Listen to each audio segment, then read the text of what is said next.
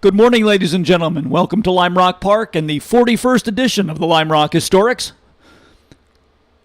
We want to welcome you on a beautiful end of summer day. We know that many of you are finding your favorite spots on the infield and outfield spectator hillside area. We are ready to get action underway on the track in just about 5 minutes. A couple of items that we hope will make the day more pleasant for you. We hope that you picked up a copy of our information guide for today's racing with a full entry list as well as a map of the facility and the schedule for all of the activities that will take place this weekend. If you didn't get a copy of that when you came through the gates, they are available at the Lime Rock Park information booth located up at the top of the infield spectator hillside area. Also, if you have your cell phone with you and you have a QR code reader, be sure to look for the placards that are located around the facility. You will be able to download our virtual souvenir program for this weekend's racing, and that too contains complete entry lists as well as articles about our featured cars this weekend, including the Formula Junior category cars, which we'll see on the track in just a few minutes, the Sports 2000 group that is with us with a strong turnout, as well as the celebration of the 100th anniversary for MG, which is one of our highlight manufacturers for the weekend. The paddock is open throughout the day today, so we invite you to come on down and have a look at all of the great cars that have been assembled here. We have a strong entry of almost 300 cars on hand for the weekend's racing program. And if you'd like to get a behind-the-scenes look at what goes on with the Lime Rock Historic Festival, we are going to be offering guided tours of the paddock area, courtesy of the volunteers from the Vintage Sports Car Club of America. There will be a pair of guided tours today at 11 a.m. and 2 p.m. leaving from the Lime Rock Park information booth. And once again, that information booth located up at the entrance to our midway area at the top of the infield spectator hillside area. We do want to take a moment to acknowledge our partners for the 2023 season and Historic Festival 41, including FCP Euro, Delamar Hotels, Autodromo, NBT Bank, Marsh McLennan, Miller Motor Cars, McLaren, Blazius Chevrolet, Connecticut Business Systems, a Xerox Company, VP Racing Fuels, Pelote Driving Shoes, Millbrook Vineyard and Winery, Liqua Moly, Spectro Performance Oils, Hummel Brothers Hot Dogs, F&W Kubota, Pepsi, the Great Falls Brewing Company, Women in Motorsports North America, DLTC Landscape Contractors, Haggerty, Thule, Ruitt Sibley, Road and Track, A-Vertage Storage and Office Solutions, and our returning partner after many years away, we want to welcome back the folks from Friedenstein Tires. Thanks to all of those partners for the 2023 season here at Lime Rock Park.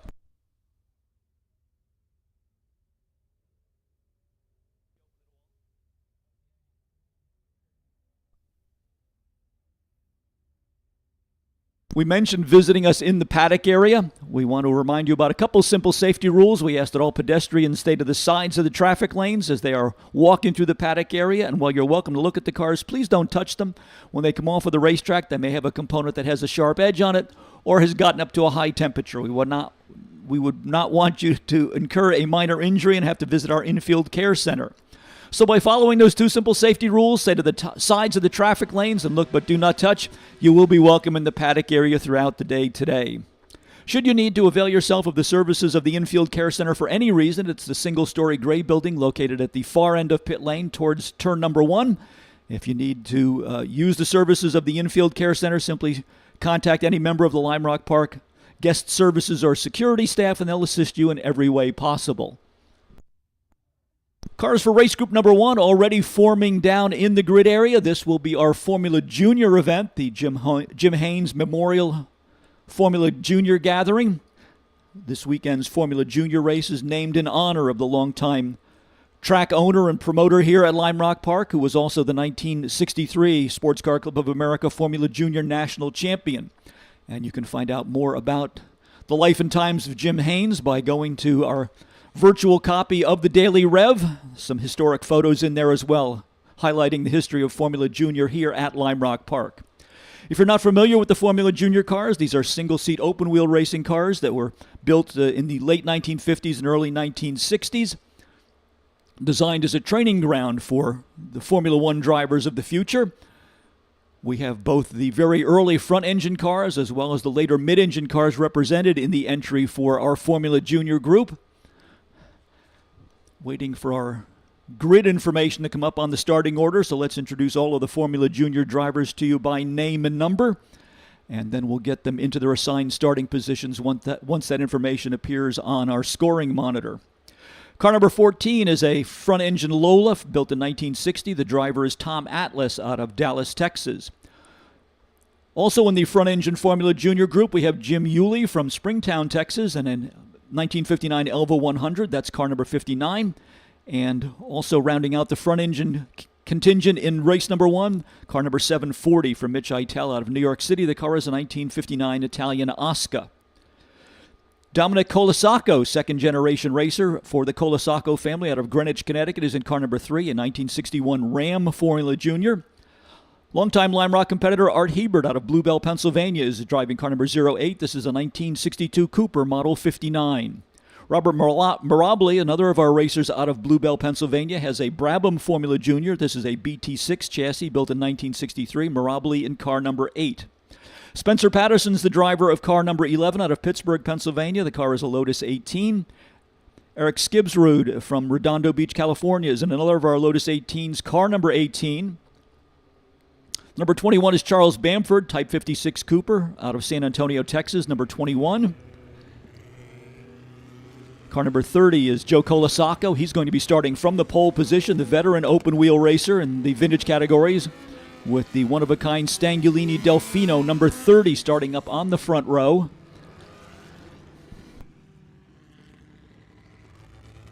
And alongside of him will be his son Dominic. So an all-Colasacco front row here for our leadoff event for the Formula Juniors. Continuing with the driver introductions, Joe DeLucia is the driver of the car number 34, a Lotus 18. Robert Hemke from Abilene, Texas in car number 42, another of our Coopers. This is a Type 59.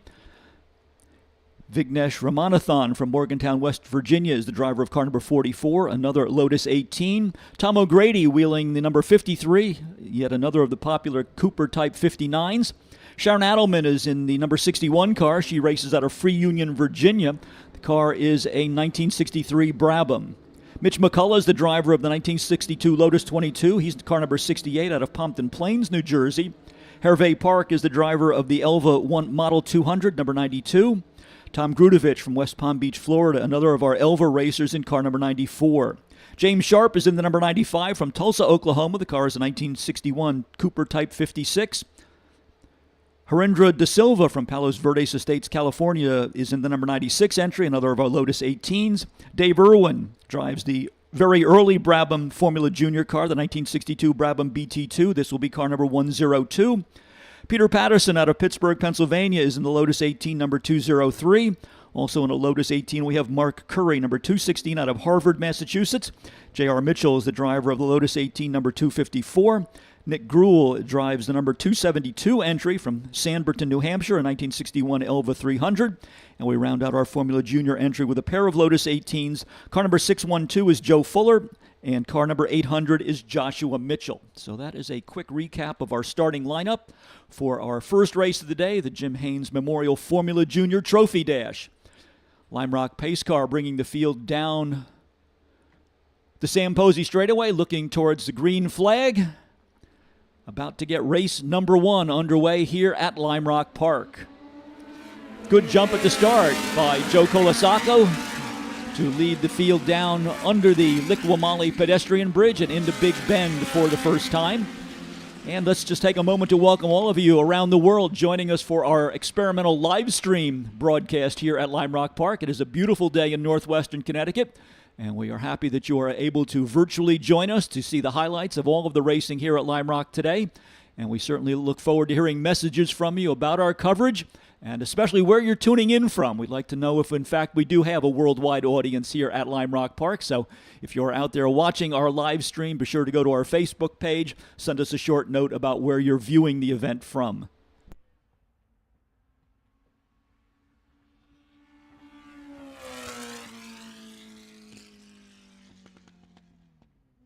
For those of you joining us online, the Lime Rock Park is a 1.5-mile circuit. First opened in 1957. The track continues to follow its original path. One of those elements of the changes in motorsports that we're especially proud of, that we retain the original character here at Lime Rock Park, set in the scenic hillsides of northwestern Connecticut.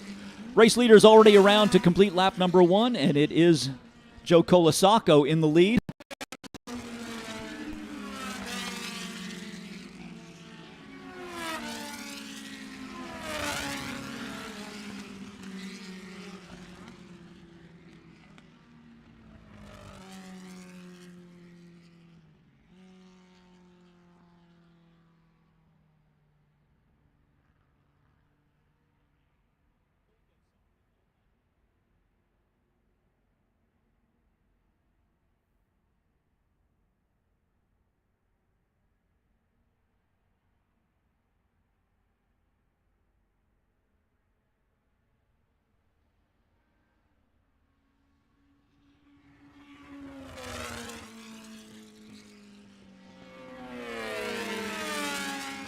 Looks like a change of lead. Second-generation racer Dominic Colasaco in the number 3 car. The rare Ram Formula Junior now out at the front of the field, just ahead of his dad. Joe Colasaco in second in the number 30 car.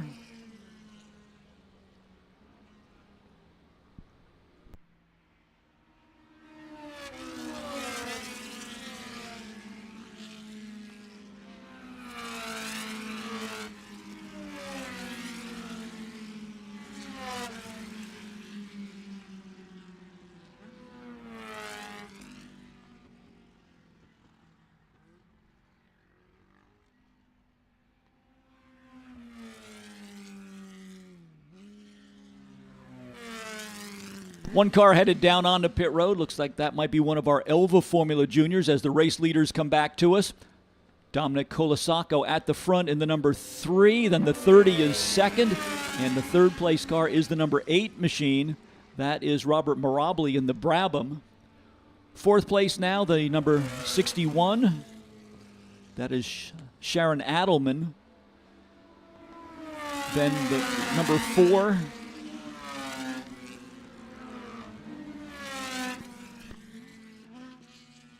For those of you relying on Race Monitor, like we are having some difficulties with the scoring system, so we're going to have to go back to the old-fashioned way of scoring these cars for the time being as we wait for the scoring system to get us up-to-date information.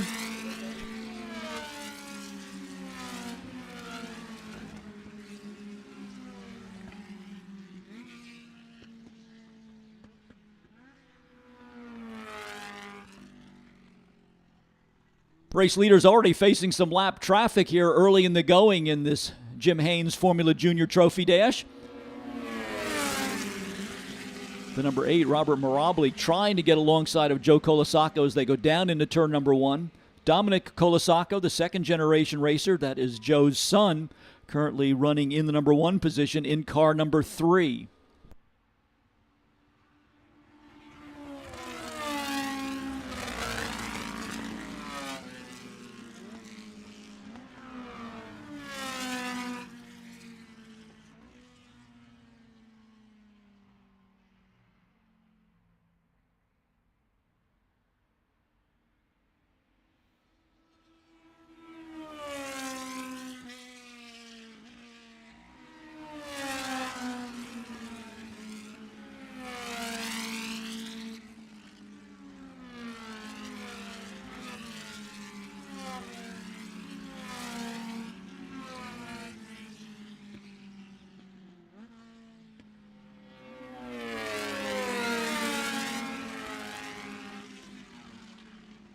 No changes up front for our top 3 cars. Still Dominic Colasaco out in front, followed by his father, Joe Colasaco, and then the number 8 car for Robert Mirabli in third position.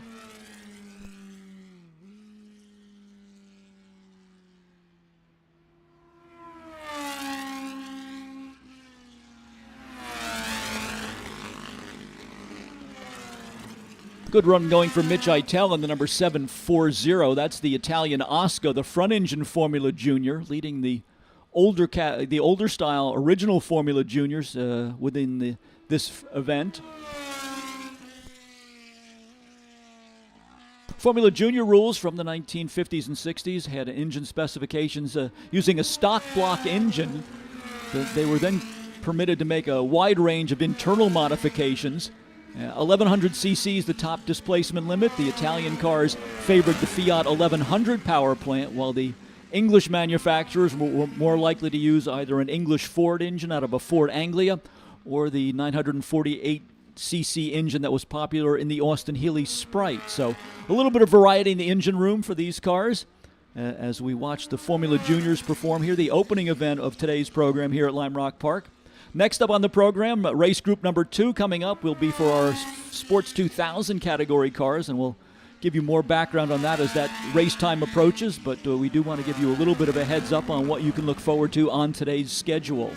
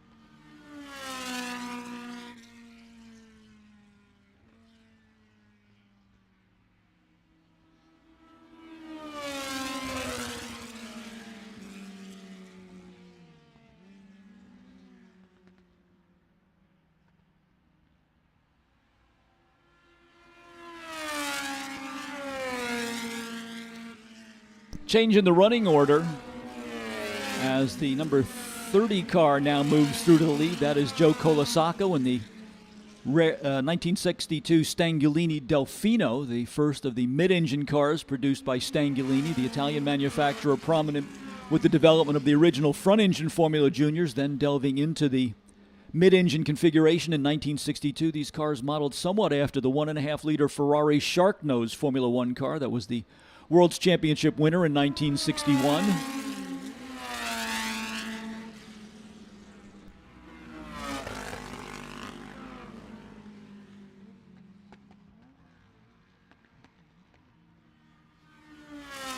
Formula Junior field starting to get spread out just a little bit here. Our leaders lapping right around the 1 minute mark. Colasacco in the... Let's try and pick up that group again. It is Joe Colasacco in the number 30. He's battling now with the number 8 car of Robert Mirabile. So those are your first and second place cars. They were just about wheel to wheel going into turn number 1. The number 30 for Joe Colasacco, that red Stangulini just making its way through the S's now in front of the infield spectator hillside area. Then sitting in second, the number 8 car. That is the Brabham BT6 for Robert Mirabile. Early race leader Dominic Colasacco still sitting in third. He's given up a couple of positions. He's in car number 3.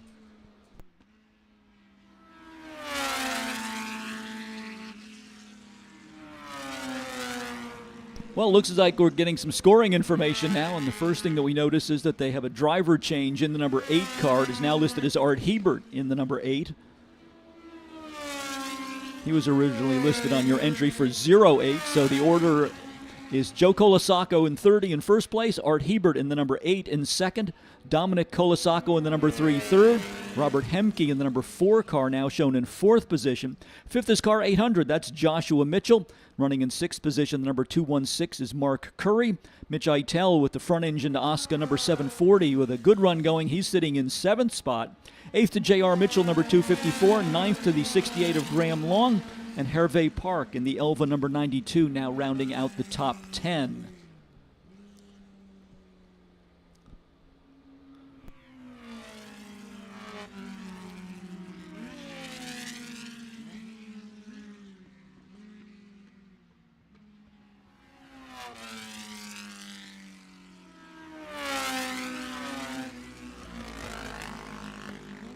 Just past the halfway point in this event. Here is Colasacco coming by in the number 30, then the number 8 for Art Hebert in second.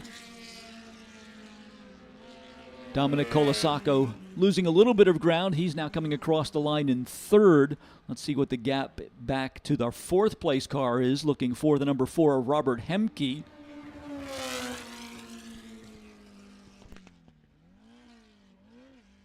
Hemke about 3 seconds back here.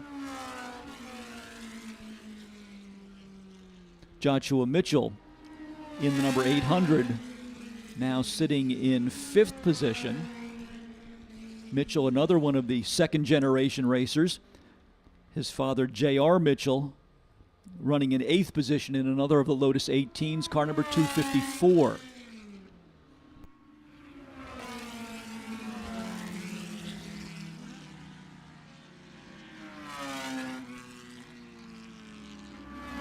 Lotus 18, designed by Colin Chapman, a car that filled a multiple role in open wheel racing in the 1960s. The Lotus 18 not only built to Formula Junior specifications, also the chassis that was used by Lotus for the 1.5 liter Formula One category. And there were even a couple of Lotus 18s that appeared in American oval track racing as part of the United States Auto Club Championship in the early 1960s. So a variety of applications coming into play for the popular Lotus 18.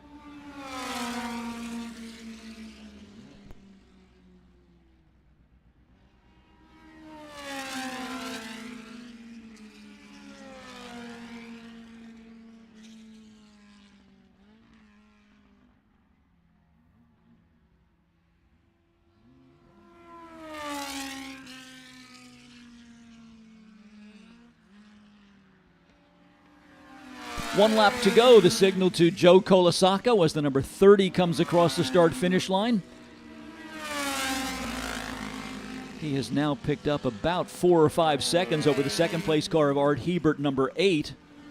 And then Dominic Colasacco a further 3 seconds back in the number 3 rather. But a good day for the Colasacco family as they go into the final lap. Dad in first place, and then the second-generation racer Dominic Colasacco currently sitting in 3rd position.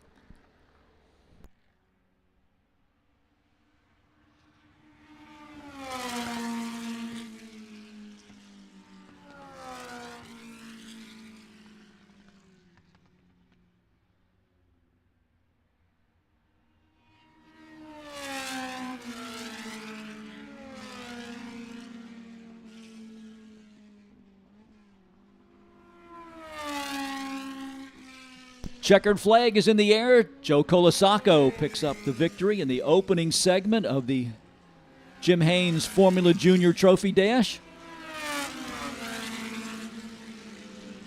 Colasacco, a widely respected racer, not only in the vintage and historic racing ranks, but also competing in contemporary cars in the F1600 Championship Series this year, where he was the Masters category champion.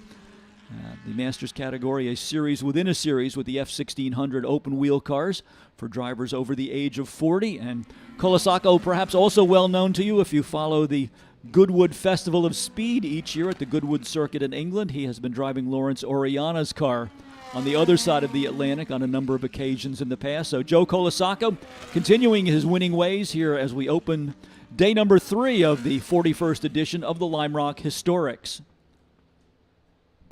Let's give you a top 10 rundown. The winner is Joe Colasacco in car number 30, second to the 8 of Art Hebert. Dominic Colasacco in the number 3 was third. Robert Hemke in the number 4. Cooper finished in 4th. 5th position to Joshua Mitchell's Lotus 18, number 800. Mark Curry in the number 216. Another of our Lotus 18s was 6th. 7th was the The front engine Oscar for Mitch Eitel, a good run for car number 740. Graham Long's Lotus 22 finished in 8th position, car 68. J.R. Mitchell in the Lotus 18, number 254, was 9th. And Eric Skibsrud rounded out the top 10. His Lotus 18 was car number 18. So that is the rundown of the top 10 finishers for race group number 1. Waiting in the wings for their first race of the weekend are our visiting contingent from the Sports 2000 category. These are sports prototype style cars.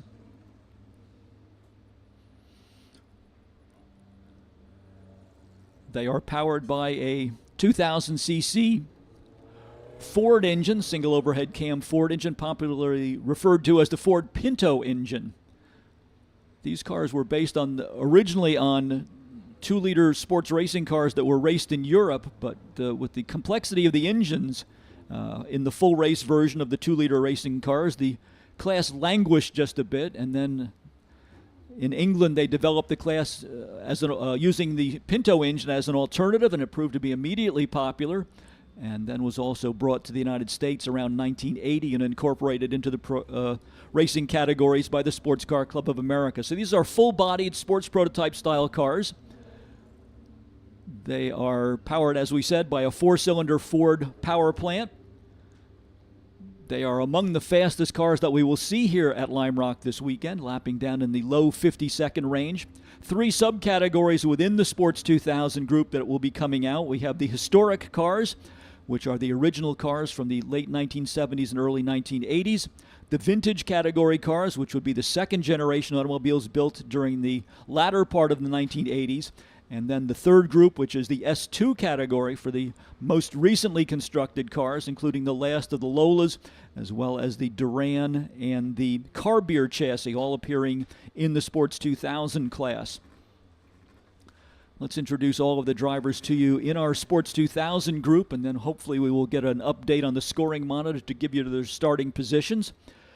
Mike Taradash is the driver of car number 1, a 1980 Ford Taiga. David Jones is also in a Taiga chassis, car number 16, out of Raleigh, North Carolina. Also in the popular Taiga chassis is Robert Brady from Coatesville, Pennsylvania, number 19. Similar car for David Hughes from Lancaster, Pennsylvania, number 25. And then we have the Kane family out of the state of Virginia, number 51, Thomas Kane, and the number 52, Matt Kane. Angelo Savoia from Maple, Ontario, also in a Taiga chassis, car number 85. As Tom LaCosta is in the number 98 out of Gladstone, New Jersey. This is one of the original Sports 2000 cars, a Lola T492. In the vintage category, we have Bob Mittman from Stratford, Connecticut. The car is a 1982 Lola T596. Greg Miller is in the American-built Swift DB2 Sports 2000 car number 4 out of North Chesterfield, Virginia. Scheduled to see Steve Johnson, former SCCA national champion and a longtime New England racer, in the number 11 car. We did not see the 11 yesterday, so hopefully Johnson will be in the starting field today, in spite of his absence yesterday. Car number 46 is the Swift for Kevin Whitman from Bradenton, Florida. Longtime vintage racer Dave Handy, now living in the state of North Carolina, is in another of our Sports 2000 Swifts in the vintage category, car number 59. Simon Green, longtime Lime Rock racer, going back to the days of the North Atlantic Road Racing Championship here at Lime Rock Park, is in the futuristic-looking Shrike chassis, car number 80, out of Oxford, Connecticut. John Staketis is in the number 89. This is a 1986 Lola out of Seekonk, Massachusetts. Jim Holman from Kitchener, Ontario, is driving in car number 198, another of our American-built Swifts. And we round out the vintage subgroup within the Sports 2000 ranks with Josh Lewis out of Westport, Connecticut. His car is a 1985 Lola T598, number 812. In the S2 category, we have Ben Sinnott, who has been one of the front runners in the Sports 2000 ranks anytime they come to Lime Rock Park. The car is a 1991 Lola T90. Rob Sherwood is out of St. Louis, Missouri, with a Carbier chassis, number 05. Henry Payne leading a 4-car effort from the Payne family from the state of Washington in the number 13. The car is a 1989 Lola T90. John Thompson hails from the Keystone state of Pennsylvania. He's in a Lola T91, number 14. Rob Dusek III in the number 23 entry from Solbury, Pennsylvania. The car is a Duran JE1. Lee Brayan out of Annapolis, Maryland, scheduled to drive the number 24 Lola. The elder member of the Dusek clan, Rob Dusek II, is in number 32, the second of the family Duran chassis. Brent Gernert drives the number 76. He's out of Phoenixville, Pennsylvania, with another of the Lola chassis, a 1990 Lola T90. Henry Payne is the driver of the number 90. Let me go back. Gernert in the 76. Henry Payne in the 90, the Lola T89. Second generation racer Colin Thompson is in the number 111 Lola. And rounding out the field in the S2 category, Samuel Payne in the number 116.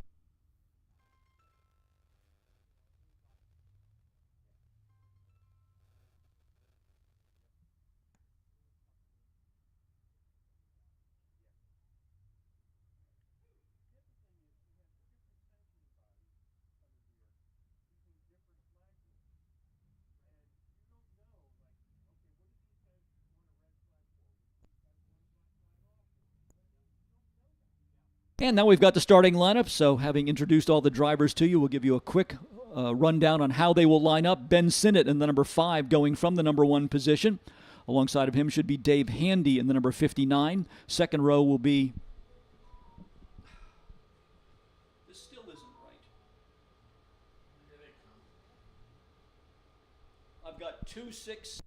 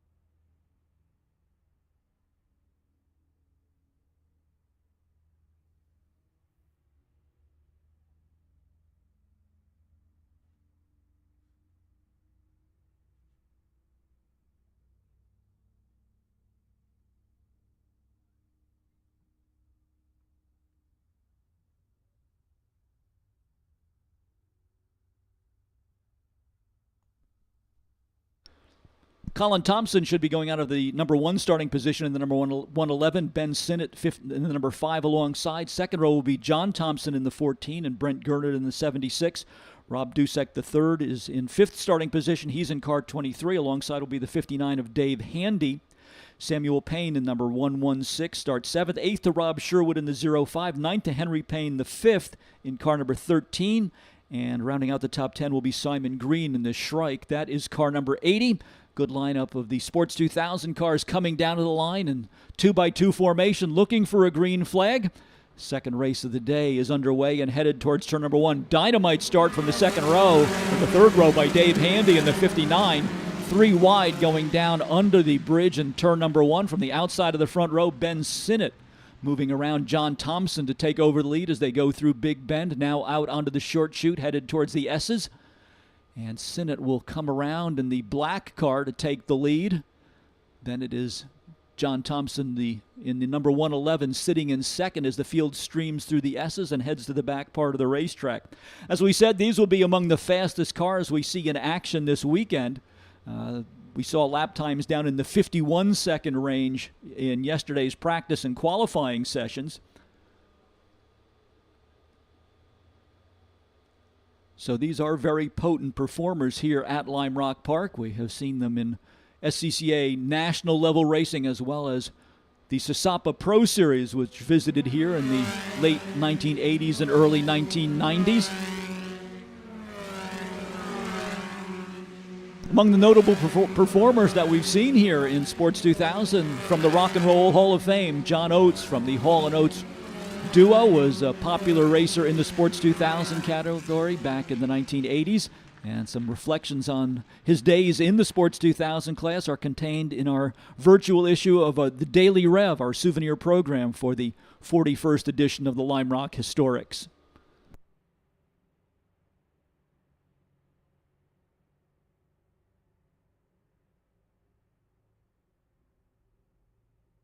Ben Sinnott and Colin Thompson looking to set up a two-car battle for the top spot here.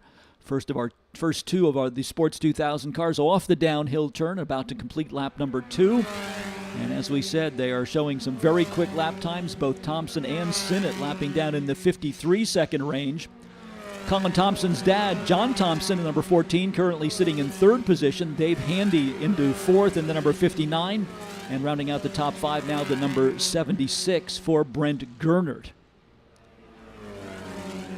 Currently in eighth, it's sixth, it's Rob Sherwood in the 05, then Henry Payne in the 13, Rob Dusek the third in the 23 is eighth, ninth to Davis Jones in the 16, and Samuel Payne in the number 116 now rounding out the top 10.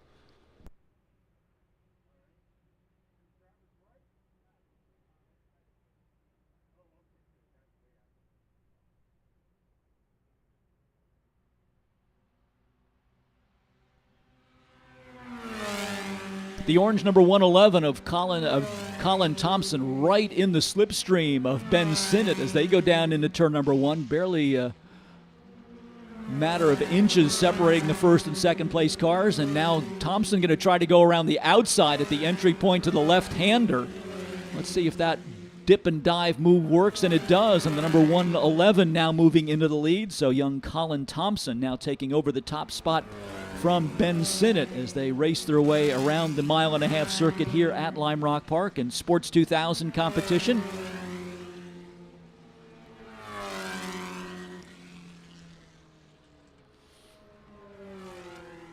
This is one of the largest fields of Sports 2000 cars that we have ever assembled here at Lime Rock Park. Now that Colin Thompson's gotten the lead, he's actually put a little bit of a gap on Ben Sinnott. Second of the orange Thompson family entries, that is John Thompson, the elder member of the clan, sitting in third spot, car number 14. Let's see if Ben Sinnott can come back against Colin Thompson. Colin Thompson just set the fast lap of the race at 52.718. Ben Sinnott 52.9, so Sinnott losing a couple of tenths there. And the gap between first and second right now is just about 1.2 seconds. So Ben Sinnott will have his work cut out for him if he wants to reel in Colin Thompson as we roll through the first of 4 races for the weekend for the Sports 2000 cars.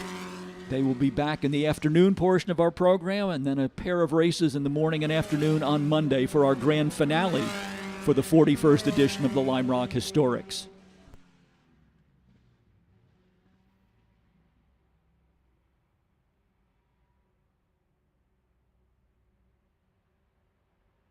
Another good battle going on here between the number 13 and the number 05.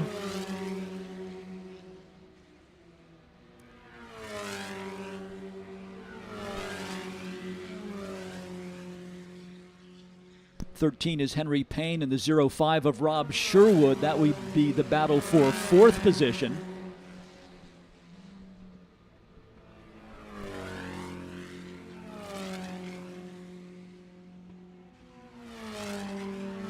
Trying to get a look to see where Simon Green is running.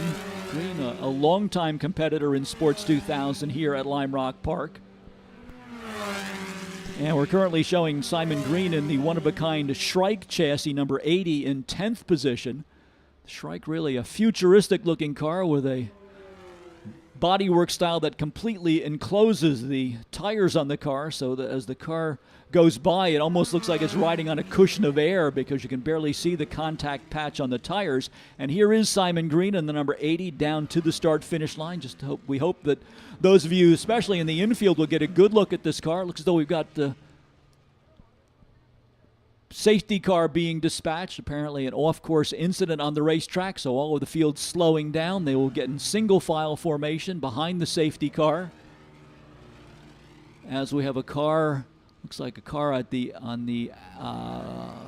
the outer portion of the right-hander in the S's, out against the tire wall barrier there. So the Lime Rock safety crew is on the scene, and the signal being given to Colin Thompson that he is the car in the number 1 position. So field will line up in single file formation behind him as the safety crew reports to the incident in the outside portion of the S's.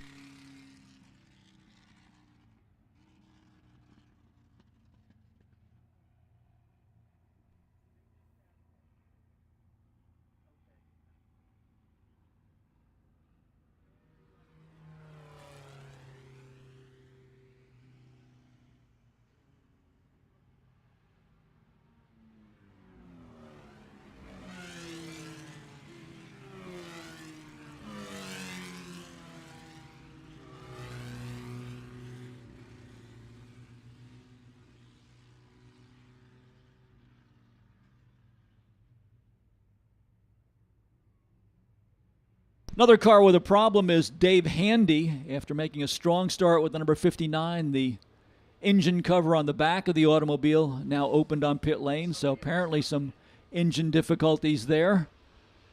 Another car headed towards pit road as well, so a little bit of attrition creeping up here among the Sports 2000 cars. We'll get everybody back in single file formation. The number of cars slowed down in response to the incident on the back part of the racetrack, so they will need to catch up to the lead group of cars now forming up behind the Lime Rock Park safety car.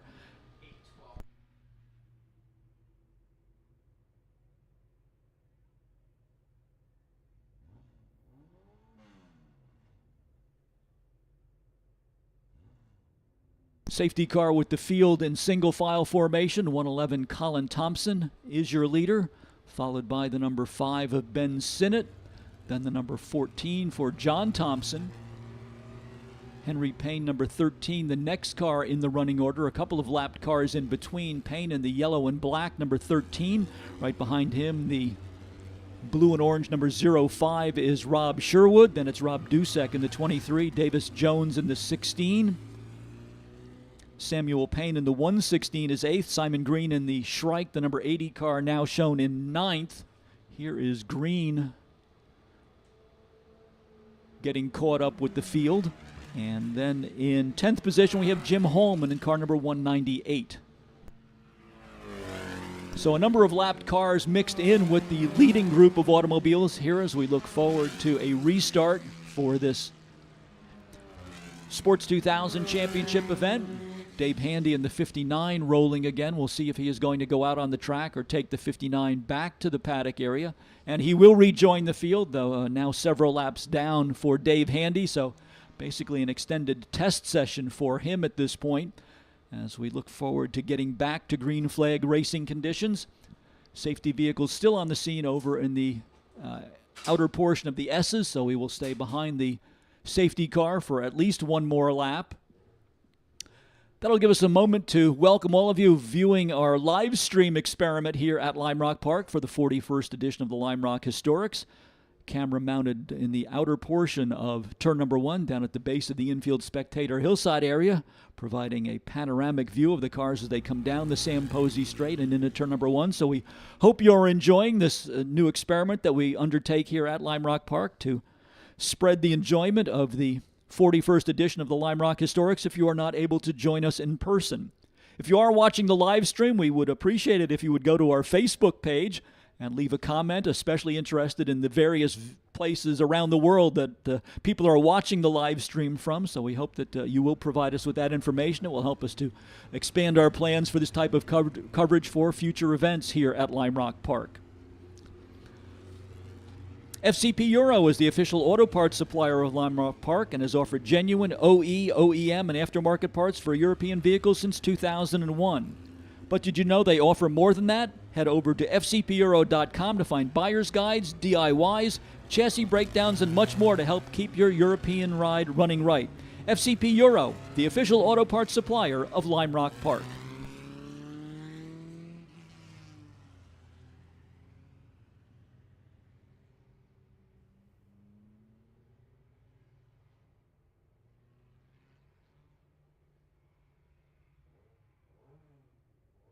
Lime Rock Park would like to thank Miller Motor Cars of Greenwich, Connecticut for providing us with our Aston Martin DBX 707, an incident response vehicle for this weekend's edition of the Lime Rock Historics. Miller Motor Cars has been the purveyor of fine motor cars since 1976 as the official dealer for Aston Martin, Ferrari, Bentley, Rolls-Royce, McLaren, Bugatti, Pagani, Maserati, and Alfa Romeo. To view their full lineup of brands and available inventory, visit them online at millermotorcars.com.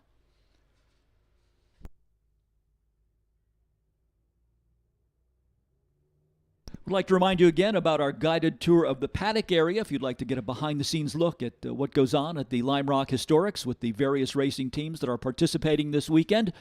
Join the free tour provided by the volunteers from the Vintage Sports Car Club of America for a pair of guided tours today. The first one will be at 11 a.m., leaving from the Lime Rock Park information booth located up at the top of the infield spectator hillside area. So if you would like to go on that tour, be at the Lime Rock information booth a few minutes before 11, and you can be part of our initial tour group or join the second of our guided tours, which will take place at 2 o'clock this afternoon. Getting the one lap to go signal. I'm not sure if that means we're going to finish under the yellow flag. Trucks are still over there trying to retrieve the car that went off course, so I think that we may unfortunately end this race under yellow flag conditions. That would hand the victory to Colin Thompson in the number 111. Second-generation racer out of the state of Pennsylvania.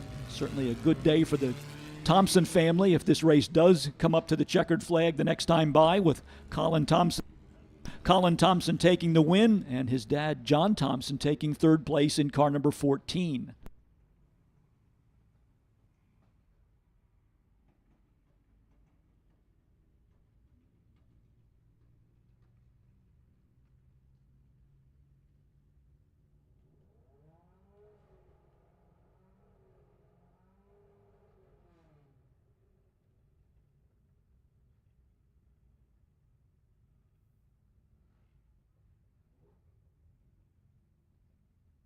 Delamar Hotels and Spas are pleased to sponsor Lime Rock Park and Historic Festival 41.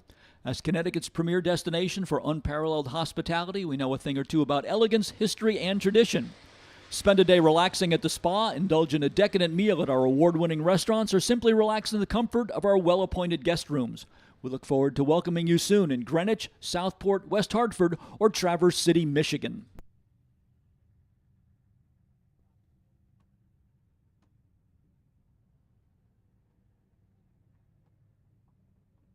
And the race is going to come to a conclusion under the yellow flags. Somewhat unfortunate end to the event, but a strong performance by Colin Thompson to take the victory in the number 111. Ben Sinnott in the number 5 will take home second. Third to the number 14 for John Thompson. Henry Payne, the 5th in the number 13, will finish in 4th position. 5th will go to Rob Sherwood in the 05. Rob Dusek in the 23 will follow. Then it will be Davis Jones in the 16 and 6th. Samuel Payne in the number 116 and 7th. 8th to the number 80. That's the Shrike for Simon Green. 9th to Henry Payne in the number 13. And rounding out the top 10 is Jim Hallman. So a little bit of a shuffle there. Henry Payne, coming down pit road at the end of the race, actually gave up a couple of positions. Initially shown in 4th. He will end up being scored in 9th. So I'm not sure what the reason was. Perhaps a mechanical problem on the Payne car. But in any case, he made a early appearance on pit road and gave up several positions as the cars came across the line. So congratulations to Colin Thompson, taking the victory in car number 111.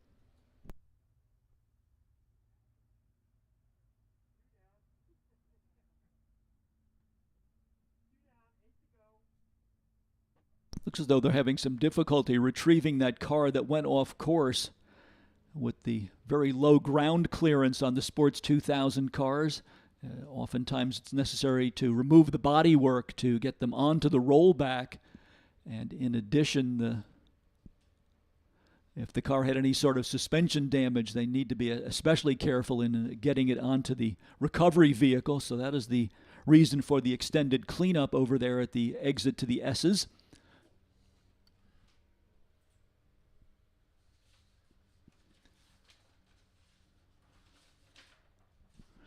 We want to welcome those of you watching in the outfield portion of the racetrack. We hope that you're enjoying your vantage point out there. Unfortunately, we need to pass along the information that the concession stand is not going to be operational out there today. They have had some utilities difficulties, so the concession stand in the outfield unfortunately will not be open today, but we certainly want to invite you to come on across to the infield portion of the racetrack. The Lime Rock Cafe in the center portion of the paddock area is open, and we also invite you to take a walk up to the infield midway area where there are a variety of food vendors. So in spite of the inconvenience of not having the outfield concession stand open, we'll do our best to provide you with a range of dining opportunities while you're with us today and in the infield portion of the racetrack. And you can gain access to the infield portion of the racetrack by coming across the pedestrian bridge, the Likwamali Bridge spanning the Sam Posey straightaway down in turn number 1. That delivers you to the lower portion of the paddock area. Then you can walk up behind the start-finish building, take a few minutes to visit the Lawrence Oriana collection, which is in the tent located directly behind the start-finish building. Mr. Oriana, our honored collector for the weekend with his impressive array of Italian performance cars. Also be sure to visit the display of the Chrysler concept cars, including the one-of-a-kind Plymouth NXR, as well as the rare Plymouth turbine-powered car in the Chrysler exhibit, and also celebrating the 100th anniversary of Morris Garage, the constructors of the MG automobiles, their display tent located adjacent to the Winner's Circle here at Lime Rock Park in the main portion of the paddock area. Also, for those of you who are recent arrivals, be sure to pick up your information guide with the full entry list for all of our racing groups, as well as a map of the facility. That information guide is available at the Lime Rock Park information booth located at the entrance to our Midway area. Among the attractions in the Midway area, in addition to our variety of food vendors, we do have a racing simulator up there if you'd like to do some simulated laps around the racetrack here at Lime Rock Park. A number of automotive-related vendors up there as well. And we have a wide enclave of automotive artists in the infield Midway area. So we certainly hope that you'll take some time to visit with the various attractions located in the Midway throughout the weekend. Don't forget that tomorrow is also our big Sunday in the Park event, the Concours d'Elegance, taking place along the Sam Posey straightaway. And the gathering of the Marks, car clubs from all around the northeastern states, will have displays around the full mile-and-a-half circuit here at Lime Rock Park. The gates open tomorrow at 10 a.m., and we expect, again, another wonderful day in terms of weather conditions. So we hope that, although we won't be racing here tomorrow, that you will come back and join us for Sunday in the Park.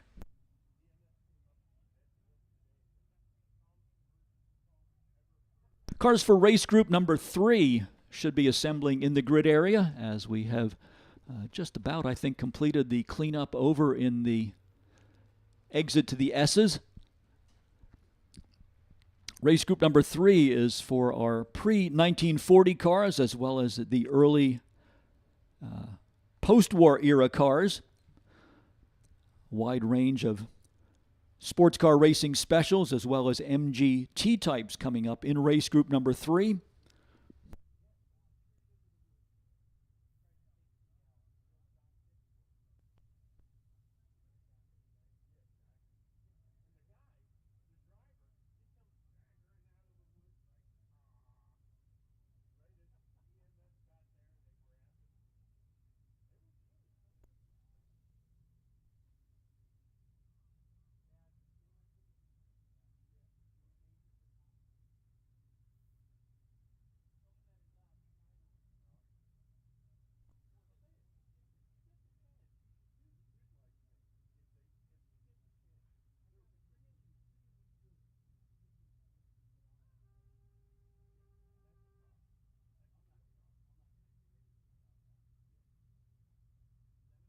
Cars entered in race group number 3 include Lou Timolat out of Falls Village, Connecticut, who has brought his Watson Indy car to Lime Rock Park for the weekend. Tom Walko will be in a 1965 NSU Prinz Sedan, number 38. Todd Daniel scheduled to drive the number 43 out of Red Hill, Pennsylvania. The car is a 1954 Renault Rogue. Steve Conson is the driver of car number 48, coming up for Roswell, Georgia, a Lester-bodied MGT built in 1950. Dominic Cullen is another of our MG enthusiasts. His MGTD is number 53. Glenn Moore with the last of the cycle-fendered era MGTF model cars, number 56, comes from DeLand, Florida. Leonard McHugh's entered in the number 59, the Nash-powered Healey Le Mans Coupe from St. Petersburg, Florida.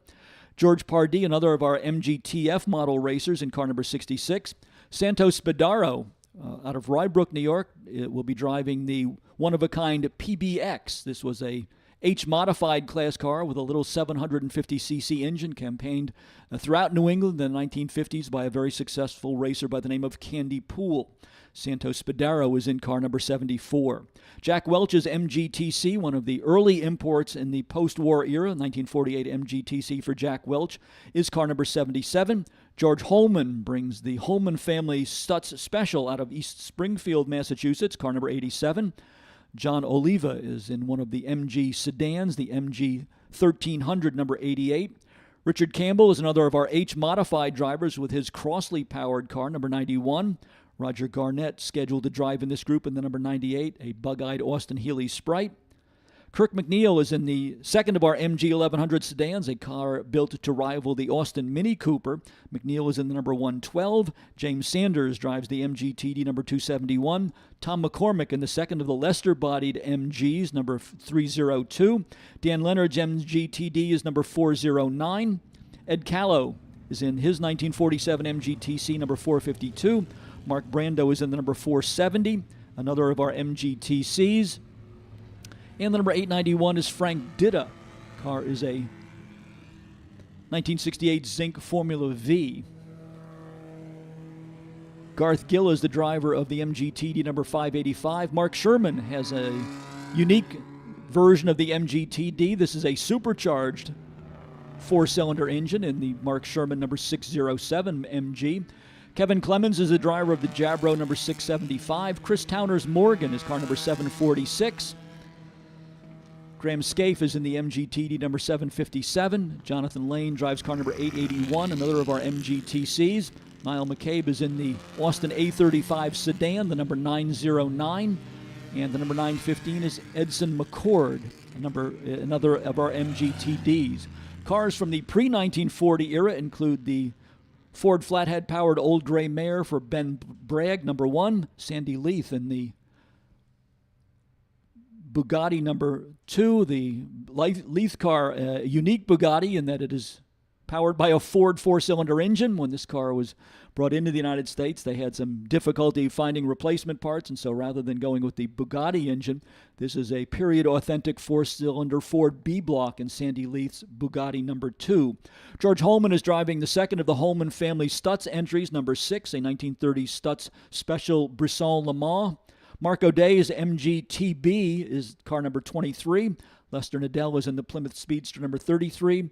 Doug Cushney is in the Type 35 Bugatti number 75. Rex Barrett's Ford IndyCar is number 166. And we round out our pre-1940 group with the MG K2, built in 1936 for Nick Gruel, number 272. Looks as though it will be Barrett in the IndyCar and Chris Towner's Morgan on the front row. Second row to Graham Scaife in the MGTD and Kurt Burns in the MGTD number 283 as the field comes down and the pace car pulls on the pit lane. Then it's Ed Metalman's Alpha Julia Sprint number 19 and Ed Callow in the number 452 MGTC.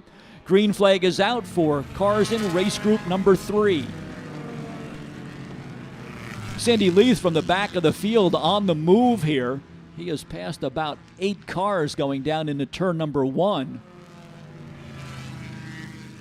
Leith had some mechanical problems yesterday, was not able to get a significant number of laps in, so Sandy Leith looking to make up for yesterday's shortfall by charging from the back part of the field, and he, as we said, gained probably almost a dozen positions going down into the first turn.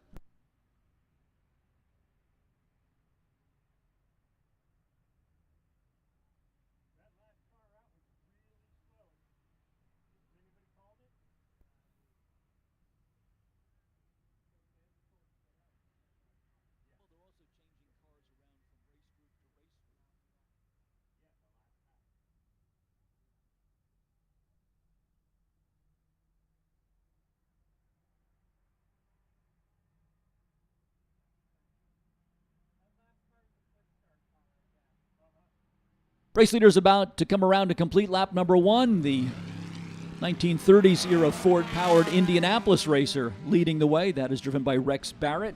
Chris Towner's Morgan was the second place car, number 746.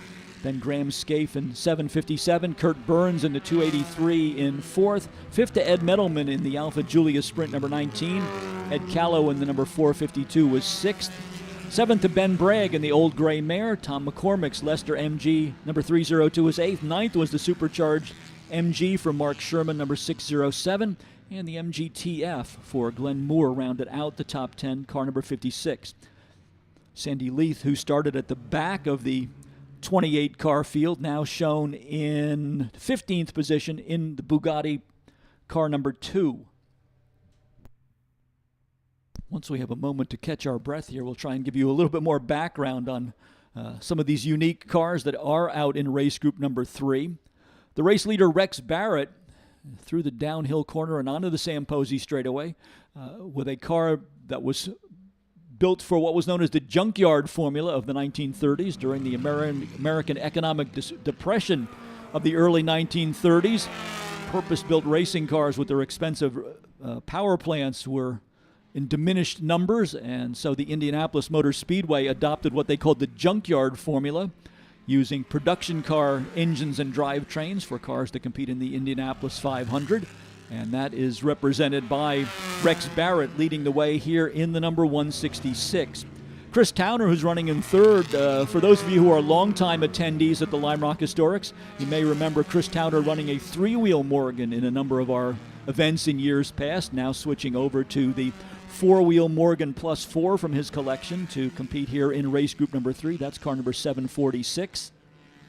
Ben Bragg, as we said, in the Old Gray Mare, a car constructed to race with the Automobile Racing Club of America, which was a New England club that introduced road racing in these parts in the 1930s, actually the pioneering club for road racing in the United States in the 1930s.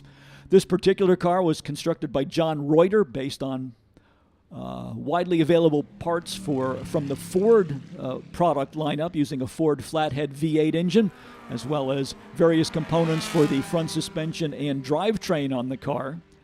And it was very successful in Automobile Racing Club of America events in the 1930s, including a victory in the Around the Houses race, which was held at Alexandria Bay in New York and the Thousand Islands in the late 1930s. And we did give you a little bit of background on Sandy Leith in the 1931 Bugatti. This was an authentic barn find. Another car that raced with the Automobile Racing Club of America in the 1930s, then stored away. And Sandy Leith rediscovered the car and was able to procure it for restoration, and it has kept its original patina from the 1930s, although the mechanical parts of the Bugatti have been refreshed, including a rebuild of that Ford B-block engine under the hood. So Sandy Leith, certainly with an authentic bit of motoring history, making his way through the S's now in the Ford-powered Bugatti car number 2.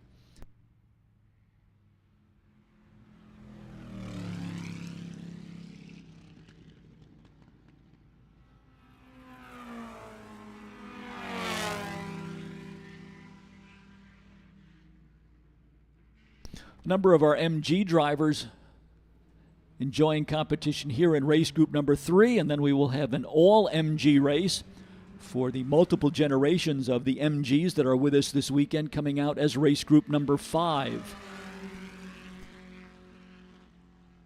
A couple of Lester-bodied MGs in this group.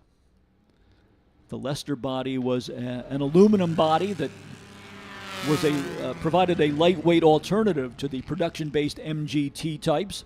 And we have a pair of Lester MGs, number 48 Steve Conson and Tom McCormick in the number 302. Niall McCabe in the number 909, just crossing the start-finish line with his Austin A35 sedan. A one-of-a-kind car racing here in the United States, but very popular in England in the vintage and historic racing circles. And you will see a whole flock of these cars racing in the annual Goodwood Revival meeting, which comes up in a few weeks from the Goodwood Circuit in England.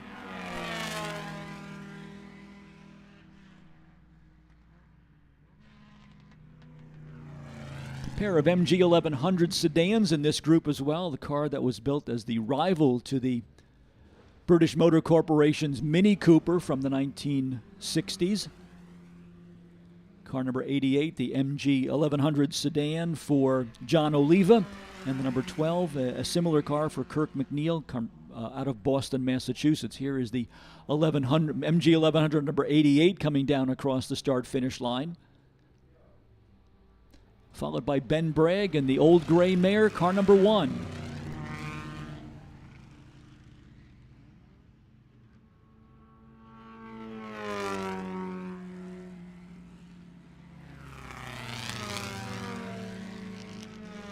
Let's give you a top 10 rundown, as we have had a number of position changes as the race unfolds here. Rex Barrett, number 166, is your race leader.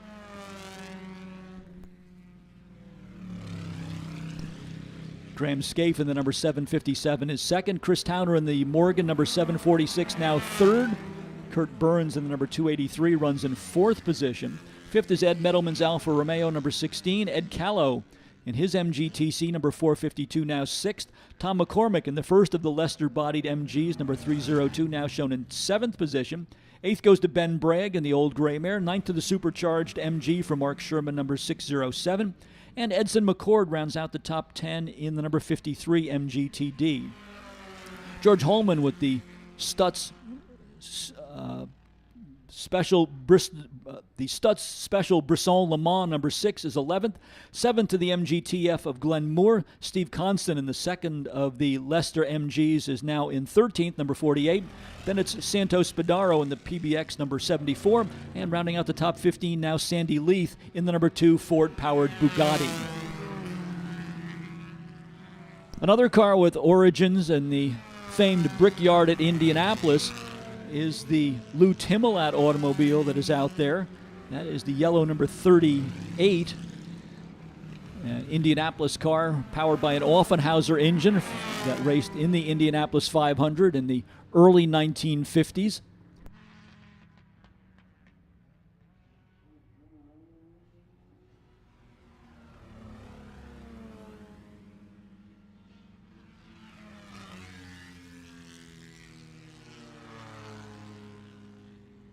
Try and get a good look at the Lou Timolat Watson Indy car the next time that comes by the start-finish line.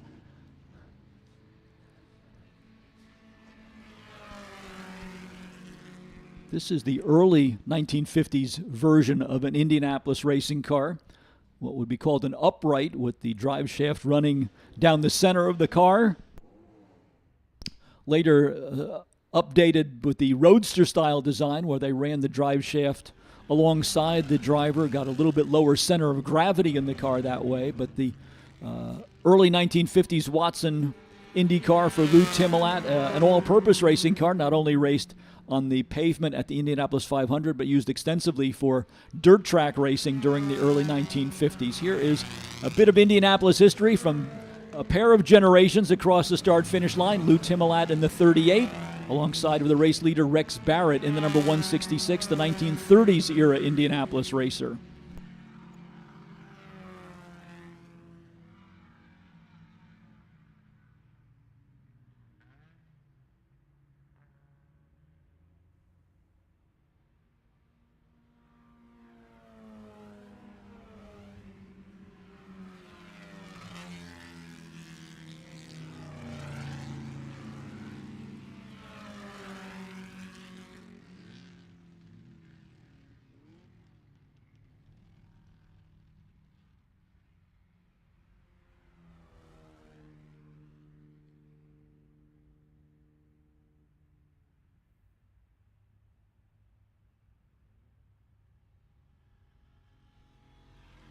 Ben Bragg getting another lap in with the Old Gray Mare. We mentioned the Alexandria Bay, New York around the houses races in the Thousand Islands region up on the northern part of New York. If you ever have the opportunity to go to Alexandria Bay, you can actually drive that original around the houses circuit as it is preserved, just as it was in the 1930s, the same streets of Alexandria Bay still there, so if you'd like to do a bit of historic driving, go up to Alexandria Bay and New York's Thousand Islands and get a few laps in yourself around the Around the Houses circuit.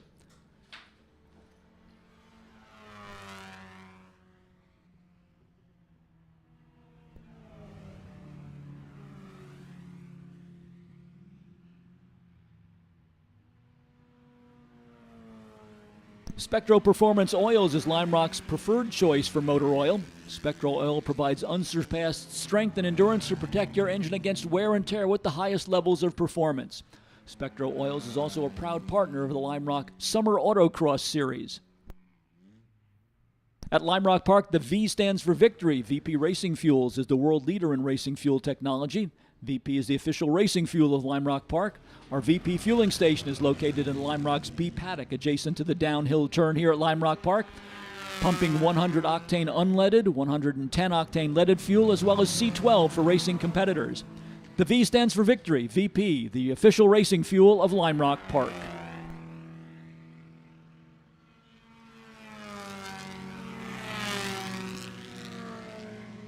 A number of our H-modified competitors out there, a class designated by the Sports Car Club of America in the 1950s and 60s with little 750cc engines in these cars.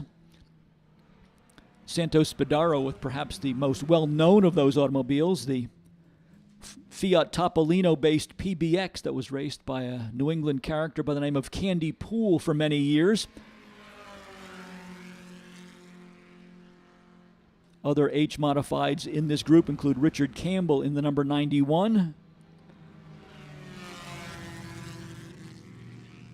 and Kevin Clemens in the number 675. All of these cars powered by a 750cc American four-cylinder Crossley engine. Crossley, better known as a manufacturer of refrigerators, actually went into the automobile business in the late 1940s with what we would now call a subcompact car. At that time, the marketplace really wasn't ready for vehicles of that type, so it was a short-lived experience to have them in the American automotive marketplace. But the engines from those Crossleys proved to be very popular for both oval track racing as well as road racing, and a number of examples here in our race group number 3 in the H-modified category with the cars driven by Santos Spadaro, Kevin Clemens, and Richard Campbell. Some other problems have reoccurred for Sandy Leith and the number 2 Ford-powered Bugatti. Very slowly on to pit road, so Leith, who had made a strong charge from the back of the pack, on pit road, and the car silently rolling across the start-finish line in pit lane, so apparently there are problems in the engine room for the Sandy Leith car.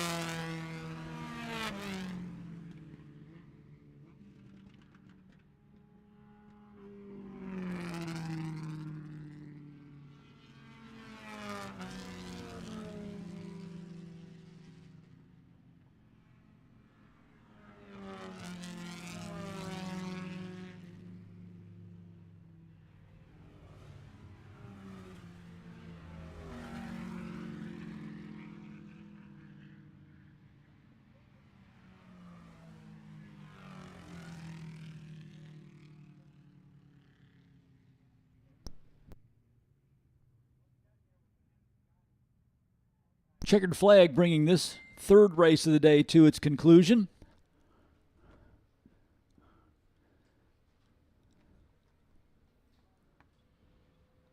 The Holman family Stutz across the line, the big number 81, acknowledging the checkered flag. Luca Maciachescu in the Austin Mini Cooper pickup truck, a late entry and a late addition to this group, also across the line as well. So we should have those cars making their way back to the paddock area. And in the on-deck circle now, the cars in group number 4. This will be our sedan category cars from the 2.5-liter Trans Am Challenge Group, the IMSA RS Sedan Series, as well as the SCCA B Sedan class, scheduled to come out for race group number 4.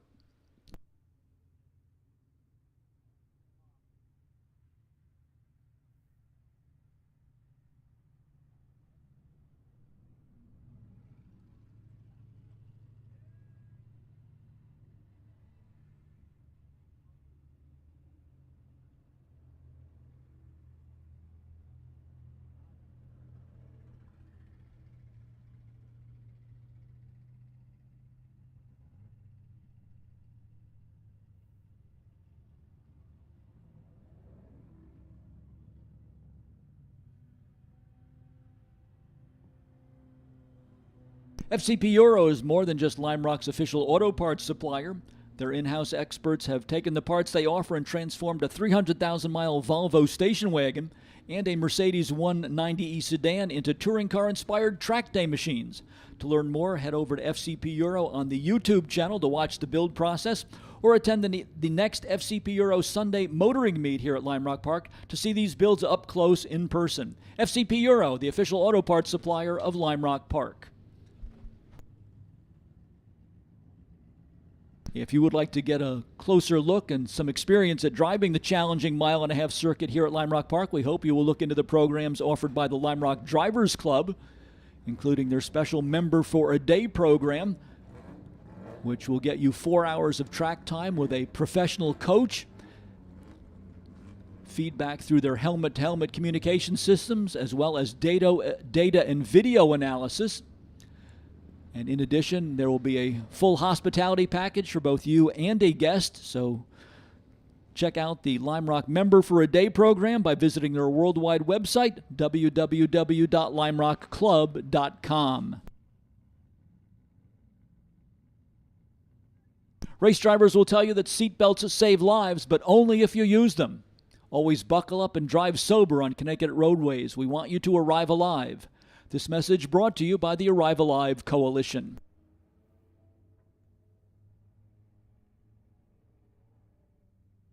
Let's take a minute to welcome everybody who's tuning in to our experimental live stream of this event. Worldwide coverage of the Lime Rock Historics going out over the internet with our remote camera placed on the outer portion of the Sam Posey straightaway, giving a good look at the cars as they come down off the diving turn and onto the straightaway headed towards turn number 1. So we welcome all of our viewers tuning in for the first time.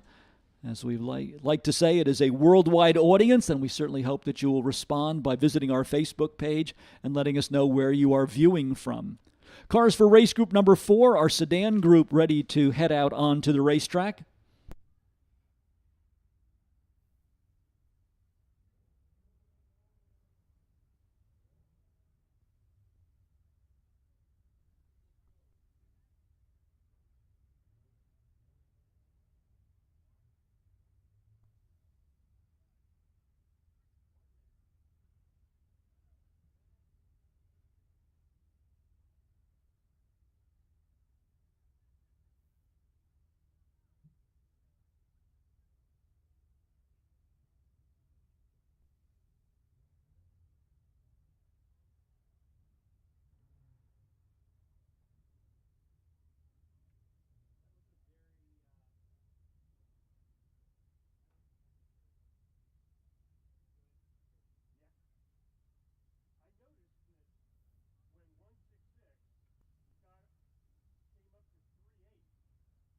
Looks like they'll line up this way, starting in 25th position, the 1968 Porsche 912 for Gaspar Fazzulo. Josh Brown scheduled for 23rd position in the number 85. This is a Volkswagen GTI. Mark Axon's Volvo 142, number 5, scheduled for 22nd position. 21st in the starting lineup to Chris Mason, number 282. The car is a Volvo 122 GT. Steve Hirschenrider's number 220 lines up in 20th position. 19th to the BMW for Kate Garabedian. The car is a BMW 2002. scheduled to go out of 18th position. We'll see if that car is able to answer the call. Is Jerry Barker in the Triumph Herald. That car had an off-course excursion, bent the front end up yesterday, so I'm not sure that Barker's going to be able to answer the call here. Ed Medelman's Porsche 914 scheduled to go out of 17th position. 16th in the lineup to number 206, the BMW 2002 for Joe Lyle.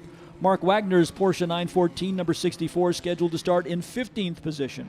14th in the starting lineup to the Alfa Romeo Alfetta for Lon Barrett, number 44. Eduardo Noble in the BMW 2002, number 296, will start in 13th position. Peter Lombardo's Alfa Romeo GTV scheduled for 13th in the lineup. 12th to John Goodman's Alfa Giulia, number 24. To the director of the Lime Rock Drivers Club, Simon Kirkby, with his Hillman Imp, will start in 11th position, car 771. Greg Ami with the Porsche 914, number 33, goes out of the number 10 spot. 9th in the starting field to the former Firestone Firehawk Series Porsche 944 for Ramsey Potts, number 58. Mike George in the German Touring Car Championship Tribute BMW 325 IS, number 21, starts in 8th position. 7th in the starting field to Michael Hertzen in the FCP Euro BMW, number 710. 6th to John Clark's Mini Cooper, that is car number 10. David Porter scheduled to start in 5th position. In the Lotus Cortina, number 5, Joe Courtney's Alfa Romeo, number 77, scheduled for 4th. And 3rd spot to Stephen Early in the 18, Dave Nicholas in the number 60 BMW, shown in the number 2 starting position. I think that Nicholas is actually on the pole position as they have Cobus Reinke listed in the number the 912. So the front row is going to be Dave Nicholas in the 60, Steve Early in the BMW M3 number 18. Second row to Joe Courtney's Alfa Romeo and David Porter in the Lotus Cortina. Down to the start-finish stripe, cars in race group number 4 ready to see the green flag. And our sedan class cars now on their way towards turn number 1. Dave Nicholas with a good jump in the number 60 BMW, the same car that Nicholas campaigned in the Camel GT series for many years in the early 1970s. And a frequent winner here at Lime Rock Park in Camel GT competition. So Dave Nicholas leading the way by a slim margin over Steve Early in the BMW as they head through the S's.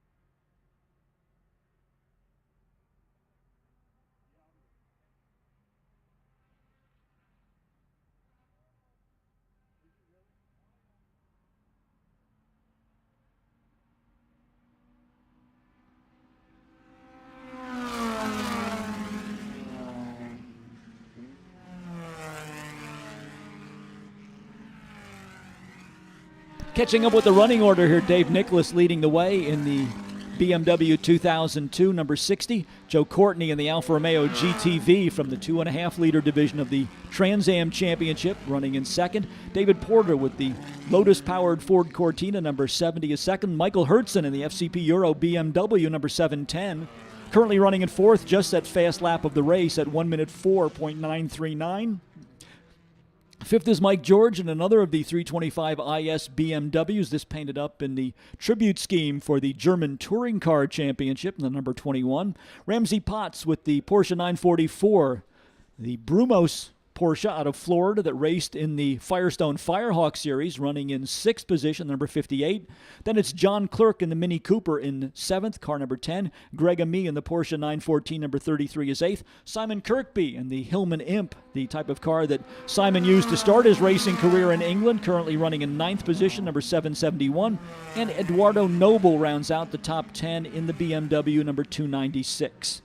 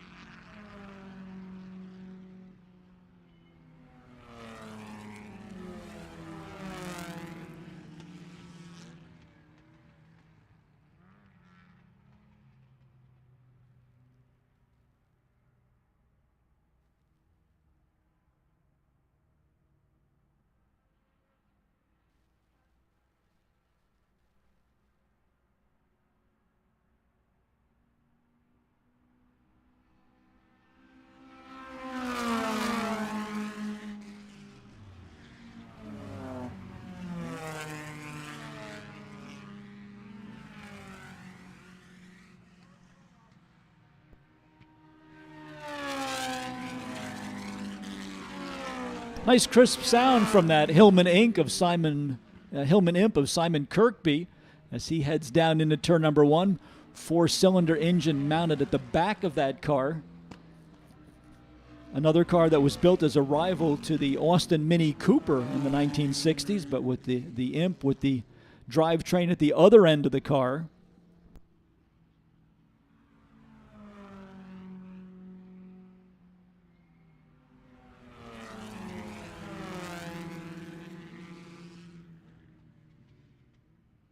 Joe Courtney in the 77, currently shown in fourth position, has had a wide array of racing experiences in recent years, competing in the Ferrari Challenge Series, the Lamborghini Super Trofeo Championship, where he was a multi-time class winner, as well as the Porsche Pirelli Trophy event. Thanks to Peter Krause, who is watching us from Virginia International Raceway, for providing that additional background on Joe Courtney.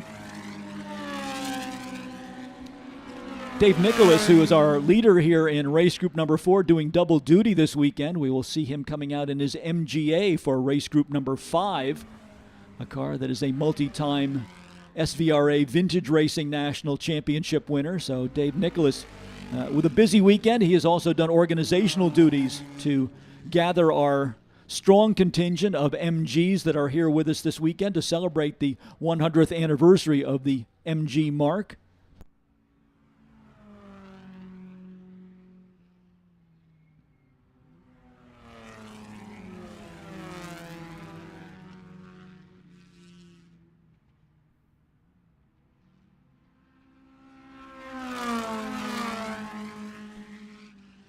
Part of the reason for that crisp sound from the Simon Kirkby Hillman Imp is the power plant in that car, which was derived from the Coventry Climax engine, used widely as a racing engine in open-wheel cars and sports racers in the 1960s, originally designed as a pumping motor for the English fire brigades.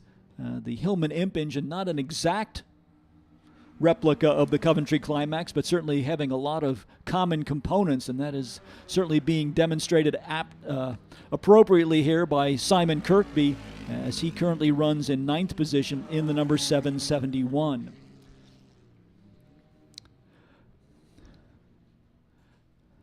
David Porter, sitting in second position, is driving a Lotus Cortina, probably the first of what would be called the high-performance imported sedans. English Ford Cortina providing the body shell and chassis for that car, but then to add the performance aspect, the cars were shipped off to Colin Chapman at Lotus Cars, and Chapman upgraded the suspension as well as replacing the Ford pushrod engine with a double overhead cam Lotus 1.6-liter power plant, and that proved to be a very potent performer in the burgeoning days of sedan racing in the early and mid-1960s. Lotus Cortina driven by a number of well-known drivers, both in the United States and in England, to touring car victories, and that really set the pattern for the development of performance sedans as typified by the Alfa Romeo GTV, as well as the BMW 2002 and the Datsun 510 in later years.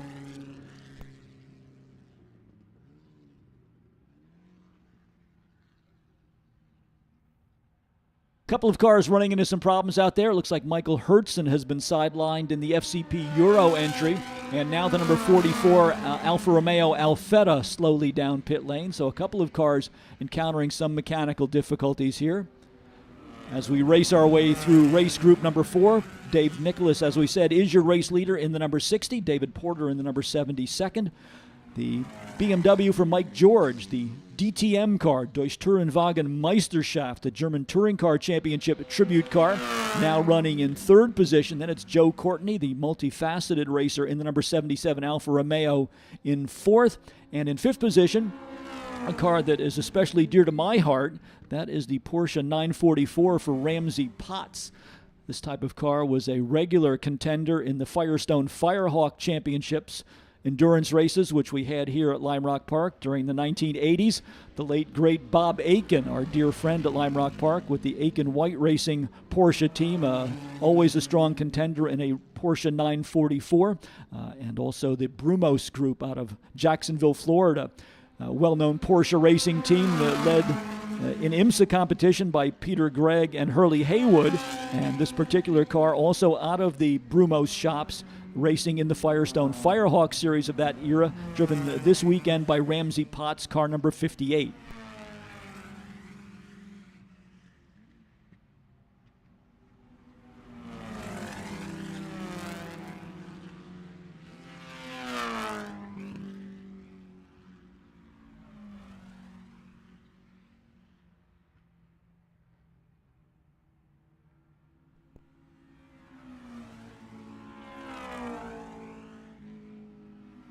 We hope you're getting a good look at the pair of Porsche 912s that are out there. Gaspar Fazzulo in the number 810 and Cobus Reinke in the number 912. The silhouette would be familiar to you. This is the same chassis that was used for the Porsche 911. But when the 911 was introduced, Porsche also wanted to come up with a somewhat lower cost alternative, as well as use up the remaining supply of four-cylinder Porsche parts that they had available. So the offspring of the Porsche 911 was the Porsche 912, and a couple of those cars in this race. Gaspar Fazzulo right now shown in 8th position in car number 810. It looks as though problems have cropped up for the Sunbeam Imp, as we now have Simon Kirkby on pit road with the number 771. I keep alternating between calling this a Hillman Imp and a Sunbeam Imp. That's because both of those British brands were involved in the marketing of the Imp automobile. Sunbeam, the Chrysler United Kingdom wing, and Hillman also a manufacturer of the Imp-style chassis during the 1960s.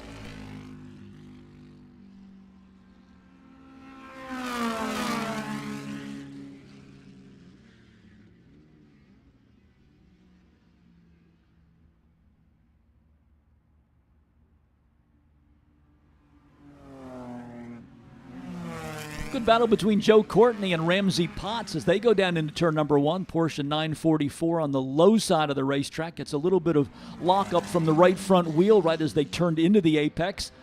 So perhaps a little bit of a flat spot on the right front of the Porsche now, as Potts will try to challenge once again Joe Courtney for position as they race through the S's.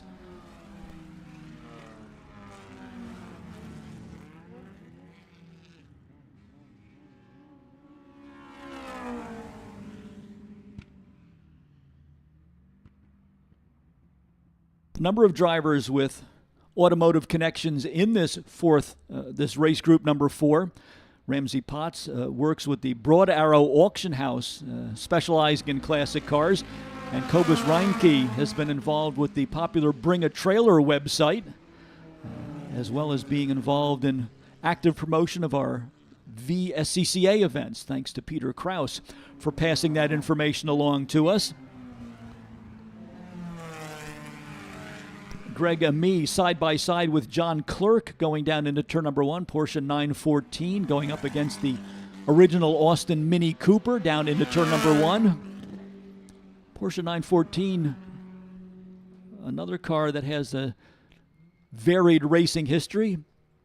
In this configuration, the car is raced in the short-lived showroom stock sports car class of the Sports Car Club of America, and later proved to be popular in SCCA Improved Touring Class competition. Of course, more modified versions of the Porsche 914, especially with the 6-cylinder engine, were used to great effect in the Camel GT series.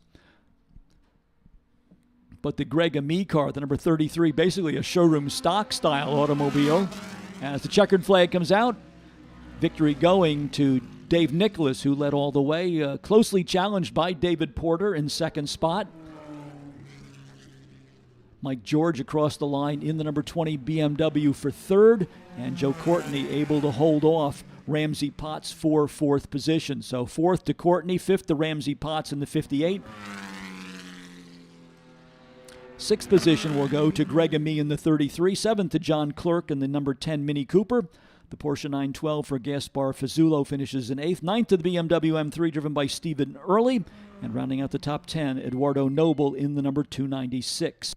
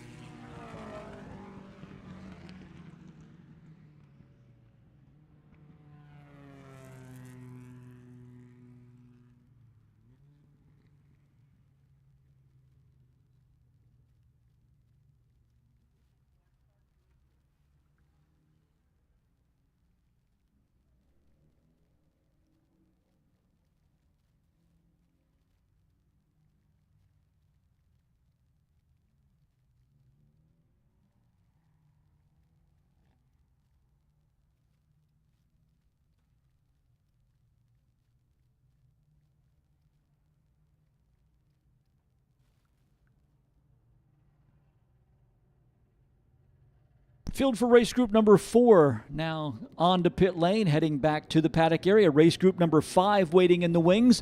This will be our feature event for multiple generations of cars from the MG group, including the original MG T-types, the TDs and TFs, MGAs, MGBs, and MG midgets, all encompassed in the field for race group number 5. We should have the information coming up on starting positions momentarily, but let's start to introduce the drivers to you in our varied MG groups. First of all, competing in the MG midget category, we have Heather Richards in the number 50A, Larry Smith in number 621, Chris Myers in the 162, Andrew Williams in the 160, and John Liatsakos in the number 03. All of those are MG midgets. A wide array of MGAs coming out for race group number 5, including Mark O'Day in the number 2, David Smith in the number 49. Jim Holliday from London, Ontario, Canada has the twin cam version of the MGA. That will be car number 51.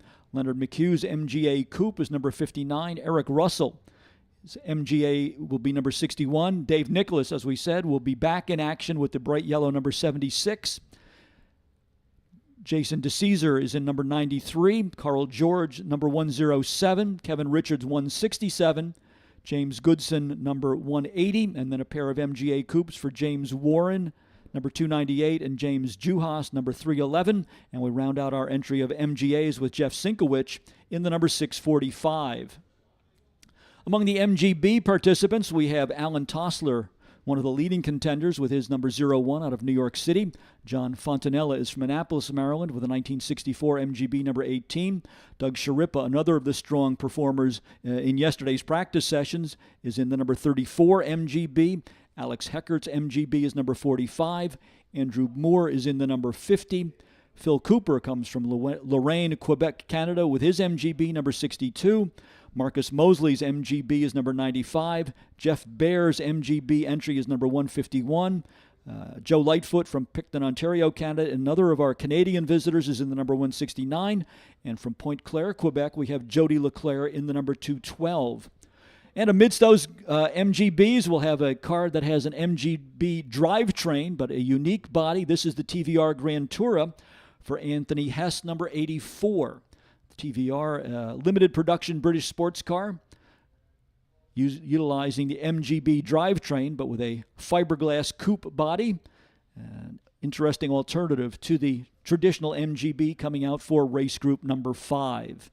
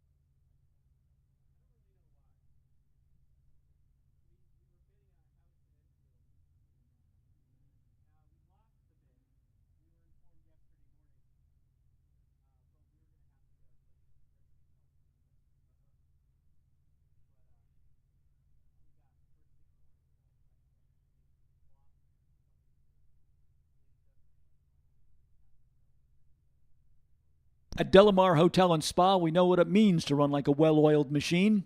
This year we are pleased to sponsor the historic Festival 41 at Lime Rock Park. Join us in a toast to all the drivers, crews, owners, and automotive technicians that have given us a glimpse into this time-honored tradition. And visit us at Delamar Greenwich, Southport, West Hartford, or Traverse City, Michigan to celebrate these great accomplishments.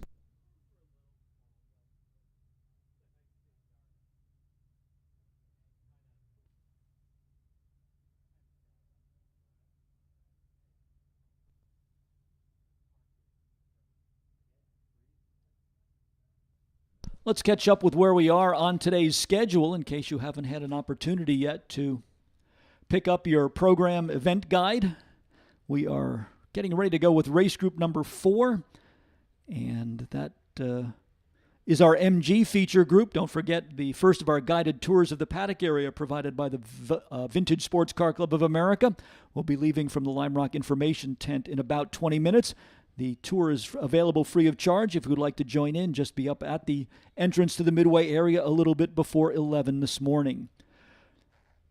Race group number 6 follows our MG feature group. This will be mid-century GT and sports cars up to 2 liters in displacement scheduled to get their green flag at 11:05. And then the GT and sports cars over 2 liters will be on track at 11:30. Our IMSA GTU Porsches and American V8s will take to the track at 11:55. And our final race group of the morning will be our open-wheel Formula cars and 2-liter sports racers along with Formula Fords, and they will be on track at 12:20.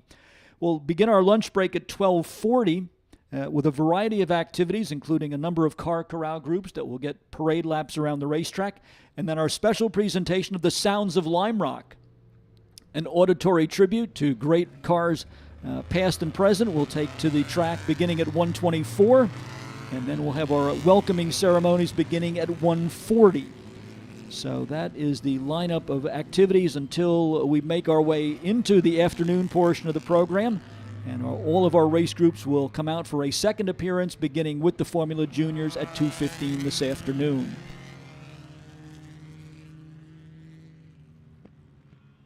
Alan Tossler and Doug Sharippa will be our front row in our MG feature event. Tossler with the hardtop version of the MGB, number 01, Doug Sharippa in the number 34. Second row to the MGB Roadster of Andrew Moore, number 50. And the number 76 MGA for Dave Nicholas. Row number 3 will be Marcus Jones in the number 95 and Andy Williams in the MG Midget number 160. Eric Russell's MGA number 61 and Jeff Baer in the MGB number 151 are on row number 8. Row number 9 to Larry Smith in the 621 and Graham Scaife in the number 757. Then it's Phil Cooper in the number 62 and Frank Filingeri on row number 6. Filingeri with another of the MGT types. Joe Lightfoot in the number 169 and Alex Heckert are on row number 7, a pair of MGBs. MGB for John Fontanella, number 18 starts 15th. 16th to Carl George in the MGA numbers 107. Jody Leclerc's MGB number 212 is 17th. 18th to the MGA Coupe of James Juhas, number 311. David Smith's MGA number 49 will go out of the number 19 position. Alongside will be the MGTD of Steve Conson, number 15. Mark O'Day's MGTD number 23 scheduled for 21st. He will share row 11 with James Goodson, number 180. The MGA for Kevin Richards, 167, and the MGA of Jason DeCesar, number 93, make up row number 12. Then on row number 13, 25th starting position to Jim Holliday, number 51. 26th to Anthony Hessen, number 84.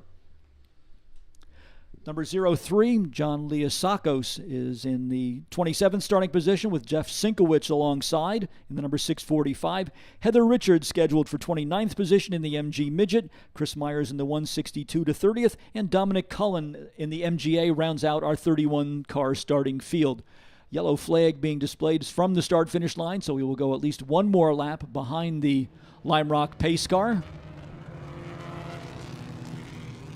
Pair of MG B's on the front row. Looks as though we're missing Alan Tossler in the 01 while I was reading the lineup. Looks as though we have one car that has come to a stop over in the S's, so they're going to dispatch the cleanup vehicles for there. But the car that's missing from the lineup, the car that was scheduled to start from the pole position, that would be Alan Tossler in the number 01. Dave Nicholas out of the BMW and into the MGA gets a late start. I think the 76 will be starting at the back of the field. That would be the normal procedure, that if you are not on the initial pace lap, you don't get your original starting position back. So a couple of developments here. I should say a trio of developments. First of all, we had to wave off the start because of a car that ran into some mechanical problems on the pace lap. And missing from the starting lineup that we gave you, the car that was scheduled to start from the pole position, Alan Tossler in the 01. And then Dave Nicholas, who was scheduled to start in 4th position because of the time it took him to get out of the BMW from race group number 4 and into his MGA for race group number 5. Looks as though Nicholas in the 76 will start from the tail end of the field.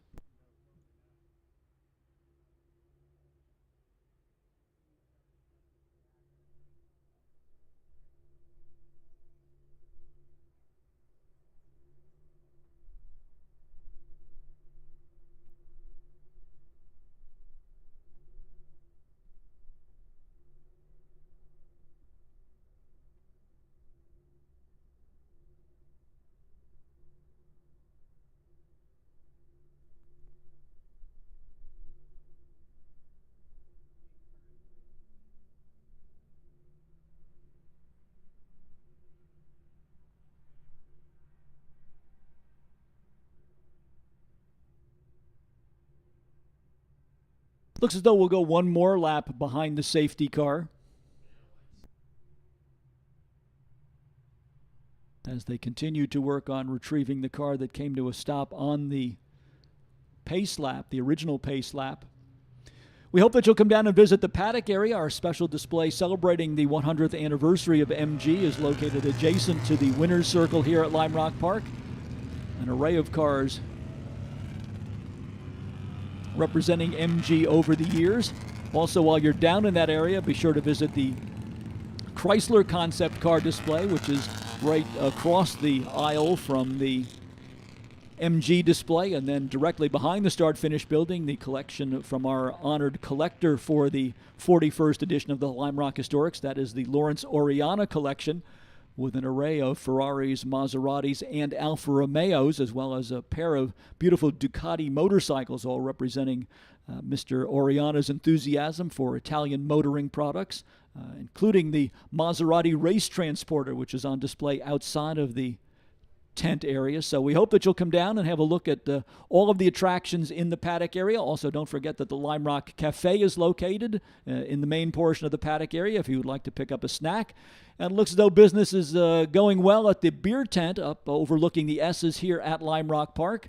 So if you're looking for a great place to relax, get a little bit of shade and an adult beverage, be sure to visit our beer garden overlooking the S's with a panoramic view of the hillside area here at Lime Rock Park. Park Provisions is our caterer here at Lime Rock Park. It's good food at good prices, provided by Park Provisions.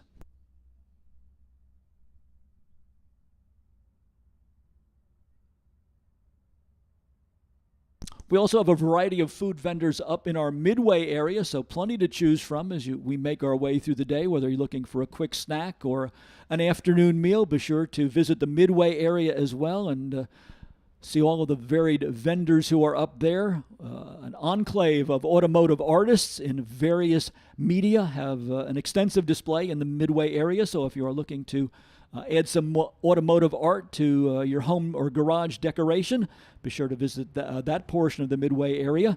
And also a driving simulator experience is up there as well if you'd like to see what it's like to be behind the wheel of a car here at Lime Rock Park by trying out our sim. They have sessions available with that as well. So those just a couple of the attractions located in our Midway area in the infield parking area here at Lime Rock Park. And again, welcome to those of you watching from the outfield. We hope that you are enjoying your vantage point for all of the action in Historics 41. The unfortunate news from the outfield portion of the racetrack is that they've had some difficulty with the utilities at the outfield concession stand, and so that will not be in operation today, unfortunately. But we hope that it won't be too much of an impediment to you to make your way across to the infield portion of the racetrack. You'll not only have a chance to visit the paddock area, but easy access to the Lime Rock Cafe once you are in the paddock area portion of the facility. So our apologies for the last-minute closure of the catering area and the outfield portion of the racetrack. Some unexpected problems did crop up that prevented us from opening the outfield concession stand as planned, but we hope that you will take advantage of the varied dining opportunities available to you in the infield portion of the facility throughout the weekend. Still some time for you to latch on to the guided tour of the paddock area provided by the Vintage Sports Car Club of America. Those folks will be leaving the Lime Rock information booth up at the entrance to the infield Midway area in about 10 minutes. So if you'd like to join the tour, the first of two tours today, that will take place beginning at 11 o'clock. The second tour of the paddock area conducted by the VSCCA will take place at 2 o'clock this afternoon. And again, those are available to you free of charge. Well, unfortunately, somewhat of a delay to retrieve that car over in the S's, so we are going to continue to circulate behind the pace car, and unfortunately that is going to tap into the time available for green flag racing here for our feature group celebrating the 100th anniversary of MG.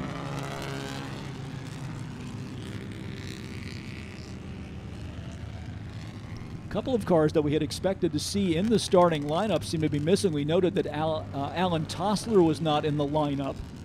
Another car that seems not to have come out was Graham Scaife, the number 757 MG T-Type.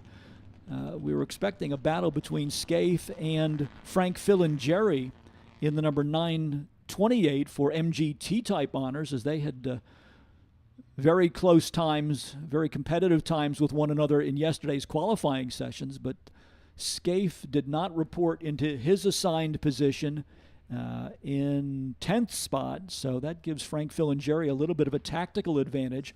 I thought I saw the Scaife car at the tail end of the field, so like the situation with Dave Nicholas, he may be starting from the back. We'll try and confirm that next time around.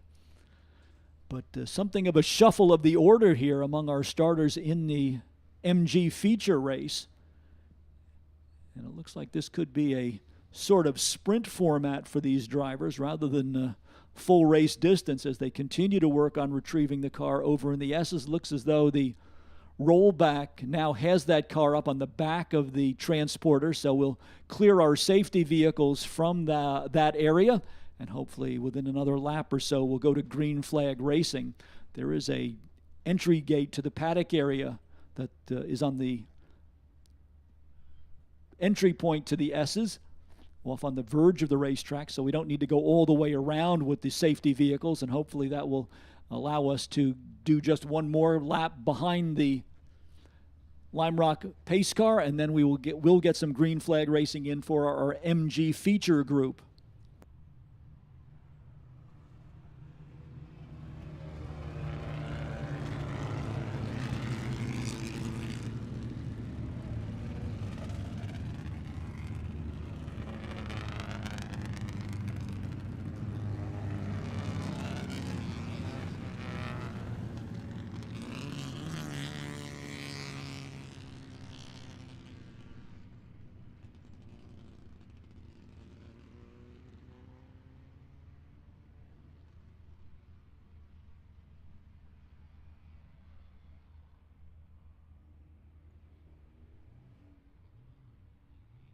Don't forget to visit the Lime Rock Gear Store, located at the base of the infield spectator hillside area, directly on the patio as you come down across the hillside.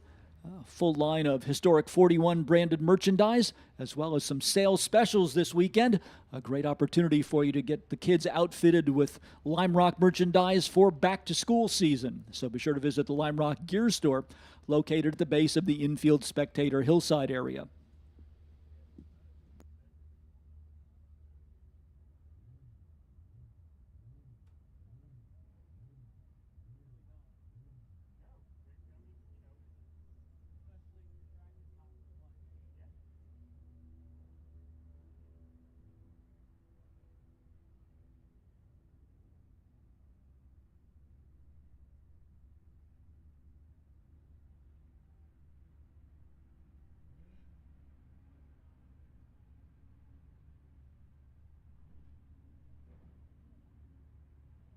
Pace car bringing the field down off the hillside. So under starters orders, looking for a green flag.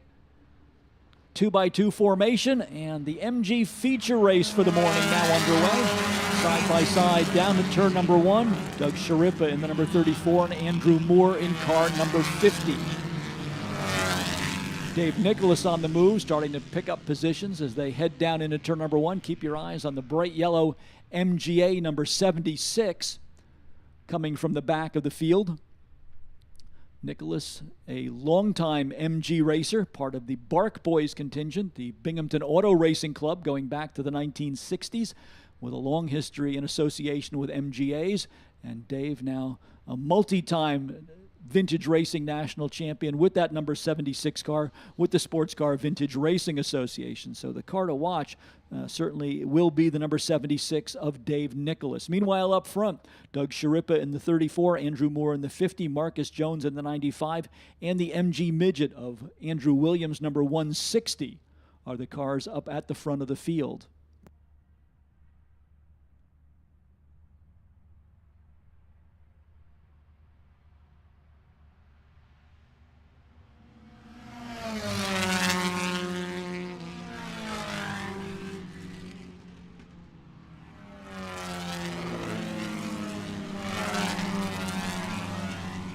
Well, it may be that Alan Tossler's in a different car. They're showing the number 01 on the scoring system.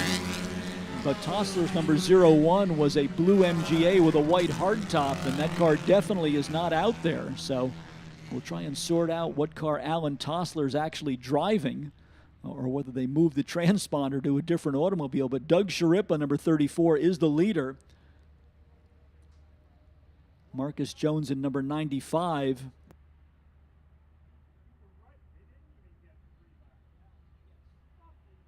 Marcus Jones in the 95 second. Andrew Moore in the 50 is third. So the scoring system with some erroneous information showing Tossler still out there, although the number 01 did not report for the start of this race. So if you're watching on Race Monitor, pay no attention to the fact that they're showing Alan Tossler in first place, because your race leader is in fact the number 95 of Marcus Jones. Doug Sharippa in the 34 is second. Andrew Moore in the 53rd. Jeff Barrow in the 151 is fourth. And fifth to Phil Cooper in car number 62. Let's check on the progress of Dave Nicholas. Nicholas now shown in 14th position, so he started at the back of the 31-car field and has now worked his way all the way up into 14th position. So the man on the move is Dave Nicholas. The factor that's working against Nicholas at this point is with the late start of this race, we will probably not go to its fully planned distance. So looks as though this is going to be a 100-yard dash rather than a 5K for the cars here in our MG group. Starter already with the checkered flag in hand, so apparently it's just going to be a 3 or 4 lap event as the checkered flag does come out for Marcus Jones in number 95. Second place to Doug Sharippa in the 34, then the 50 of Andrew Moore. Phil Cooper, followed by Jeff Bear in the 151. Andrew Williams in the number 160 MG Midget is 6th. 7th to Frank, Phil, and Jerry, the leader of the MG T-Types in the number 928. 8th to Larry Smith in the 621. 9th to the 45 of Alex Heckert. And Eric Russell in the number 61 will round out the top 10. Dave Nicholas will gain one more position on that final lap, shown in 13th position in the number 76.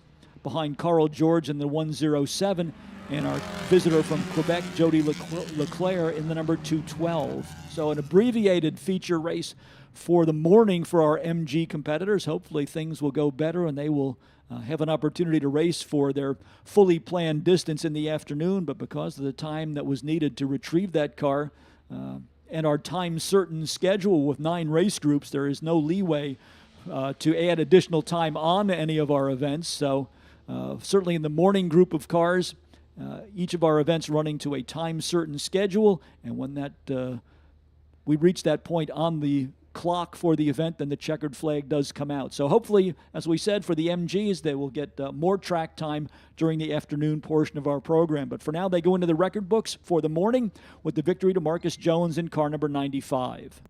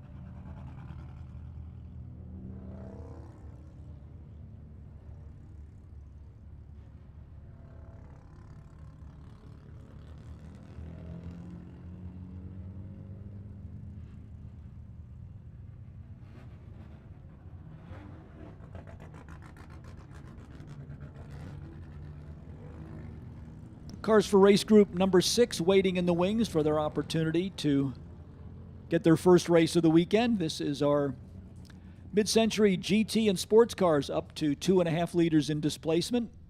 Typically what we would have referred to as the SCCA DE and F production race from years gone by.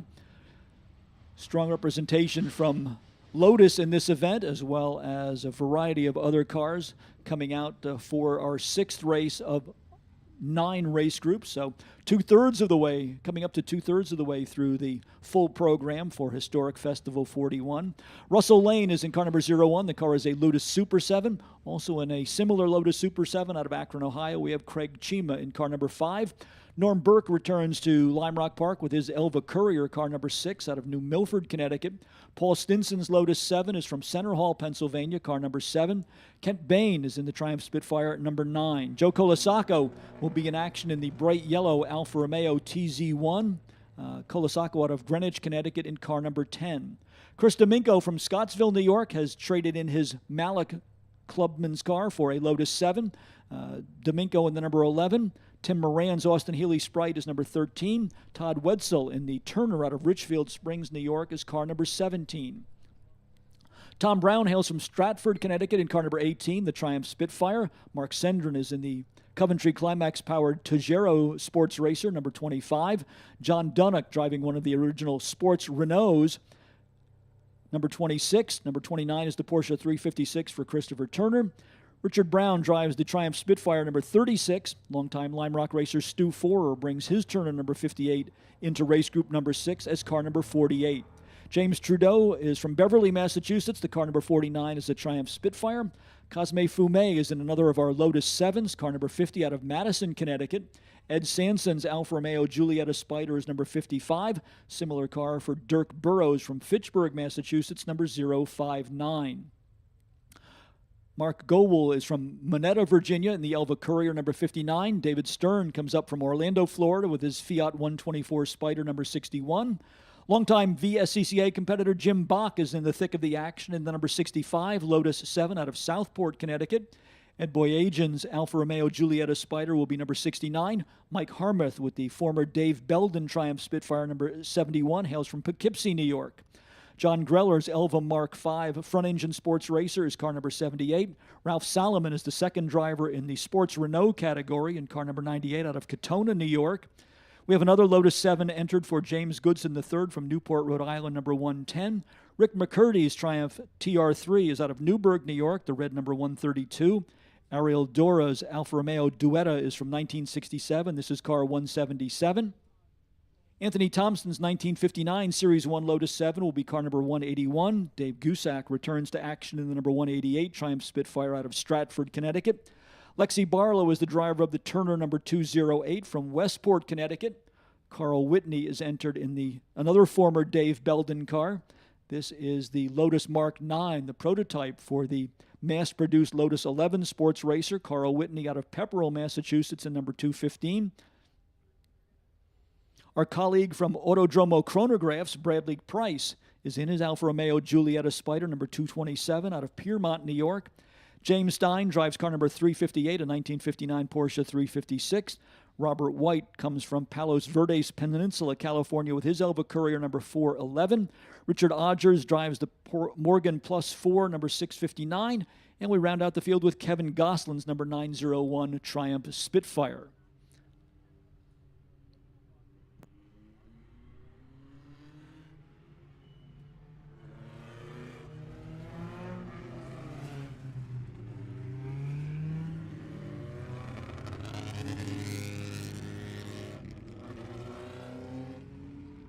Sports Renault is a unique automobile in this race.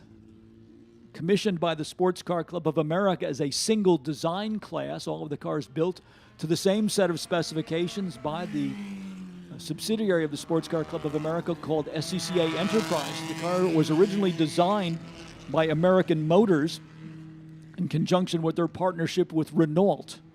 And these sports racers have a center seating position, fiberglass bodywork, steel tube frame chassis, and then a four-cylinder Renault engine engine and transmission mounted behind the driver. The idea being that by having a single specification design, all of the cars would be equal in terms of performance, and it would be the driver's ability that would be the determining factor.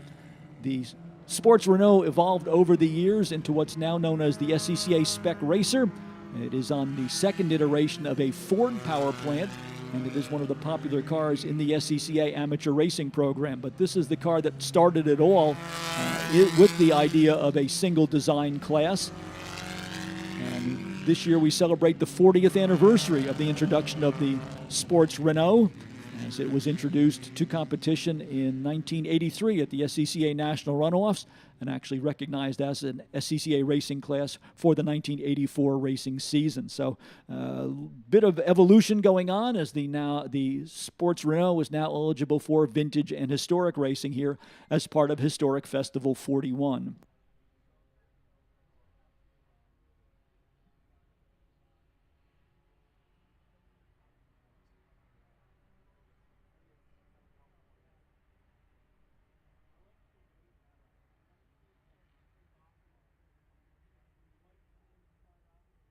The Turner holds some special significance for us here at Lime Rock Park, another of the limited production English cars, utilizing the Austin Healey Sprite components, the engine and transmission and drivetrain, with a steel tube chassis and then fiberglass body, a popular car from the 1950s, and it is the type of car that helped to launch the racing career of Lime Rock's Skip Barber. So a couple of drivers paying tribute to the longtime CEO here at Lime Rock Park by participating here with their Turners in Historics 41. Field down to the start-finish line, looking for the green flag. Lotus 7 and the Alfa Romeo TZ1 on the front row. Joe Colasaco and Craig Chima headed down towards the first turn. Yellow Alfa Romeo for Colasaco, driving another of the cars out of the Lawrence Oriana collection, leading the way down into turn number 1. Then a trio of Lotus 7s behind, Craig Chima in the number 5, Dave Gusack Spitfire in there as well, the number 188, along with the Lotus 7s of James Goodson, number 110, and Chris Domingo in car number 11.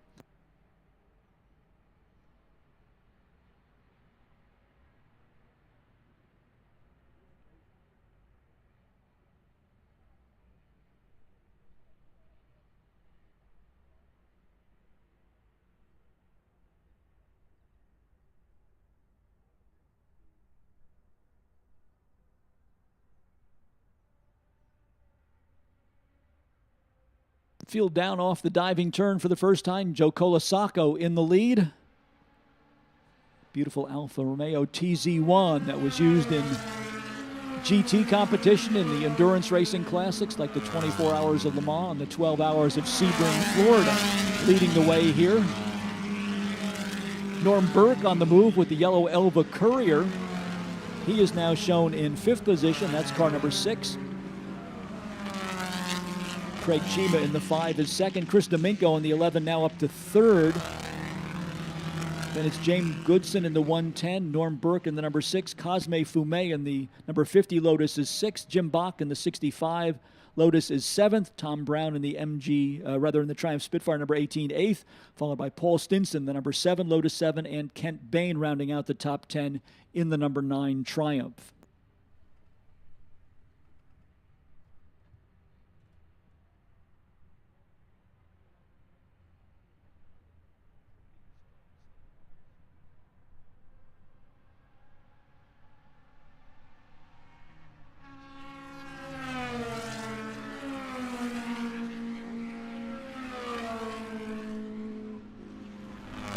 Norm Burke having a good battle there with James Goodson in the number 110. The yellow car is the Elva Courier. That is Norm Burke. And then right with him, the little black number 110 is the Lotus 7 of James Goodson. Right behind Goodson is Cosme Fume in the number 50 Lotus. So a strong presence from Lotus here in race group number 6.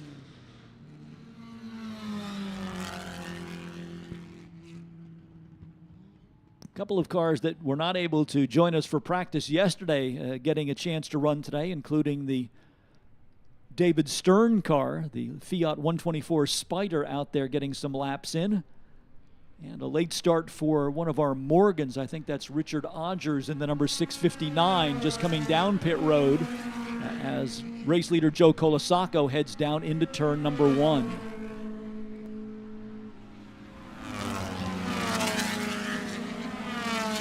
Good battle going on with Norm Burke, James Goodson, Cosme Fumet, and the Triumph Spitfire of Tom Brown. Those are the cars running 4th through 7th. Just coming into the S's now, led by the Elva Courier. Then our pair of Lotus 7s, Cosme Fumet picking up a position as James Goodson loses 1 spot. And then it is the Triumph Spitfire in the picture as well. That is the number 18 for Tom Brown. Looked as though Paul Stinson, another of the Lotus 7s, car number 7, was going to latch onto that group as well. So good battle going on just a little bit deeper in the field as Joe Colasacco runs out at the top of the order in the number 10 bright yellow Alfa Romeo. Craig Chima not letting Colasacco get away, only about 4 or 5 car lengths separating our first and second place cars as they head down into turn number 1. Then Chris Domingo kind of on his own there in the number 11, but a charging pack behind him. Cosme Fumet on the move in the number 50 will take over the 4th position from Norm Burke's Elva Courier as they go down into turn number 1. So the car to watch at this point may be Fumet in the number 50. That would be the car with the yellow fenders, the Lotus 7, just now making its way through the S's. That car now up into 4th position at the expense of Norm Burke's yellow Elva Courier, car number 6.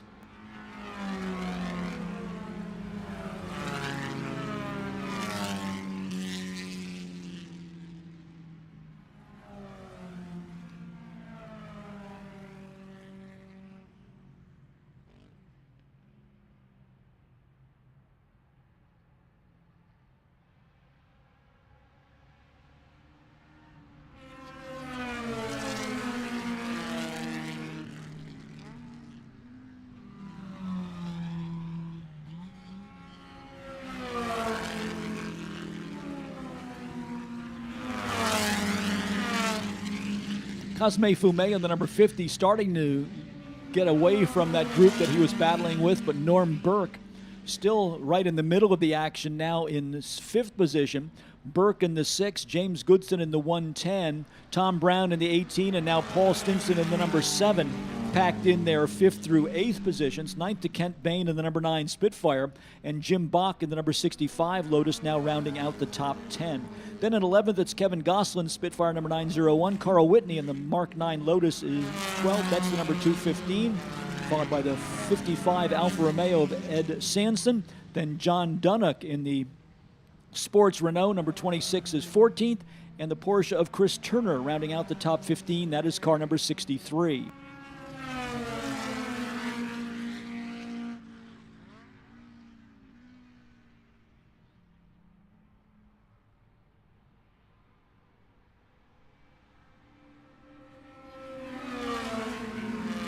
Cosme Fumet, as we said, the car on the move has caught Chris Domingo. So the number 11 and the number 50 now locked in a battle for 3rd position. Then a little bit of a gap back to Norm Burke in 6, Tom Brown in 18, Paul Stinson in the 7, James Goodson in the 110. Losing a little bit of ground here, now shown in 8th position. Then 9th to Kent Bain in the number 9, and Jim Bach continues to round out the top 10 in the number 65. And it looks as though we're going to go to a full course caution. Double yellow flags being displayed from the start-finish line, trying to get a look from our vantage point around the circuit to see if we can spot a car that has run into some problems. But in any case, the Lime Rock safety vehicle is being dispatched. Looks like there's a car off course down in the against the tire wall barrier down in turn number 1, right underneath the Haggerty sign. So the safety crew out there, unfortunately with the vegetation that we have, we're not able to get a good look at who is off course and down in turn number 1, but we are going to go to a full course caution. Field will get into single file formation, and hopefully they will be able to effect a quick cleanup, and we'll get back to racing conditions here. Looks as though we may have dispatch the Aston Martin DBX down there as well, so looks like we might have a car that has had a bit of a conflagration there as there's smoke rising from turn number 1. Safety crew is on the scene, so we should have that under control momentarily, but obviously an incident developing down in turn number 1.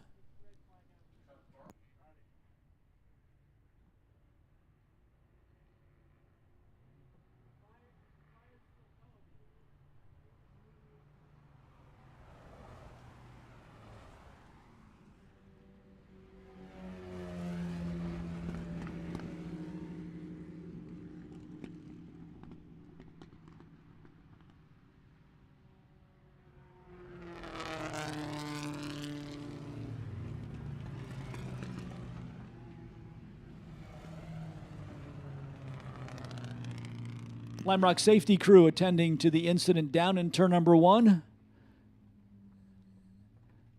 And it looks as though that will require some cleanup time, so we will, for the moment, continue to circulate the field behind the safety car. Joe Colasaco with the race lead in the number 10. Craig Chima in the number 5 second. Chris Domingo battling with Cosme Fume for 3rd position.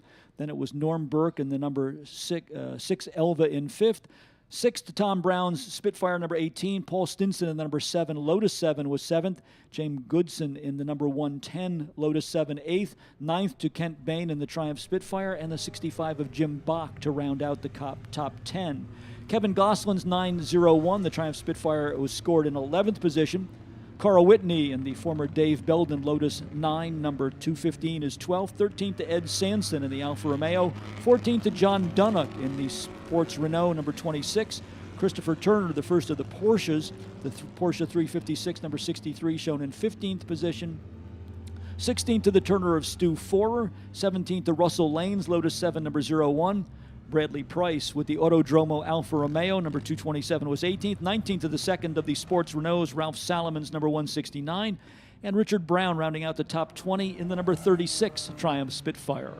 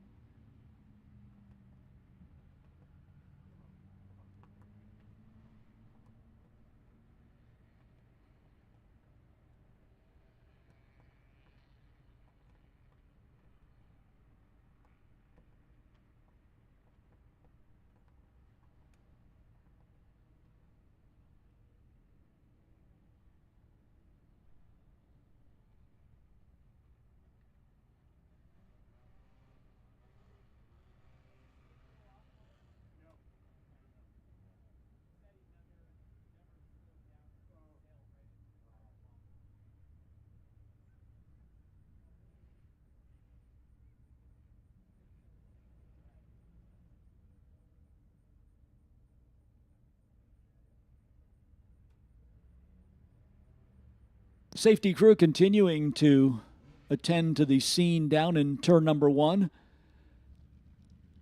At this point, my expectation is that we will probably see this race finish under the yellow flag.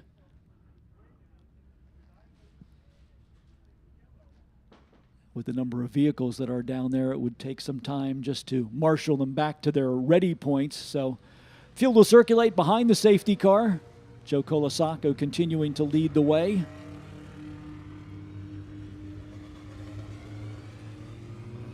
That will give us a moment or two to talk about our latest partner here at Lime Rock Park. That is Pelote. Pelote is the official shoe sponsor for Lime Rock Park.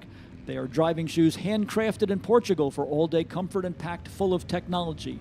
They're perfect for your next drive, so visit the Pelote display. Pelote is on display with a special this weekend at the Gear Store located at the base of the infield spectator hillside area.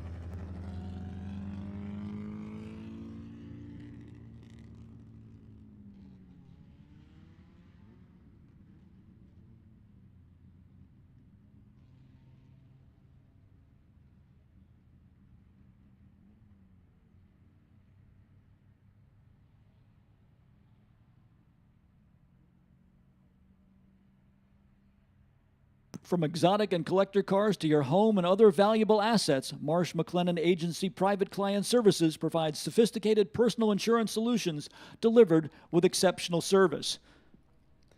Marshall McLennan Agency Private Client Services is a partner of Lime Rock Park for the 2023 racing season.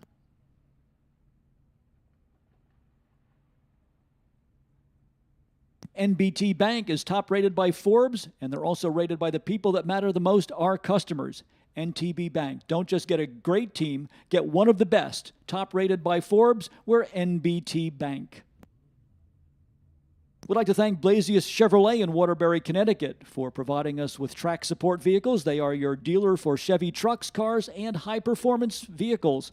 That's Blasius Chevrolet in Waterbury, Connecticut.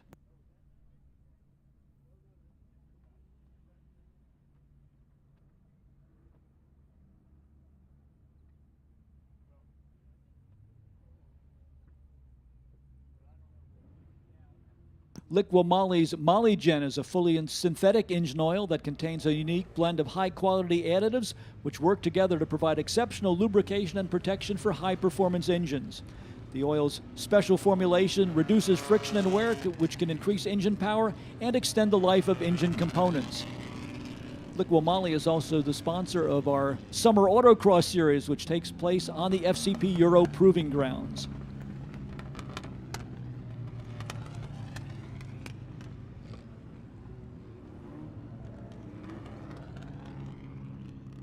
We'd also like to take a moment to thank the members of the Lime Rock Right-Handers Club.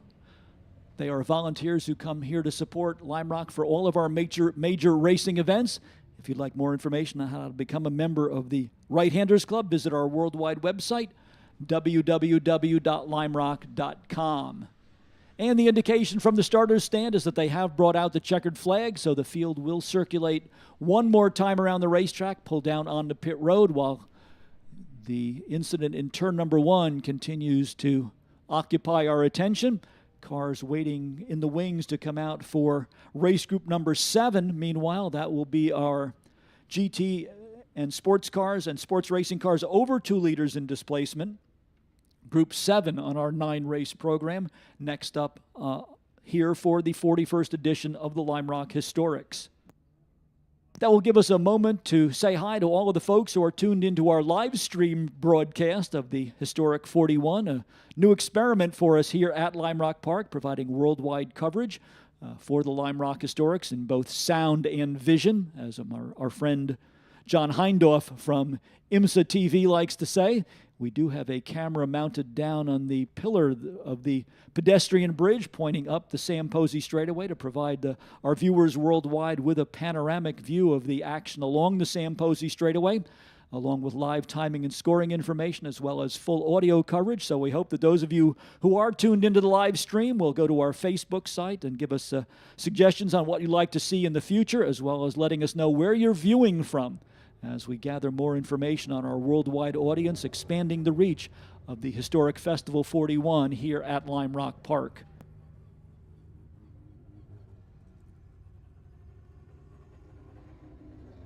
Looks like it was the David Stern Fiat that was the car that was involved down in turn number 1, that car being brought back to the paddock area.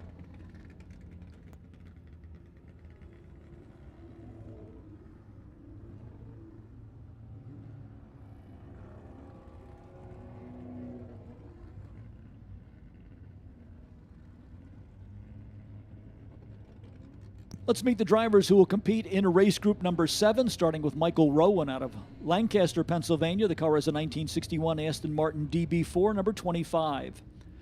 John Wood drives the car number 36, entered in group 7 out of Dalton, Massachusetts, a 1968 Porsche 911. One of the cars to watch in group 7 will be the Ford Escort RS 1600 for David Porter, number 58.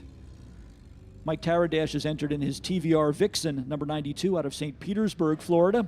Ted Ganios, another of our Porsche 911 racers, the air-cooled Porsche from 1968, is car number 97. Second of our Aston Martin entries is Randall Smalley from Ocean Ridge, Florida, and an Aston Martin DB4, number 177. Sharon Adelman's number 3 entry is out of Free Union, Virginia. The car is a 1965 Jetta G4R. Michael Lawton is the driver of car number 4, a 1973 Alfa Romeo Spider out of Harvard, Massachusetts. Mark Gregory, one of the members of our Lime Rock Drivers Club, will be participating in the number 07. This is a Mazda Miata. Hervé Park is another of our Ginetta racers in car number 11.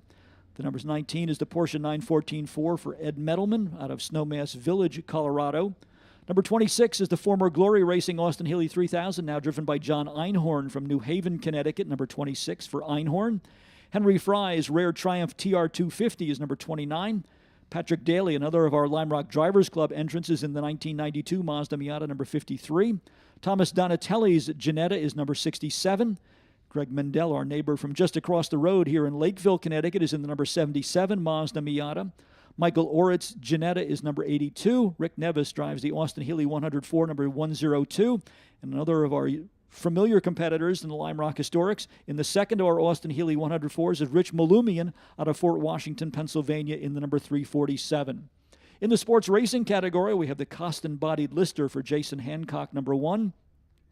A Lotus 23 for Nathan Thompson, number 02. Thompson, one of the pace setters in yesterday's practice sessions for the cars in group number 7. He was one of the cars that we'll watch with interest as we bring them out in the starting grid order. Martin Hosek is in the wide-bodied Devon Special with its big V8 American power plant, number 39. Laurent Funme is in the Ginetta G16, the mid-engine version of the Ginetta, number 41, from Madison, Connecticut. Kurt Uzbe will be driving the Lotus 23, car number 42. Brabham BT8 is the mount for Dan Chapman out of New Braunfels, Texas, number 52. Graham Adelman's Lotus 23 is number 54. Second of our BT8 Brabham sports racers will be driven by Joe Blacker, number 61, and will round out the field for the cars in race group number 7 with the one-of-a-kind Ford Falcon-powered Filson Special for longtime VSCCA racer Charles Borden out of Scarsdale, New York, number 123. And scheduled to start, although perhaps on the sidelines because of engine problems earlier in the weekend, the one-of-a-kind Rutherford Special, driven by Malcolm Rutherford, car number 266 out of Windham, New Hampshire.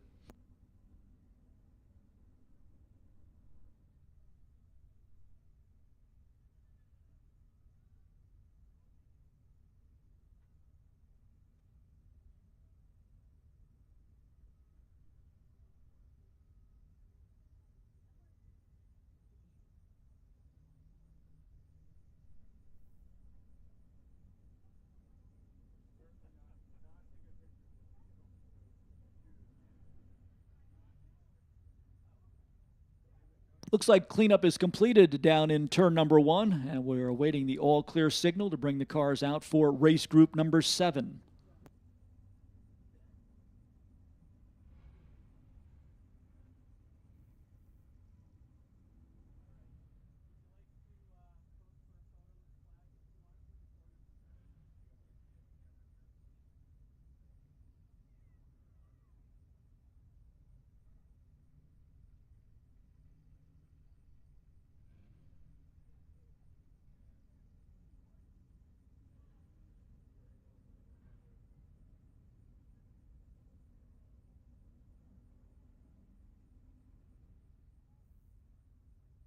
Mentioning the Aston Martin DB4s that are in this race, these, of course, are the Aston Martin, of course. One of the aspects that has made it so well known is the role it has played in the James Bond films over the years. And if you would like to see a variety of Aston Martins that were in the James Bond film series, be sure to visit the Saratoga Automobile Museum in Saratoga Springs, New York. They have a featured display of James Bond cars that will be in place throughout the next several months. For more information on the James Bond display and the Saratoga Automobile Museum, their worldwide website is www.saratogaautomuseum.com.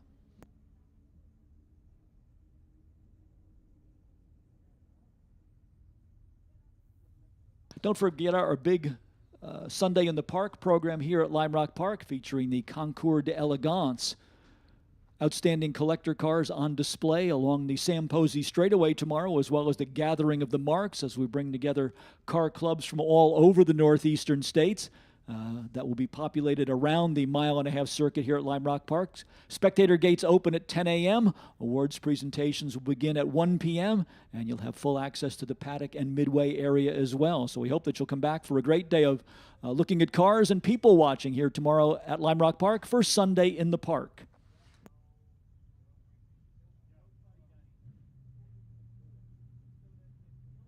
For those of you who are recent arrivals, we encourage you to pick up our event guide, a handy flyer with full entry lists, a map of the facility, as well as a weekend schedule. One of the things we've incorporated into the recent editions of the Historics is assigned parking places in the paddock area. So if you're looking for an opportunity to get down and visit with your favorite car and driver, they are identified by location in either the A or B paddock area, and then a numerical address to identify where they are within either the A or B paddock space as well. So we hope that will make it a little bit easier for you rather than just wandering around trying to find the cars that hold your interest. We are providing specific addresses now in both the A and B paddock. So when you pick up our event guide, you will have that information handy.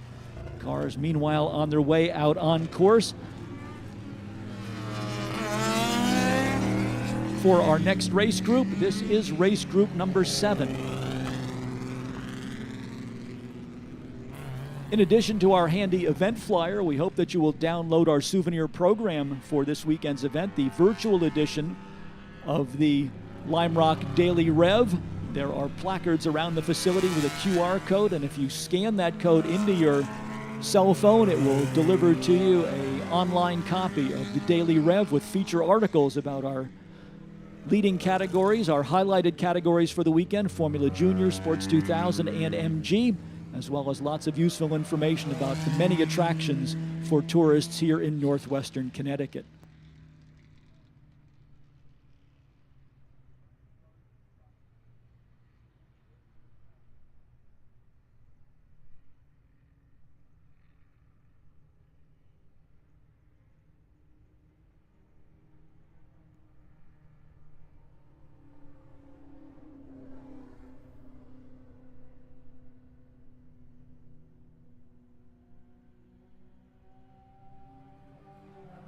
Sharon Adelman, one of the cars making a late start here. The Ginetta Coupe just now exiting pit lane, so some difficulties getting cars into their assigned starting positions, and one of those drivers who is going to be working from a somewhat disadvantaged viewpoint will be Sharon Adelman in her Ginetta, the Ginetta Coupe, number 3 out of Free Union, Virginia. Looks as though it will be starting towards the tail end of the field.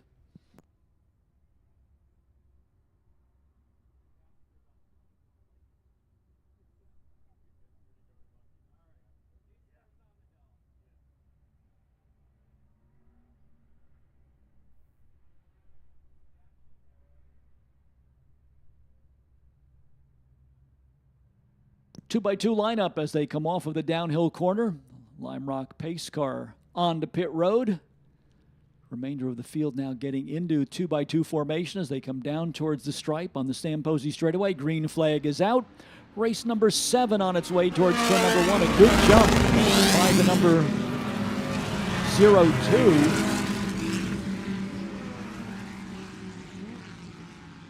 That is Nathan Thompson in the Lotus 23. Based on yesterday's form, Thompson, the car to catch out there. He was the only driver to get down below the 1-minute bracket in yesterday's qualifying session. The other car to watch is going to be the contrasting Sedan out there, in contrast to the low-slung Lotus 23.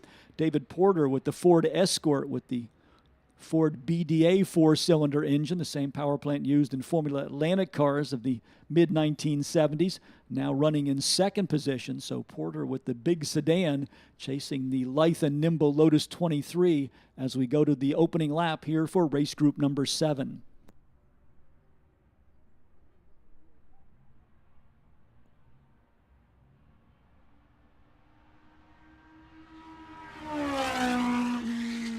Laurent Fumé in third position in the royal blue number 41 Ginetta G16 sports racer.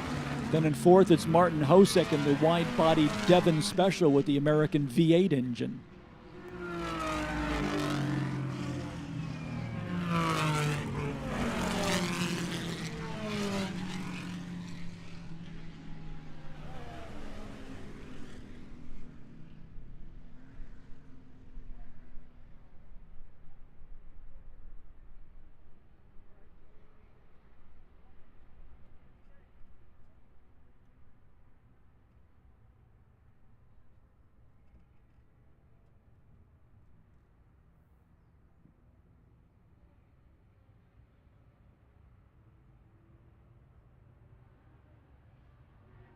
.02 Nathan Thompson out of Dallas, Texas in the lead. Battle is for second between the Ford Escort driven by David Porter and the Ginetta G16 sports racer for Laurent Fumé. Behind Fumé, it's the wide-body Devon Special for Martin Hosek.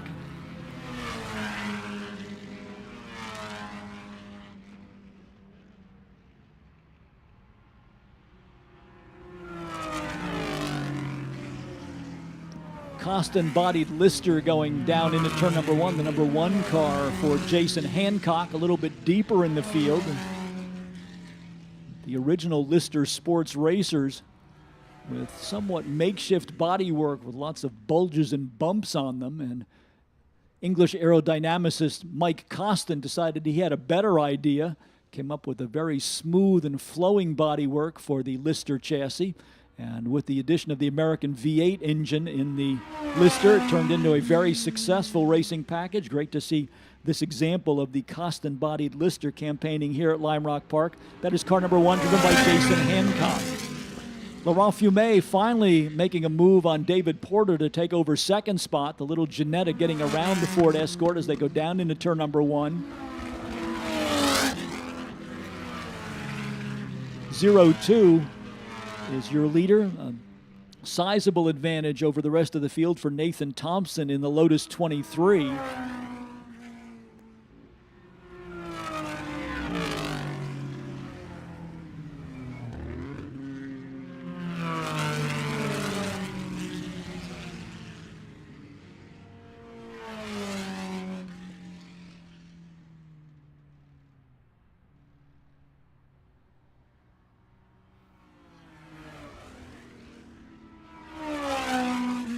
Race leader Nathan Thompson just going down into turn number 1 as second place car of Laurent Fumet comes across the start-finish line. Third to David Porter in the 58, followed by the 39, and then the number 42. The 39 is Martin Hosek.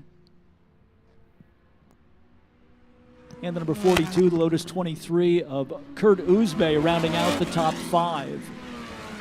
A bit further down in the field, we have Charles Borden in the metallic number 123. That is the one-of-a-kind Ford Falcon-powered Filson Special from the late 1950s.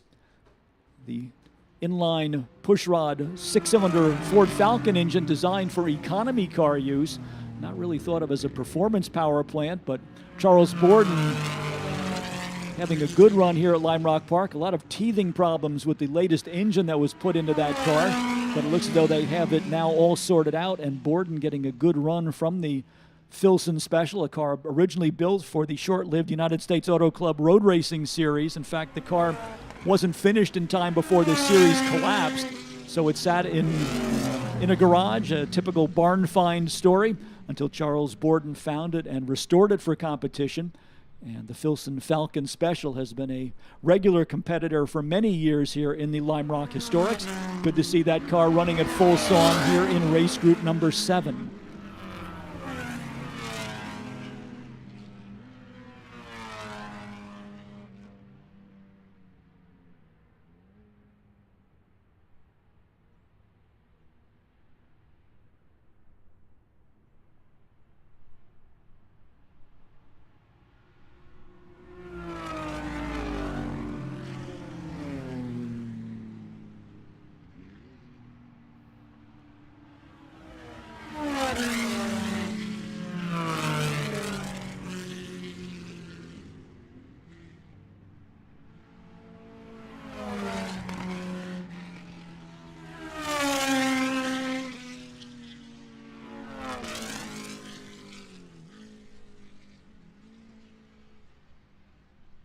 Problems for Martin Hosek, a car that had been a strong top 5 runner with its lusty and throatful V8 engine. Now on the pit road at a reduced pace, so unfortunately Hosek on the sidelines. Looks as though he will go back to the paddock area. The car still in running condition, but a little bit rough, so perhaps some fixable problems on the Martin Hosek car as he will head back to the paddock area.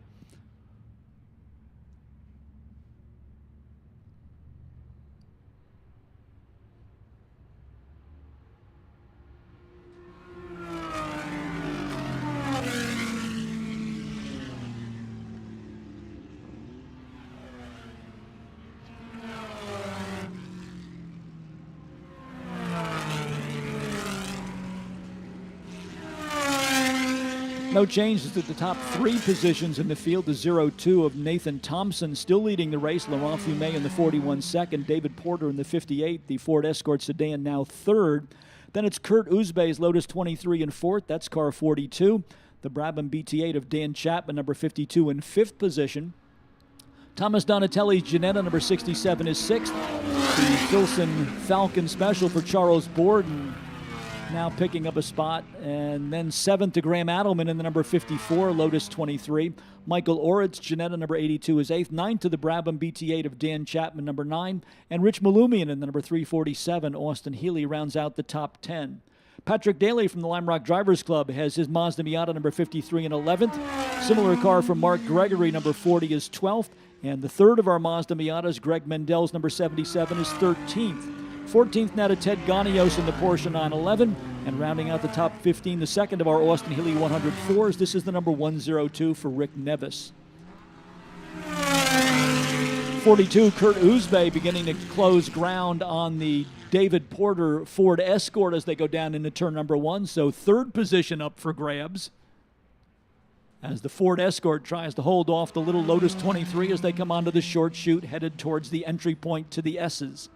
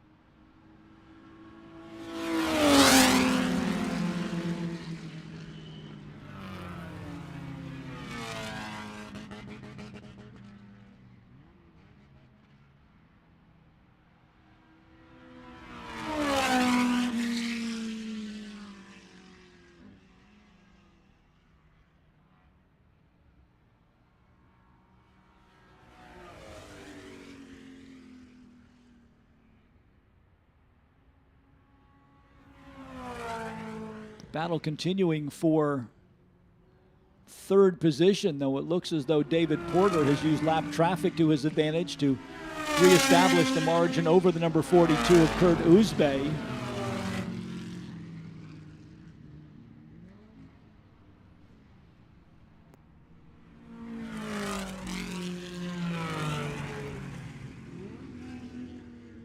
It's interesting to see the first generation Mazda Miatas added to the Historics field.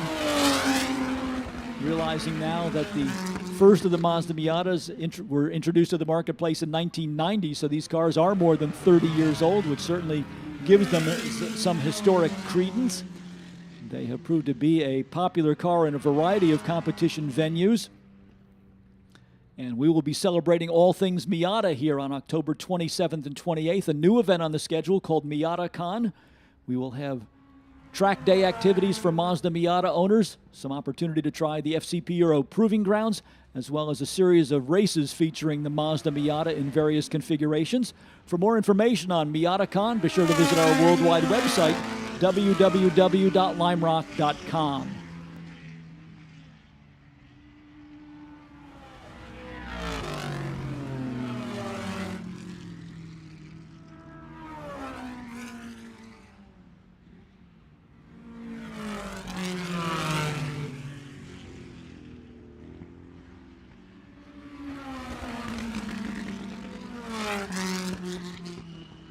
Checkered flag being displayed for our race winner, number 02. Victory in Group 7 going to Nathan Thompson. Second place will go to Laurent Fumet in the number 41. Here is the Ginetta G16 across the start-finish line. Checking in on our ongoing battle for third position. Will it go to the Lotus 23 or the Ford Escort? Almost nose to tail as they come down the hill. Kurt Uzbek trying to pull out of the slipstream, but the Escort will just hang on by about half a car length. So David Porter prevails for third position in the Ford Escort RS 1600 number 58 over Kurt Uzbey in the number 42. Then it's Graham Adelman's Lotus 23 in fifth. Sixth to the Ginetta G4 of Thomas Donatelli. Seventh to Michael Orrit in another of the Ginetta G4s. That's car number 82. Eighth to Dan Chapman's Brabham BT8 number 52. Rich Malumian in the number 347. Austin Healy 104 takes ninth. And Mark Gregory in the Mazda Miata will round out the top 10.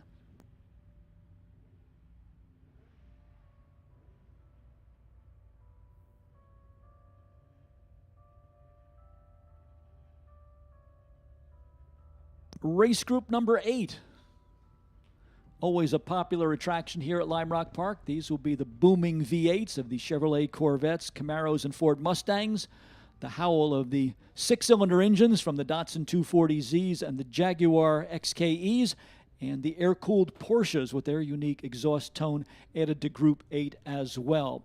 Let's introduce all of the drivers to you from Group 8, and then hopefully we'll get the scoring information to give you the actual lineup for that event as it comes up on Race Monitor.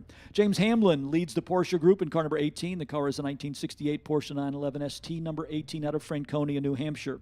Datsun 240Z is number 22. This is Mark Stilson from Danbury, Connecticut. Getting back to the Porsche lineup, we have Christopher Turner in the number 29 Porsche 911. Porsche 914-6 is Bates McLean out of Madison, Virginia, number 32. Rich Strahota in the Porsche 911 ST variant, number 050, comes from Scottsdale, Arizona. Frank Roscher III is from Wayne, Pennsylvania. His car is a 1974 Porsche 911 RSR, number 57. Lou Yorio's 1977 Porsche 911 is number 61. Longtime Historics competitor Jim Scott is out in the number 85, a 1973 Porsche 911. Dennis Jones comes from Decatur, Georgia with the number 86 Porsche 911S. Lee Lasberg is from Ridgefield, Connecticut. The Porsche 911 is car number 201. Another of our regular Porsche enthusiasts here at Lime Rock Park is Jeff Nyblum in the Porsche number 249. Porsche RSR number 310 will be David Hutchings out of Danbury, Connecticut. Christian Taylor has the 911 SC version in race group number 8 from Danbury with the number 388. Mike Piera racing his number 441 this weekend, the familiar green and yellow Porsche 911 RS out of Newtown, Connecticut. Del Ore from the well-known New England racing family. His uncle Don was the 1963 SCCA Formula 3 national champion. Del Ore out of Southport, Connecticut in the Porsche 911 SC number 521. Mike Jacobellis from Washington Depot, Connecticut is in car number 711, a Porsche 911S. Hans Warner comes down from Portland, Maine with his Porsche RSR number 771. And we round out the Porsche contingent with Todd Pahonis with the Porsche 911 Euro SC number 808.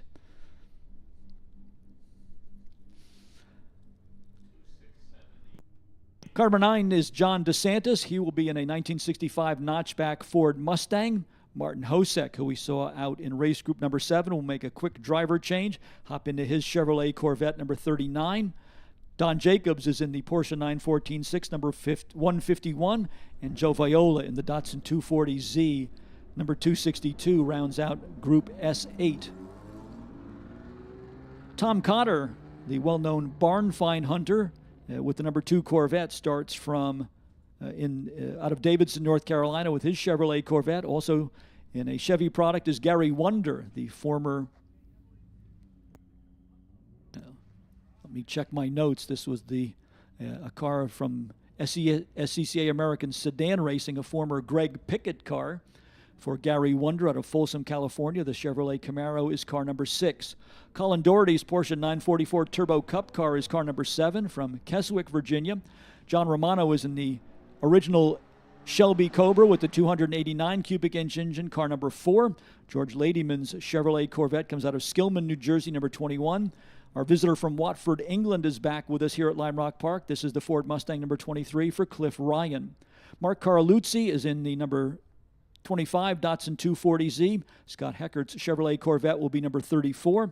Corvette specialist Jim Glass out of Kingston, New York brings the number 37 entry to race this weekend, a 1970 Chevrolet Corvette.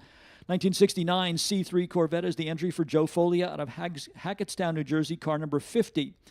Taz Squire from Lincolnville, Maine, is entered in the Datsun 240Z number 51. And then we have our trio of Jaguars out of Brian Donovan's shop in Lee, Massachusetts. Jack Bush in the Jaguar Roadster number 061. John Ogle and Art Hebert in the Jaguar Hardtops number 62 and 63. Greg Mendel, who we saw out in the previous race, and his Mazda Miata takes a step up in horsepower with the former Glenwood Acres Ski Area Ford Mustang number 77. And we round out the cars in group number 8 with the number 88 Datsun 240Z for Jake Clapp from North Haven, Connecticut. Datsun 240Zs, of course, with a illustrious racing history here at Lime Rock Park, introduced in the early 1970s by Bob Sharp and his racing team out of Wilton, Connecticut. Other notables who competed in the Bob Sharp colors over the years included our own favorite son of Lime Rock Park, Sam Posey, as well as Lime Rock's great friend, the late Paul Newman. So lots of racing history embodied in the Datsun 240Zs that will be coming out for race group number 8.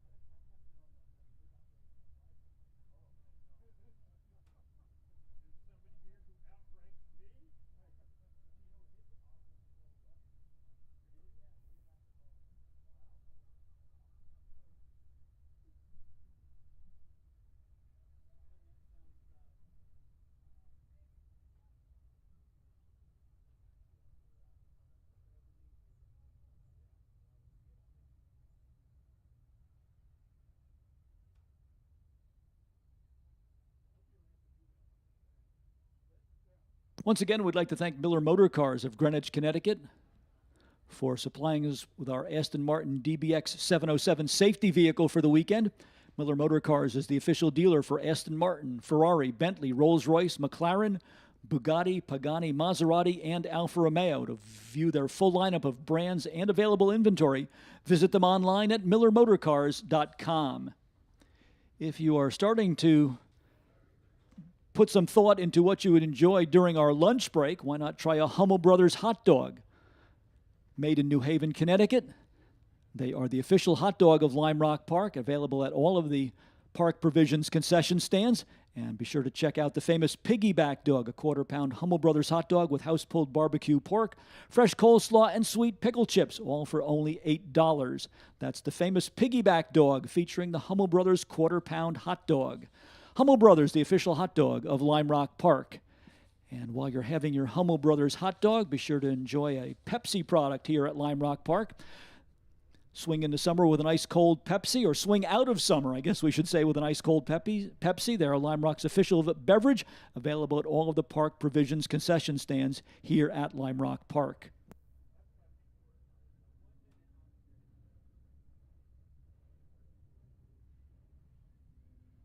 You'll see plenty of tailgating, weaving in and out of traffic, and speeding on the racetrack, but it doesn't belong on the highway. That will get you noticed and ticketed by Connecticut law enforcement. Drive sober, buckle up, slow down. We want you to arrive alive. This message brought to you by the Arrive Alive Coalition.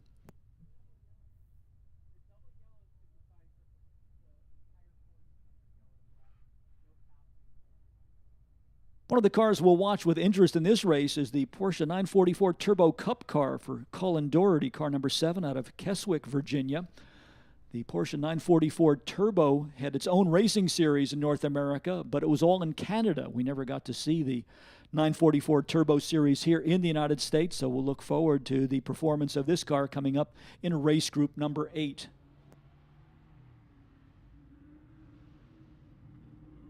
Car number 39 is going to go out of the number 1 starting position.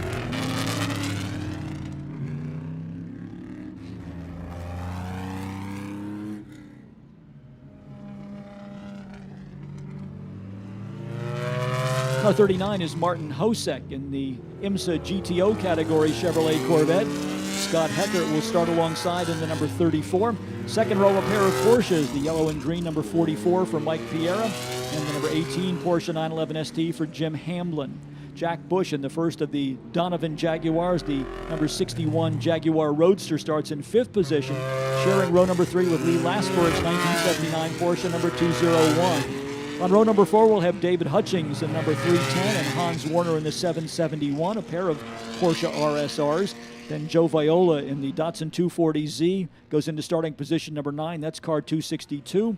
Alongside will be the number 29 Porsche for Christopher Turner. On row number 6, we have Del Ore's Porsche number 521 and Art Hebert in the Jaguar Hardtop number 63.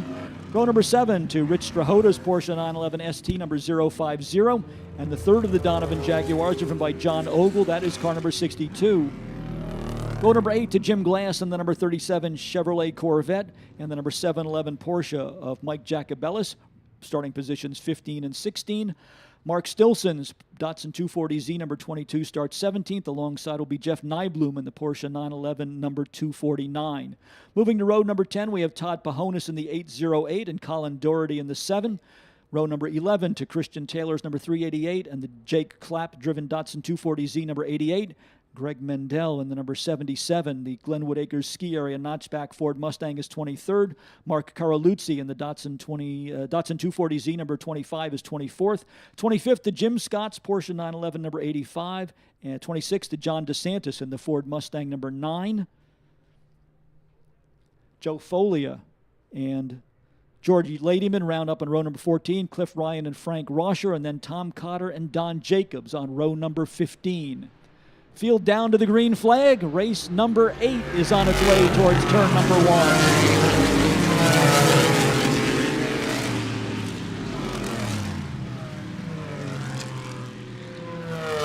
Looks as though a couple of the cars that we had been expecting to see, including Tom Cotter, not able to make the start. So we'll try and get more information on what happened to the number 33 Stingray.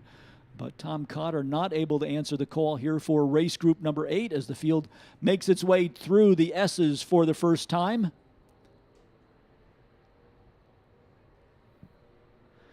Mike Piera right in the thick of the action in the number 44 Porsche as they headed up the Paul Newman Straight towards the uphill turn on the back part of the racetrack. Short run across the plateau on the back part of the circuit through that little kink called West Bend, underneath our infield access bridge, and then the cars should come into view through the downhill turn, bringing them back onto the Sam Posey Straight.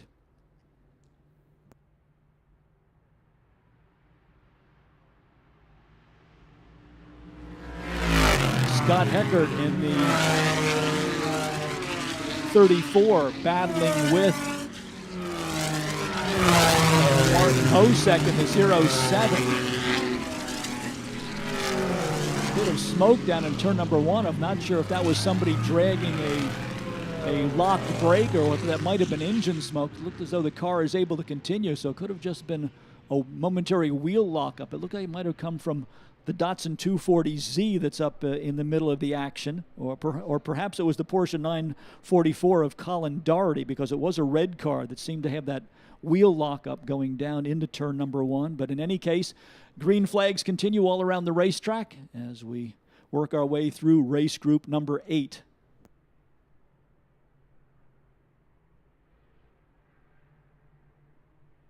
Martin Hosek out in front in the IMSA GTO Chevrolet Corvette, the bright yellow number 39. Scott Heckert in the Corvette Stingray in second position. Then it's Mike Piera's Porsche number 44 third.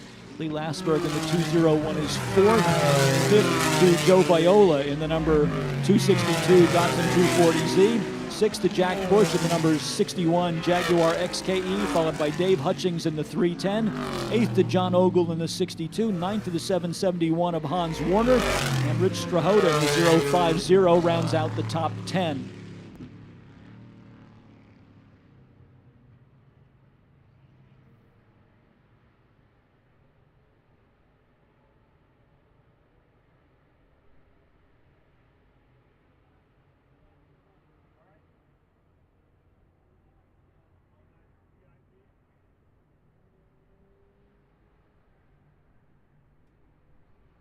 Martin Hosek building a little bit of a gap here. The battle is for second between the Heckert Corvette and then a pair of Porsches for Mike Piera and Lee Lasberg. The other car on the move right now is Jack Bush in the Jaguar Roadster. Bush has the number 61 car up into 5th position. Coming along with him, the number 262, the first of our Datsun Z cars, that is Joe Viola.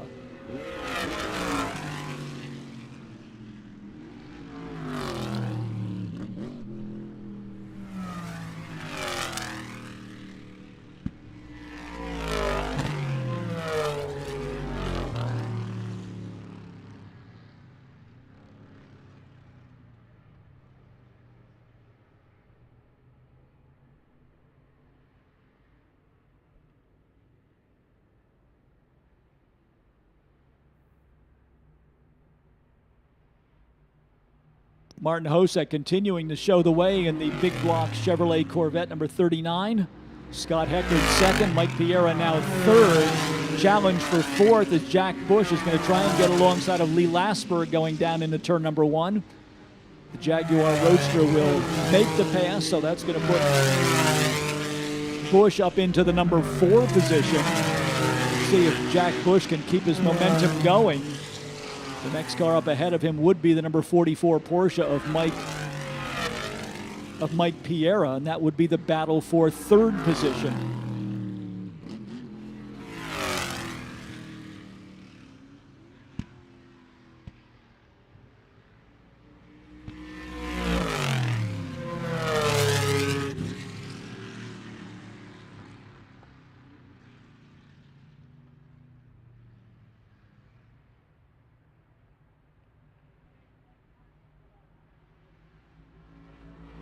Jack Bush has caught Mike Piera, so the Jaguar is certainly on the move here. Now up to 3rd position. Jack Bush is going to be the car to watch as he will now try to chase down Scott Heckert.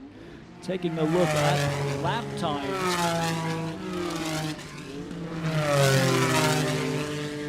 Last lap, a 1 minute even for Martin Hosek, a 1:03 for Scott Heckert, and a 1 minute even for Jack Bush. So Bush is the car on the move. And, maybe that Martin Hosek is out of reach, but certainly Scott Heckert would be in sight up ahead for Jack Bush, and that would be the battle for 2nd position.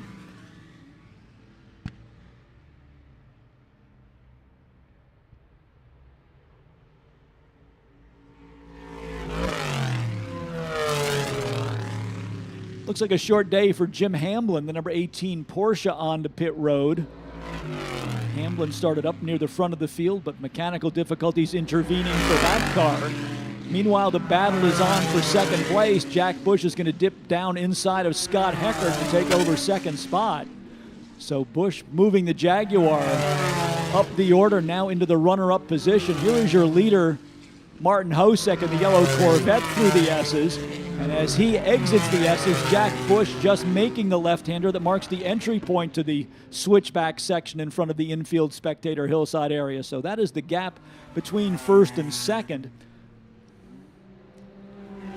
Both Martin Hosek and Jack Bush lapping in the 59-second range, 59.9 for Hosek, 59.5 for Bush on that lap, so 0.4 of a second quicker for Jack Bush as he tries to chase down race leader Martin Hosek.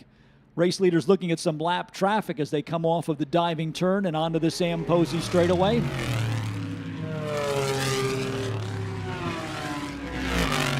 Gap from 1st to 2nd now shown as 3.3 seconds. Scott Heckert hanging on to 3rd with the Corvette Stingray. Mike Piera is 4th in the number 44 Porsche, and Joe Viola in the Datsun 240Z, the orangish red number 262, now rounding out the top 5.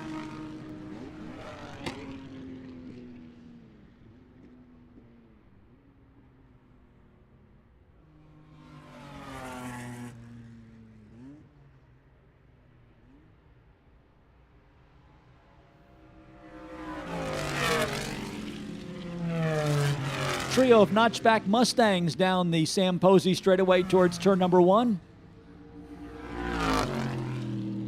including our visitor from England.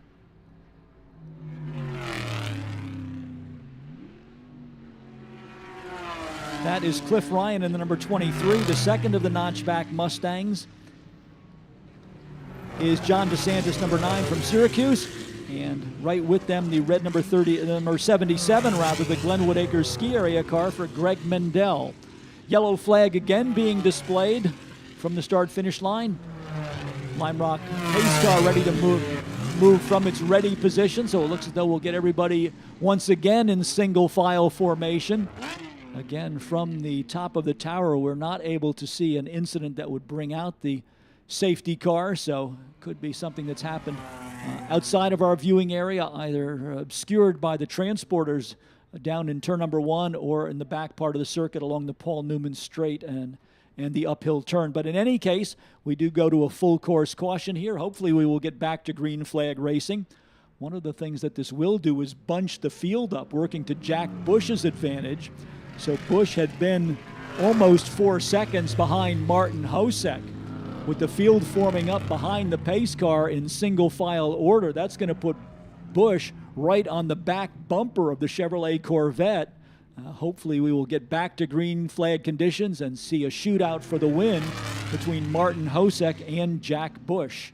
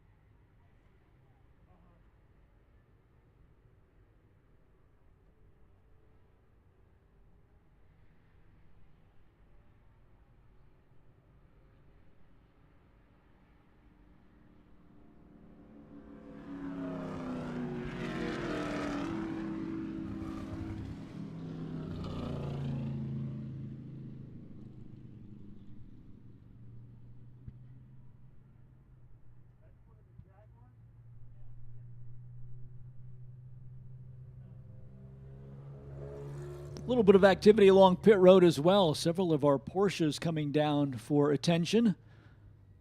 Looks as though they're going to get the last lap signal, so unfortunately this race will finish under a yellow flag.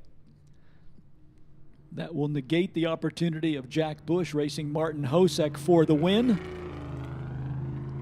So the next time by, we should see the checkered flag. Then all of the cars will come down pit lane, and we will continue track cleanup and get ready for race group number 9, final race on the morning portion of our program, as we have 9 race groups comprising Historics 41, and all 9 of those cars, all 9 of those groups rather, will be in action this afternoon. So if you missed out on any of your favorite race groups this morning, all 9 of our race groups will be back in action this afternoon. Taking a look at the timetable for this afternoon, we will begin our lunch break at 12:40.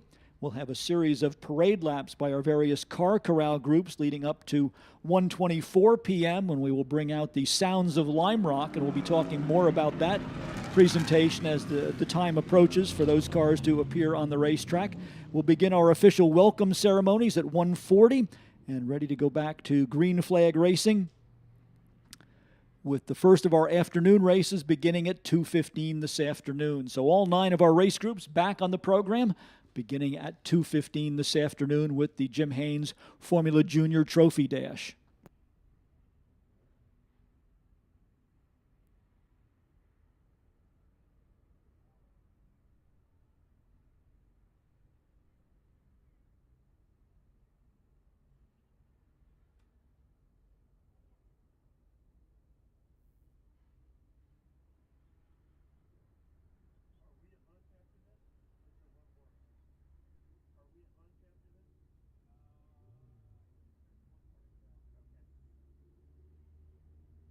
Safety vehicles bringing one of our Jaguars back to the pit lane, one of the cars out of the Brian Donovan stable. Unfortunately not able to go the distance. Good news is the car is able to roll of its own accord, so Perhaps they will be able to make repairs and get this car back in action for the afternoon. It is the number 62 car coming in behind the wrecker. That is John Ogle of Lenox, Massachusetts. Meanwhile, the checkered flag has been displayed, so race number 8 is now declared complete. The win goes to Martin Hosek in the number 39. Second to Jack Bush in the Jaguar XKE number 61. Scott Heckert in the Corvette Stingray number 34 is third. Mike Piera is the first of the Porsches in the green and yellow number 44. Joe Viola in the Datsun 240Z finishes in fifth. Sixth to the Porsche of Lee Lasberg number 201. David Hutchings in the number 310 Porsche will be seventh. Christopher Turner's Porsche number 29 is eighth. Ninth to Del Ore in the number 521 Porsche. And rounding out the top 10 is Rich Strahota in the number 050. Colin Doherty in the Porsche 944 Turbo number 7 finishes 11th. 12th to Jeff Nyblum's Porsche number 249. Jim Glass in his Corvette number 37 will be 13th. 14th to Christian Taylor's Porsche number 388. And rounding out the top 15, Todd Pahonis in the Porsche number 808.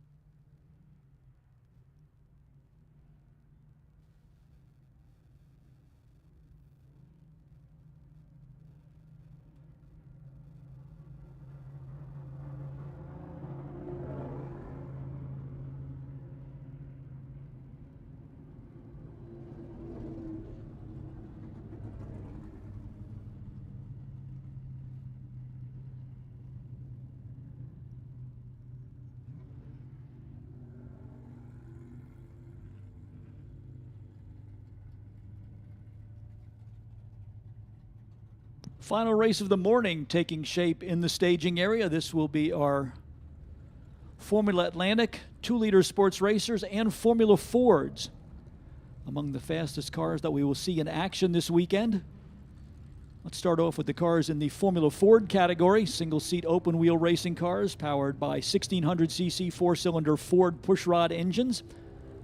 This has been the training ground for star drivers since its inception in 1967. World champions like Emerson Fittipaldi, Jody Scheckter coming out of the Formula Ford ranks, as well as IndyCar stars like Michael Andretti, all getting their start in the Formula Ford category over the years.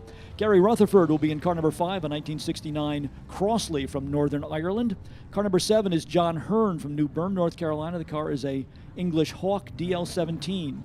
Longtime Formula Ford racer Frank Del Vecchio. In fact, Frank was in the field for the first ever Formula Ford race here at Lime Rock Park back in May of 1969. Del Vecchio today in his familiar number 13 Van Diemen out of Trumbull, Connecticut. Also in a Van Diemen is Jim McNichol out of Bethel, Connecticut, number 17.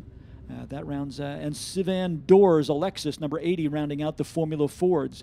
Chris Fagan is in a Formula 2000 Championship Series car, a single-seater powered by a 2000cc Ford engine, allowed with wings on the front and rear. Fagan, a longtime competitor in the Formula Continental ranks and certainly one of the leading contenders going into race group number 9 out of Reading Center, Connecticut in car 39. Moving to our 2-liter sports racing cars, we have Kyle Collins out of Redondo Beach, California in the Chevron B21 number 8. Longtime Porsche advocate Joe Bezzetta from Stony Brook, New York, is in a Chevron B19 today, car number 16. Graham Adelman doing double duty today, racing in the final group of the day with his B36 2-liter Chevron number 34. Kurt Uzbe's Chevron B16 Coupe is number 42. Mitch Eitel is in the Chevron B31 number 62. And Phil Meany is in the Gropa Chevron car number 81.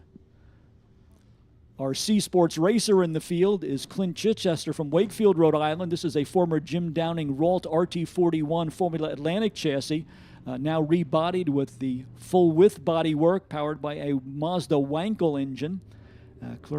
Clint Chichester in the number 41. And then finally our Formula Atlantic group, including the Ralt RT30 Super V, powered by a Volkswagen engine from Nick Fonte, car number 4. Tony Carpenzano with the Toyota-powered Reynard 93H Formula Atlanta, car number 25. Matthew Christen, the number 31, a 1972 GRD 372 Formula 3 car. Gordon Medenica with the former Gilles Villeneuve Ski Rule Mazda 75B number 69. We were hoping to see Claude Bourbonnais, the Formula Atlantic veteran from Quebec, in the number 75, March 76. Did not see that car yesterday, so we'll see if Bourbonnais is able to start with us today. And we round out our field for race group number 9 with local favorite Rick Bell driving the Ralt RT1 number 78. The same car that he raced against Indy 500 winners Danny Sullivan and Bobby Rahal here at Lime Rock Park back on the 4th of July in 1978. So that is the field of cars for race group number 9. Looks like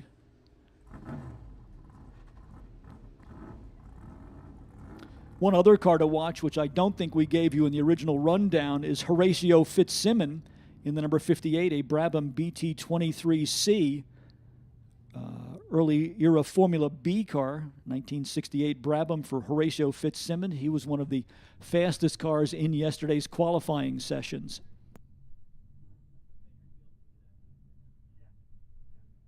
The 2-liter sports racing cars are always a popular attraction, designed for racing in their own 2-liter championship in Europe, also used in all of the endurance racing classics by privateer teams, including the 1,000 kilometers of Nürburgring and the 24 hours of Le Mans.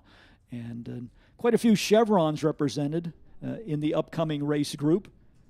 They were a popular customer car for many racers who were leading the tour around Europe, racing in the 2-liter sports car category. As we mentioned earlier, if you weren't with us, these cars differ only slightly from the Sports 2000s that are featured this weekend. Sports 2000 actually an outgrowth of the 2-liter sports cars, because the 2-liter cars, while they were very popular, also had very expensive racing-built engines, and eventually the costs diminished their numbers, while the Sports 2000 category was developed using a more reliable and inexpensive power plant. So we'll see the Sports 2000 category cars in action a bit later on. They have already had their first race of the weekend, which was won by Colin Thompson, and then we will be back in action as race group number 2 on the afternoon portion of our program. But right now, the 2-liter sports racing cars joining us in race group number 9.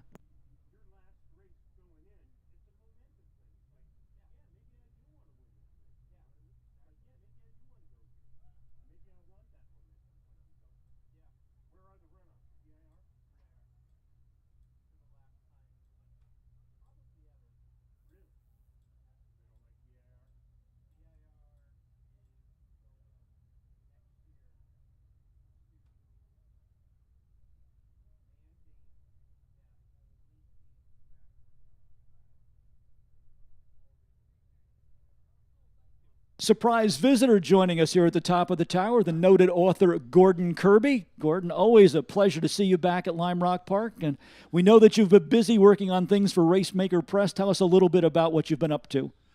Well, always a pleasure to be here at Lime Rock, particularly for the Vintage Weekend and this fabulous weather. So who could ask for more? We launched the biography of Barry Green this year. We call it the Green Flag.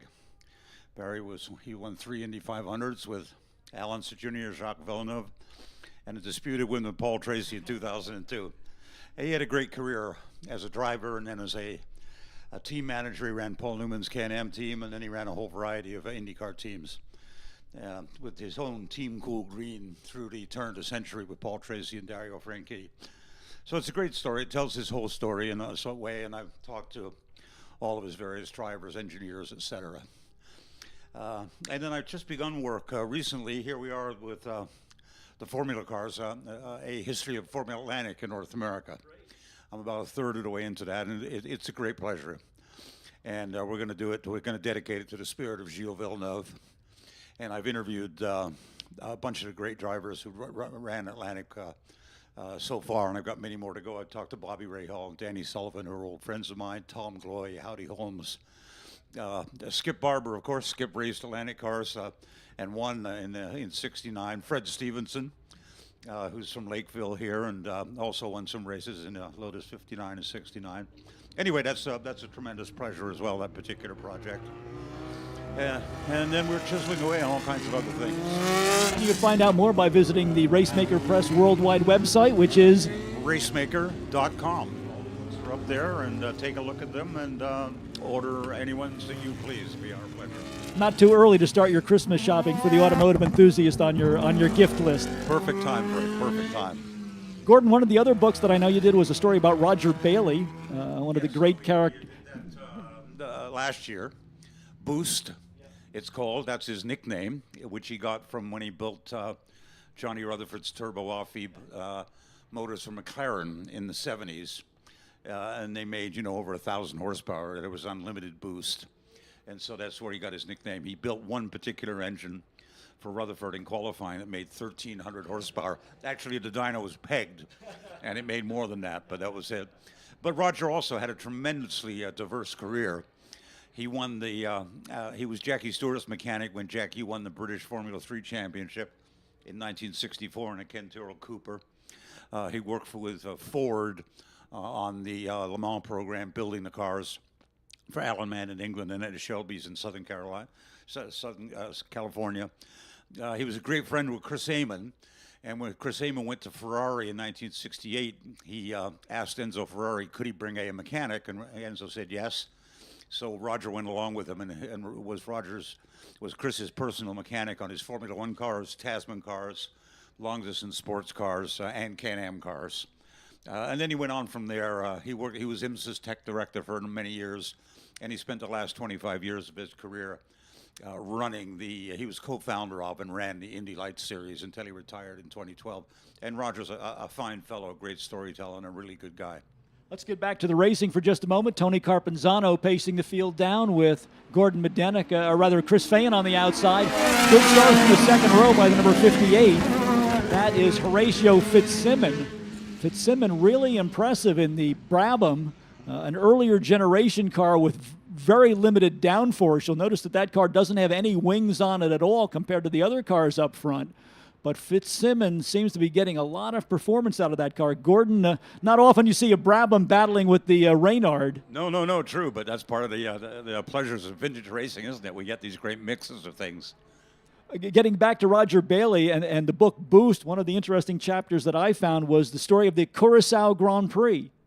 Yes, indeed, the event that never happened, and so forth. God knows, it was one of those things where they thought they had the money, they didn't have the money, and there was a big hoorah about the whole thing, and they asked Roger to sort of be the circuit organizer. So we have a map of the track and tell that whole yard. Meanwhile, up front, it is Horatio Fitzsimmons leading, Tony Carpenzano second, Rick Bell third in the number 78, and Chris Fayen fourth in the number 39. First of our 2-liter sports racers is Mitch Eitel in number 62. He's in fifth. The Super V, the Walt RT30 for Nick Fonte, is sixth. Graham Adelman in the 34, seventh. Todd Sharon in the 52, 8th. Kurt Uzbey in the 42, 9th. And Joe Bozzetta in another of our 2-liter sports racers, car number 16, rounding out the top 10. Gordon, we know that you're also working on your great epic. How is that coming along? The great epic, it's, dare I say, a complete history of American racing from 1895 through today. I've been working on it for 8 or 9 years. I could only do it with help of and the resources of my publisher, Joe Freeman, at Racemaker Press and the Stanford Photo Archive. It's all written, and I'm about 2/3 of the way through the photo edit, which is a huge job in itself. It's 80 chapters long, and the manuscript is 740 pages. So it'll be 2 volumes. And as I say, it's the whole darn history. It focuses on the history of IndyCar racing, but we cover everything else as well. There are 4 or 5 NASCAR chapters, similar number of IMSA chapters. I've had 2 other guys. I don't know anything about drag racing, so I contracted two other fellows, John Asher to do, and Dave Densmore to write some drag racing, 2 drag racing chapters. And then I've written chapters about all of the Lost Series, Can-Am, Formula 5000, Formula Atlantic, Super V, USAC, stock cars, et cetera. And at the end of the book, there are 21 interviews that I did over the years with great drivers, team owners, and engineers, starting with Dan Gurney, Parnelli Jones, Bobby and Alan, Sir Rick Mears, and then a bunch of great engineers, Nigel Bennett, John Barnard, John Ward, etc. Anyway, we through these 21 interviews, and the final interviews in this thing are with Chip Ganassi, Bobby Rahal, and Roger Penske. And so I discussed with them all, quote, a better formula for the future. So it's rich with ideas about, how to go forward and how to deal with new technology in the modern age of Well, we'll look forward to seeing that and hope that the photo edit goes well and it will soon hit the press. It'll probably be the end of next year before we get it all out. We don't want to rush it. I spent so much time on it. It's such an important project.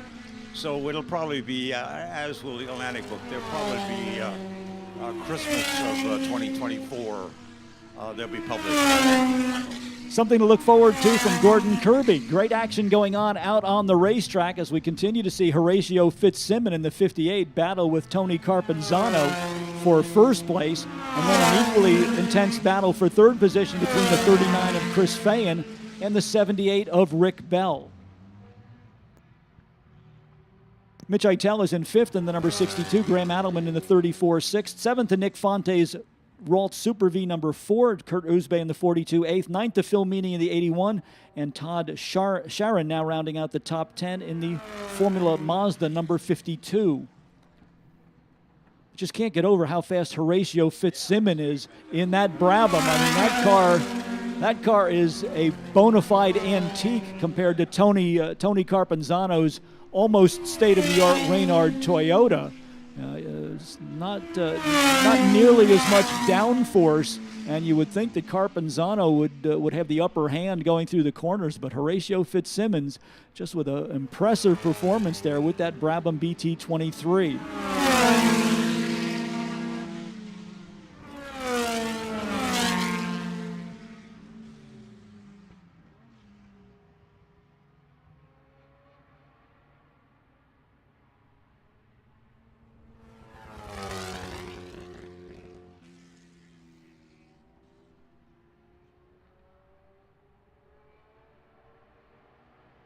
Carpenzano and Fitzsimmons continuing this battle at the front of the field.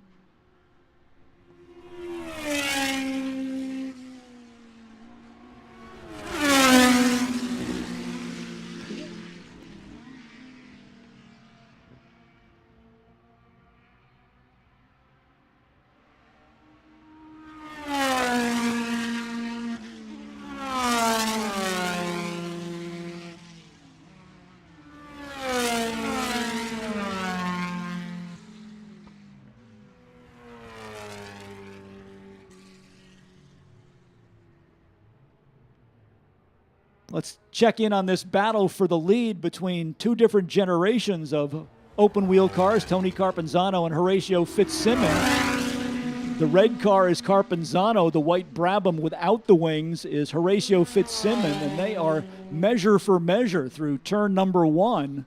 Some lap traffic up ahead. We'll see what impact that has. Carpenzano able to nose ahead as they get to the S's, but you've got to be impressed with Horatio Fitzsimmons with that 1960s era Brabham continuing to put up a strong fight against the much more modern Reynard of Tony Carpenzano. Chris Fayen still in third in the Formula 2000 number 39. Fourth to Rick Bell in the number 78, the same car that Rick raced here in the Labatt's Atlantic Series 45 years ago. Mitch Eitel in the 62 is fifth. Graham Adelman in the 34 sixth. Seventh to Kurt Uzbe in the Chevron number 42. Nick Fonte losing a little bit of ground, now shown in eighth position in the number 4. Then it's Phil Meany in the number 81 ninth. And Joe Bozzetta now rounding out the top 10 in car number 16.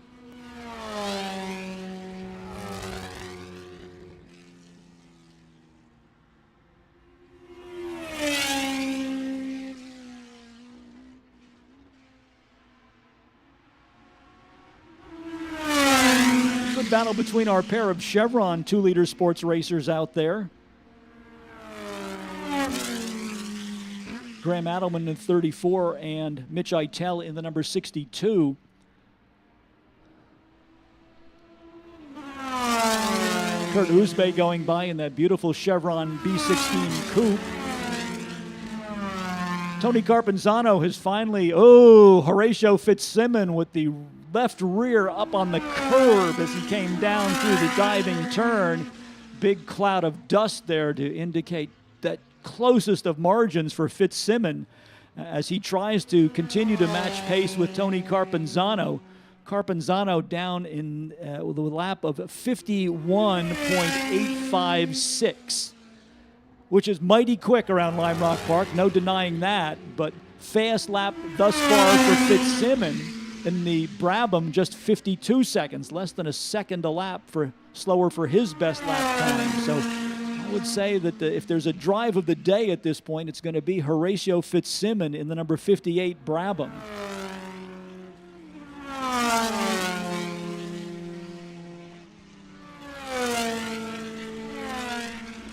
Tony Carpenzano facing some lap traffic as he heads across the start-finish line and down into turn number 1.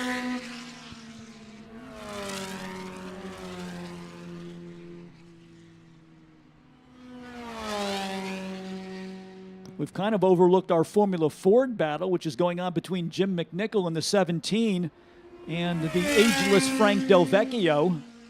Del Vecchio in the number 13 car. As we mentioned earlier, Frank Del Vecchio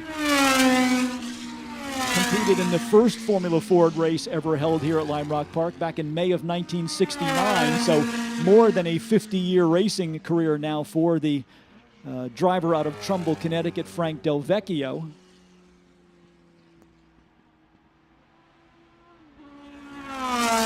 Tony Carpenzano now facing the task of threading through lap traffic. And as he does, he manages to shake off the challenge from Horatio Fitzsimmons. Fitzsimmons still in second spot, but now losing ground to the race leader.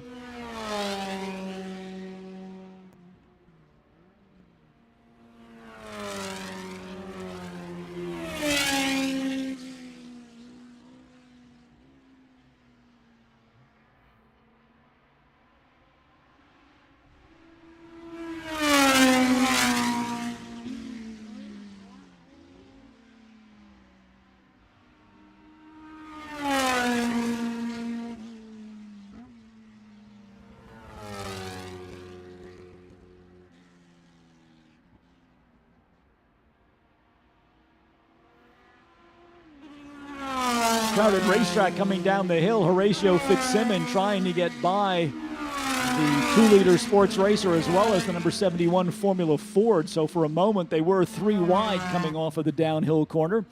Fitzsimmons able to disappear off into the distance and continue to run in the number 2 position. Chris Fayen in the 39 is still in third, kind of a lonely drive out there for Fayen. Rick Bell in the 78 fourth, and then Mitch Eitel, the first of the 2-liter sports racers now with the number 62 sitting in 5th position. 62 and 34 going by the start-finish line. That would be Mitch Eitel and Graham Adelman, so a good battle between those two Chevron 2-liter sports racers. 2-liter sports racers really kind of almost romantic category, populated by privateers. They raced all over Europe, and then in the winter months they would actually go to South Africa and do a series of races for the 2-liter cars in South Africa. So it was kind of an idyllic itinerant racers tour that was available to the drivers of these 2-liter sports cars during the 1970s, which was really their heyday on the European racing scene.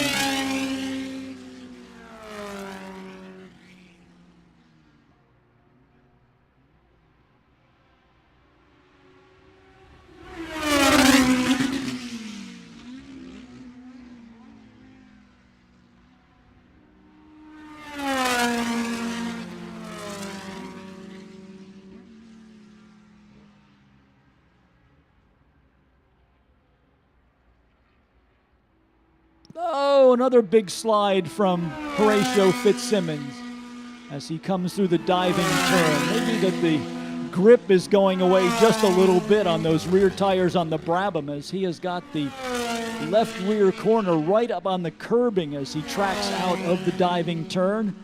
Getting close enough to the edge of the pavement that there is actually a cloud of dust kicked up by the Brabham for another lap. kind of moment that will certainly get your attention, although the car never loses its forward momentum. As my Skip Barber racing school instructor Bruce McInnes would say, the man has fast hands, able to anticipate what the car is going to do and keep it pointed in the right direction without losing any momentum. So an impressive driving performance here by Horatio Fitzsimmons in second place in that Brabham BT23, car number 58.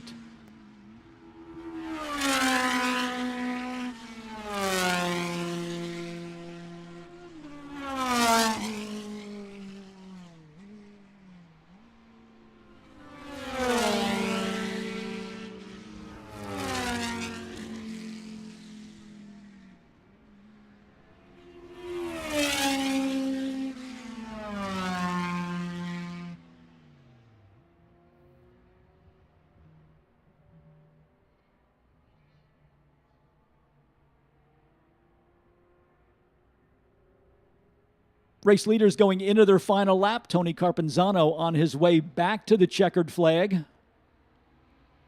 Unfortunately, the 62 car on the pit lane, that is Mitch Eitel. He had been in a great battle with Graham Adelman, but will come up one lap short of the finish as Tony Carpenzano and then Horatio Fitzsimmons come across the start-finish line.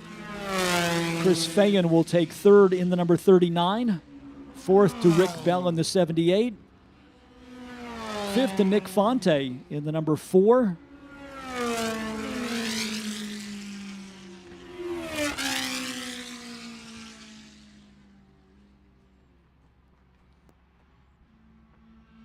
Remainder of the field now coming across the start-finish line.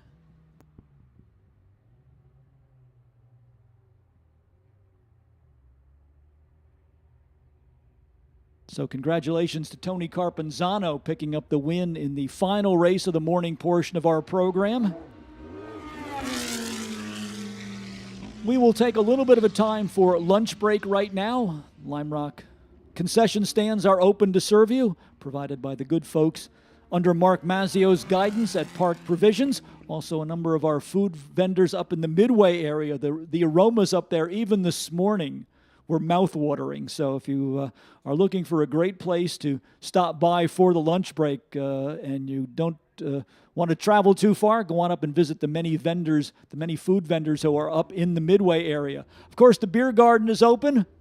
Great Falls Brewing Company providing libations up there. So we hope that if you're looking for some adult beverages, you'll stop by and join the folks who are enjoying a good time at the Lime Rock Beer Garden.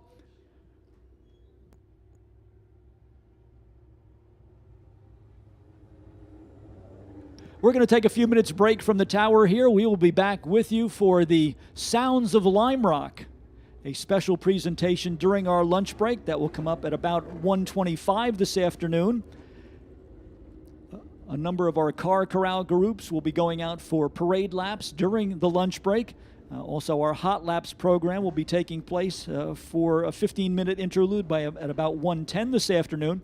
And then we will be back to tell you more about the Sounds of Lime Rock, which will lead into the formal introductions to kick off Historic 41 beginning at 1:40 this afternoon. So for now, we will wish you bon appetit and be back with you to tell you more about the Sounds of Lime Rock Park.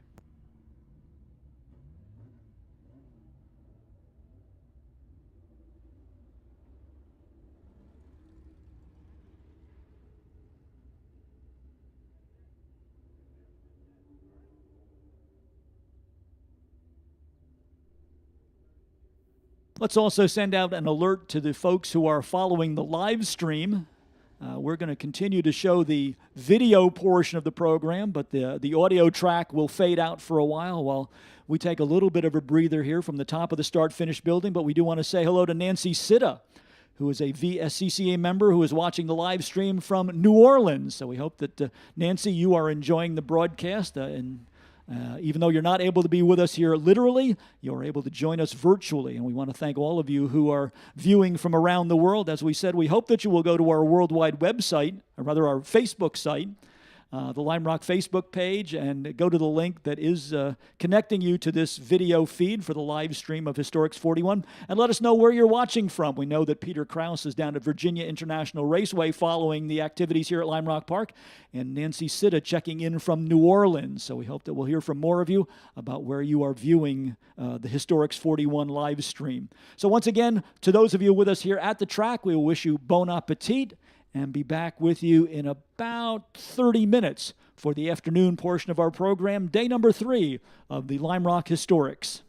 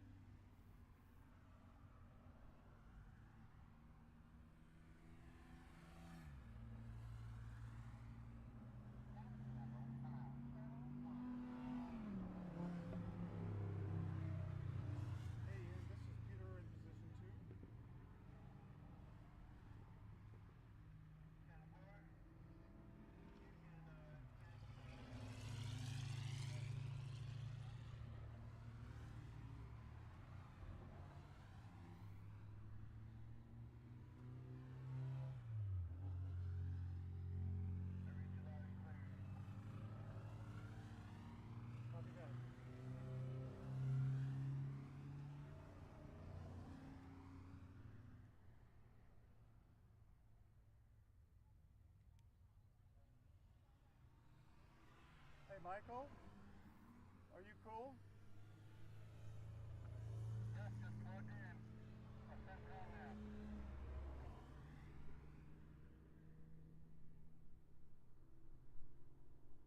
Setting tone from position 1. Position 1 is check. I got you loud and clear.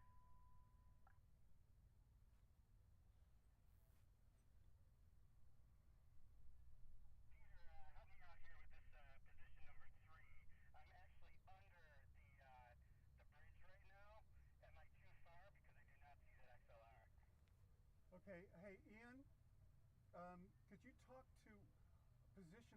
about exactly where that XLR cable is? Maybe it got moved? Yeah, it should be hanging on the top of the guardrail. The XLR is in a plastic bag.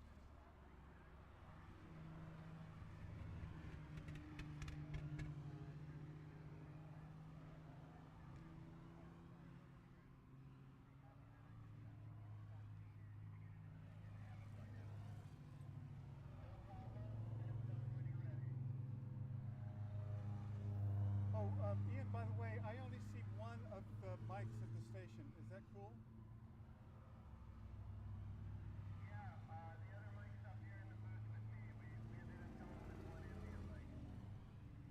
Cool, just making sure it didn't disappear. I didn't lose it yet.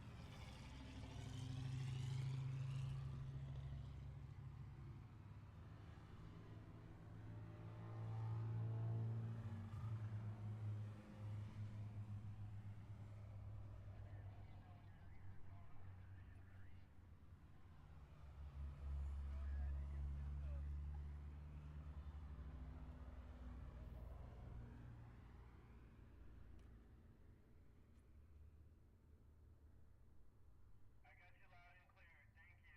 You guys can all switch over to mic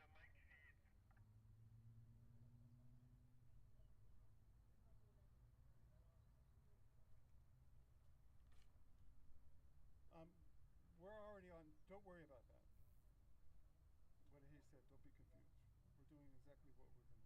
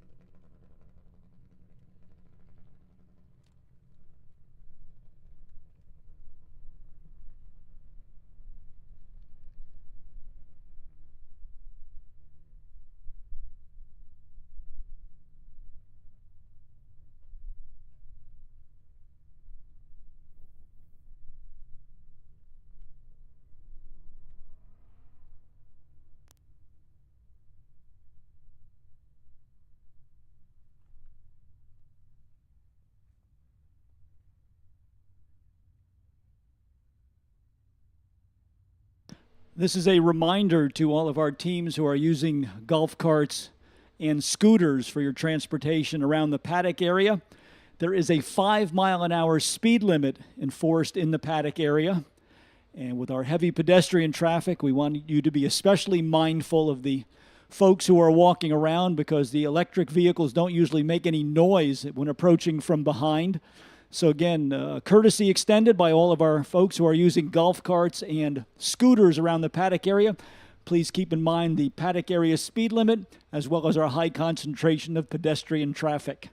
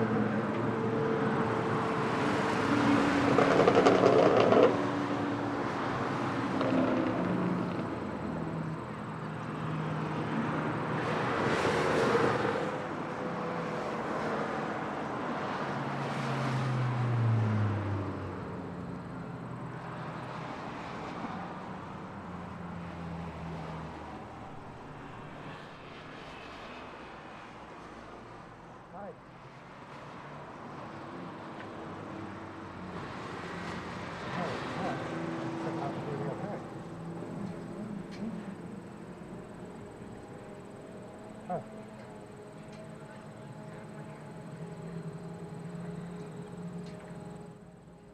Yeah, I just texted you. Can you see me?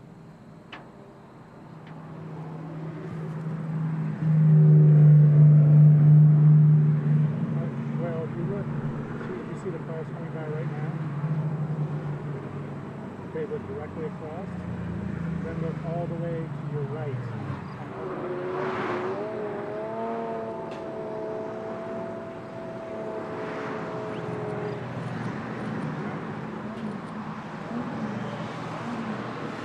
Right next to the cross street.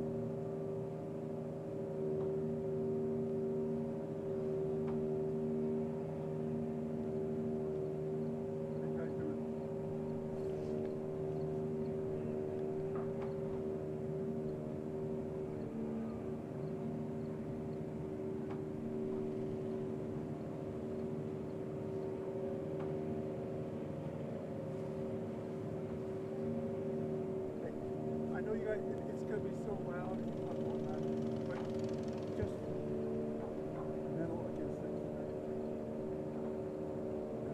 Thank you.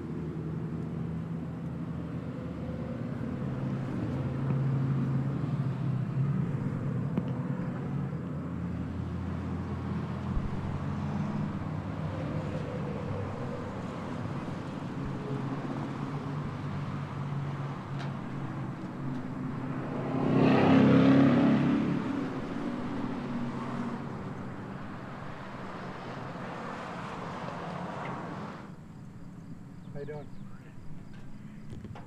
Tell me where Bob Lindbergh might be. Lindbergh, he's a vendor. He's in a tent somewhere. Boy, I'm sorry. I'm just doing sound for this next event. Oh. I mean, all the tents are up here.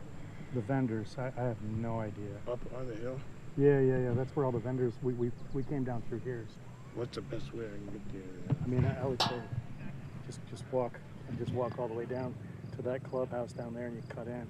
I think all this might be blocked off here. Well, they'll walk on the other side. Just Well, you have to go all the way down there and come back. But I got here through coming through that clubhouse. Like, you just walk through. where do I have to wind up? Where those people are? Where I mean, that's where all the vendors are. I mean, depending what it is, but I have throws. I mean, like they call them throws. They're like blankets, kind of that have all the. I'm sorry, this is my first time ever being here. So. All right. Sorry, I couldn't help you more. But I mean, that's how you get down there. So you could just walk that all the way down. And you cut it. Just go across this way. I imagine you could. Now they're having cars.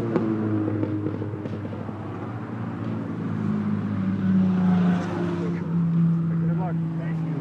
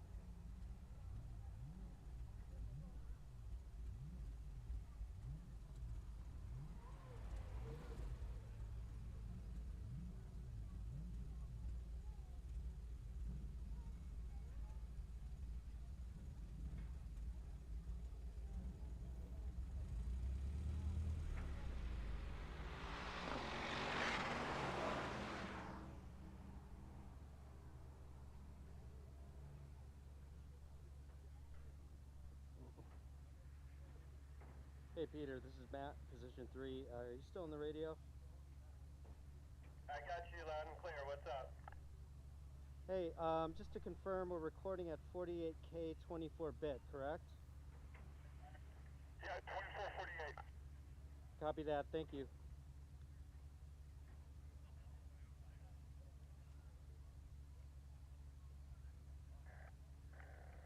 Same here, position 1. Repeat that? I said same here at position 1. Everybody's ready. As you see, the cars that we're going to eventually record are all lining up in the pit lane now.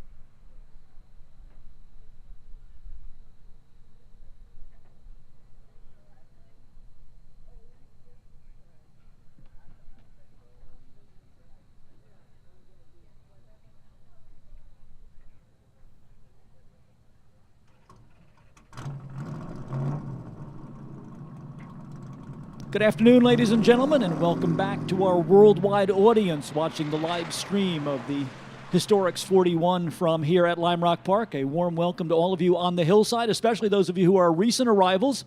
We hope that you are enjoying your day in the park. We have a special treat coming up in just a few minutes.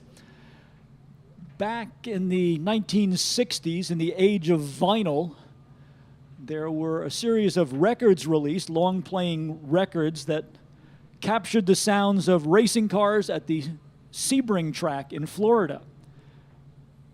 And now with vinyl enjoying a rebirth of sorts among audio enthusiasts, Skip Barber and the folks at the planning group for the Lime Rock Historics decided to try to recreate that spectacle, and so we have something coming up called the Sounds of Lime Rock. We have 15 different vehicles that are assembling along the pit lane. We will dispatch them one at a time. They will do a little bit more than one lap of the circuit individually so that you can take in the audio differences, the auditory differences from the different engine configurations that we will be presenting to you. We have everything from a 1909 Grand Prix car to a electric-powered Porsche that will be virtually silent, we think, as it makes its way around, aside from the sound of the wind rushing past the car. So that is the broad outline of what we'll be seeing for the Sounds of Lime Rock, scheduled to begin in just about 8 minutes. Tom Cotter has made his way back up here to join us. Tom, I know that you had hoped to be racing this weekend, but some circumstances intervened. But we understand that the main order of business now for you is your new book. I have a new book that came out this week. It was actually a trip. Here, this is what it looks like. And it was a trip that we took. My photographer friend, Michael Allen Ross, and I drove from Key West, Florida to Dead Horse, Alaska, which is the longest one-way drive you can make in North America. And Ford loaned us a Bronco, and Airstream Trailers loaned us a wonderful 16-foot base camp, and we hit the road. And it was 8,881 miles from the southernmost point to the northernmost point in North America, through states, through British Columbia, Yukon, all through Alaska. Just an amazing trip. And when you're in the middle of doing that, you don't realize it's an epic journey. But when you're reading the manuscript 2 months later, holy mackerel! I called Michael. I said, "This was a hell of a trip." So I've got these books. They just came out this week, and I'm going to be signing them at the Sasco trailer starting at 1:30, 1:30 to 2:30 this afternoon. So enjoy the Sounds of Lime Rock and then go down and visit with Tom Cotter and get a new copy of the book, the America's Greatest Road Trip. Tom, did you keep any kind of statistics about how much gas you used or how much you spent on snacks? We wound up eating a lot of peanut butter and jelly sandwich. Like when you're in the middle of nowhere and there's nowhere to eat, you have peanut butter and jelly in the fridge, and usually we had red wine, peanut butter, jelly on what's that bread you can buy. I forget the guy's name, but there's a guy on a very wholesome loaf of bread. His name is Chuck or something like that. I don't know. Dave's awesome bread or something. So we never cooked, even though there was a stove in there. We either just had peanut butter and jelly or went somewhere to eat. I can tell you, they feed truckers really well. If you're on the trucking route, they feed truckers. You can't believe how big the pancakes are, the muffins. Unbelievable. The last end of the course was called the Dalton Highway. The Dalton Highway is where Ice Road Truckers, the TV show Ice Road Truckers is filmed. That's what it looks like in the winter. I was there in the summer 1 year ago. What was the climate difference like? Well, we left in the middle of May. It was warm in Florida, as you can imagine, but not oppressive, probably 85 degrees. We drove for 4 weeks from Key West to Seattle, and we hit pleasant weather all the way. Lots of storms, as you can imagine, in the prairie land, whatever, And then we took 4 weeks off. Michael had to go do some shooting, photography, and I had to film episodes of Barn Find Hunter. And we got back 4 weeks later in Seattle and drove the rest of the way. The temperature was, as we went north, the temperature stayed the same all the way, so it was kind of wonderful. Give us a quick plug for the Barn Find Hunter presented by Haggerty before we move into the sounds of Lime Rock. Barn Find Hunter, we're starting our 10th year. I think we have more episodes now than the Little Rascals. Check. I think we have about 140 episodes. They are every second Tuesday. They come out. They're on YouTube, so if you can't sleep in the middle of the night, you can turn that on and watch me until you've seen enough. I also have copies of my book, Secrets of the Barn Find Hunter. So if you want to know how I do it, this book will tell you how I do it. That is Tom Cotter, ladies and gentlemen. He will be down at the Sasco trailer in the center portion of the paddock area with copies of his Secrets of the Barn Find Hunter, as well as America's Greatest Road Trip. Cars assembling along pit lane, getting ready for the sounds of Lime Rock. We are 3 minutes away from dispatching the first car in this group, which will be the 1.5-liter Ferrari Formula One car from the early 1960s, a 1.5-liter V12 power plant. The car is from the Oriana collection, our honored collector for the weekend, Lawrence Oriana, and Joe Colasaco behind the wheel of that car. We're doing a delicate balancing act up here with commentary for this session. We don't want the sounds from the PA system to go over the great auditory tones that will be coming from these various vehicles around the racetrack, so we're going to try and keep our commentary to a minimum. Second car in line right now is an Offenhauser Indianapolis car owned by Keith Micah. It has an inline inline four-cylinder engine, 255 cubic inches in displacement, the famed oval track racing engine, running on methanol fuel for the Keith Micah car. Third in line right now is the Chrysler Turbine car, one of the concept cars from the Chrysler Corporation with a same type of turbine. No, here goes Joe Colasaco.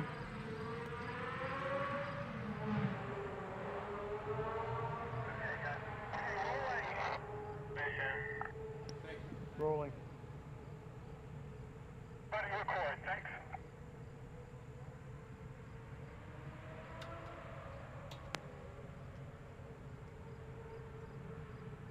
Okay, I'm speeding at position 3. Going to turn the radio off. David Porter, we are missing your Ford Escort in the line for the sounds of Lime Rock. So David Porter to the pit lane as quickly as possible, please, while still being mindful of the paddock speed limit. Keith Micah in the Offenhauser-powered IndyCar out next, followed by the Chrysler Turbine.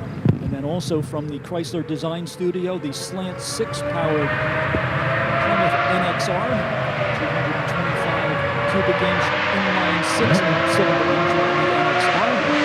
Lining up behind the NXR will be our Shelby Cobra.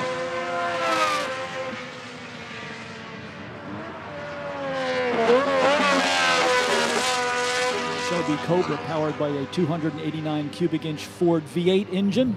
Directly behind the Cobra will be the Donovan Jaguar, the number 61 car that we just saw in action out on the racetrack. Another inline 6-cylinder engine, 4.2 liters in displacement for the double overhead cam engine in the Jaguar.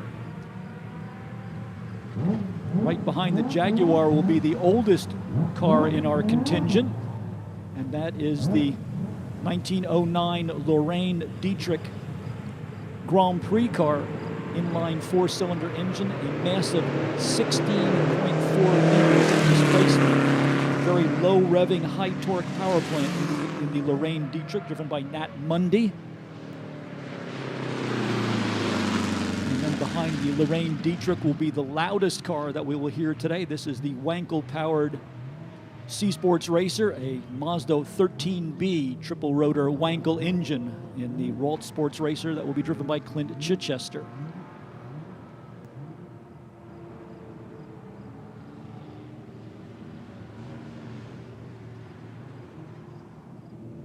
Behind the Wankel will be the Studebaker Lark, the car that won the 1960 Little Le Mans endurance race here at Lime Rock Park, powered by a 289 cubic inch V8 Studebaker engine, the car out of the Don Wells collection.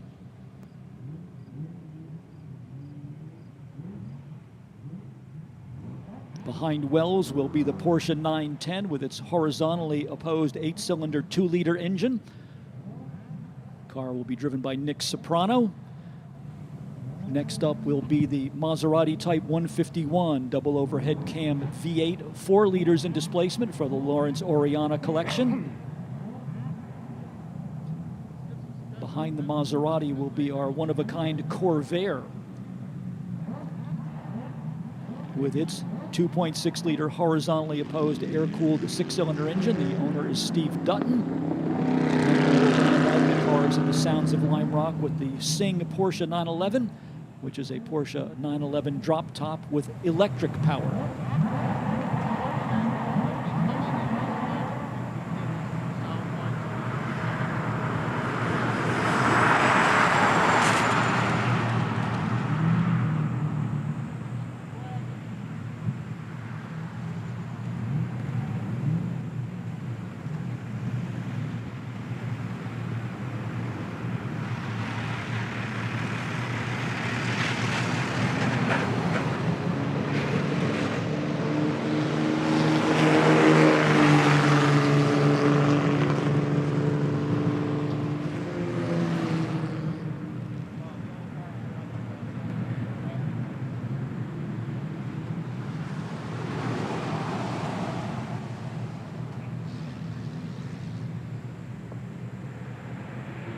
Jaguar XKE about to be dispatched from pit lane, and then behind it at a 40-second interval will be the 1909 Laurier Dietrich Grand Prix.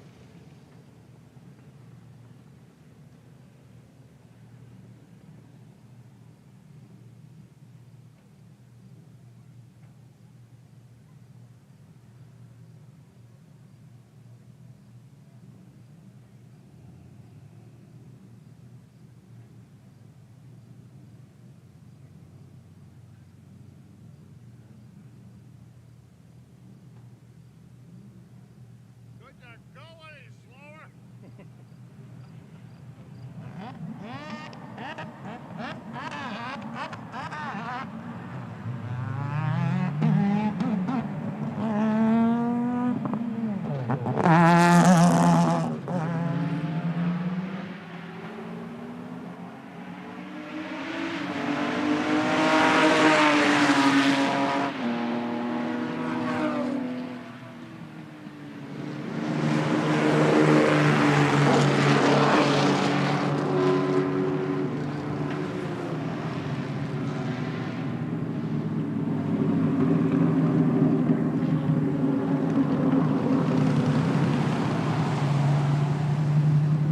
Studebaker V8, the car that won the 1960 Little Le Mans, ready to head out on track.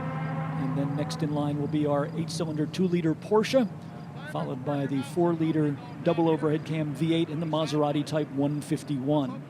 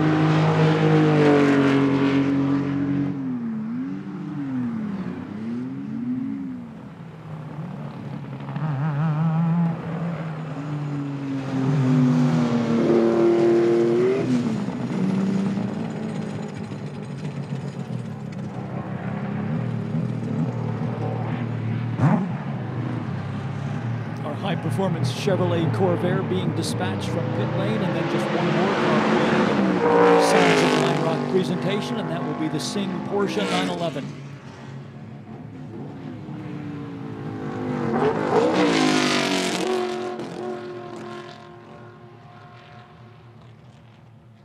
The Sing Porsche, the sound of the future with its electric power plant, ready to conclude our Sounds of Lime Rock presentation.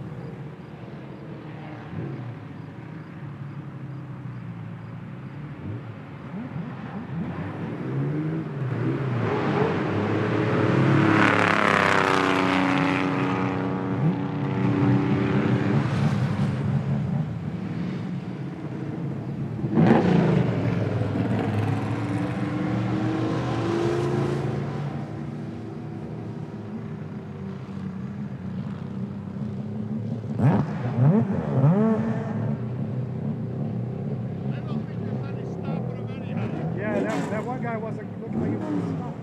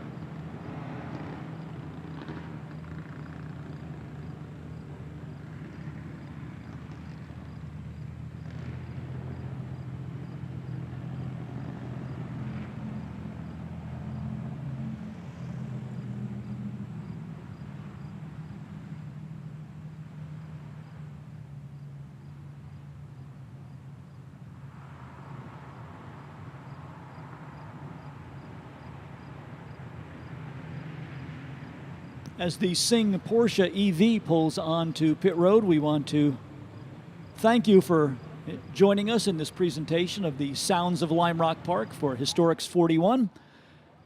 Thanks to all of the car owners who contributed their unique vehicles to this exhibition. And we will be switching things downstairs in just a few moments for our official welcome for the 41st edition of the Lime Rock Historics.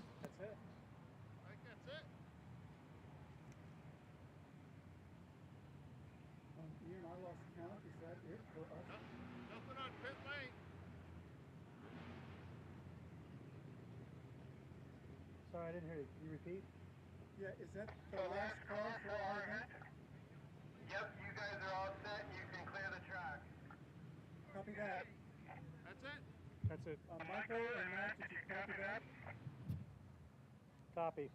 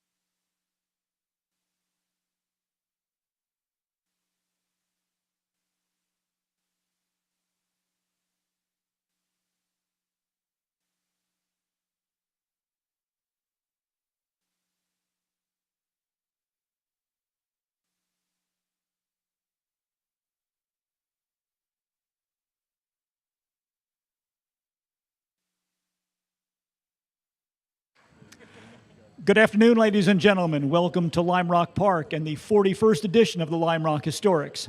It's my pleasure now to introduce the CEO of Lime Rock Park, Mr. Dickie Regal.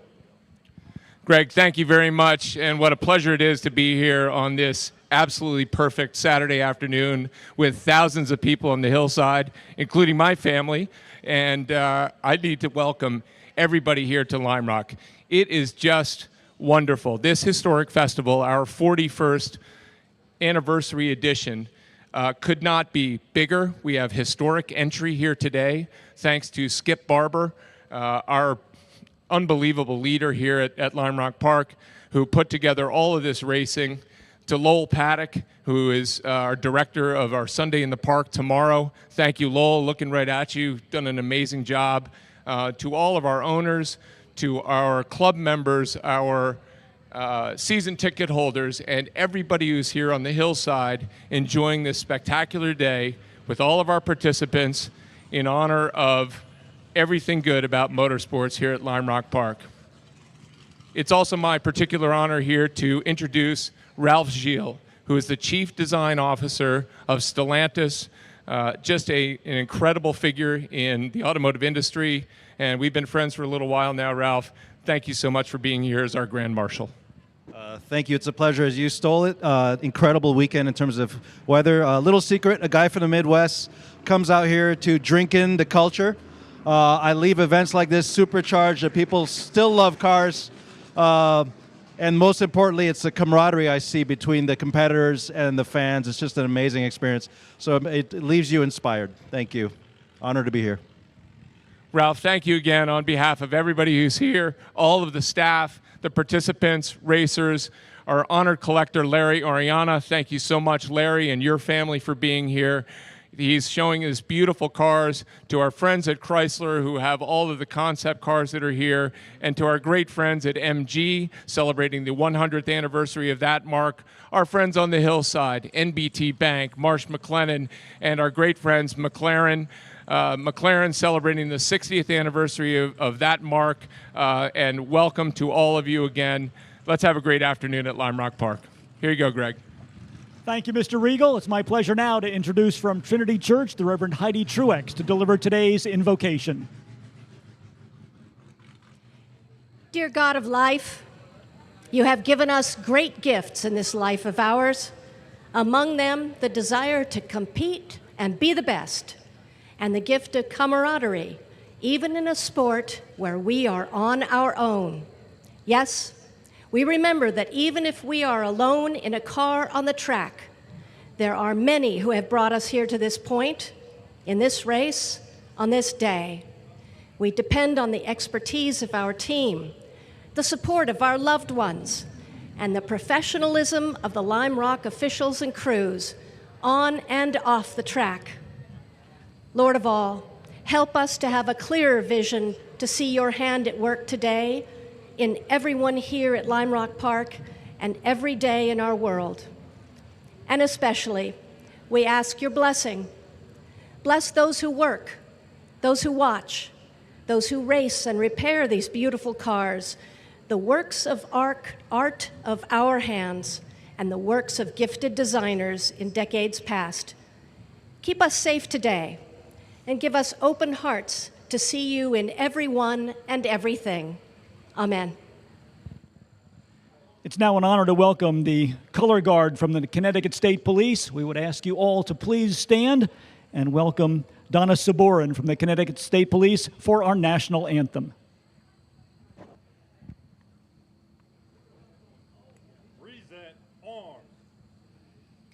Oh, see, can you see by the dawn's early light what so proudly we hailed at the twilight's last gleaming, whose broad stripes and bright stars through the perilous fight o'er the ramparts we watched were so so gallantly streaming, and the rockets spread glare,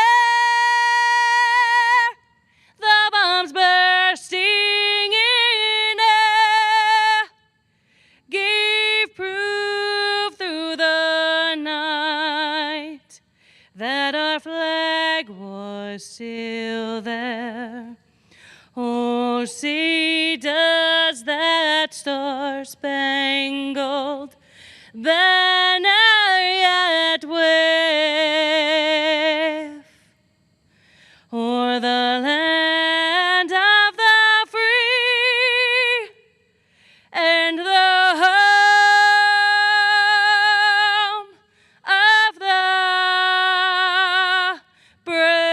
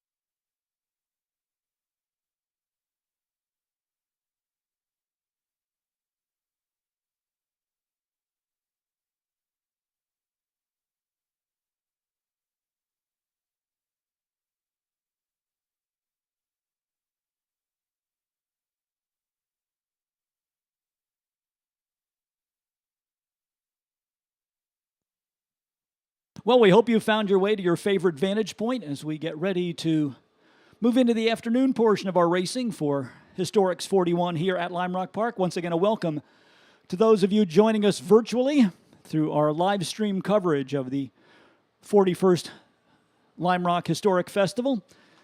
Ready to lead off the afternoon program. The cars that are featured this weekend, celebrating the 100th anniversary of MG. This will be our MG feature race.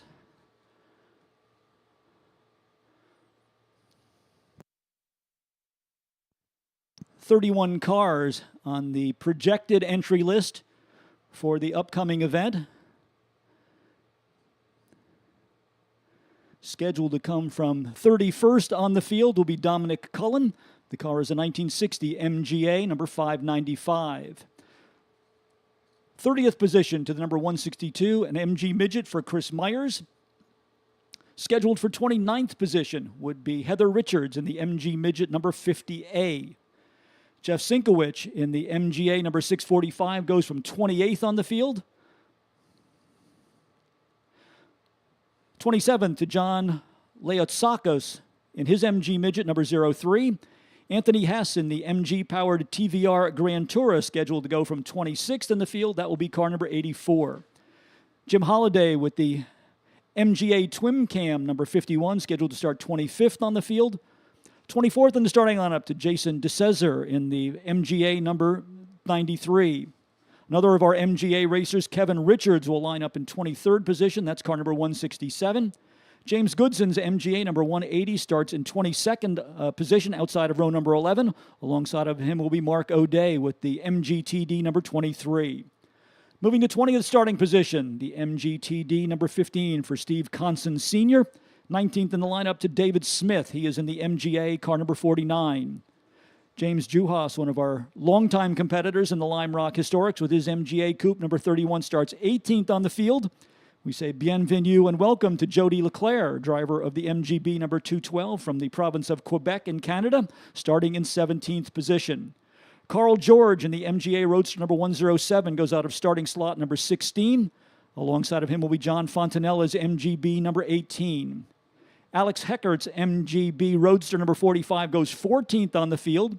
13th in the starting lineup to Joe Lightfoot's MGB number 169. The MGTD for Frank Filingeri, car number 928, starts in 12th position. A similar car for Graham Scaife, number 757, will go out of the number 11 starting position. Moving to 10th on the field, we have Larry Smith's MG Midget, car number 621. 9th in the starting lineup goes to the number 151 of Jeff Baer. Outside of row number 4, 8th starting position to Phil Cooper in the MGB Roadster number 62. 7th in the lineup to Eric Russell's number 61 MGA. 6th starting position outside of row number 3 will be the MG Midget number 160 for Andrew Williams. Marcus Jones in the number 95 MGB starts in the number 5 slot. Dave Nicholas, who has done so much to organize this MG celebration, puts his MGA, the bright yellow number 76, into 4th starting position. Alongside of him on row number 2, Andrew Moore in the MGB Roadster number 50. And your front row, outside starting position to Doug Sharippa, the MGB number 34. Pole position out of New York City to the number 01 MGB Hardtop for Alan Tossler.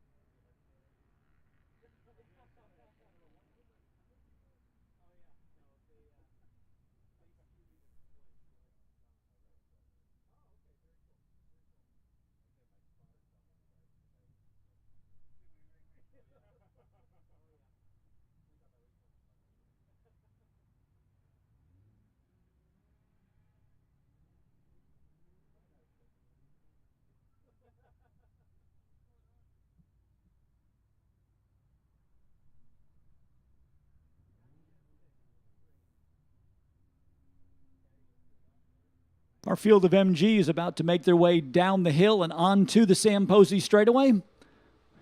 Ralph Gilles, our Chief Design Officer from Stellantis, doing honorary starter duty for this event. Field lining up in 2x2 formation. Our pace car on the pit lane. Alan Tossler bringing him down towards the stripe. Green flag is out. Race number 1 for the afternoon underway. This is our MG feature race celebrating 100 years of MG here at Lime Rock Park. Alan Tossler immediately jumping into the lead in the number 01 from the pole position. Doug Sharippa coming across from the number 2 spot outside of the front row to slot into second as they come out onto the short chute headed towards the S's.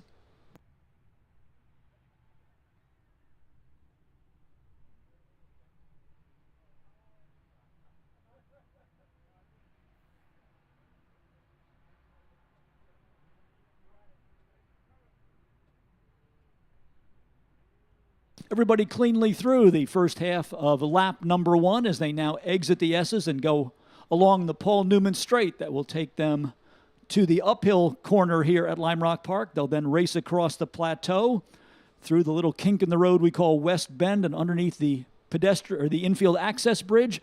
And already they are back at the downhill turn and onto the Sam Posey straightaway, about to complete lap number 1. It is Alan Tossler in the lead in the number 01. Challenge for second, Andrew Moore in the number 50, trying to get alongside the 34 of Doug Sharippa. 95, Marcus Jones racing side by side with the MGA of Dave Nicholas. Top 4 cars right now are the MGBs. Then the first of the MGAs would be the yellow 76 for Nicholas. Looking through the field for the first of our T-type MGs. That looks to be the Graham Scaife car, the red number 757.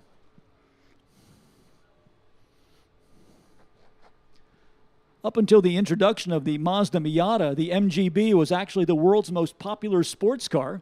having sold in record numbers over its lifespan from the early 1960s into the 1980s, and it was only when the Mazda Miata came along that the MGB finally gave up that position as the all-time best-selling sports car. So it is a great opportunity for us here at Lime Rock Park to celebrate 100 years of MG as Alan Tossler leads the way here on lap number 2. Andrew Moore now in second spot, demoting Doug Sharippa one position down in the third. Fourth place to Marcus Jones in the 95. Then it's Dave Nicholas in the number 76 in fifth. Sixth to the first of the MG Midgets, the 160 of Andrew Williams. Phil Cooper's number 62 is seventh. Jeff Baer in the 151 is eighth. Ninth to the number 621 MG Midget for Larry Smith. And Eric Russell's MGA, number 61, now rounding out the top 10. It also looks as though Frank, Phil, and Jerry in the MGT number 928 has gotten around Graham Scaife. So Phil and Jerry now with the lead among the early model T-type MGs here in our MG feature event.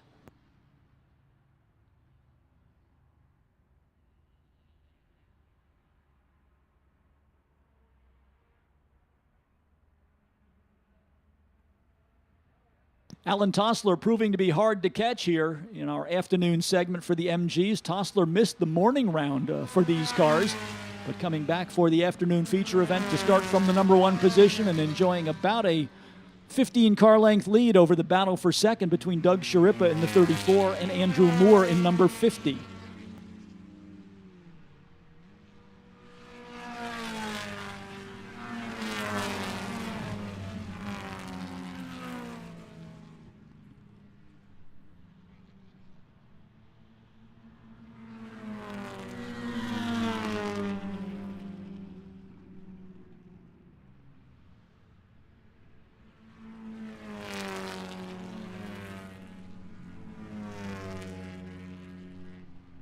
Fast lap of the race right now to Marcus Jones in the number 95 at 1 minute 5.440. But he is some 4 seconds adrift of race leader Alan Tossler. Last lap for Tossler, a 1 minute 6.136.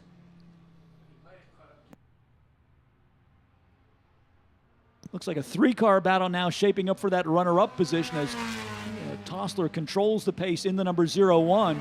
But the number 95, as we said, with fast lap of the race, and Marcus Jones moving right along right now on the back bumper of Doug Sharippa as they go down into turn number 1.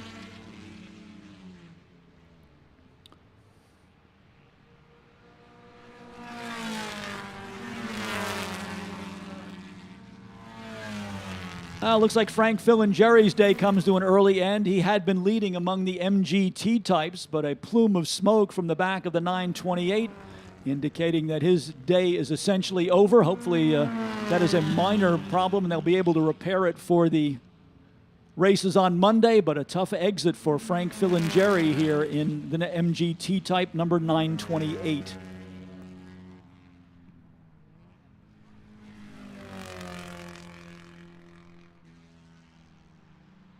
Alan Tossler already facing the prospect of some lap traffic here as the battle continues for second spot between the 50 of Andrew Moore, the 34 of Doug Sharippa, and the 95 of Marcus Jones. Sharippa taking the low line into turn number 1, able to get on the brakes a little bit later to move back into second position. We've also got a good battle going on for fifth spot between the number 76 of Dave Nicholas, the MGA, and the number 160, the MG Midget of Andrew Williams.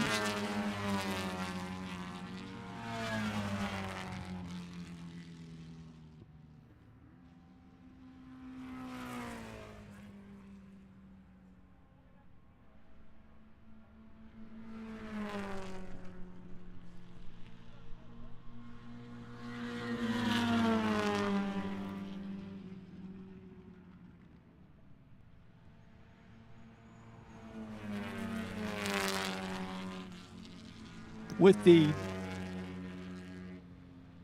Frank, Phil, and Jerry car going to the sidelines, that's going to turn the MGT type lead over to the number 757 of Graham Scaife. Alan Tossler lost quite a bit of ground there going through lap traffic. Number 50 car now solidly in second place, Doug Sharippa. And edging closer to our race leader, Alan Tossler. So we'll see if it was Tossler who was held up by lap traffic or whether Sharippa has found some additional pace here to reel in the race leader. Those two cars now separated from the battle for third, which goes on between Andrew Moore in the 50 and Marcus Jones in number 95.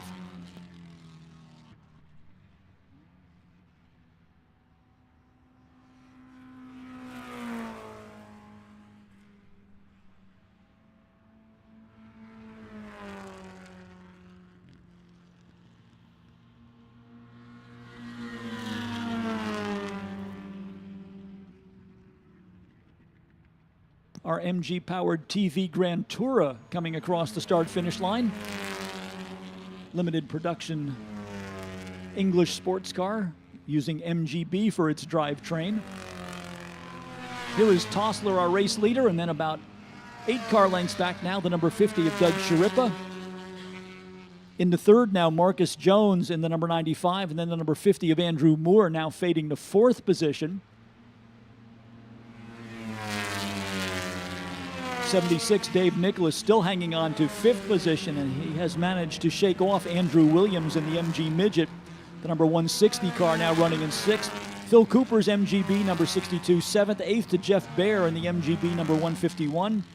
Larry Smith's MG Midget number 621, 9th. And Eric Russell in the number 10 MGA now rounding out your top 10. 11th goes to Jody LeClaire in the number 212. 12th to the number 45 of Alex Heckert. 13th, the first of the T-type MGBs. That's the 757 for Graham Scaife. 14th to the number 107 of Carl George. And rounding out the top 15, David Smith in the MGA number 59. More lap traffic for Alan Tossler as he makes the turn onto the Sam Posey straight.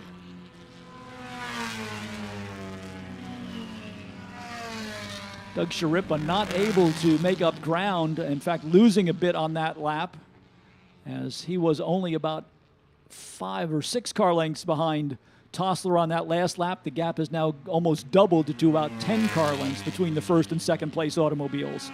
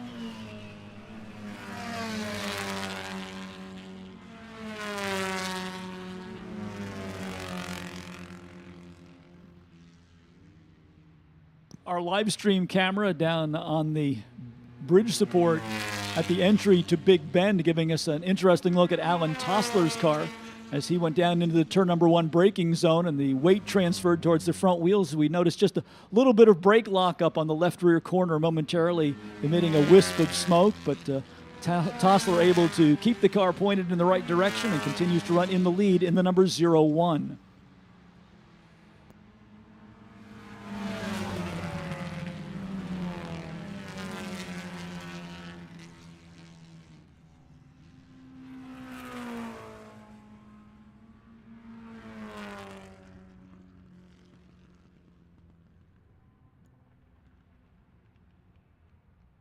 All of our leading group of cars now dealing in various measures with lap traffic, and that has separated the positions just a little bit. 01 Alan Tossler across the line.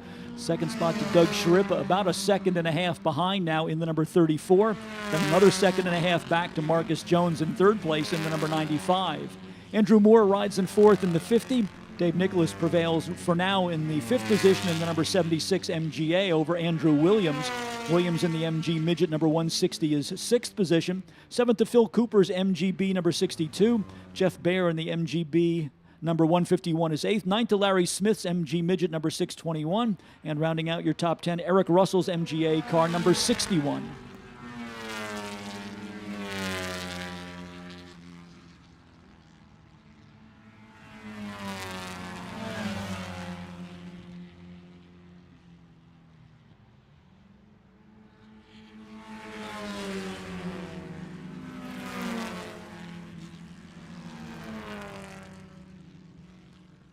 Checkered flag is out. The win is going to go to Alan Tossler in our MG feature event for the afternoon here on day 3 of the Lime Rock Historics. 34 Doug Sharippa second. Third to the 95 of Marcus Jones. Fourth across the line will be the number 50 for Andrew Moore. Behind Moore, it's going to be Dave Nicholas in the leading MGA, number 76. Then Andrew Williams in the first of the MG Midgets. So MGBs going 1 through 4. First of our MGAs, Dave Nicholas in the SVRA Championship car is 5th. Andrew Williams, the first of the MG Midgets, in 6th. Then back to MGBs for Phil Cooper in 7th. Jeff Baer in 8th. Second of the MG Midgets, Larry Smith in the number 621 is 9th. 10th to the second of the MGAs, Eric Russell in the number 61. 11th will go to the 45 of Alex Heckert. 12th to the 212 of Jody Leclerc. Graham Scaife, the first of the MGT types in his 1953 MGTD number 757. 14th to Carl George in the number 107 MGA Roadster. And another MGA rounding out the top 15. That is David Smith in car number 49. So our MGA feature race as we celebrate the centennial of the cars from Morris Garage into the record books. And the win going to New York City racer Alan Tossler.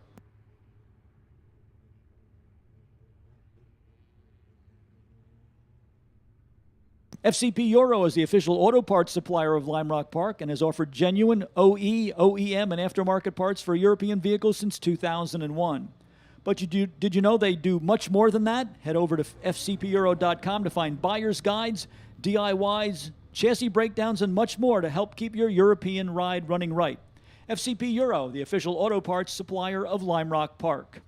And we'd like to salute all of our partners in addition to FCP Euro for the 2023 season and Historic Festival 41, including Delamar Hotels, Autodromo, NBT Bank, Marsh McLennan, Miller Motor Cars, McLaren, Blasius Chevrolet, Connecticut Business Systems, a Xerox company, VP Racing Fuels, Pelote Shoes, Millbrook Vineyard and Winery, Liqua Moly, Spectro Performance Oils, Hummel Brothers Hot Dogs, F&W Kubota, Pepsi, the Great Falls Brewing Company, Women in Motorsports North America, DLTC Landscape Contractors, Haggerty, Thule, Ruitt Sibley, Road and Track, Averdy Storage and Office Solutions, and Vredenstein Tires. Thank you for your partnership support of Lime Rock Park and Historic Festival 41.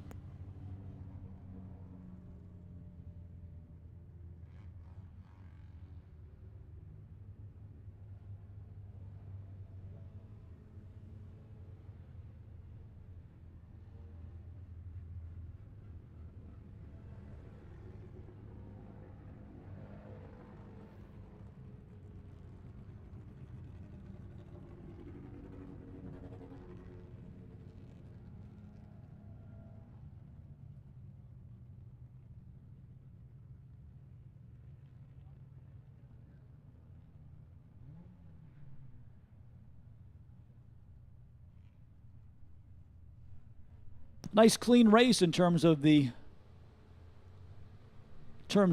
number of cars going full distance. We didn't need to do too much in terms of safety or recovery vehicles, so hopefully we will quickly move into our next race, which is race group number 1. This is the Jim Haynes Formula Junior Trophy Dash for open-wheel Formula Junior cars. If you are not familiar with the history of Formula Juniors, these are single-seat open-wheel racing cars that were developed in the late 1950s. The inspiration from an Italian nobleman by the name of Count Giovanni Laurani, who was looking for a way to train Italian drivers for a future in Formula One. And so the idea was to use a racing-style single-seat chassis, but use a production-based engine rather than a purpose-built and expensive racing engine. The Italians, with the Stangolini, Volpini, Tarashi, and Osca manufacturers, all settled on the Fiat 1100, which was 1100 cc's in displacement, fitting the Formula Junior rules. And then the English manufacturers came on board with their mid-engine chassis designs from Lotus, Cooper, Elva, Brabham, and Lola. And they adopted English power plants from the English Ford, the Ford 105E four-cylinder engine, as well as the BMC-produced 948cc engine out of the Austin Healey Sprite. The rules were rather liberal, that you had to retain the stock engine block and crankshaft and cylinder head, but you were allowed to upgrade components like the camshaft, the pistons, as well as the induction system. So while it was a production-based engine, they ended up being very highly tuned power plants in Formula Junior. Formula Junior also had great popularity in the United States in addition to its development in Europe. And in fact, 4 of the Sports Car Club of America national champions between 1960 and the end of the class in 1964 came out of the northeastern states. Harry Carter from nearby Lakeville, Connecticut, was the 1960 Formula Junior champion. 1961 Formula Junior champion. The 1962 Formula Junior champion was Tim Mayer. 1963, a special recognition here at Lime Rock Park. Our longtime track owner and track manager, Jim Haynes, was the Formula Junior national champion in 1963. And then in 1964, it was Brooks Freiberger from Falls Village, Connecticut, who was the Formula Junior champion in the final year of the class's existence before the SCCA had a series of rules revisions. So a rich history of Formula Junior racing here at Lime Rock Park, and we honor Jim Haynes, who passed away earlier this year, who earned the crown as the 1963 Formula Junior national champion by naming the junior races this weekend in his honor, the Jim Haynes Formula Junior Trophy Dash. Scheduled to start from 25th position in the Lotus 18 is Peter Patterson, number 207. Vignesh Ramanathan in another Lotus 18, number 44, will start 24th on the field. Scheduled to go out of the 23rd starting position is car number 34, Joe DeLucia in his Lotus 18. James Sharp, driving a 1961 Model 56 Cooper, will start in 22nd position, car number 95. Thomas Atlas with the 1960 front-engine Lola Mark II Formula Junior starts from 21st on the field, the red number 14. Spencer Patterson's Lotus 18, number 577, starts 20th in the lineup. 19th will go to Sharon Adelman in the Brabham BT6, built in 1963, car number 61. Harindra De Silva in the Lotus 18, number 96, starts 18th on the field. Tom O'Grady, who has done a lot of the groundwork in establishing the historic Formula Junior register, will start his Cooper Formula Junior number 53, 17th on the field. 16th in the starting lineup to another Lotus 18 for Joe Fuller, number 612. Charles Bamford starts in 15th position, car number 21. It's a 1961 Cooper Type 56. Hervé Park with the 1960 Elva, number 92, will start 14th. 13th to Robert Miraboli's Brabham BT6, number 08. J.R. Mitchell in the Lotus 18, number 254, starts in 12th position. Quickest of the front-engine Formula Juniors, the Italian Oscar Tipo J for Mitch Eitel, number 740, will start 11th. 10th will go to Graham Long's Lotus 22, number 68. Mark Curry in the Lotus 18, number 216, starts in 9th position. 8th to the BT2 Brabham for Dave Irwin, number 02. Joshua Mitchell's Lotus 18, number 800, starts 7th. 6th to Robert Homke in the number 4 Cooper Type 59. That is our 6th place starter. 5th in the lineup to Tom Grudovich. Elva 200 Formula Junior, number 94. Eric Skibsrud in the Lotus 18, number 18, starts 4th on the field. Art Hebert, driving the Cooper number 8 Formula Junior, starts 3rd. And your front row, an all-Colasaco family affair. Dominic Colasaco, the younger member of the clan, the number 3 Ram Formula Junior, starts on the outside of the front row. And his father, Joe Colasaco, in the 1962 Stanguli Delfino, car number 30, will start from pole position. So that is the lineup for our Formula Juniors for the Jim Haynes Formula Junior Trophy Dash. If you'd like to find out more about the history of Formula Junior, we hope that you will take your smartphone and scan the QR code that will provide you with a complimentary copy of our virtual Daily Rev, our souvenir program for the 41st edition of the Lime Rock Historics. A bit of prose as well as some historic photographs telling the story of Formula Junior here at Lime Rock over the years in this year's issue of the Daily Rev.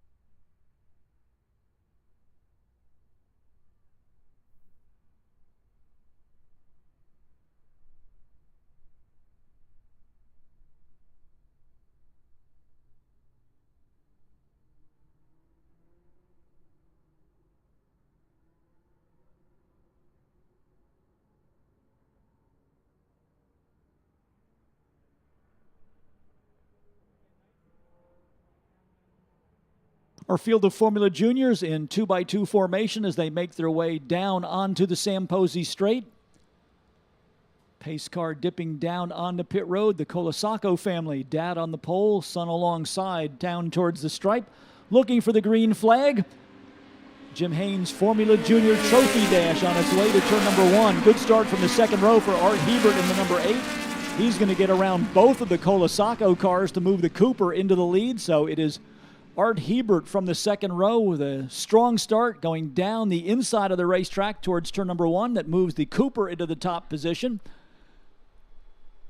Looks as though Dominic Colasacco is in second. Joe Colasacco in the Stangolini number 30 will drop to third as they make their way through the S's and now head up to Paul Newman Straight towards the uphill turn here at Lime Rock Park.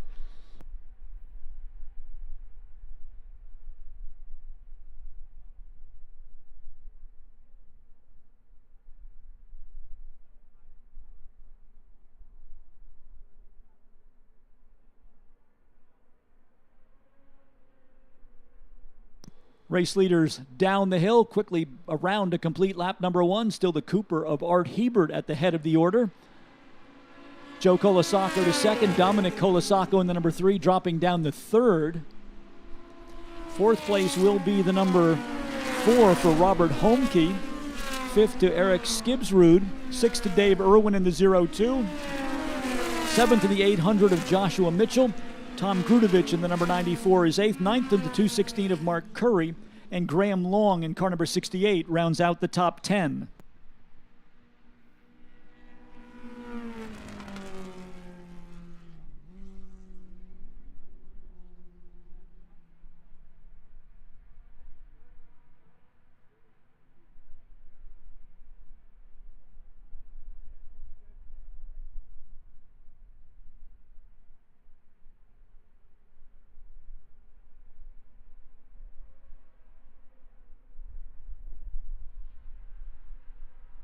Joe Colasacco getting closer to Art Hebert as they come off of the downhill turner. They will be side by side across the start-finish line. Stangolini number 30 with a good run going down into turn number 1. Colasacco on the low side of the racetrack. Hebert right alongside in the number 8. Let's see who can nose into the lead as they come out onto the short chute headed towards the S's. Art Hebert with a better line on the exit from turn number 1 will keep him in the number 1 position. But the pressure coming now from Joe Colasacco in car number 30. That also has allowed that battle between those two cars, also allowing the Dominic Colasacco number 3 car to close in. Art Hebert, a veteran of open wheel racing, as is Joe Colasacco. As you saw during our Sounds of Lime Rock, Colasacco, the designated driver for the 1.5 liter Ferrari Formula One out of Lawrence Oriana's collection, and they have taken that car to race in the annual Goodwood Festival of Speed on a couple of occasions. Colasacco and Oriana not making the trip across the water this year, but they are always a popular attraction when they bring the 1.5 liter Ferrari to England for historic racing. Colasacco has a notion to get alongside of Hebert once again, but then drops back in the line as they go down into turn number 1. That's allowing the number 3 car to get a little bit closer still, as the top 3 cars have really broken away from the rest of the field. Fourth spot is Robert Homke in the number 4. David Irwin's Brabham number 02 is 5th. Eric Skibsrud in the Lotus 18 number 18 is 6th. 7th to Tom Grudovich in the number 94 Elva. Joshua Mitchell's Lotus 18 number 800 is 8th. 9th to the Lotus of Mark Curry. And Graham Long in the Lotus 22, car number 68, rounding out the top 10.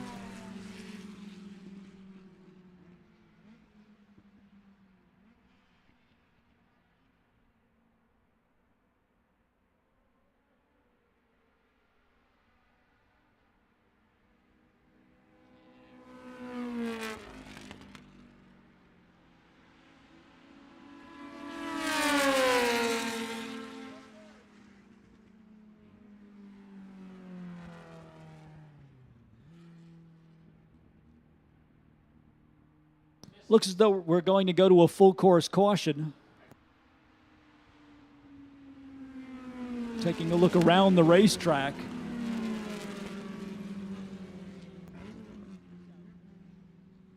Looks like Joe Colasacco was able to move Well, it looks like Dominic Colasaco took over the lead. We'll wait to confirm that.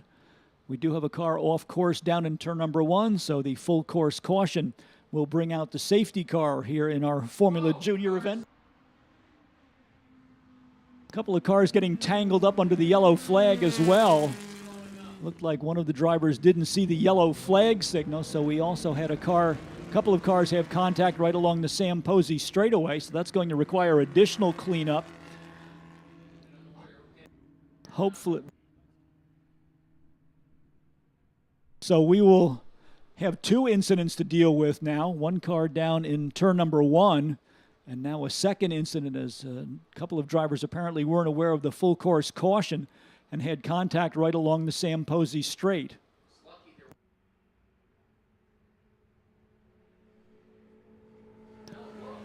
Okay, so it is the 8 car of Art Hebert leading the 32nd, and it is the number 3 car for Dominic Colasaco that we think may be off down in turn number 1. That area of the racetrack obscured from our vision by the transporters that are located in that area, but Dominic Colasaco, who had been the 3rd place car, not coming around to complete that lap, so we think that he is the car that is off in turn number 1.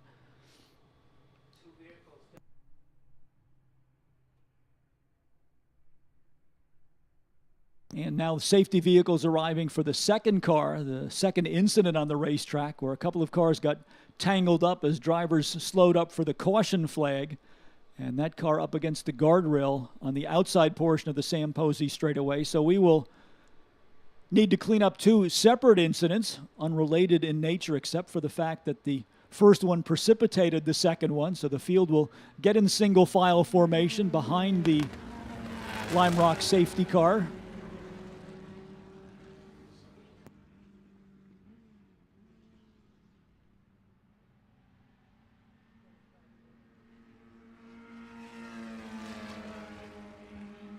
Safety car picking up the field on the back part of the racetrack, so we are now getting the cars in single file order. Car directly behind the safety car is a lap down, or is the last car on the lead lap. So the race leader is actually the second car in line. That's the 8 of Art Hebert.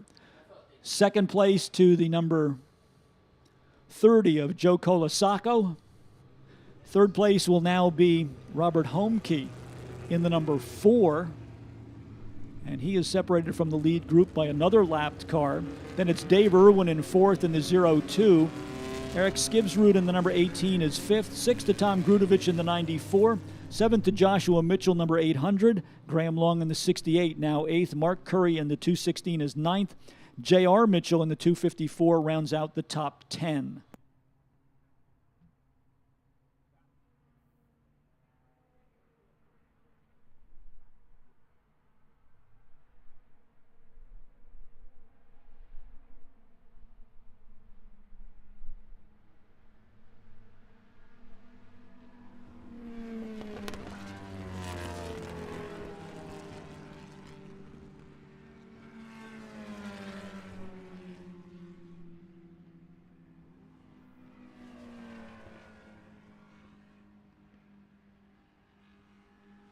How do you relax after a long drive? How about with an indulgent massage at a Delamar Hotel and Spa? Or perhaps you'll enjoy a handcrafted cocktail and a sumptuous meal at one of our award-winning restaurants. Delamar is pleased to sponsor the historic Festival 41 here at Lime Rock Park, and we invite you to come and relax with us in Greenwich, Southport, West Hartford, or Traverse City, Michigan, and experience the distinctive charm and hospitality synonymous with the Delamar name. Car involved in the incident was the number 61. Not too much damage, fortunately, on that car. It did get turned around and rested up against the guardrail, but the car able to be pulled in, rolling on all 4 wheels, so that will allow a quick cleanup of that incident. Safety vehicles also clear of the area where the incident took place with the number 3 Dominic Colasaco car down in turn number 1. So it looks as though we may get back to green flag racing. Waiting for the signal from the starter's stand to see if we are ready to go back to green flag racing here in our Jim Haynes Formula Junior Trophy Dash. Your race leader is Art Hebert. The car is a 62 Cooper Type 59. Second place to the Stangolini Delfino for Joe Colasaco, number 30. And third place, another Type 59 Cooper driven by Robert Homke.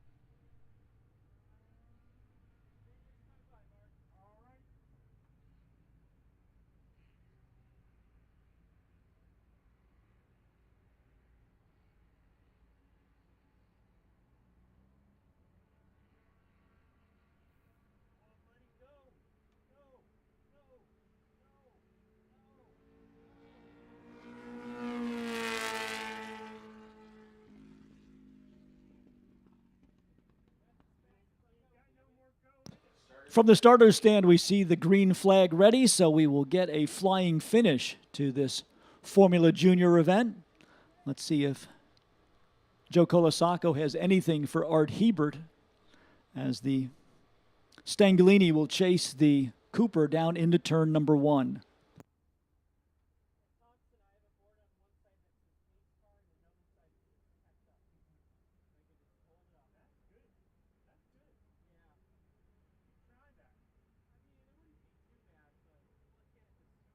Pace car being guided back onto pit lane, anticipating a restart here. Both Colasaco and Hebert watching the starters stand carefully. The green flag is out.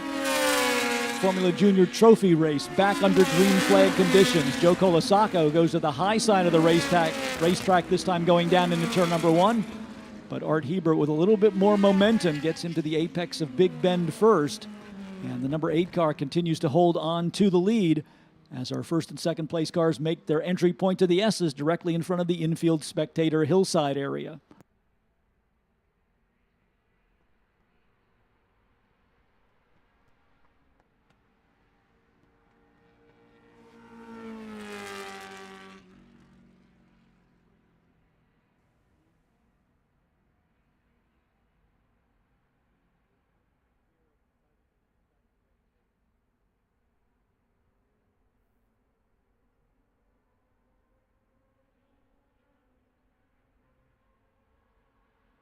Two-car battle for the lead. Joe Colasaco still trying to find a way around Art Hebert as they come down to the line. And Colasaco will dip to the middle of the racetrack and make the pass right as they come across the start-finish line to put the number 30 back into the top spot. So Joe Colasaco taking advantage of the restart to gather some momentum that carries him back into the lead with the number 30 Stangolini, demoting Art Hebert to second position. Robert Homke in the number 4 still in third. Dave Irwin in the 0-2 fourth. And Tom Grudovich with the number 94 Elva now up into the number 5 position.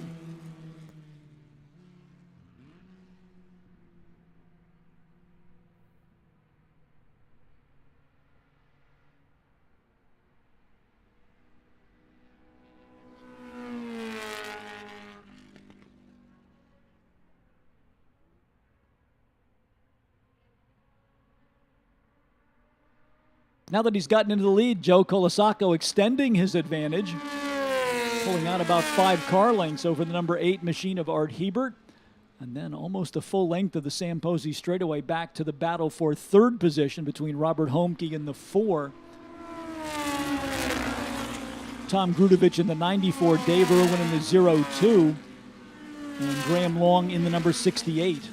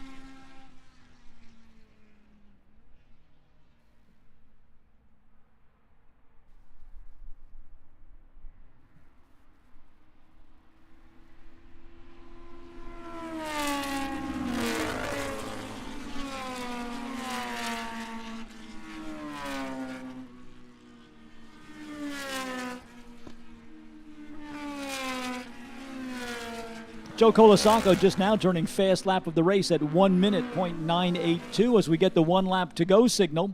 Joe Colasacco in the red number 30 is your race leader. Art Hebert in the number 8 second. Robert Homke still hanging on to third in the number 4. Pressure from Dave Irwin in the Brabham number 02 and Tom Grudovich in the number 94 Elva.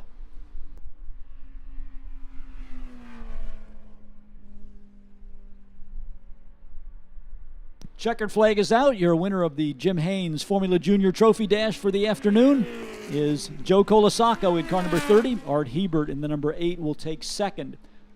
Looking for our battle for third. A trio of lapped cars here coming down to the line. Here is the battle for third coming through the diving turn and on to the Sam Posey straight. Robert Homke will prevail. Then it will be Tom Grudovich in the 94 in fourth, 02 of Dave Irwin fifth, 6 to the 68 of Graham Long, 7 to Eric Skibsrud in the number 18, 8th to the 800 of Joshua Mitchell, 9th to the 216 of Mark Curry, and rounding out the top 10 will be J.R. Mitchell in the number 254. Leading finisher among the front engine Formula Juniors will be Mitch Eitel in 14th position. That was the number 740, the 1959 Oscar. So congratulations to Joe Colasacco, another win in the Lime Rock Historics for the driver out of Greenwich, Connecticut in car number 30.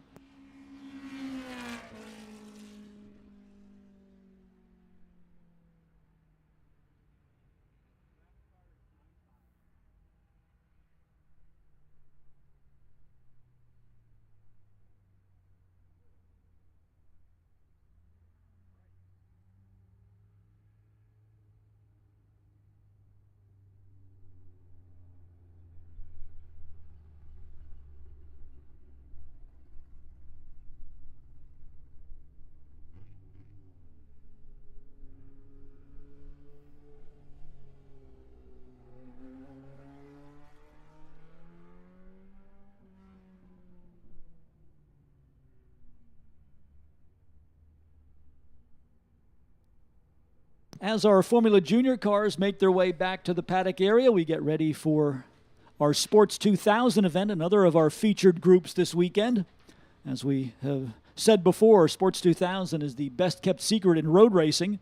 These popular prototype style cars with their 2-liter Ford Pinto engines providing some great competition and an outstanding field of 25 cars on hand.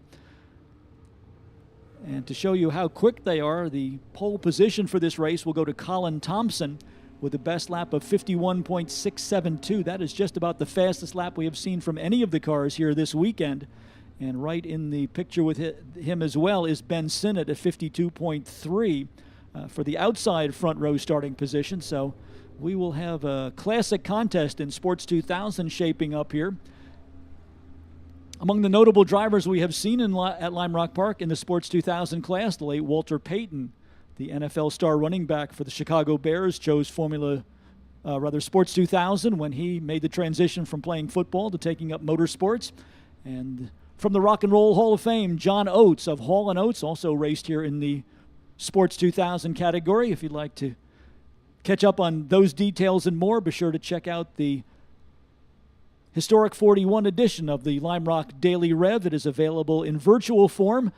Get your cell phone out, look for one of the placards to scan the QR code, and you will find words and pictures about the Sports 2000 class and their history here at Lime Rock Park.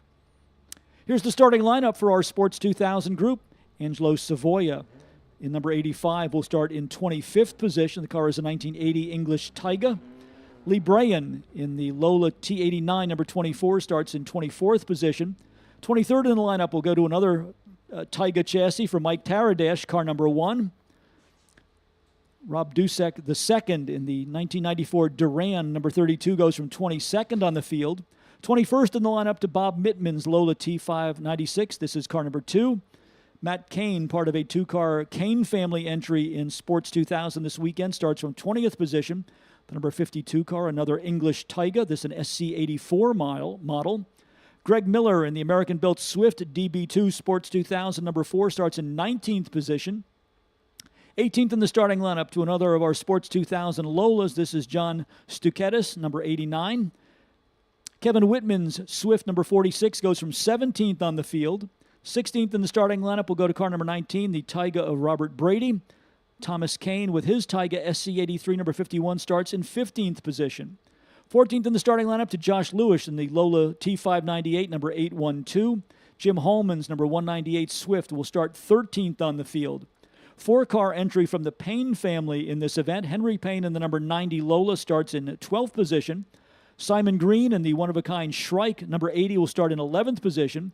10th to Samuel Payne's Lola number 116. David Jones in the Taiga SC83 number 16 starts in 9th position. 8th to the one and only Carbier in the field. This is Rob Sherwood number 05. Rob Dusek the third and the second of the family Duran Sports 2000 cars, number 23, will start 7th. 6th to Henry Payne the fifth in the 1989 Lola T90 number 13. 5th to Dave Handy in the 1988 Swift number 59. Brent Gernert's Lola number 76 lines up in 4th position. Third starting position inside of row number 2 to John Thompson in the number 14. Outside of the front row, starting position number 2 to Ben Sinnott in the number 5. And pole position to the younger member of the Thompson clan. This is Colin Thompson, car number 1 in car number 111. The car is a 1988 Lola T88. So the Thompson family lining up first and third around Ben Sinnott. Brent Gernert will go from 4th. Dave Handy and Henry Payne on row number 3. Rob Dusek and Rob Sherwood on row number 4, and row number 5 to Davis Jones and Samuel Payne.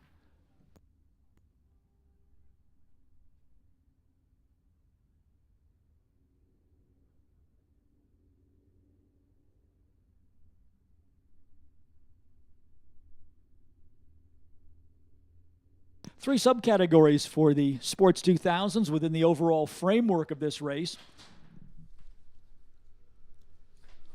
The vintage class cars are the pioneers in the class from the late 1970s when Sports 2000 was first introduced in England. The vintage group of cars are the second generation cars built in the 1980s, the debut of the American Swift chassis, the Simon Green driven Shrike and the 500 series Lolas, and then the Sports 2000 category for the most recently constructed cars, including the last of the line from Lola, as well as the Duran and the Carbier, all in the S2 category. So in addition to the race for overall positions, we have drivers in 3 different categories racing for class honors here in our upcoming Sports 2000 event.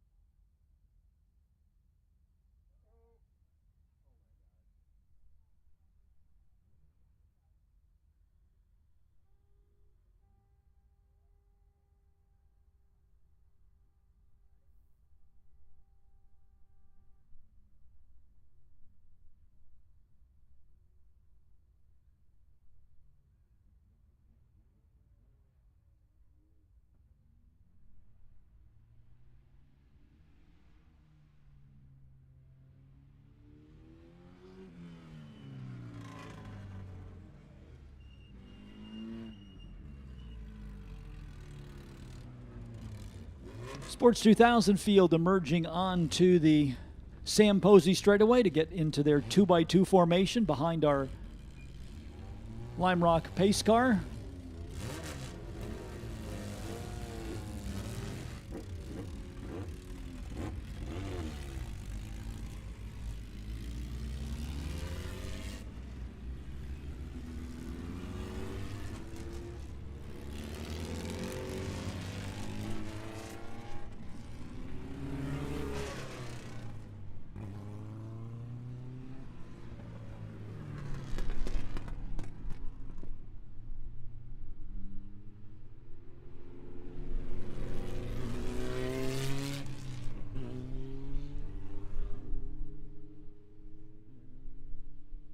"25 cars answering the call for this Sports 2000 event, one of the largest fields of Sports 2000 that we have ever had here at Lime Rock Park, going all the way back to the days of the Sasapa Pro Series for these cars back in the late 1980s and early 1990s.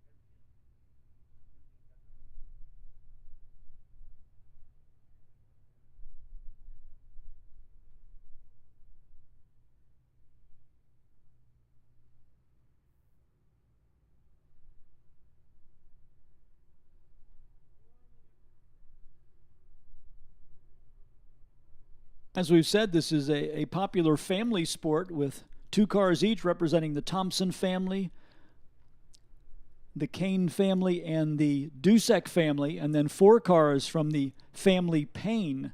So a great way to have a family get together at the racetrack, all competing in the Sports 2000 category. Colin Thompson pacing the field down towards the green flag. Ben Sinnott alongside. Dave Handy taking a look to the outside in the 59 as the green flag comes out. Handy had some mechanical problems in the morning race, so we'll see if he is able to make amends this afternoon in the number 59 as the field heads down into turn number 1.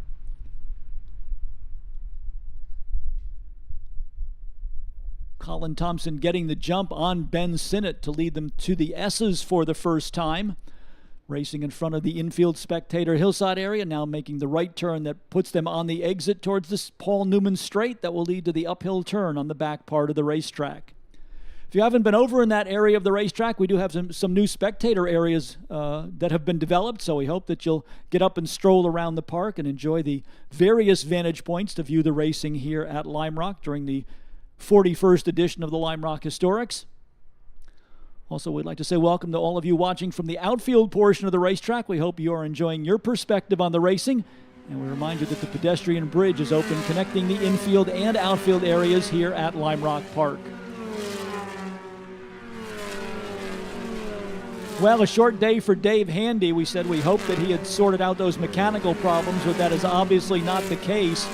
As just on lap number 1, the 59 car back on pit road, and it looks though this time he's just going to go directly to the paddock area. So a tough start to the weekend for Dave Handy, longtime competitor in a variety of cars here in the Lime Rock Historics over the years, but certainly not the kind of weekend he had hoped for, as he will take the 59 car back to the Sasco garage area.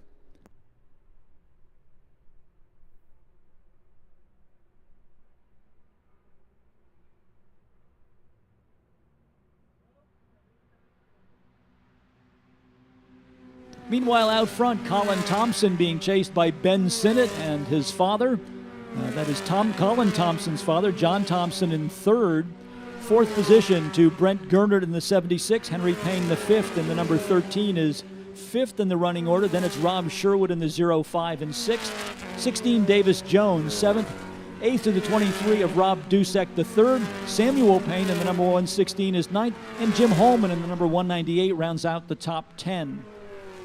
The futuristic-looking Shrike for Simon Green, number 80, is 11th. Henry Payne in the number 90 is 12th. 13th to the 812 of Josh Lewis. 14th to the 51 of Thomas Kane. And Robert Brady in the number 19, rounding out the top 15 here in Sports 2000 competition. Sinnott and Thompson again looking to make this a two-car race as they start to draw away from the third-place automobile. Best battle on the racetrack right now looks to be the battle for 7th position between the 16 of Davis Jones and the 23 of Rob Dusek the third.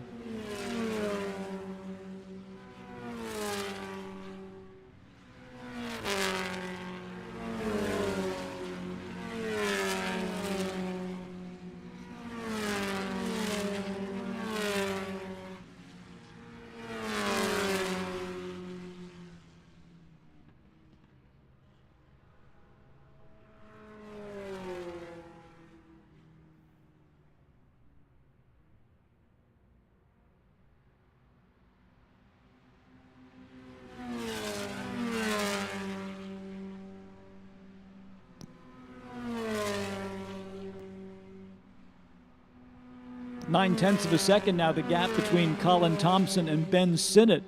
And then they have nearly 4 seconds as the advantage over the third-place car, which is the John Thompson-driven orange number 14.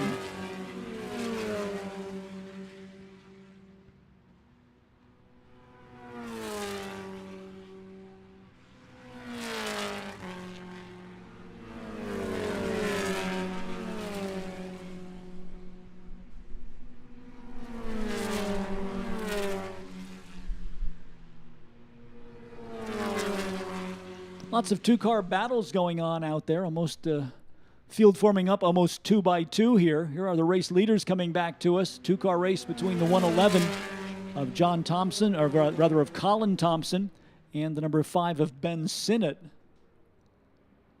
John Thompson in third, meanwhile, has been passed for that position by Brent Gernert. So the number 14 car having a strong challenge out there. Brent Gernert in the 76 now in third. John Thompson in the 14 drops down to fourth, and he has his mirrors full of Henry Payne in the number 13 and Rob Sherwood in the number 05.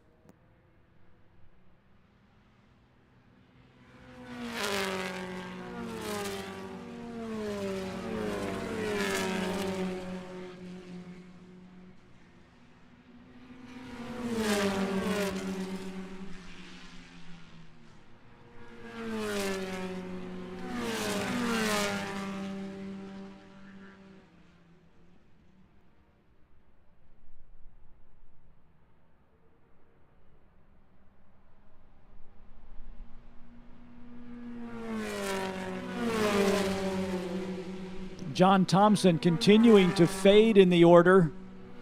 A little bit of dipping and diving going on down in turn number 1 as Thompson gives up a couple of positions to Henry Payne in the 13 and Rob Sherwood in the 05. So a troubled afternoon race for John Thompson, number 14, after finishing third in this morning's event for the Sports 2000 cars. The elder member of the Thompson clan having trouble matching his morning pace, now slipping down to around 6th position.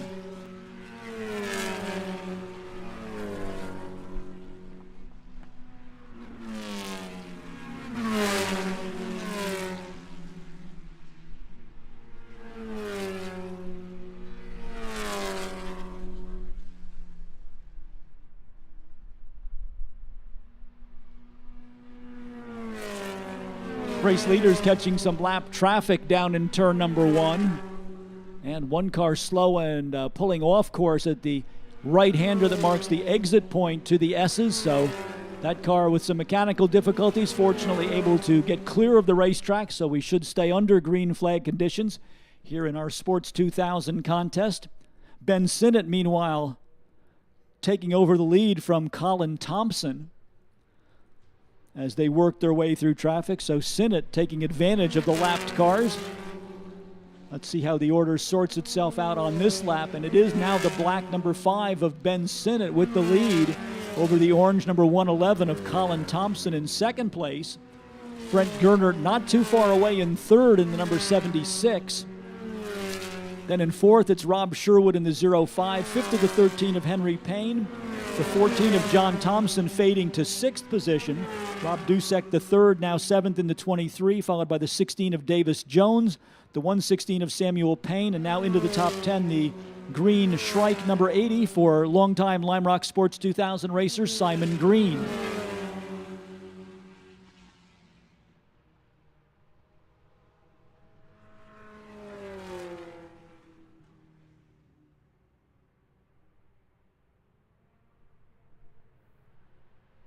Now that Ben Sinnott has gotten the number 5 into the lead, he is starting to stretch the gap just a little bit over the orange number 111 of Colin Thompson. Let's call the gap about 8 car lengths as they head down into turn number 1.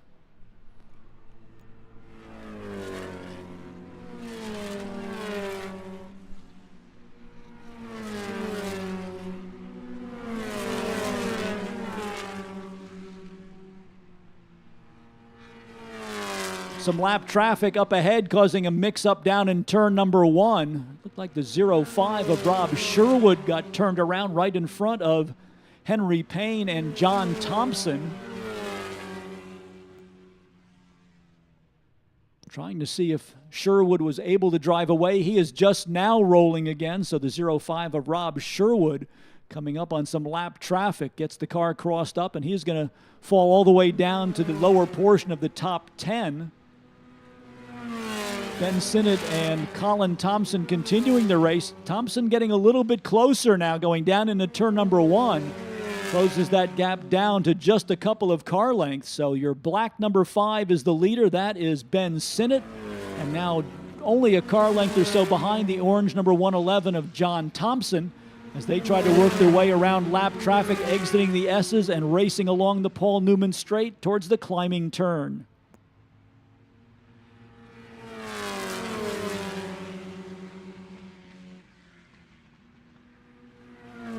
That shakeup in turn number 1 puts the 14 of John Thompson back into 3rd position. Brent Gernert in the 76 4th, and Henry Payne in the 13 now in 5th position.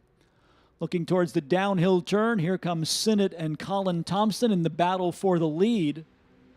Continuing with our top 10 rundown, Rob Dusek the 3rd is 6th in the number 23. Davis Jones in the 16 now 7th.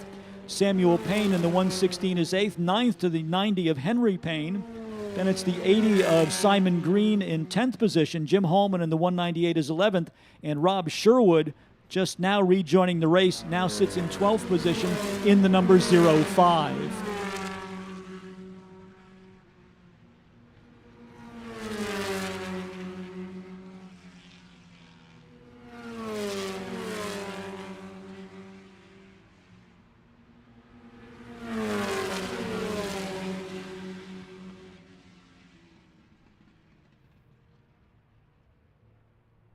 Colin Thompson keeping the pressure on Ben Sinnott as they come off of the diving turn and onto the Sam Posey Straight. Sinnott able to stretch the gap a little bit, but then Colin Thompson very strong under braking, almost right under the back end of the Sinnott car as they went down into turn number 1. Sinnott still with the lead, but you can see just how close Colin Thompson is as they go through the S's, making the right-hand exit from that portion of the racetrack and now headed onto the Paul Newman Straight. Time beginning to run out, though, for Colin Thompson. Time for just a couple of more laps here before we expect to see the checkered flag. So Colin Thompson perhaps with one last opportunity to challenge Ben Sinnott for the race lead.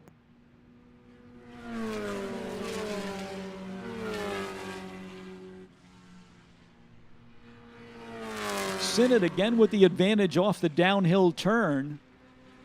Let's see if Thompson's able again to go deeper on the brakes into turn number 1. Consistent performance from Thompson. He gets right up on the back of the Sinnott car under braking, but gives up a little bit of momentum in the process. So as they get back on this time, Thompson dips down to the inside at the left-hander. Tried to get a look there, get alongside, but Sinnott not quite ready to give way yet, but a good run through the S's by Colin Thompson as they exited the right-hander and headed towards the Paul Newman Straight and the uphill turn. So Colin Thompson still hard at work trying to chase down race leader Ben Sinnott.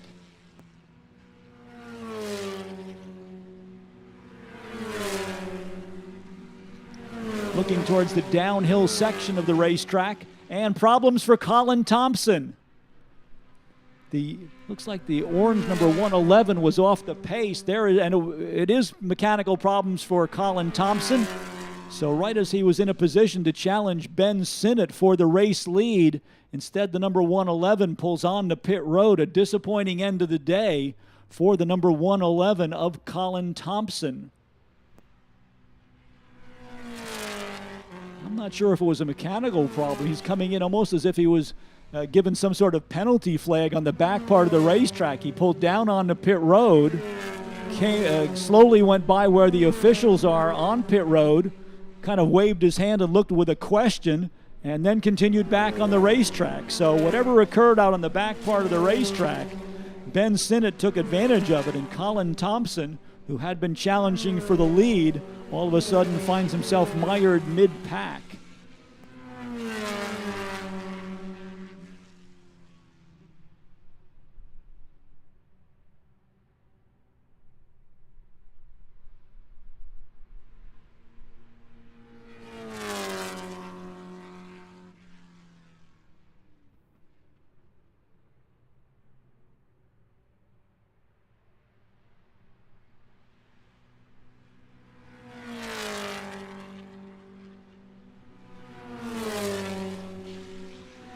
Well, let's try and reestablish the race order for you. Ben Sinnott all alone now as the race leader.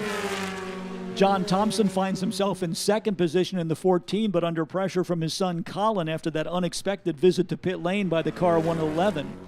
Brent Gernert is in fourth position in the 76, battling with the 13 of Henry Payne. Rob Dusek, the third in the 23, is sixth. Seventh of the 16 of Davis Jones.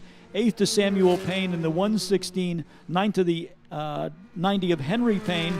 And Rob Sherwood in the 05 back into the top 10 in 10th position. But certainly some sort of communications mix up there between the officials and Colin Thompson. We saw Thompson slow, thought it was a mechanical problem. He pulled down on the pit lane, but then drove to where the officials are stationed on pit road, kind of looked over with a questioning look, waved his hand a little bit, and then continued back at speed. But certainly it broke up that great battle for the lead between Ben and Sinnott and Colin Thompson.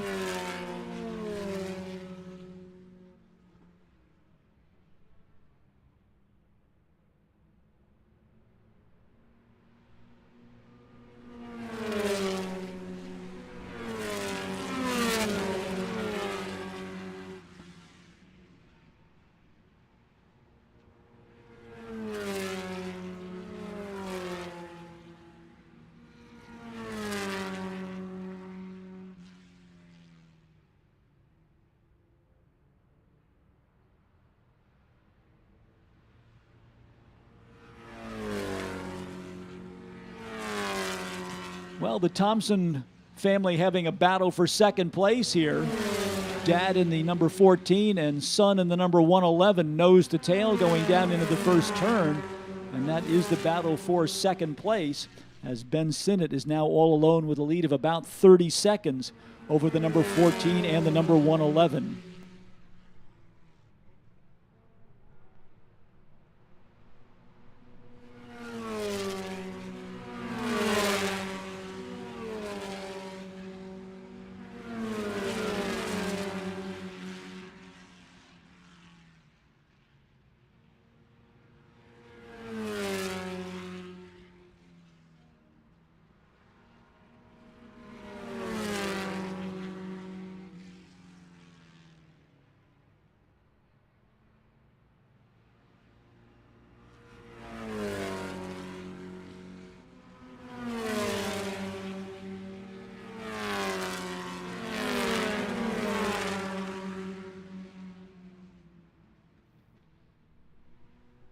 It continues to be Thompson versus Thompson for second place. Number 14 is John Thompson. The number 111 is his son Colin. They are battling through the S's for the runner-up position.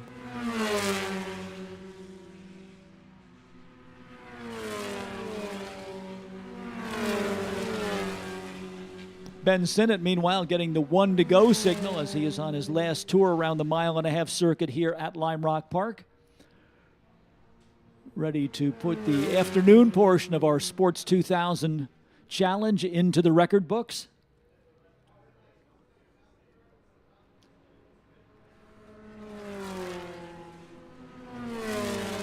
The elder Thompson holding off his son in the battle for second place as they go into their final lap.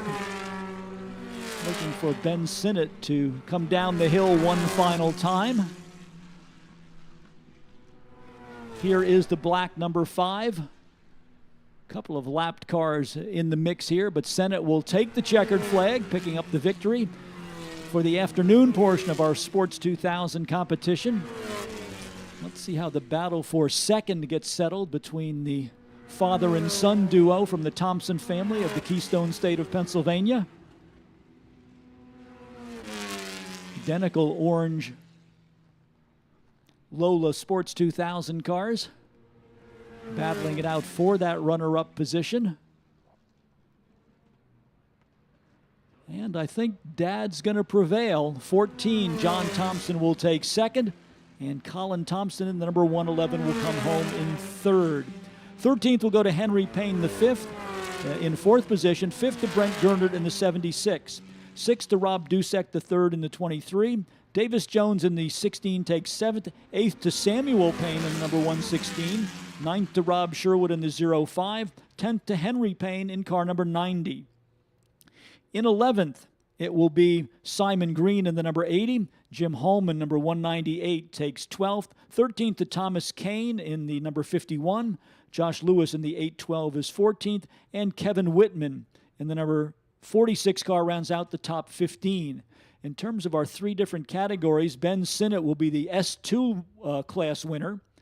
The historic category winner will be Davis Jones in the 16. And the vintage class winner looks to be Simon Green in car number 80. So congratulations to all three of those drivers in Sports 2000 competition, picking up their individual class victories.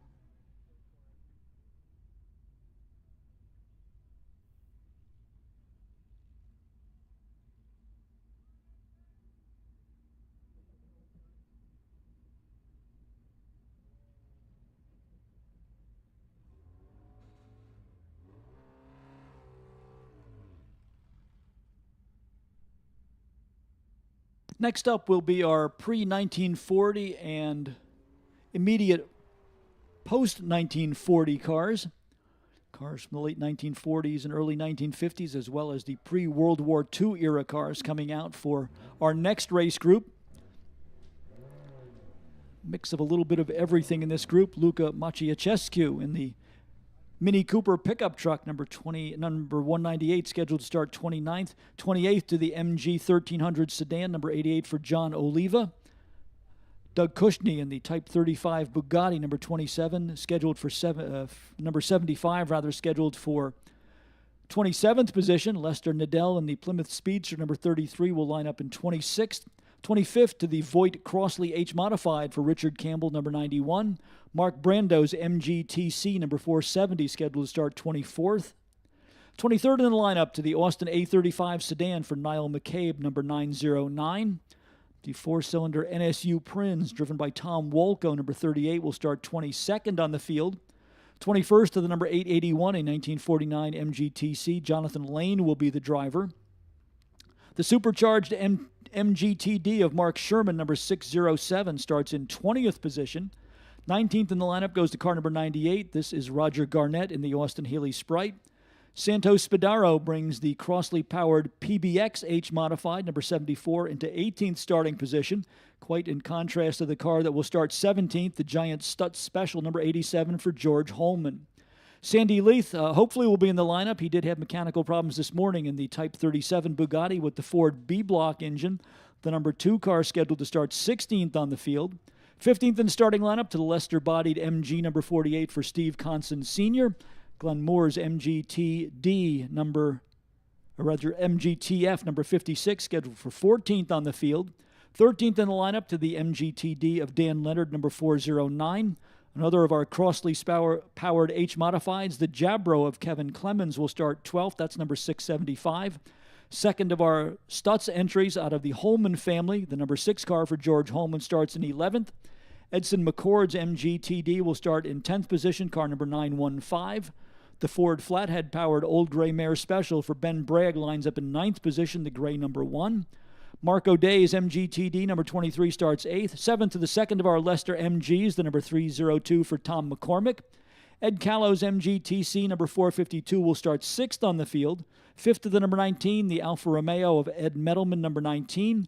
Chris Towner's Morgan Plus 4, number 746, scheduled for 4th on the field. 3rd to the MGTD of Kurt Burns, number 283. And your front row outside starting position to the MGTD of Graham Scaife, number 757. Pole position to the 1933 Ford Indianapolis Special, driven by Rex Barrett, car number 166.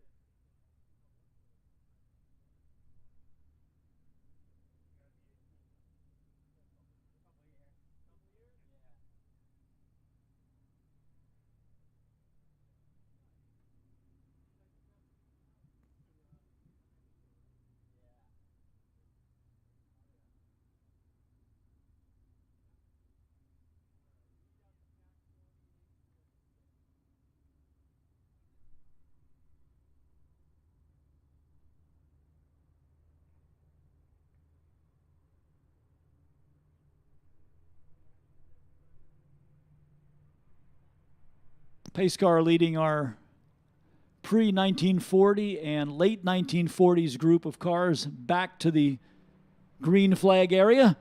Green flag is out, and our field headed towards turn number 1. Good jump from about the 3rd row by the number 19 car of Ed Metalman. Edelman will be up in about second or third place as they go down into turn number 1 after starting in 5th position in car number 19.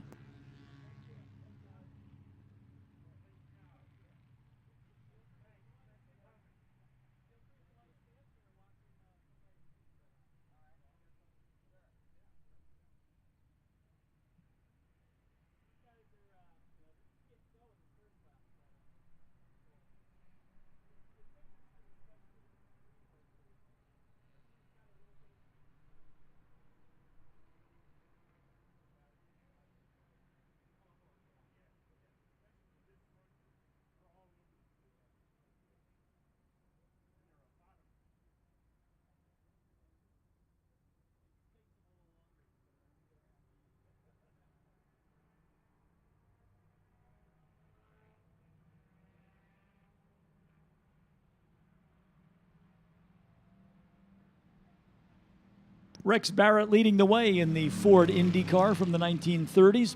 757 Graham Scaife in the T-Type MG is second.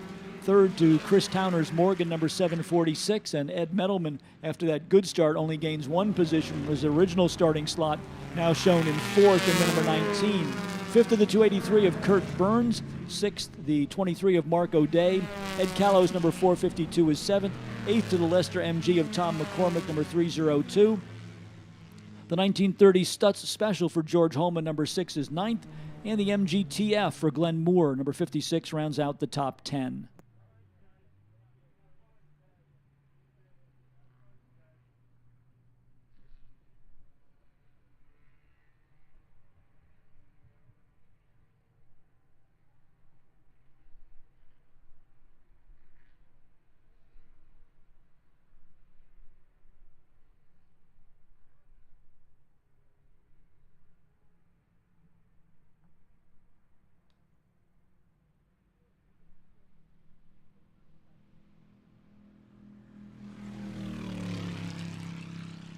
After the 50-second lap times of our Sports 2000 competitors, the cars in this group running at a somewhat more measured pace. Rex Barrett leading the way, just said fast lap of the race at 1 minute 10.287.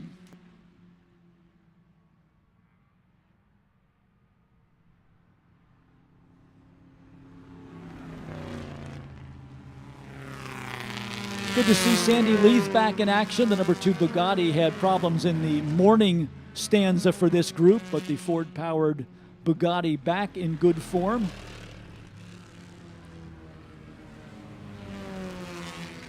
Leith currently shown 26th in the running order.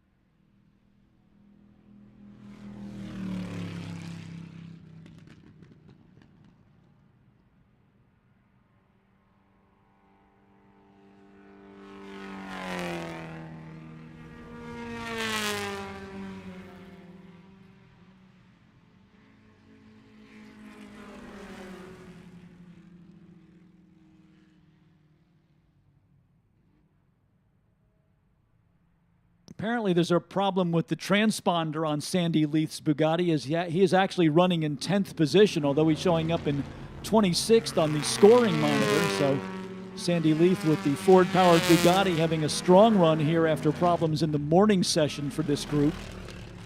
Ben Bragg trying to gain a few positions in the Ford Flathead-powered Old Gray Mare as the field heads down into turn number 1.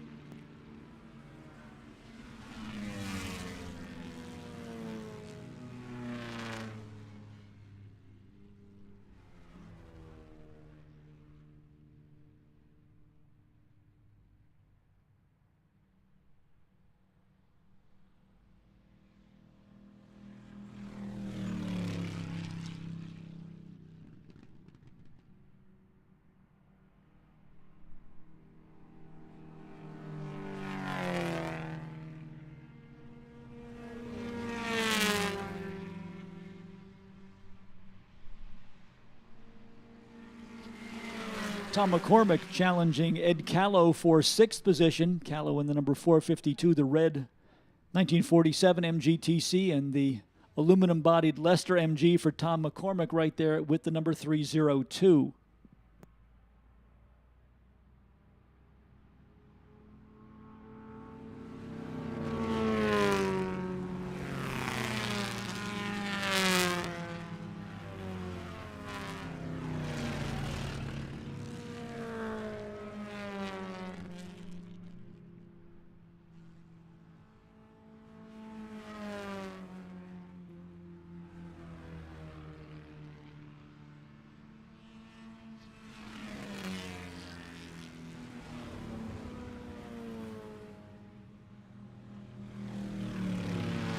Race leader Rex Barrett now getting into some lap traffic with the number 166, our race leader.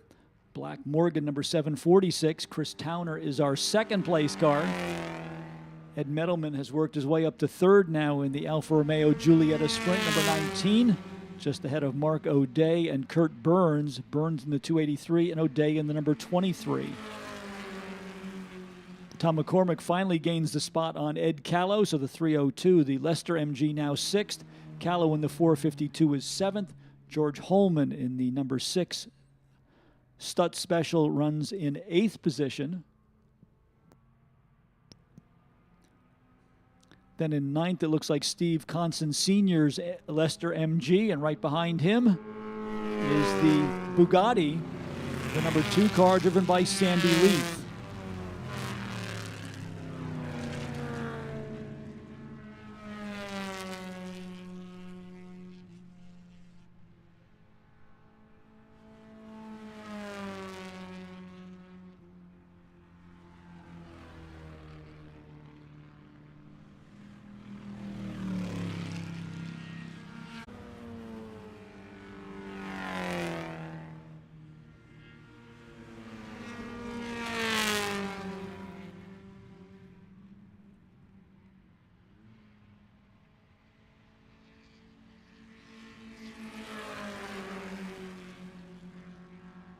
During your visit with us today, we hope you will stop by and visit the Lime Rock Gear Store located on the patio deck at the base of the infield spectator hillside area.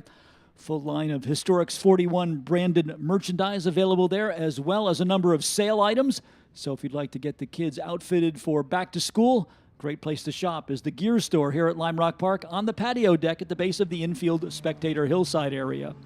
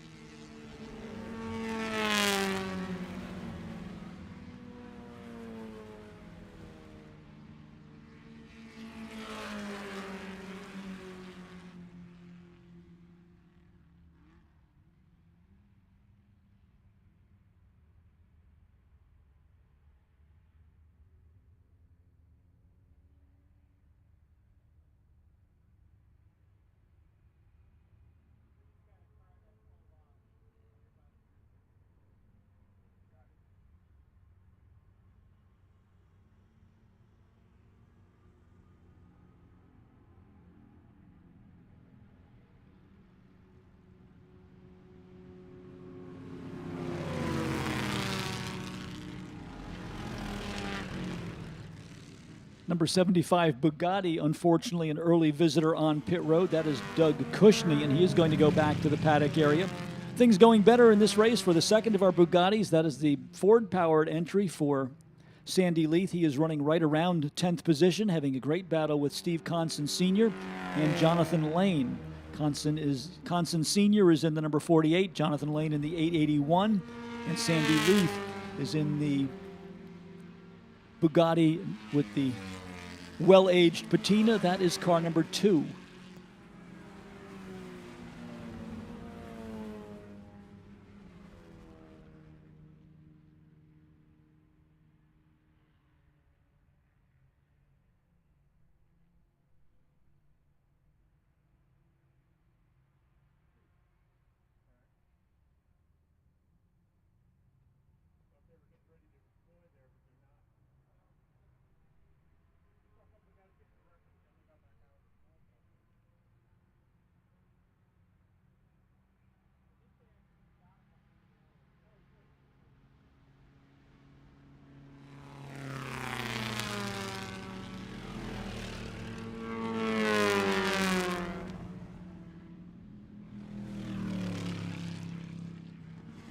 Rex Barrett continuing to motor along in the lead in the number 166. His advantage over Chris Towner now about 10 seconds. Towner in the black Morgan, number 746. Then Ed Metalman is in third in the Alpha Giulietta Sprint Coupe, the number 19. The MGTD of Kurt Burns, number 4. And Mark O'Day in another of the MGTDs is fifth in car number 23. Sixth now Tom McCormick in the Leicester-bodied MG number 302. Ed Callow's MGTC number 452 is seventh. Eighth to Jonathan Lane's MGTC. Ninth to Steve Conson in the number 48 Leicester. And 10th to the number 2, that is the Ford-powered Bugatti for Sandy Leith.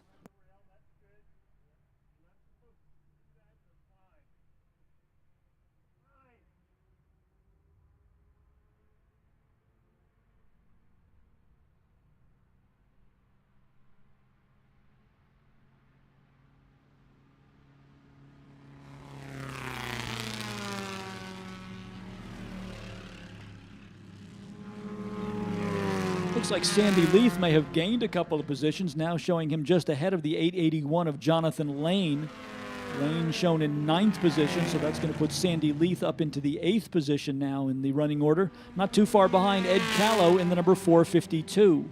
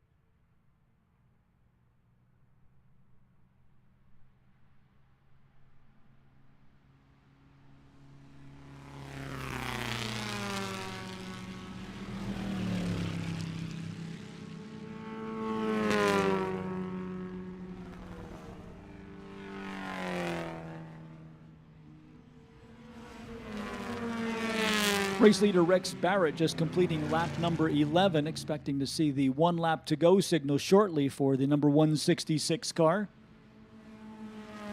He has now put a lap on up to about the 9th place automobile, so Barrett continuing to motor along very consistent fashion in the number 166.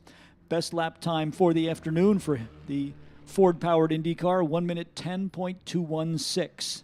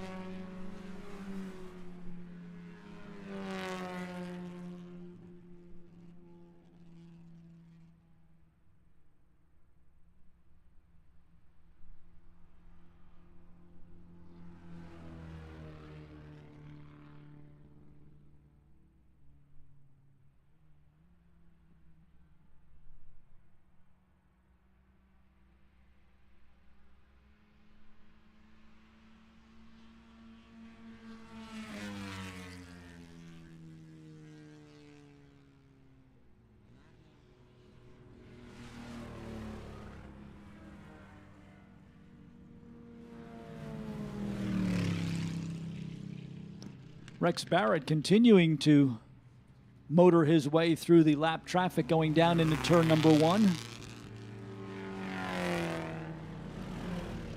Margin holding steady at just about 10 seconds between Barrett and the runner-up car, which is the Morgan number 746 for Chris Towner.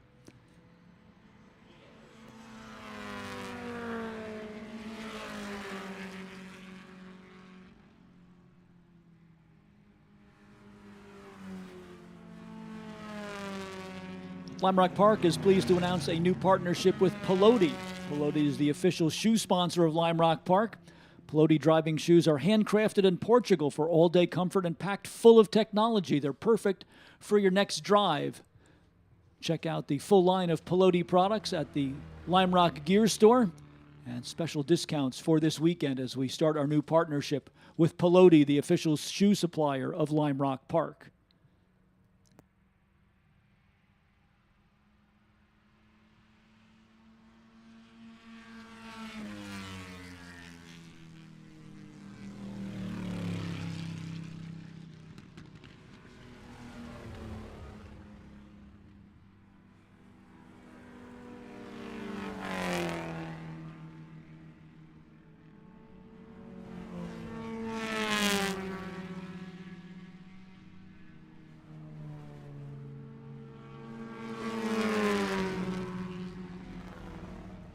Interesting contrast with our two Leicester-bodied MGs out there.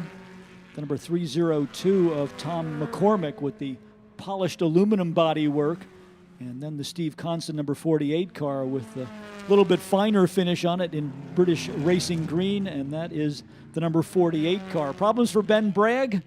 The flathead Ford V8 apparently running into some mechanical difficulties and making an early exit back to the paddock area. 1 lap to go is the signal to race leader Rex Barrett and the rest of our competitors here in this 1940s era race group.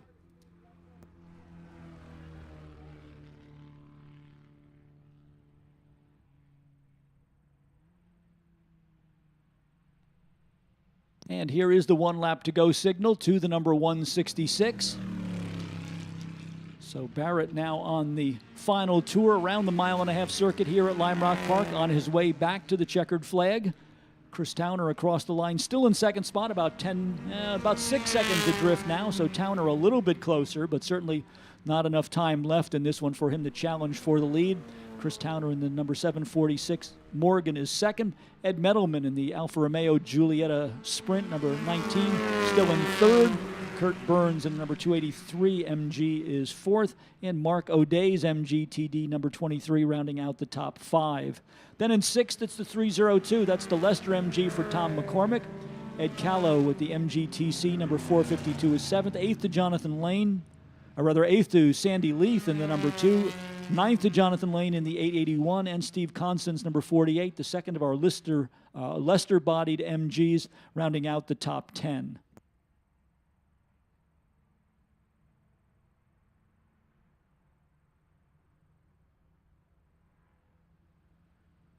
Checkered flag is in the air. The win in the afternoon segment of our 1940s era race group going to the 1933 Ford-powered Indy Special for Rex Barrett.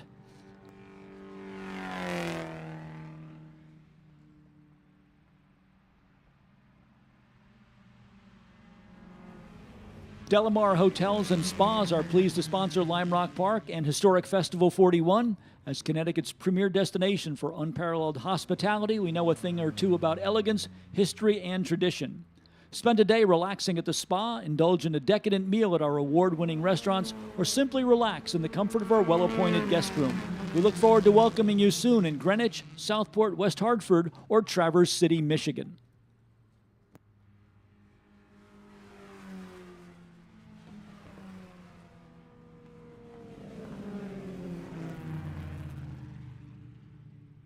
Next up are sedan category cars.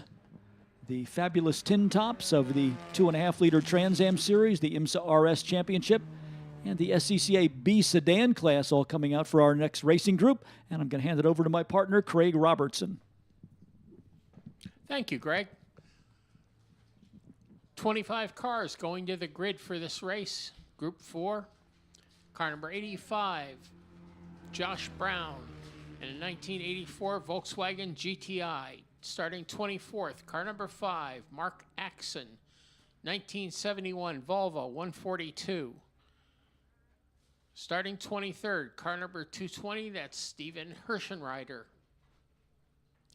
Starting 22nd, car number 2, Jerry Barker. 1963 Triumph Herald. Starting 21st, Ed Metalman. 1972 Porsche 914-4.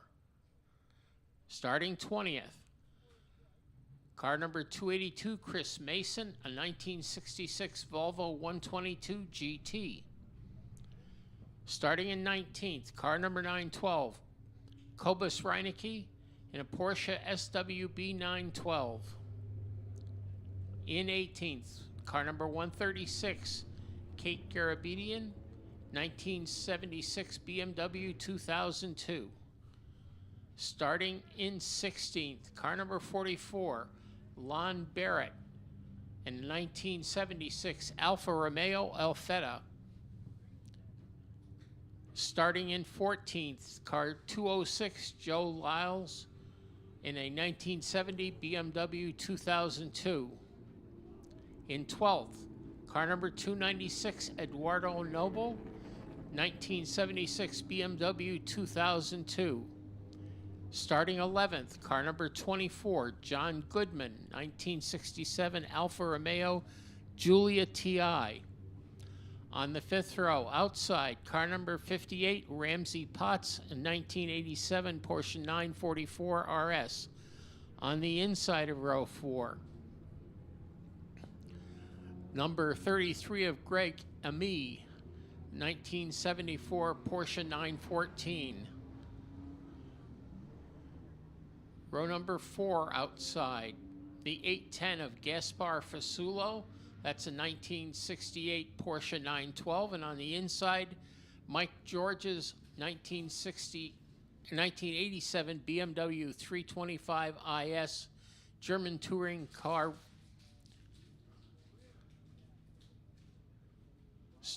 Starting 6, car number 710, Michael Hertzen, 1989 BMW 325i.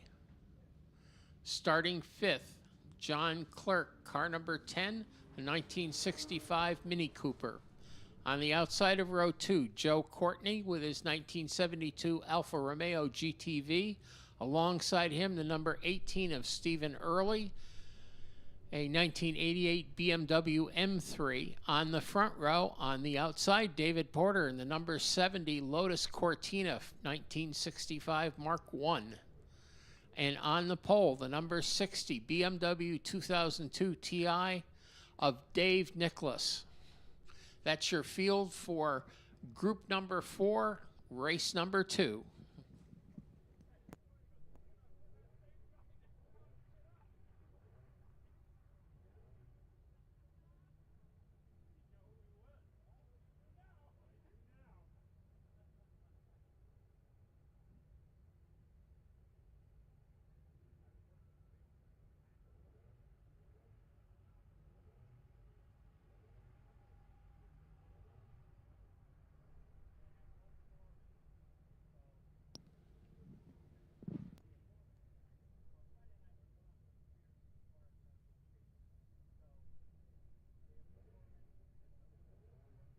Well, it'll be interesting to see. This field looks a little different than the finishing order of the race this morning, but grids are determined by their best time at the entire event.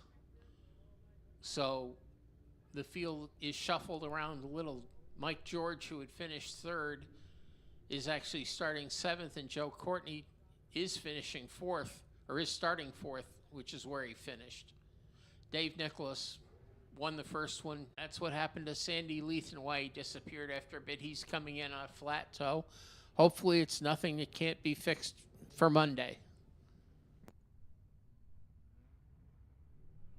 Grid workers are on the main straight, waiting to bring the field out behind the pace car. Here comes Joe Courtney, who apparently is going to be on the front row for this race. No sign of the number 60 of Dave Nicholas.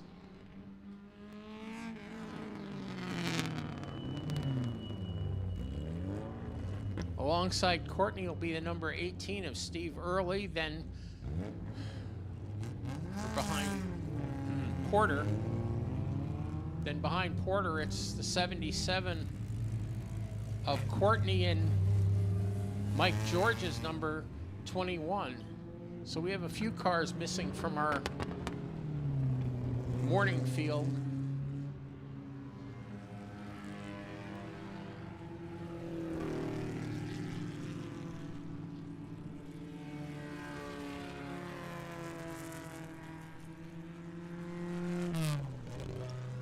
No sign of Dave Nicholas.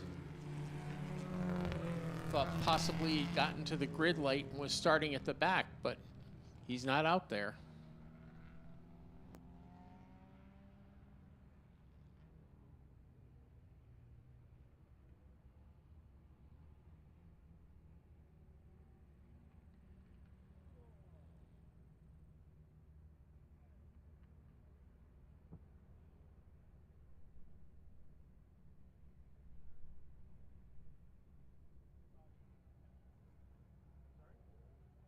So as they're going around on their pace lap,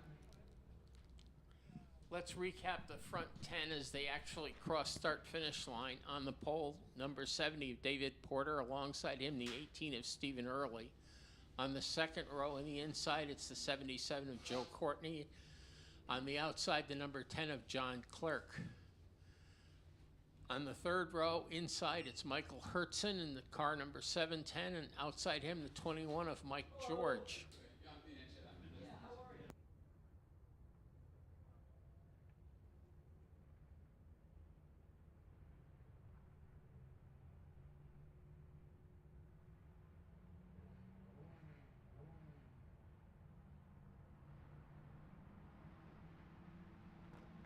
Green flag.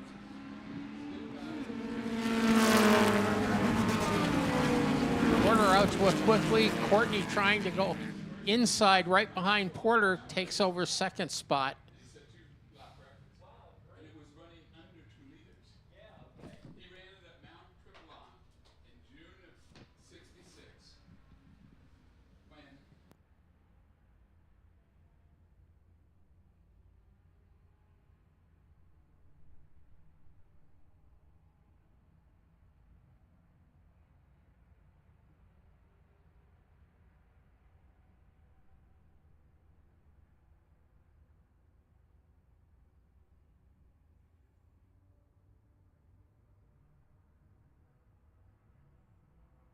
Field gets through Big Ben in the S's with no problems. As they went out of sight, Dave Porter was leading Joe Courtney. Coming down the hill, that hasn't changed. Behind them, it's the BMW.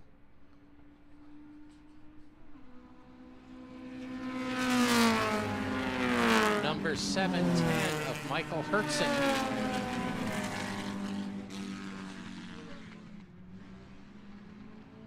Hertzen's in the FCP Euro prepared car.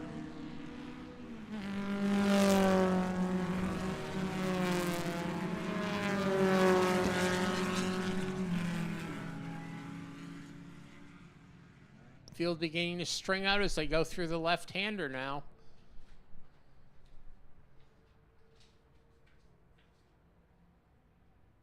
Little gap back to the second half of the field, going through the left-hander right now, so there's a gap between those first few cars and this next few.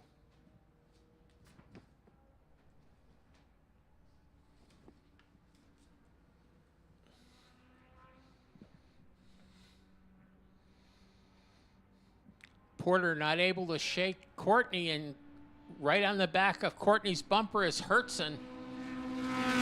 The FCP Euro car. Behind them, it's the number 18 of Stephen Early. Hertzen tried to get alongside Courtney, but unable to do it. No racing room as they go through Big Bend. Headed for the left-hander, it's about a 2 car lengths, 1 car length back from Porter to Courtney, 2 car lengths back to Hertzen, and another 2 car lengths back to the 710 of 18 of Stephen Early.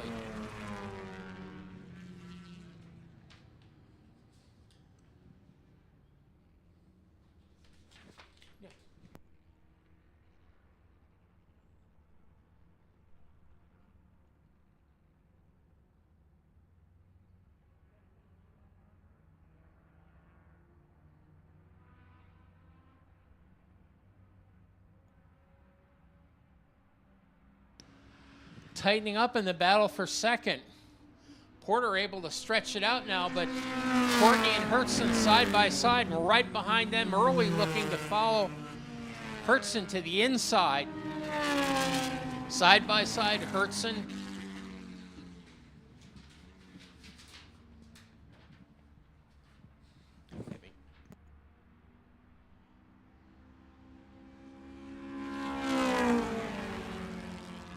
Hertzen able to get by, going through Big Bend, now takes over second from Courtney.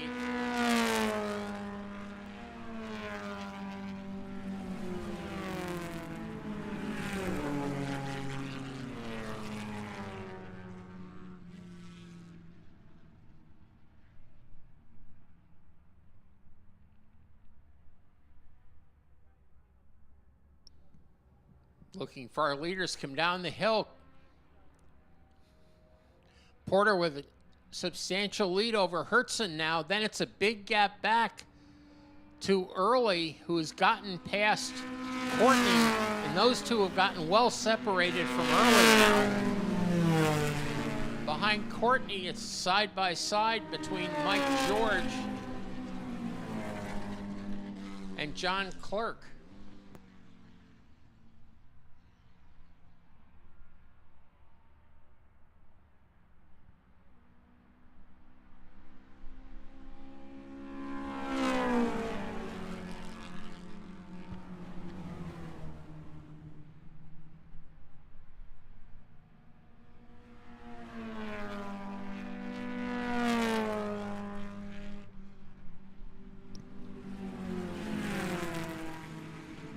As they went out of sight onto the Paul Newman Straight, it was David Porter over Michael Hertzen, Stephen Early, Joe Courtney, Ramsey Potts Mike George in the BMW 325i, who'd gotten by Ramsey Potts going through Big Bend.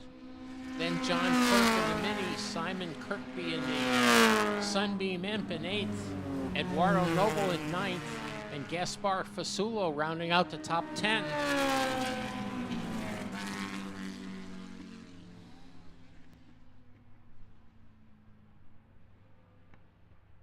Hertzen continuing to close up on Porter, now only 2 car lengths behind, a substantial lead over the next car.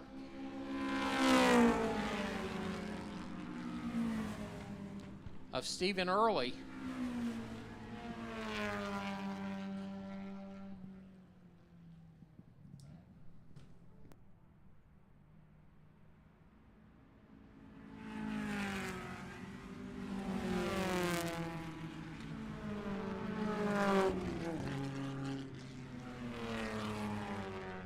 Down the hill, 2 car lengths between Porter and Hertzen. Hertzen with a good jump down the hill, though. Looking to the inside of Porter as they head for Big Bend. Switches back to the outside, but no racing room. Behind them, it's Early, then Courtney, then Mike George.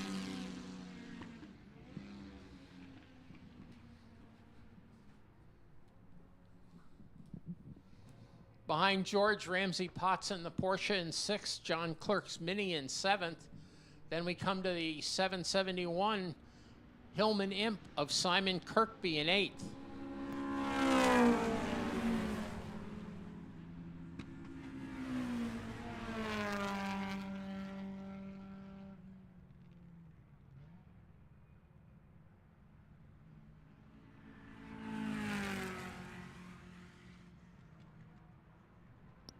Leaders beginning to approach lap cars now. Still 2 car lengths between Porter and Hertzen. Hertzen closes up as they get on the main straightaway towards start-finish. As they get the start-finish, Porter pulls ahead a little again. Good battle between Courtney and Mike George. Courtney had the better line. George backed off to follow him through Big Bend.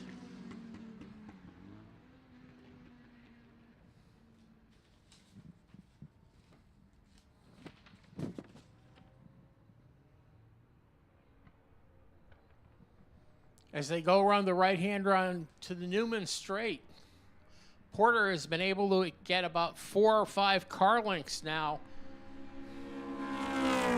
over Hertzen. So we'll have to see if Hertzen can close up as they go through the uphill and West Bend. We'll have to see as they come down the hill now who has the gap as they approach and start to pass some of these lap cars. Porter gets by the first couple, but that brings Hertzen right back up in his bumper. Hertzen challenging to the inside. He's onto the rear bumper of Porter as they go by start finish.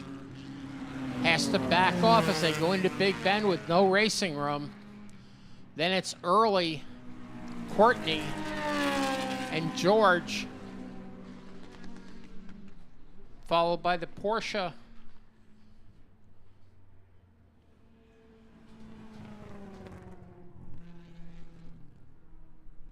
Of Ramsey Potts.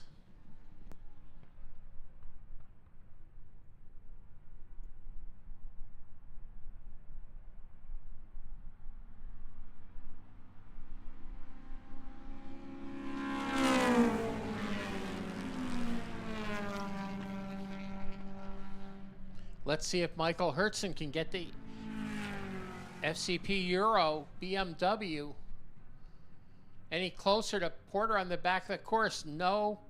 Porter now has 4 or 5 car lengths over Hertzen on this lap.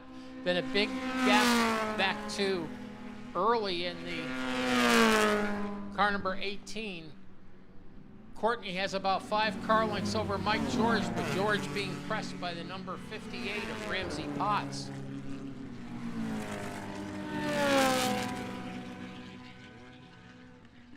Our 2 leaders have pretty open track in front of them, as does Early, but then the others are kind of caught up in getting by this traffic. Courtney able to increase his lead over Mike George, who's able to get some more distance on the Porsche.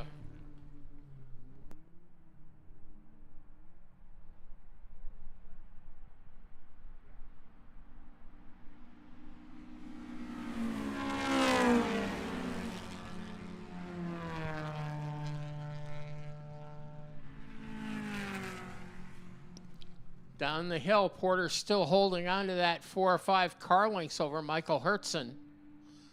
Then Early in the other BMW, car number 18. Looking to see our next group.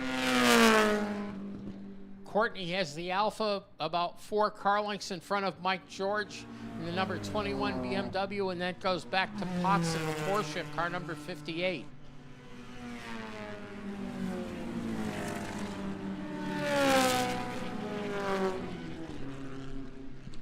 Behind Potts in 7th is the yellow mini car number 10 of John Clerk.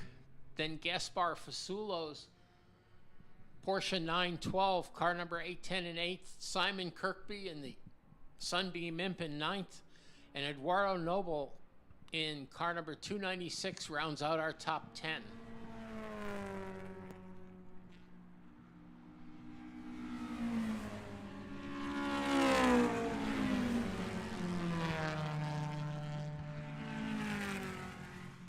Michael Hertzen closes it up to about 2 car lengths as they come down the hill, right on the bumper of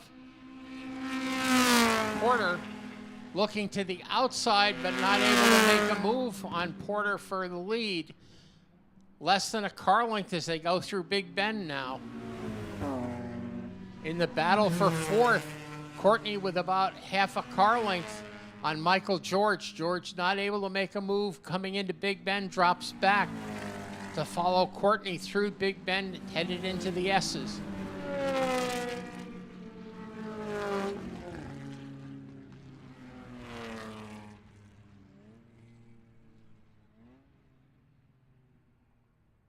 Still about a car length between Courtney and George as they go through the right-hander onto the back straight.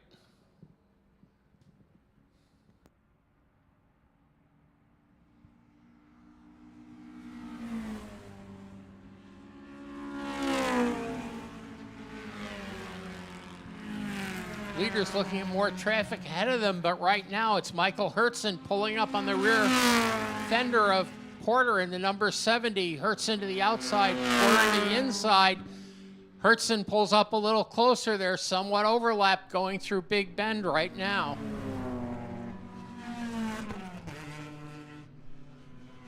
As they come out of Big Bend, Porter able to hold on to his position about 2 car lengths in front of Michael Hertzen as they begin to approach some other back markers.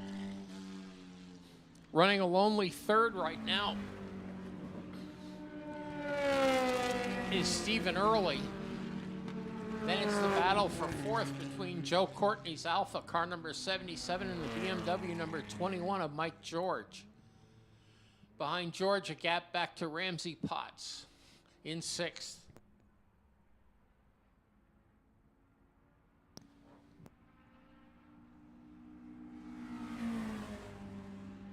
Two car lengths at the base of the hill between Porter and Hertzen. Hertzen not able to make up any ground as they approach Big Bend right now. Meanwhile, Courtney and George, no gap at all between them.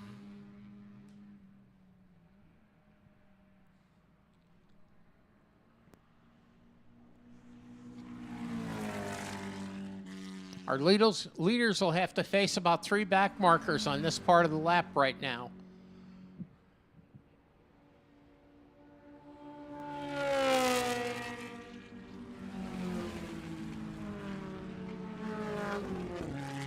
Starter getting the 1 to go sign ready.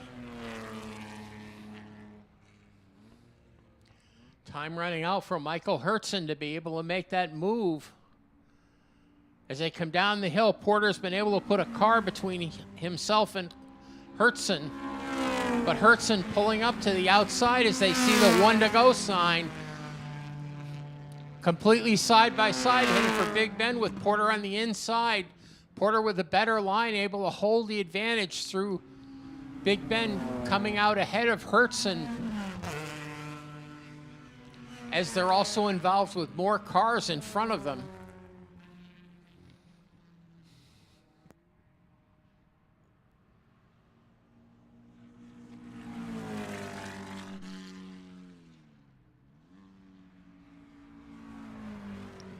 Something happened to Mike George on this lap.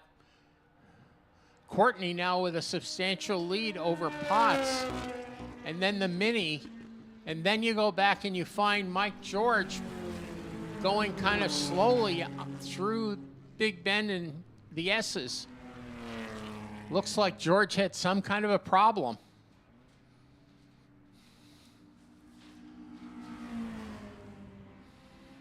Leader onto the main straight to take the checker. 2 car lengths for Courtney over Hertzen. Porter over Hertzen.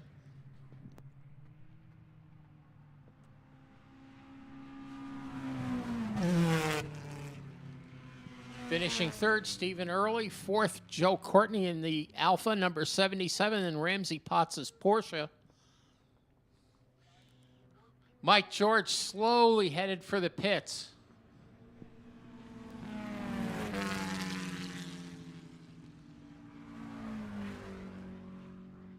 John Clerk will finish 6th, Gaspar Fasulo 7th, Eduardo Noble in 8th.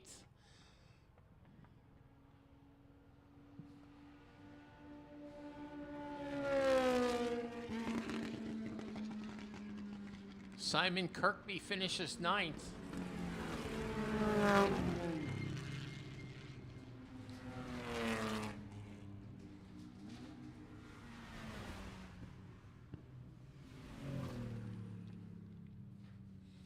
Mike George ends up finishing 10th with some mechanical problem in car number 21 on the last lap.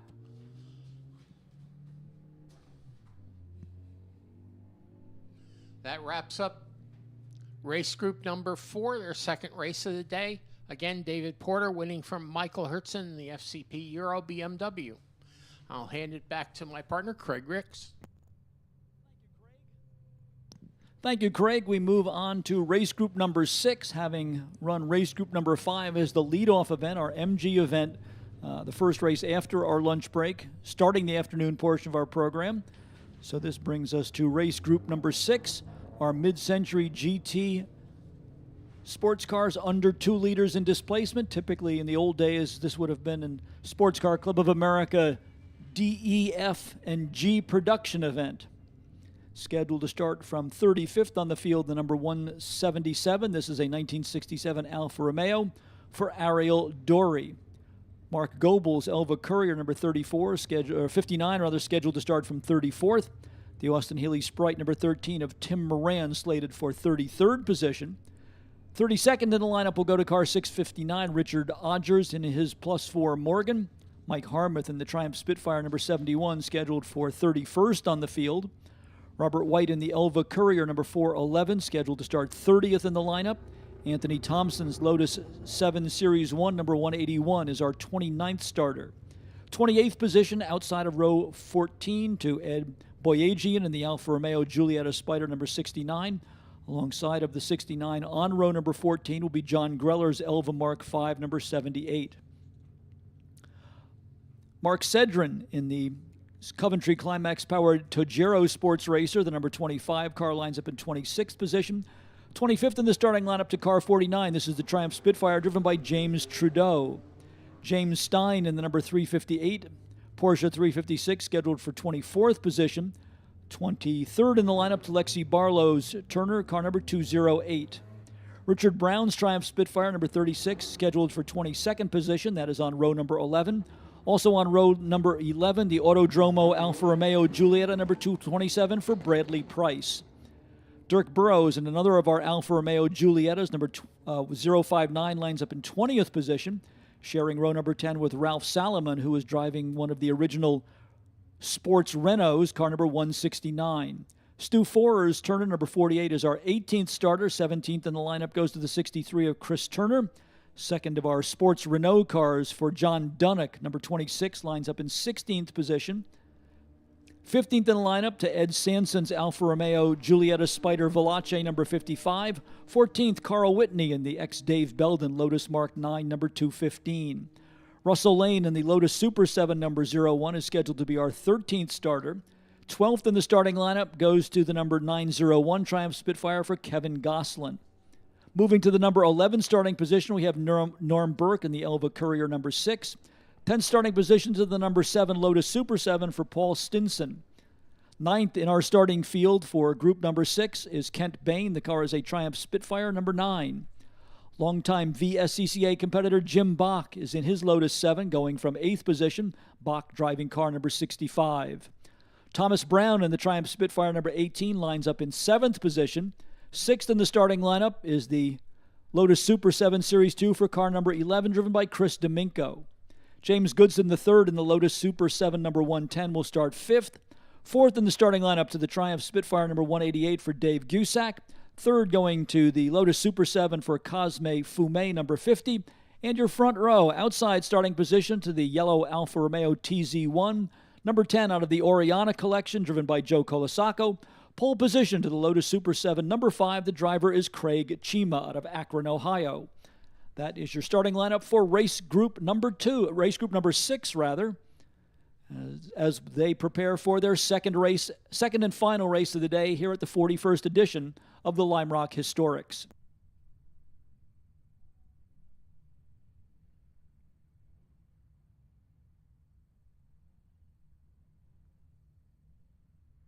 From exotic and collector cars to your home and other valuable assets, Marsh McLennan Agency Private Client Services provides sophisticated personal insurance solutions delivered with exceptional service.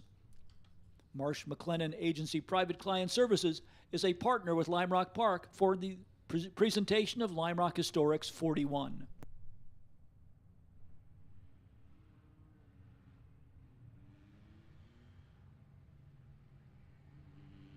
This weekend, we've got a large contingent of fans camping at the facility, but we hope that you will come back and drive your car on the new FCP Euro Proving Grounds. With a fast and flowing autocross course and a 600-foot wide skid pad, it will surely challenge drivers at any level. For more information on how to get you and your car on track, visit provinggrounds.fcpeuro.com.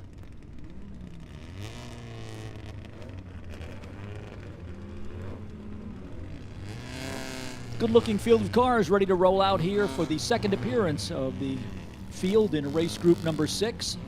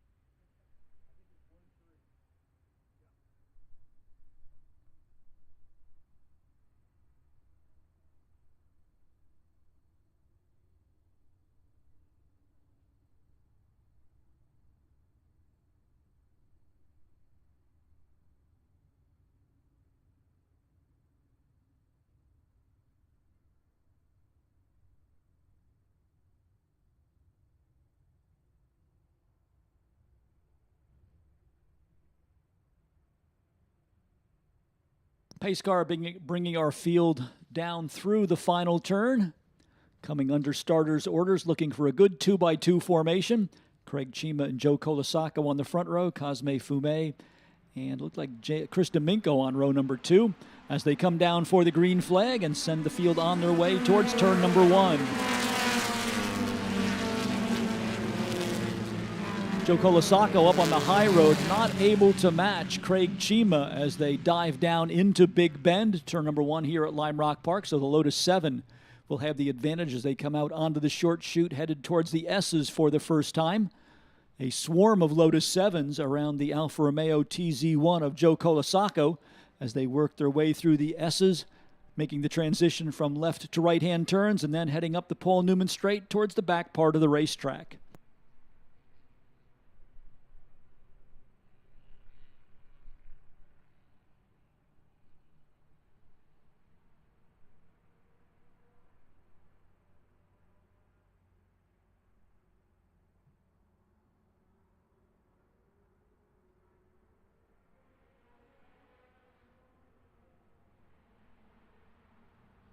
Chima and Colasacco trying to break away and make it a 2-car race here. And the field lining up behind them, including the 11 of Chris Domingo, the 50 of Cosme Fume, then a pair of Triumph Spitfires, car number 18, Tom Brown, and Kent Bain in number 9. Next wave of cars includes the 65 of Jim Bach, the 7 of Paul Stinson, the 01 of Russell Lane, the Elva Courier for Norm Burke, number 6, and the Triumph Spitfire of Kevin Goslin, number 901.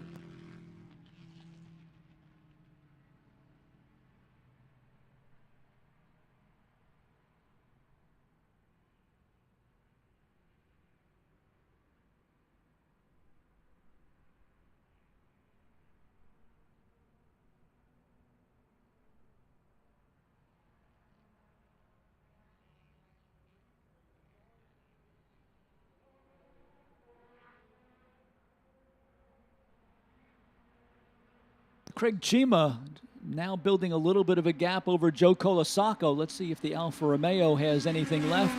A little bit more straight line speed coming off of the downhill turn brings Colasacco closer to the Lotus 7 as they go into the turn number 1 braking zone. Then a good battle between Chris Domingo and the 11 and Cosme Fume in the 50, a pair of Lotus 7s, followed by a pair of Triumph Spitfires. Tom Brown and Kent Bain, Brown in the 18, Bain in the 9. Then it's Paul Stinson in the number 7 Lotus, Norm Burke in the number 6 Elva, Kevin Goslin now in 9th position in the number 901 Spitfire, and Russell Lane rounding out the top 10. He was in the Lotus Super 7 car number 01. We do get a full course caution signal from the starter's stand, so apparently a car off course, and we do have a car stopped over there right at the entry point at the left-hander. So if that car has come to a stop, we'll need to dispatch the safety vehicles to retrieve it, as it is in a precarious position there. Hopefully this will be a quick turnaround. That is car number 208 that has come to a stop out there. The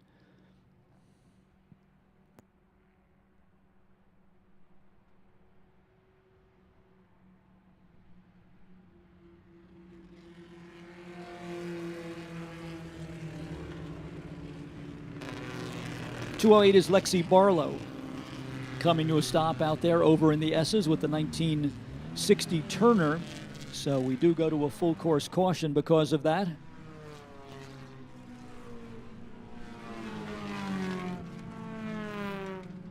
The field will form up single file. Our track safety team in position. Hopefully they can quickly clear the Barlow car from that area so we can get back to green flag racing.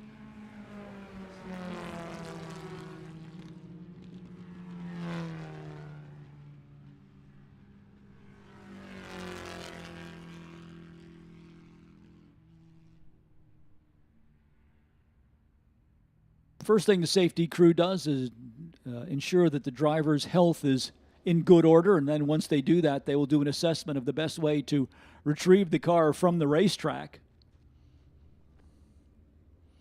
As we said, that car, although it's off the pavement, is in a likely impact zone, so we don't want to leave the car there either without the driver, or even worse, with the driver still in the car. So we do go to a full course caution.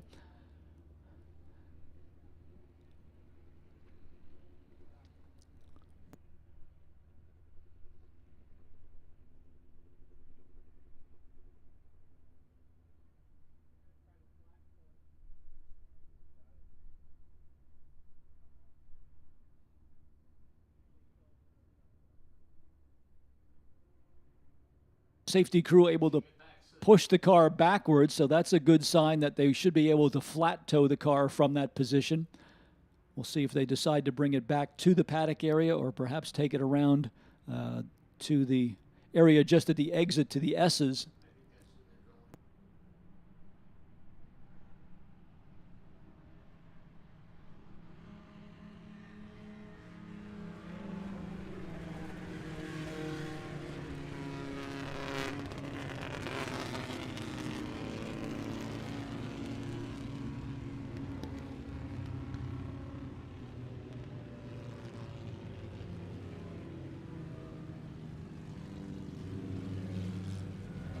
The Aston Martin DBX 707, our incident response vehicle provided by Miller Motor Cars, also on the scene over there.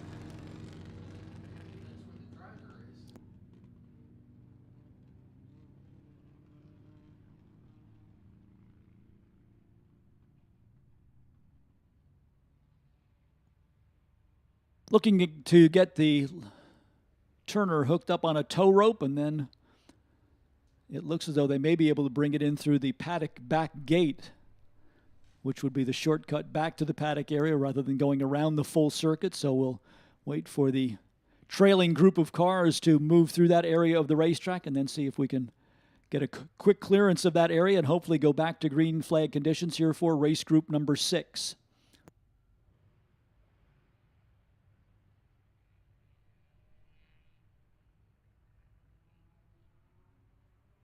NBT Bank is top rated by Forbes and rated highly by the people who matter the most, our customers. NBT Bank, don't just get a great team, get one of the best.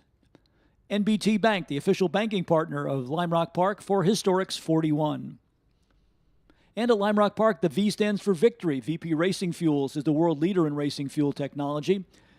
VP is the official fuel of Lime Rock Park, providing 100 octane unleaded fuel, 110 octane leaded fuel, as well as C12 for racing competitors in our B paddock area. The V stands for Victory. VP, the official racing fuel of Lime Rock Park.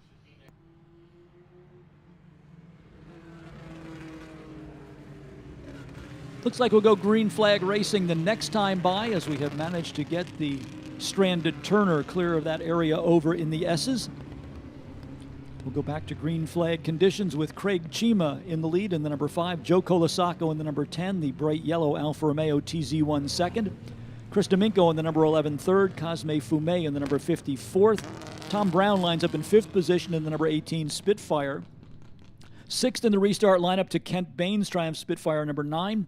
He's followed in 7th by Paul Stinson in the 7. 8th to the Ilva Courier number 6 for Norm Burke. 9th to the 901, the Triumph Spitfire of Kevin Goslin. Then in 10th, it's Russell Lane in the 01. 11th to the Lotus Super 7 of Jim Bach, number 65. Christopher Turner in the Porsche 356, number 63, is 13th 13th to John Dunnock in the Sports Renault, number 26. 14th to Ed Sanson in the Alfa Romeo Giulietta, number 55. And Carl Whitney in the Lotus Mark 9, number 215, rounds out the top 15 positions. 16th is Ralph Solomon in the second of the Renault Sports Renault cars, the number 169. The Autodromo number 227 Alfa Romeo for Bradley Price is 17th. 18th to the Turner of Stu Forer. 19th to Richard Brown. His Triumph Spitfire is number 36. And James Trudeau rounds out the top 20th. Top 20 positions, that is the 1963 Triumph Spitfire. Car number 49 for James Trudeau. So ready to go for a restart here. Race leader pace car bringing the field down the hill in single file formation. Let's see if Joe Colasaco can capitalize from second, or whether Craig Chima will control the pace from the number 1 restart position. Green flag is out. Field accelerating towards turn number 1. Colasaco with a good jump in the Alfa Romeo, trying to find a way around Chima as they go down into the first turn. He will come down to the apex from the outside of the racetrack. And a well-timed restart by Joe Colasaco with the Alfa Romeo moving the yellow number 10 into the lead.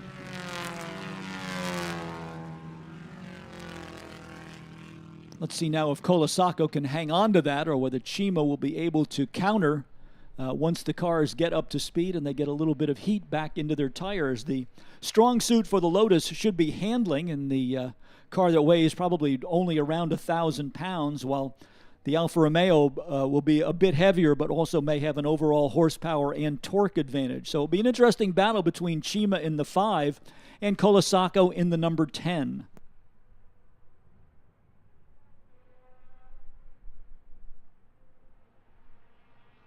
For the moment, the Alfa Romeo from the Lawrence Oriana collection maintaining the lead. Craig Chima in second.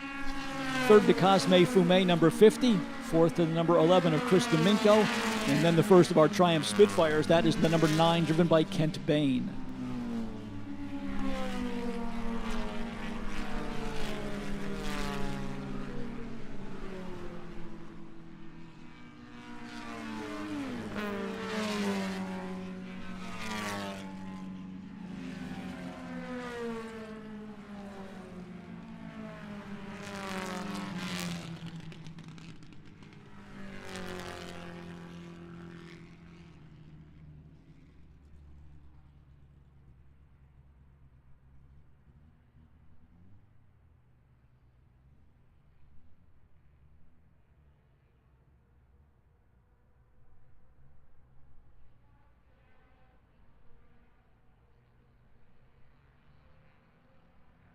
Joe Colasaco continuing to hold on to the lead, a little bit of an acceleration advantage off the downhill turn for the number 10 Alfa Romeo. Then as they get into the turn number 1 braking zone, the Lotus able to make up a couple of car lengths. Cosme Fume in the picture as well. He's running in third in another of our Lotus 7s, car number 50. Fume just with the fastest lap time in the race at 1 minute 2.837. So Cosme Fume may be the car to watch as the laps unfold here for the cars in our mid-century GT cars up to 2 liters in displacement, race group number 6.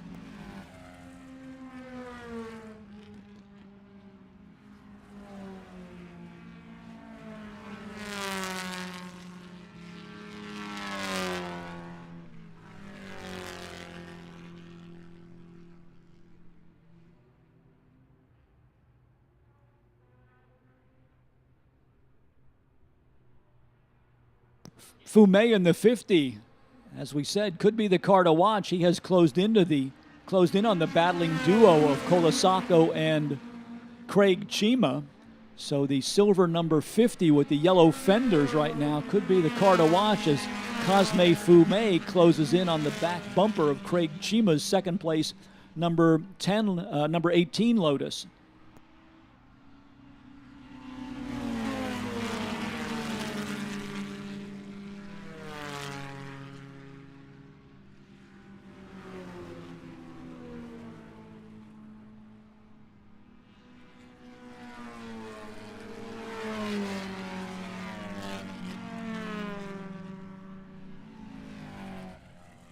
Problems cropping up for Norm Burke at the Elva Courier, the number 6 car coming on to pit road.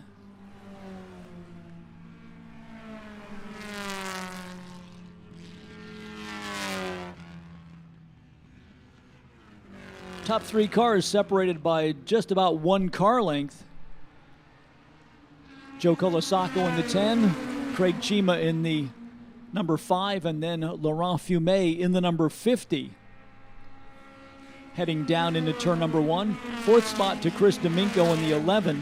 Kent Bain in the number 9 Spitfire now 5th. 6th is Paul Stinson in the number 7 Lotus. Tom Brown's Triumph Spitfire number 18 is 7th. Russell Lane in the Lotus Super 7 number 01 8th. 9th to Kevin Gosselin, the 901 Triumph Spitfire. And the Porsche 356 of Chris Turner now rounding out the top 10.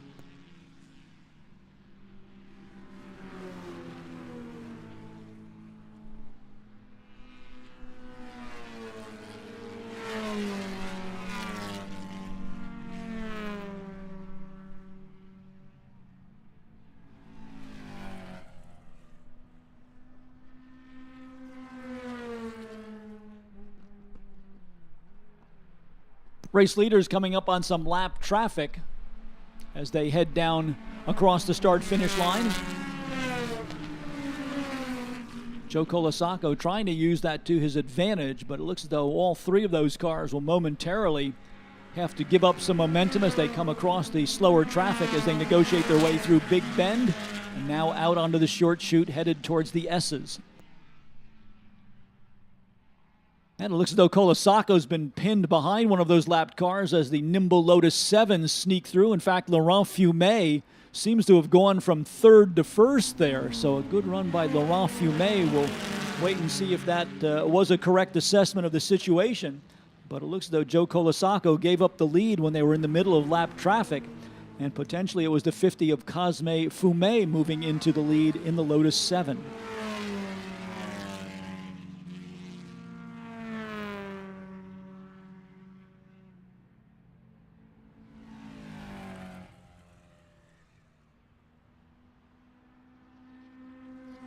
And it looks as though both Fumet and Chima were able to get around Colasaco. So now Laurent Fumet, the 3rd different leader in this race, facing a challenge from the similar Lotus 7 of Craig Chima, number 5, and trying to make up ground after getting bottled up by lap traffic is Joe Colasaco in car number 10.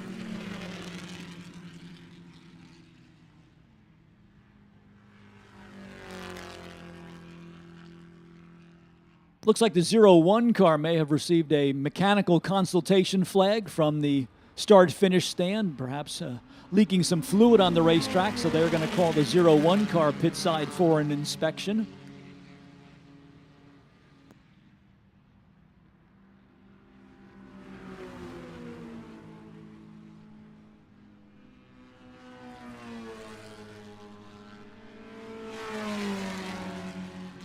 Shadows starting to show up on the far end of the circuit as our race leaders come through the diving turn. Still Cosme Fumet from Craig Chima, but the number 5 car with a head of steam will go down alongside, headed into turn number 1. 5 on the low side, the 50 on the high side. Chima able to retake the number 1 spot.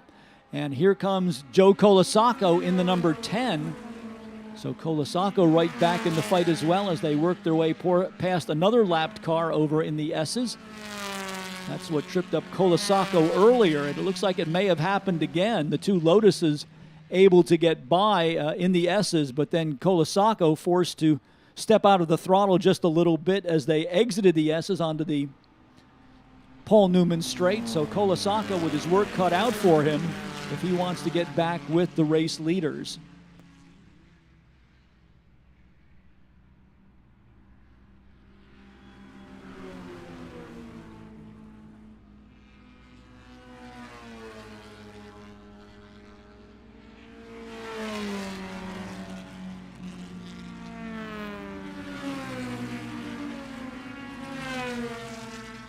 Now that Craig Chima is back in the lead, he has stretched the gap over Cosme Fume to about 1.1 second.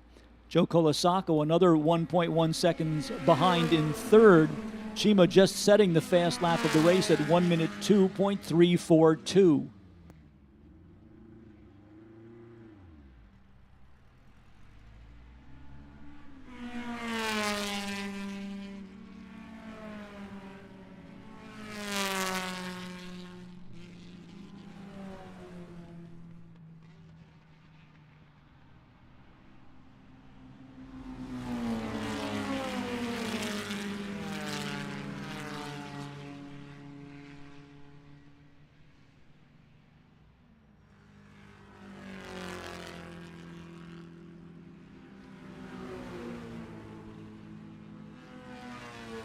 Well, now it is Craig Chima held up by some lapped automobiles. That gives new hope to the number 50 of Cosme Fume. And Joe Colasacco right back in the picture as well. So we thought that Colasacco may have been fading from a challenger's role. But the number 10 car now once again within a few car lengths of the battle for the race lead between Craig Chima and Cosme Fume.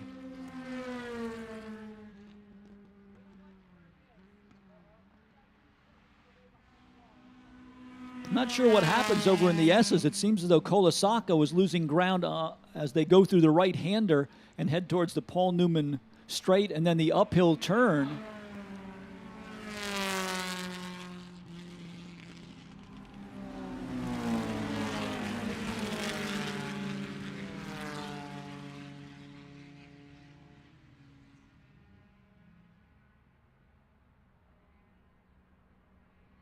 And once again, it is Colasacco who seems to have been hampered by lap traffic. Cosme Fume, though, ready to challenge Craig Chima as they go down into turn number 1. More lap traffic up ahead as they are on their final lap. So one more opportunity perhaps for Cosme Fume to challenge Craig Chima as they thread their way through lap traffic on the short chute headed towards the S's.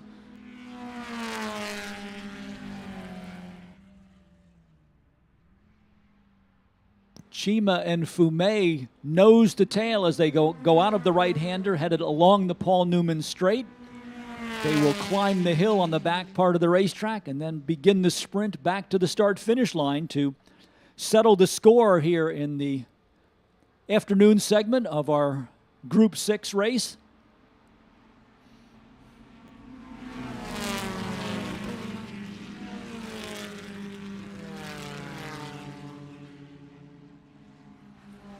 Down the hill, Craig Chima with the advantage.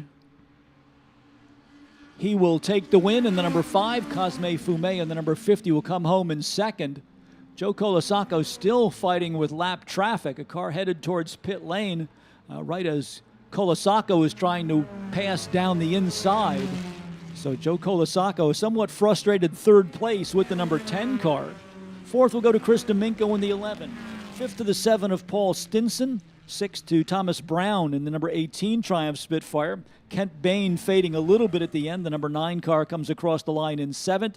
8th to Christopher Turner's number 63. 9th to Carl Whitney in the Lotus Mark 9, number 215. Rounding out the top 10 to 65 of Jim Bach. 11th went to Ed Sanson, number 55. 12th to the Sports Renault, number 169 for Ralph Salomon. Similar car for John Donick in number 26 and 13th. 14th to the Autodromo Alfa Romeo for Bradley Price, number 227. And rounding out the top 15, Stu Forer in the 1958 Turner. That was car number 48.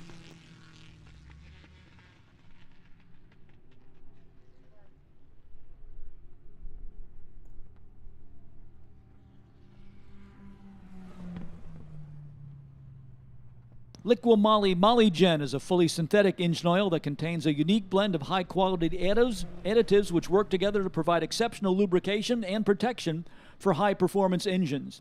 The oil's special formulation reduces friction and wear, which can increase engine power and extend the life of engine components. Check out Liqui Moly's Moly Gen.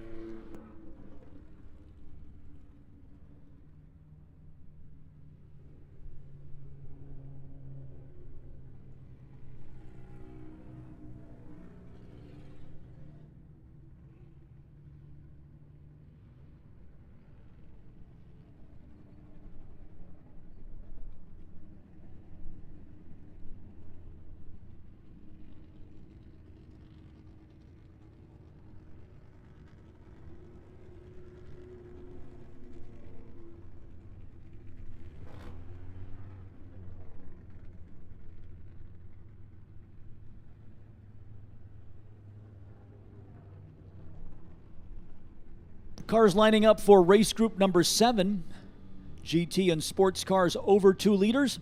Scheduled to go from 28th on the field will be the former Glory Racing Austin Healey 3000 for John Einhorn, number 26. Ariel Dora in the Alfa Romeo Duetto, number 777, scheduled to go out of 27th starting position. In the number 26 slot, we have car number 25, the Aston Martin DB4 for Michael Rowan. Malcolm Rutherford scheduled to start 25th in the Rutherford Special. That car had some engine problems and probably will not report for the starting field. Ed Medelman's Porsche 914-4, number 19, scheduled for 24th position. Second of our Aston Martin DB4s for Randall Smalley, number 177, will line up in 23rd. 22nd in the lineup to the 1968 Porsche 911, number 36, for John Wood. The Alfa Romeo Spider, number 4, driven by Michael Lawton, will start 21st on the field. 20th in the lineup to the original Shelby Cobra with the 289 cubic inch Ford V8 engine. This is John Romano, car number 191. Ted Ganios in the Porsche 911, number 97, will start 19th. 18th to the Lister-bodied Costin Sports Racer of Jason Hancock, car number 1. Sharon Adelman in the G4R, the Ginetta Coupe, will start in 17th position, car number 3. Rick Nevis in the number 102 Austin Healey 104 lines up 16th on the field. Greg Mendel from Lakeville, Connecticut, in his number 77 Mazda Miata will start 15th in the lineup. 14th to the similar car of Mark Gregory, number 40. And the third driver from the Lime Rock Drivers Club contingent, Patrick Daly, in the number 53 Mazda, starts in 13th position. 12th in the starting lineup to Thomas Donatelli in the Ginetta G4, number 67. Moving to 11th starting position, we have the Brabham BT8 Sports Racer, a former Skip Barber car, now owned and driven by Dan Chapman. This is car number 52. Rich Malumian lines up in 10th position in the Austin Healey 104, number 347. 9th will be the Ginetta G4 Roadster from Michael Orritt, number 82. Charles Borden in the one-of-a-kind Ford Falcon-powered Filson Special, number 123, out of Scarsdale, New York, lines up in 8th position. 7th to the Ford Escort RS 1600 Sedan for David Porter, number 58. The V8-powered Devon Widebody for Martin Hosek, scheduled to start 6th on the field. Moving to 5th in the starting lineup, it will be the Lotus 23 of Kurt Uzbey, number 42. Laurent Fumet in the Ginetta G16 Sports Racer, number 41, scheduled for 4th position. 3rd in the starting lineup to the second of our Brabham BT8s. This would be Joe Blacker in the 61. And your front row will consist of Graham Adelman's Lotus 23, number 54 on the outside. And on the pole position, starting slot number 1 to Nathan Thompson's Lotus 23C, car number 02.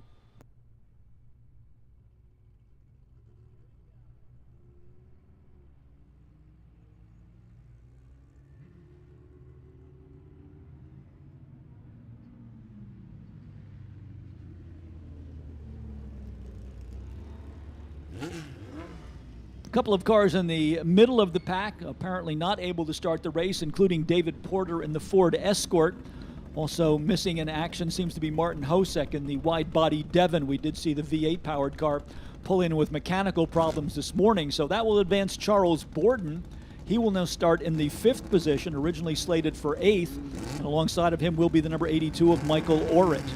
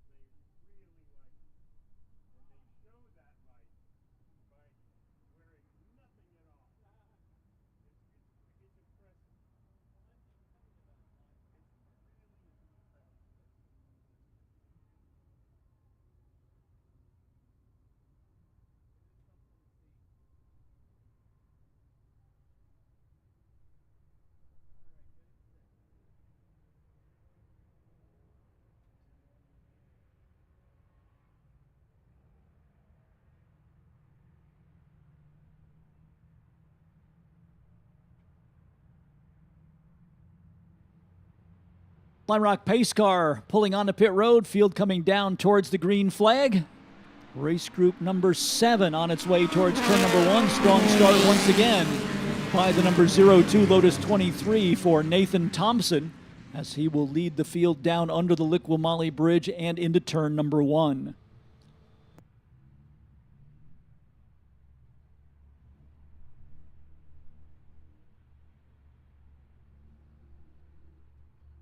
Graham Adelman not letting the 02 car get away by too many car lengths as they exit the S's and now head up the Paul Newman Straight.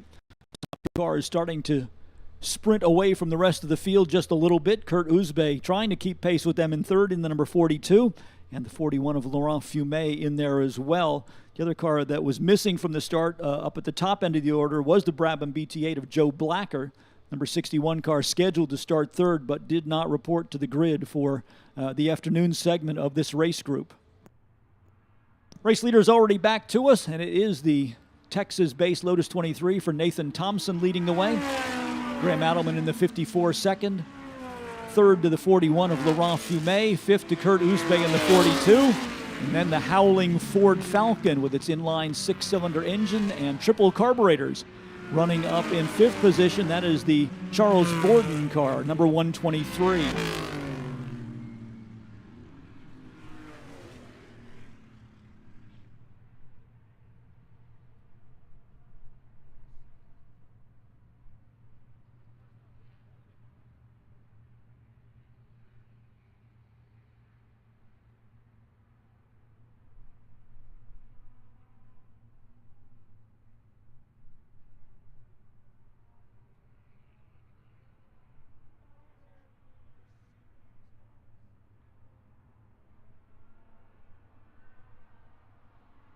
Nathan Thompson seems to have shaken off Graham Adelman as the gap has grown between first and second. Charles Borden in the number 123 leading the next wave of cars.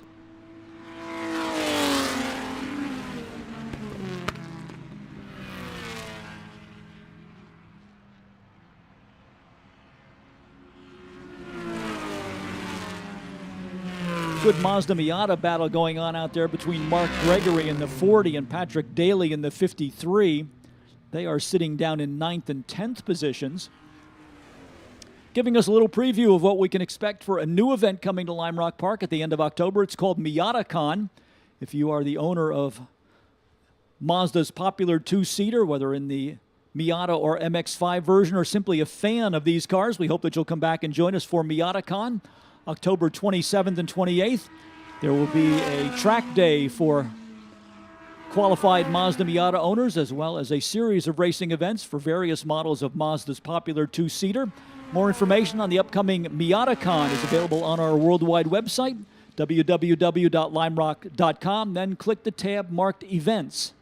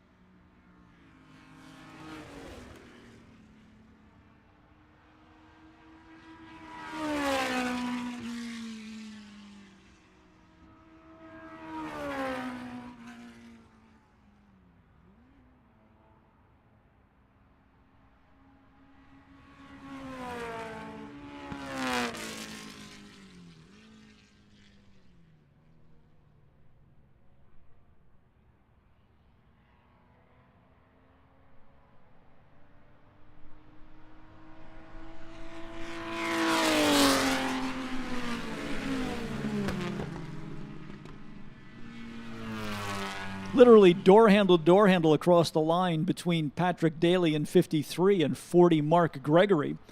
These two drivers with a lot of experience racing one another in the Lime Rock Drivers Club events here at Lime Rock Park, and now putting on a Great display of competition between two almost identical Mazda Miatas, sitting currently in 8th and 9th positions.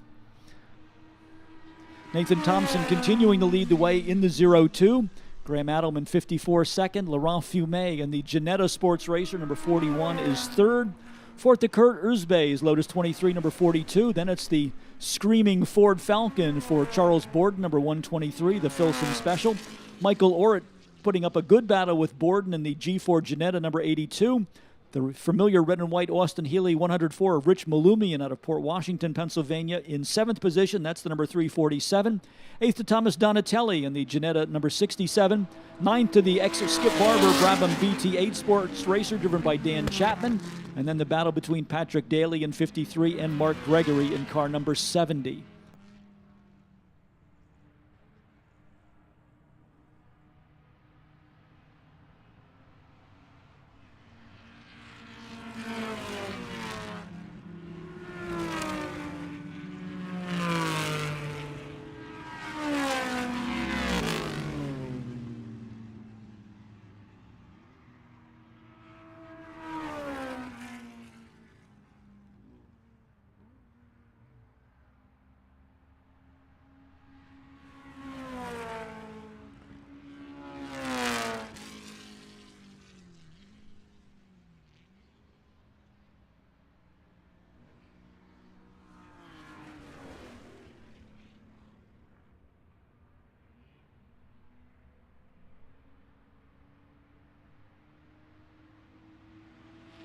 Charles Borden doing his best to hold off the Ginetta number 82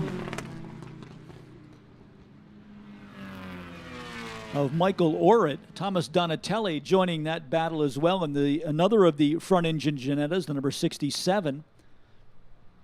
Ginetta, another one of those British car manufacturers with a limited production run. The Ginetta G4 following a kind of a familiar design pattern. Steel tube chassis, lightweight fiberglass body, and then English production car components. In this case, a 1600cc four-cylinder Ford engine, the same type of power plant that is used in the Formula Ford racing cars that we'll be seeing a little bit later on today. The primary advantage of a car like the Ginetta over a similar car like an MGB would be that there is significantly less weight from the fiberglass bodywork, providing a performance advantage.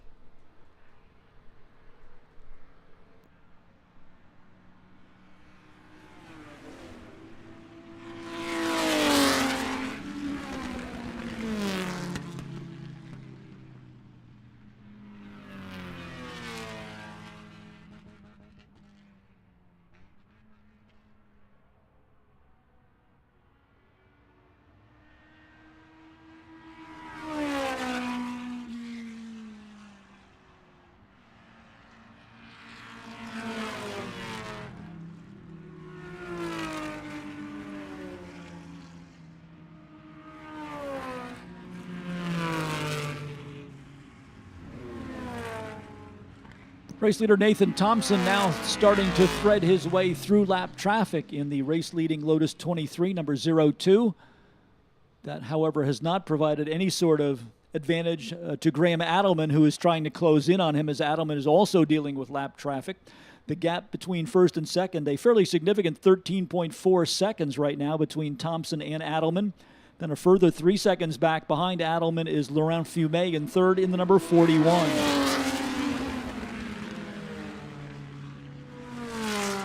Thomas Donatelli and Michael Orritt battling wheel to wheel now in a pair of Ginettas. The white number 82 is Michael Orritt, and the silver number 67 is Thomas Donatelli.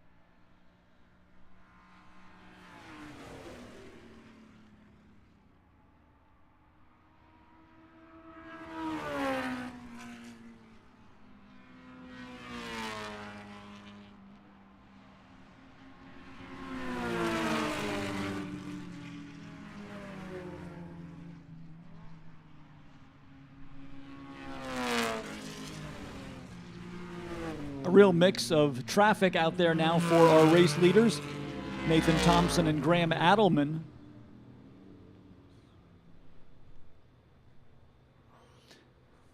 A knot of slower automobiles can have a significant impact on your lap time. Graham Adelman had been about 3 seconds ahead of Laurent Fumé. Now that gap has grown to 8 seconds. So it's not just the leader who finds the ebb and flow of traffic a factor in this race. But right now, Graham Adelman benefiting from the traffic in terms of trying to hold off Laurent Fumé, the third place car, number 41.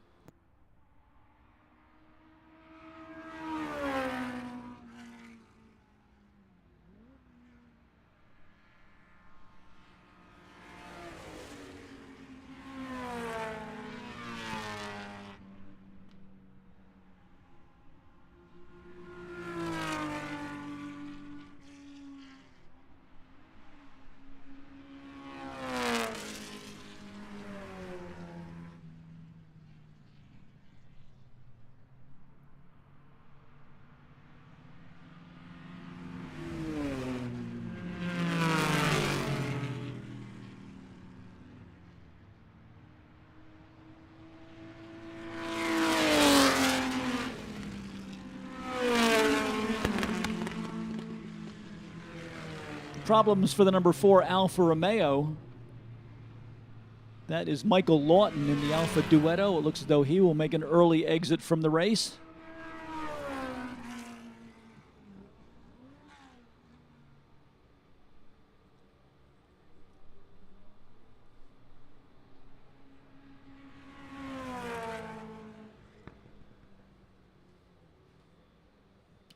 Let's reset the top 10 for you. Nathan Thompson is your leader, the number 02. Graham Adelman, number 54, second. Laurent Fumé in the number 41 is third. Kurt Uzbe in the number 42, fourth. Fifth to the Ford Falcon-powered Filson Special of Charles Borden, number 123.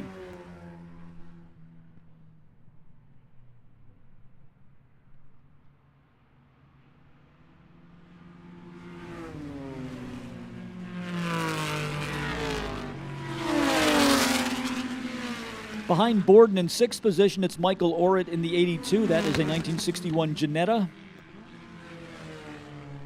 Orrit continuing his battle with the Thomas Donatelli, number 67.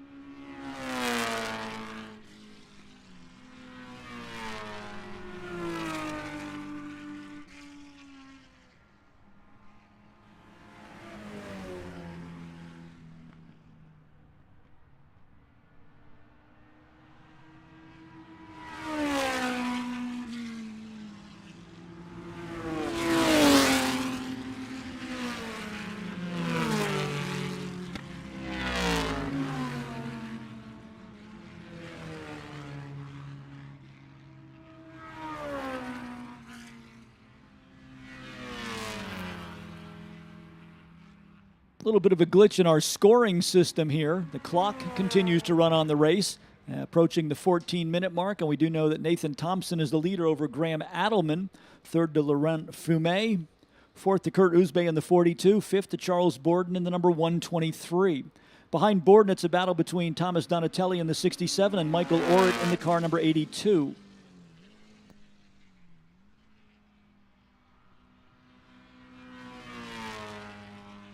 Dan Chapman has gained a couple of spots now, moving the ex-Skip Barber Brabham up into 7th position ahead of Thomas Donatelli.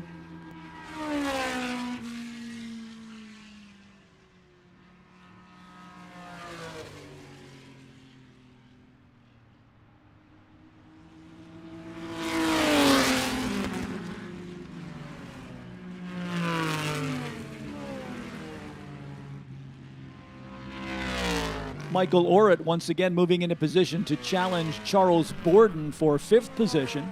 Borden is your silver 123. That's the 5th place car. The white and red number 82 is Michael Orritt in the Ginetta. And then right behind him now, the number 52 Brabham BT8 Sports Racer, the ex-Skip Barber car, driven today by Dan Chapman.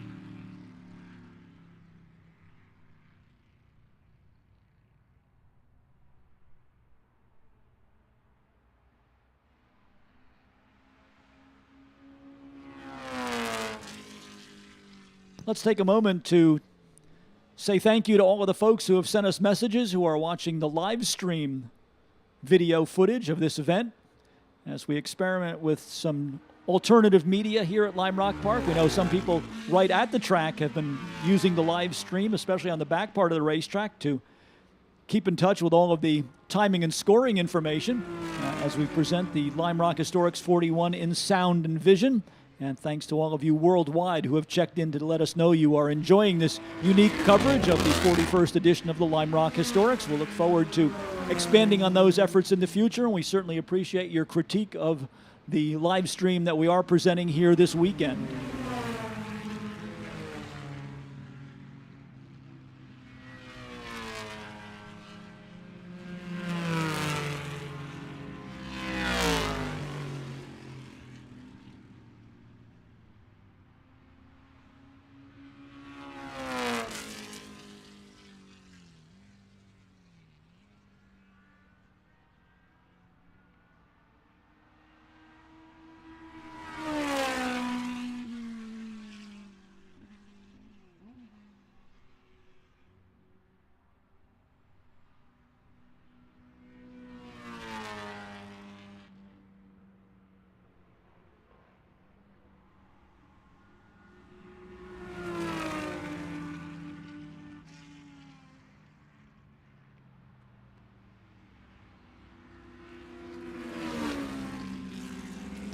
Charles Borden running into some problems with the number 123.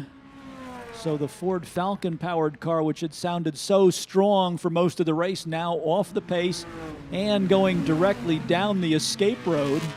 Not sure if it was an engine problem or perhaps something in the drivetrain of the car, but in any case, the car started to go sour as Borden went past the pit entry road, so he was not able to pull on the pit lane.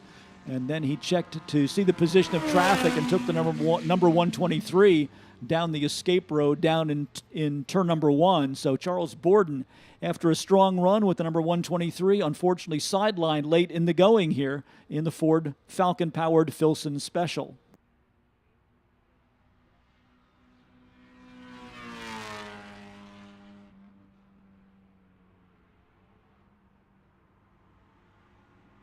Nathan Thompson just turned fast lap of the race on lap number 19 with a best time of 57.452, extending his margin over the second place number 54 car of Graham Adelman to 29.7 seconds, just about half a lap the advantage for Thompson over Adelman. Laurent Fumet in the number 41 car is in third position. Then Kurt Oostbay is in fourth in the 42. Michael Orritt now elevated to fifth in the number 82. Sixth to Dan Chapman in the 52. The ex-Skip Barber Brabham BT8 Sports Racer. Thomas Donatelli, number 67, is seventh. Eighth to Rich Malumian in the always strong performing Austin Healey 104, number 347. Ninth to the Mazda Miata of Mark Gregory, number 40. And rounding out the top 10, the Mazda Miata number 53 for Lime Rock Drivers Club member Patrick Daly.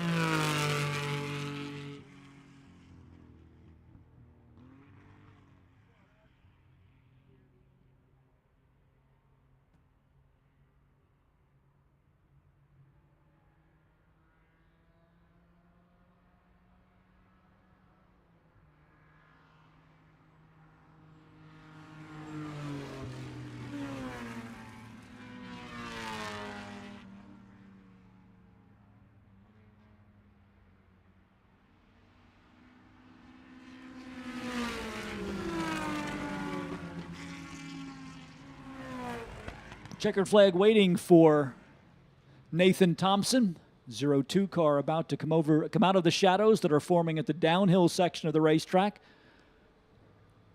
Thompson in a bit of lap traffic as he comes down to the line. Doubleheader day of victories for the number 02, the blue Lotus 23 of Nathan Thompson.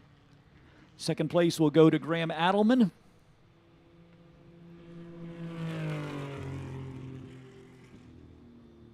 Adelman about to cross the start-finish line. The couple of more cars having problems late in the going. The Costin-bodied Lister of Jason Hancock will finish the race on pit road. Graham Adelman will take second. Laurent Fumet in the number 41 will come home in third. Fourth to Kurt Uzbe in the 42. Michael Orrit in the 82 will take fifth. Sixth will go to the Brabham BT8 Sports Racer, the number 52 of Dan Chapman. Rich Malumian's Austin Healy 104, number 347, takes seventh. Eighth to Thomas Donatelli in the Ginetta G4, number 67. Ninth to Mark Gregory in the number 40 Mazda. And 10th to Patrick Daly in his Mazda Miata, number 53. Completing the trio of Mazdas, Greg Mendel's number 77 comes home in 11th. 12th to the Porsche 911 of Ted Ganios. Rick Nevis in the Austin Healy 104, number 102, finishes 13th. The Aston Martin of Randall Smalley, number 177, comes home in 14th position. Just ahead of the second Aston Martin, Michael Rowans, number 25, to round out the top 15. So that puts race group number 6 into the record books for the day here at Lime Rock Park. Race group number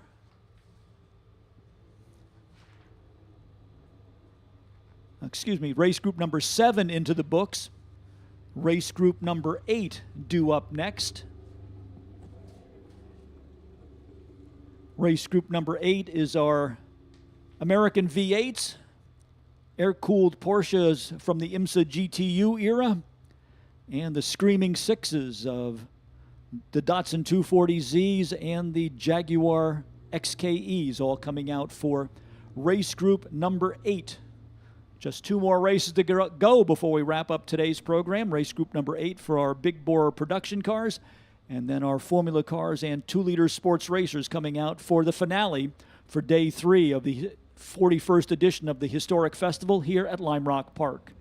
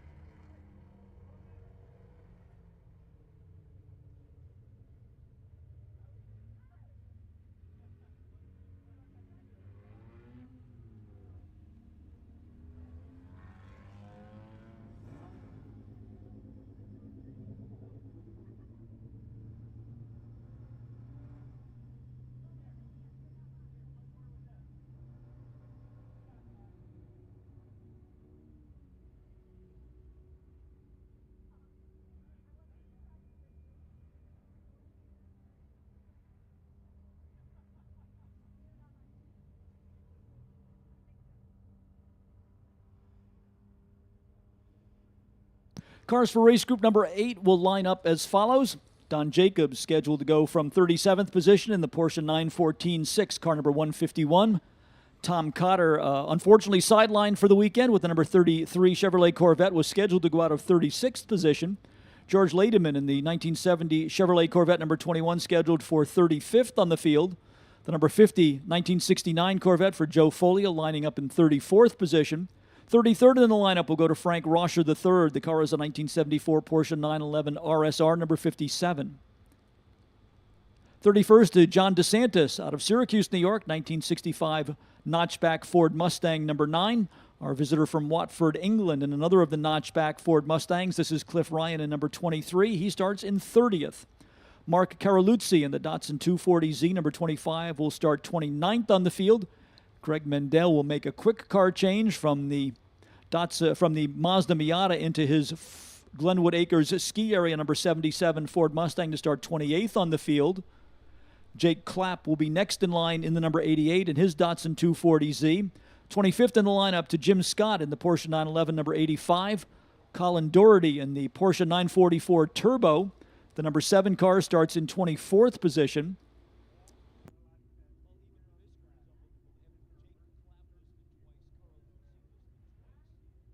Mark Stilson in the 22 will line up in 22nd position.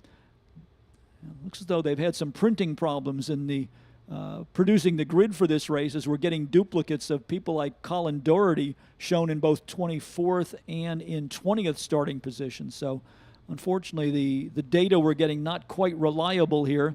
We do show Todd Pahonis in the number 808 Porsche starting in 19th.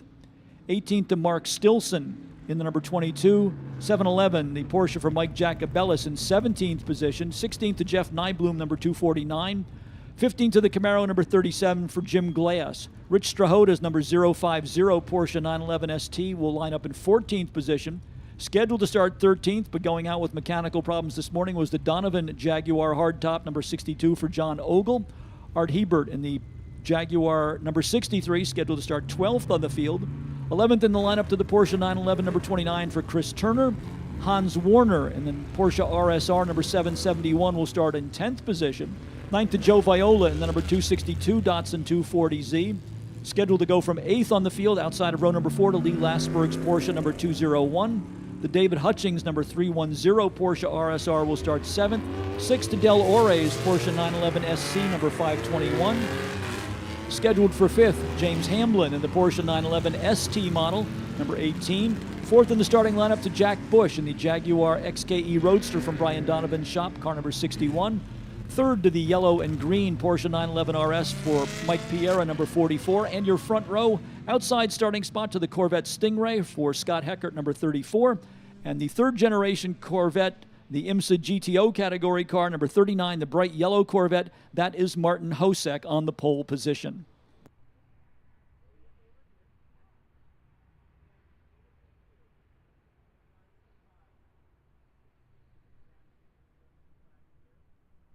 Don't forget Sunday in the Park coming up here at Lime Rock Park, our Concours d'Elegance along the Sam Posey straightaway, and car clubs from all over the Northeast bringing close to 1,000 cars to Lime Rock Park to line up all the way around the mile-and-a-half facility to show their enthusiasm for their particular brand of car. Gates open for spectators at 10 a.m. tomorrow morning, so we hope that you will come back and join us for Sunday in the Park. Day number 4 of the 41st edition of the Lime Rock Historics.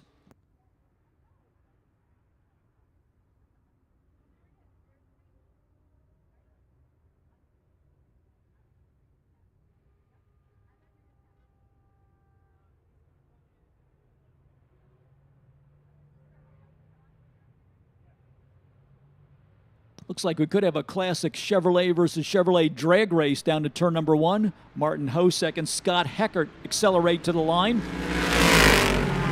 Heckert with a little bit of a hole shot, but now Hosek closes the gap as they go down into turn number 1. Door handle to door handle between the two Corvettes as they swing into Big Bend. Out onto the short chute, headed towards the S's, and it will be Martin Hosek with the lead. Mike Piera sneaking through to second. And Scott Heckert in the number 47, the maroon Stingray, getting dropped down into 3rd position. Let me correct the number on the Heckert car. That is the number 34 that sits in 3rd position. And then right behind Heckert was Jack Bush in the number 61 Jaguar.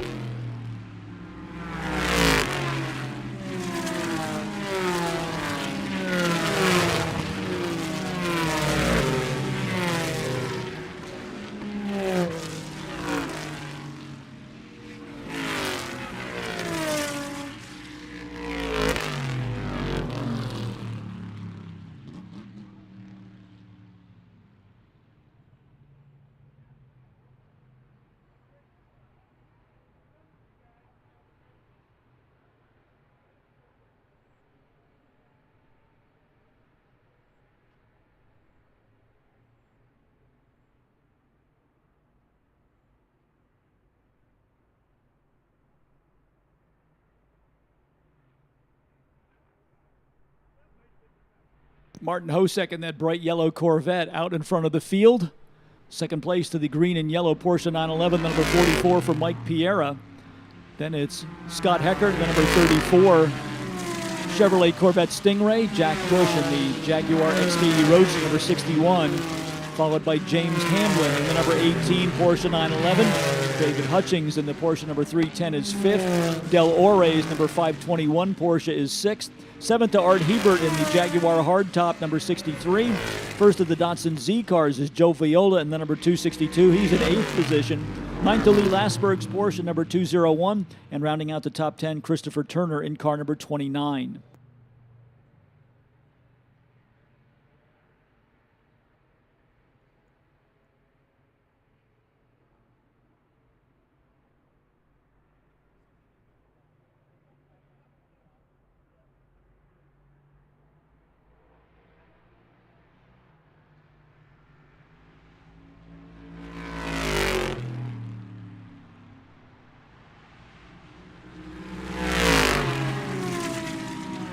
Scott Heckert now getting around Mike Piera as they head down under the Liqui Bridge to retake the runner-up position.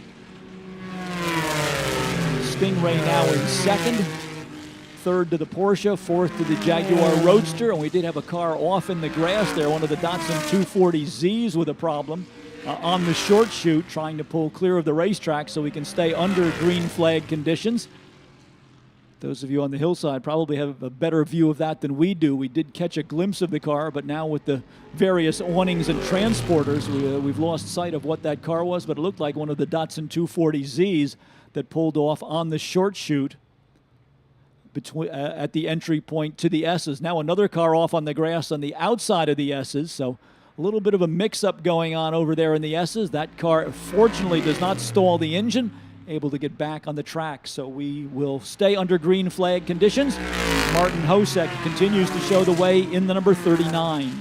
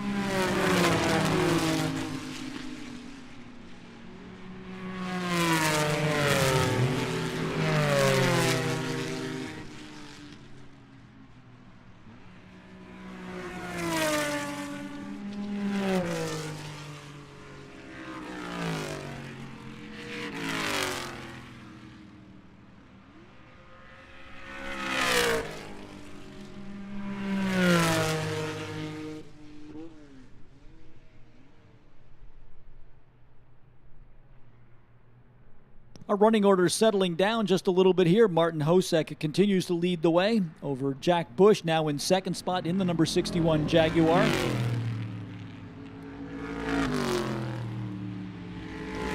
Mike Piera in the number 44 is now third.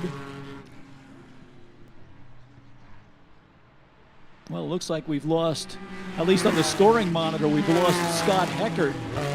But taking a look up at the racetrack, Heckert's still in second position. Then it is Jack Bush in third.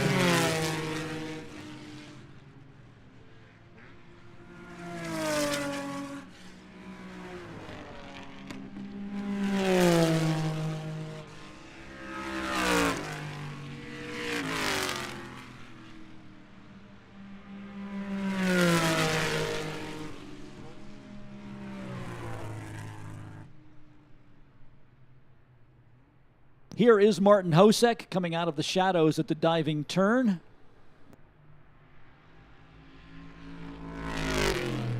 Let's see who's sitting in second now. It is Scott Heckert in the number 34. Third to Jack Bush in the 61, followed by James Hamlin in the 18, and then Mike Piera in the number 44 in fifth position.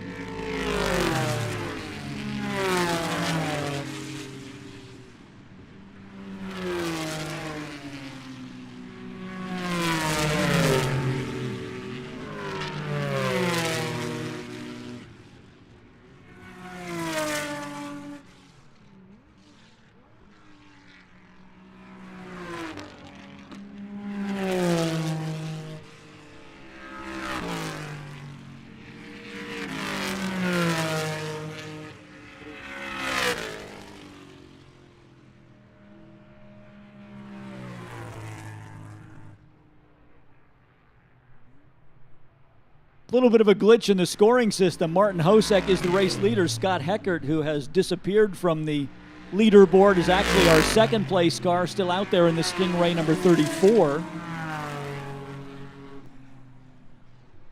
Third to Jack Bush in the number 61.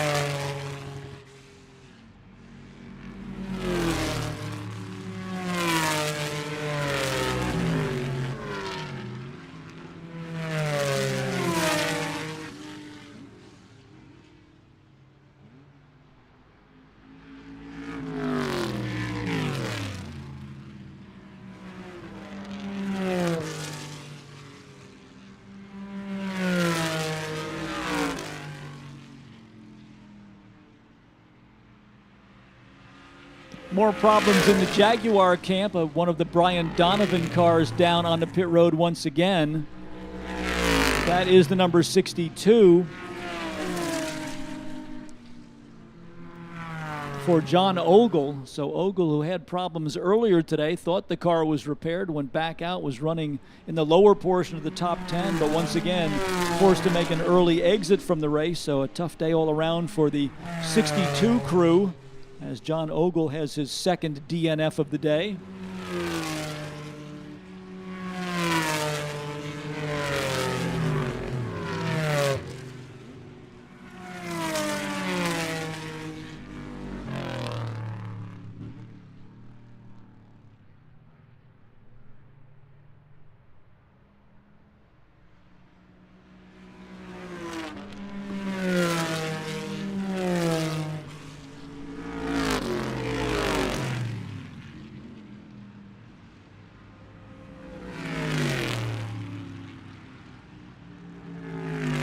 Martin Hosek still with the lead. Scott Heckert second.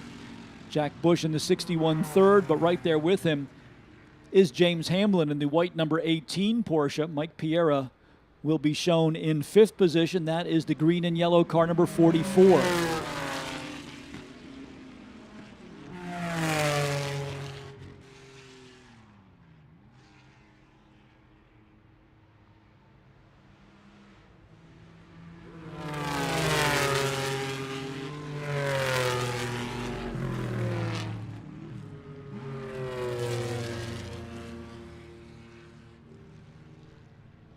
And it looks as though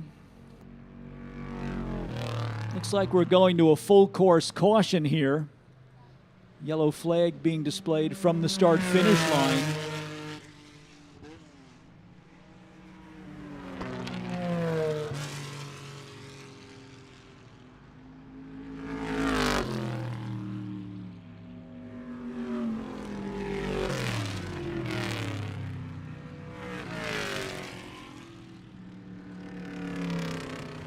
Pace car being dispatched to pick up the race leader, which they will do down in turn number 1. Everybody out of the throttle now. Should be getting into single file formation.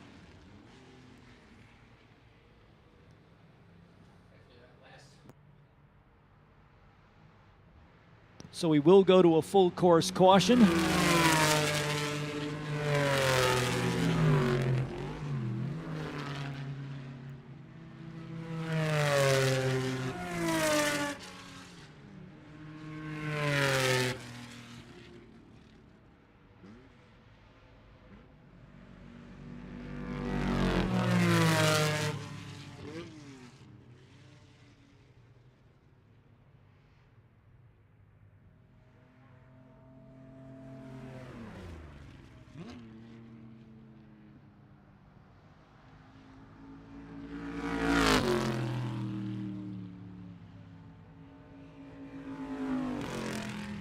Jim Scott, another driver with some problems today as the 85 car comes on to pit road.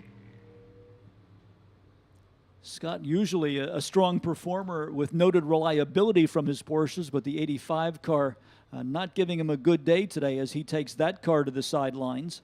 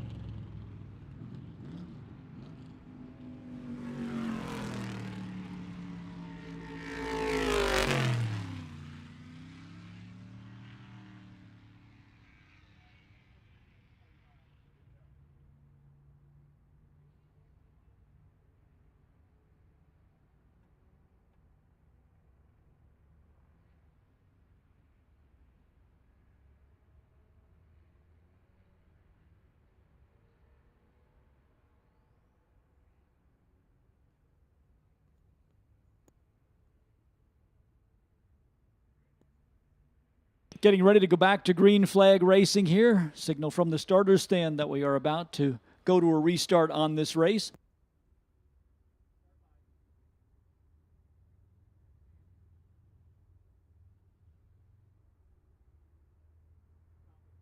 Martin Hosek is the race leader. James Hamlin, well, they're still showing, I should say they're still missing Scott Heckert's Corvette, but Heckert is lined up ready for the restart with the Stingray in second. Then it's James Hamlin in the 18 in third, Jack Bush in the 61 Jaguar fourth, and Mike Pierre's number 44 Porsche in fifth position.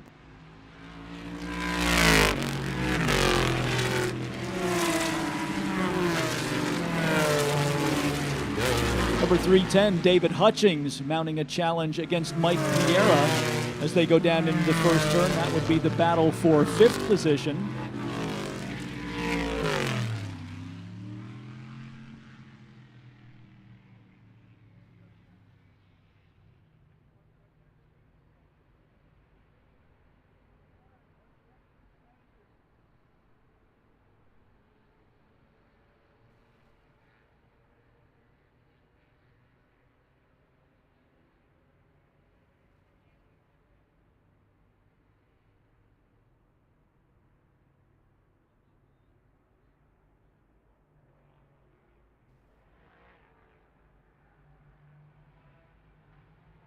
Martin Hosek picking up where he left off 1 lap to go is the signal to the number 39.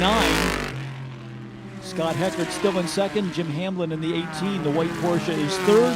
Silver Jaguar for Jack Bush, number 61, is fourth. And Mike Piera, for the moment, able to fight off the challenge from David Hutchings to hang on to fifth position in the number 44 Porsche. All of our drivers on the final run around the mile-and-a-half circuit on their way back to the checkered flag here as we draw day number 3 of the Lime Rock Historics toward a conclusion. One more race to go following this one. We'll bring out our Formula Atlantic and 2-liter sports racers along with the open-wheel Formula Fords for the final race of the day.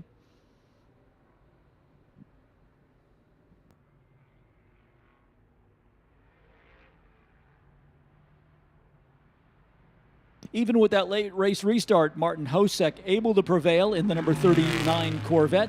Scott Heckert in the number 34 Corvette second. Jim Hamlin in the number 18 Porsche third, followed by Jack Bush in the 61. 44 for Mike Piera.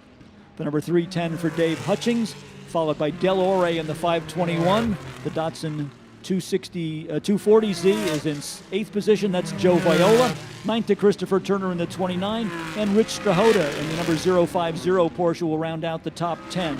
11th to Colin Doherty in the number 7. That is the Porsche 944 Turbo. 12th to Todd Pahonis in the number 808 Porsche. Hans Warner is 13th in the number 771 Porsche. 14th to Mike Jacobellis, number 711. And 15th to Lee Lasberg in the number 201.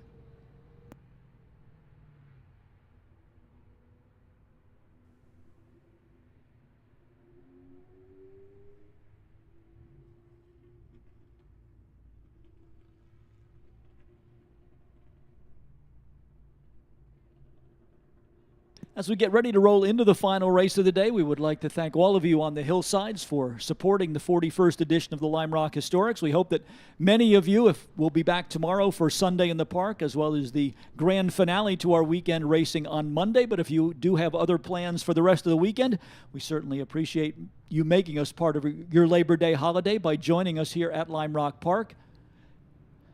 And we hope that you will stay in touch with us via our worldwide website, www.limerockpark, regarding future events for the 2023 season, including the debut of the MiataCon for Mazda Miata enthusiasts at the end of October, as well as the developing schedule for the 2024 racing season. Final race of the day will be rolling out momentarily. Open-wheel Formula Atlantic, Formula Continental cars, as well as the single-seater Formula Fords, along with 2-liter sports racers to round out the day's activities. Matthew Christ in the number 71. Scheduled to start from 19th position. 18th in the starting lineup to John Hearn in the Formula Ford Hawk number 7. Gary Rutherford in his Crossley Formula Ford number 5 will go out of 17th position. Sivan Dorr in the Alexis Formula Ford number 80, scheduled to start 16th. 15th in the lineup to the former Jim Downing Mazda-powered Ralt sports racer for Clint Chichester number 41. Formula Ford standout over the decades, Frank Del Vecchio number 13 will go from 14th position. 13th in the lineup to the similar Formula Ford Van Diemen for Jim McNichol number 17. Moving to 12th, we have the open-wheel Formula Mazda for Todd Sharon, number 52. Joe Bozzetta in the Chevron number 16 starts in 11th position. Phil Meany in the Gropa Chevron CMC 11, number 81, will start 10th on the field among the 2-liter sports racing cars. 9th on the field are the former Gilles Villeneuve Ski Rule March 75B, driven this weekend by Gordon Medenica, number 69. Kurt Uzbe's Chevron Coupe, number 42, will start 8th on the field.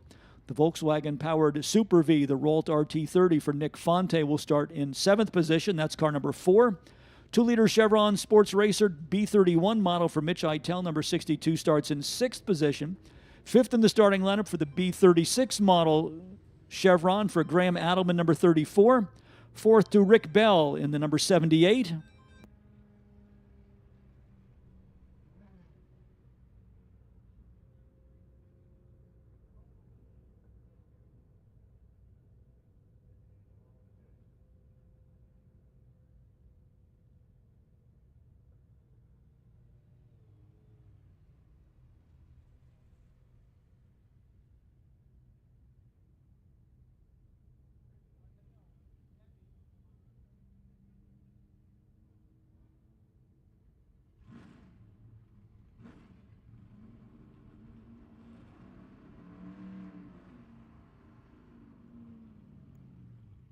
Mitch Eitel in the number 62, starting in 6th position. 5th in the starting lineup to Graham Adelman's Chevron B36, number 34. Moving to 4th on the field, it's Rick Bell in the Ralt RT1, number 78. Horatio Fitzsimmons, who put in such an impressive performance this morning in the 1968 Brabham BT23, will go from 3rd on the field. He's number 58. Front row, outside starting spot to the 39 of Chris Fayen in the Formula 2000 Championship Series car Van Diemen. And pole position to Tony Carpenzano in the number 25, the 1993 Reynard Toyota Formula Atlantic car.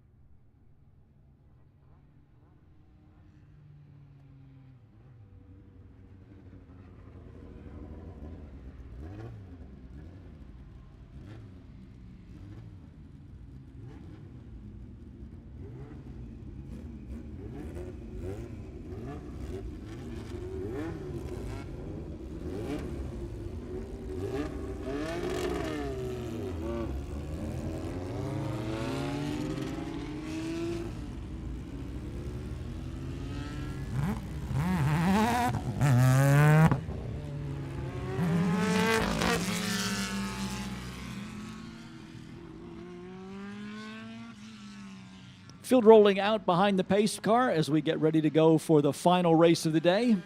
Race group number 9. Looks as though it's a late start for Nick Fonte in the Volkswagen-powered Ralt Super V, as he was late reporting out of the starting grid area. So instead of starting from the 7th position, Nick Fonte will have to go to the tail end of the field here as we get ready to go with the final race of the day.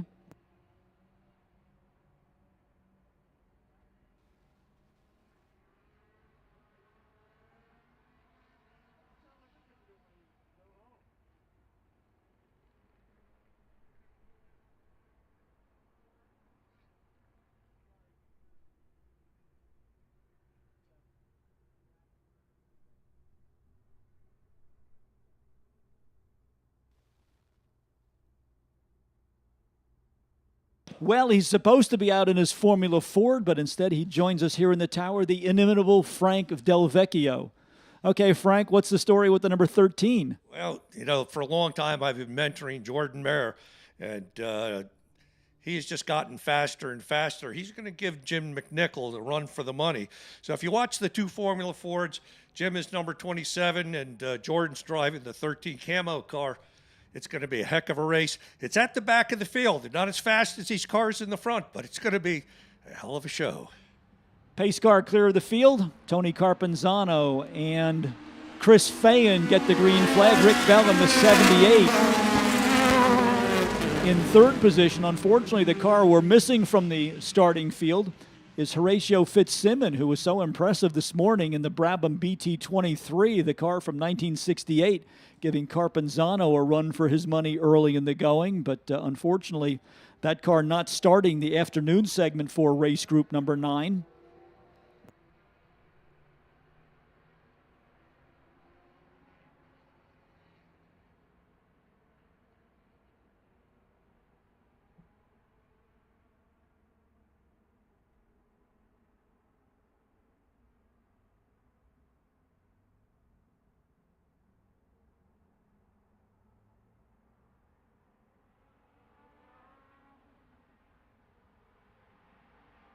Looks like Rick Bell has gotten the 78 out in front.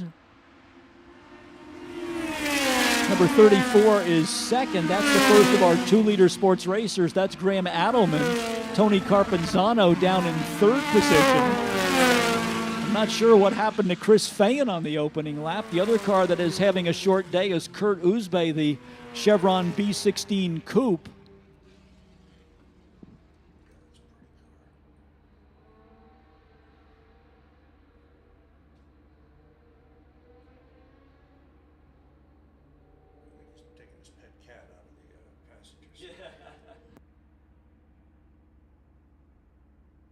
Frank, your best known as being a Formula 4 devotee for many years, but you also had a lot of experience in what were called Formula B cars at the time, kind of equivalent to the Formula Atlantics. Yeah, and we're watching some Formula Atlantics and Formula B cars right now. Ricky Bell is a guy that we raced with in the 70s.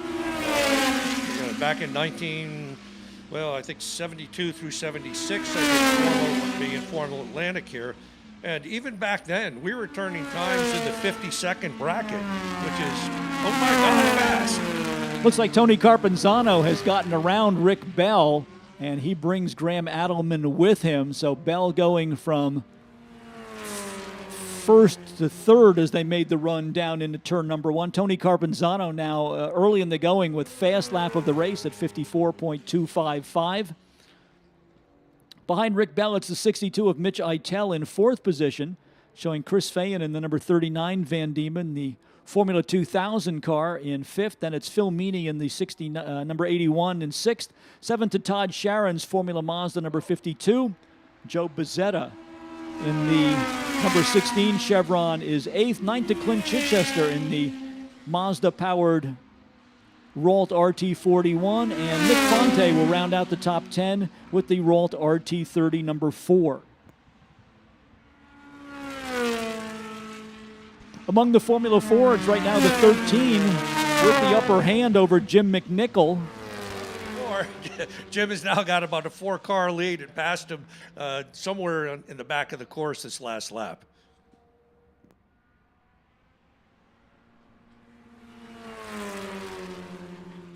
Somebody slowly down the hill. Looks like another one of our 2-liter sports racers running into some problems.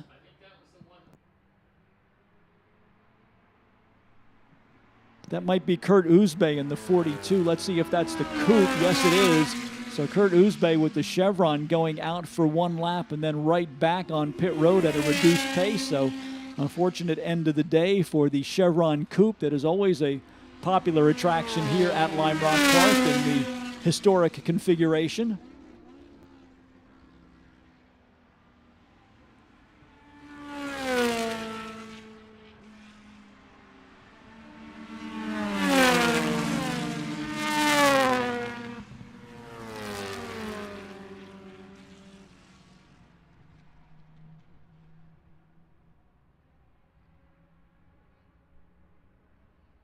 Graham Adelman now with the fast lap of the race from the 2-liter Chevron at 51.860. So he is pretty much a match in speed at this point for Tony Carpenzano. Carpenzano's best lap, 51.482, just going up on the board as he tries to hold off Graham Adelman in the number 34. Rick Bell in 3rd in the number 78 at 55.113 for his best lap. And Chris Fayen now up to 4th position in the number 39. Chris Fayen, another guy with lots of miles in open wheel cars here at Lime Rock Park. Yeah, Chris has turned the fastest lap here at I think in a Formula C car, an F2000 car. He was down in the 52-second range, which is, again, oh my God, fast for those cars. It's a 2-liter motor. It's actually a bigger motor than the Formula Atlantic cars, but it puts out a lot less horsepower. You got at least 50, 60 less horsepower. Tony Carpenzano in the lead, crossing the line in the red number 25. Right behind him, the blue number 34, Graham Adelman. Adelman not letting Carpenzano get away with that Chevron right there in 2nd. And Adelman really wasn't that fast on Friday because I was behind him and passed him in a couple of corners. Of course, he blew by me down the straightaways, but he sure found a lot of speed in the last couple of sessions.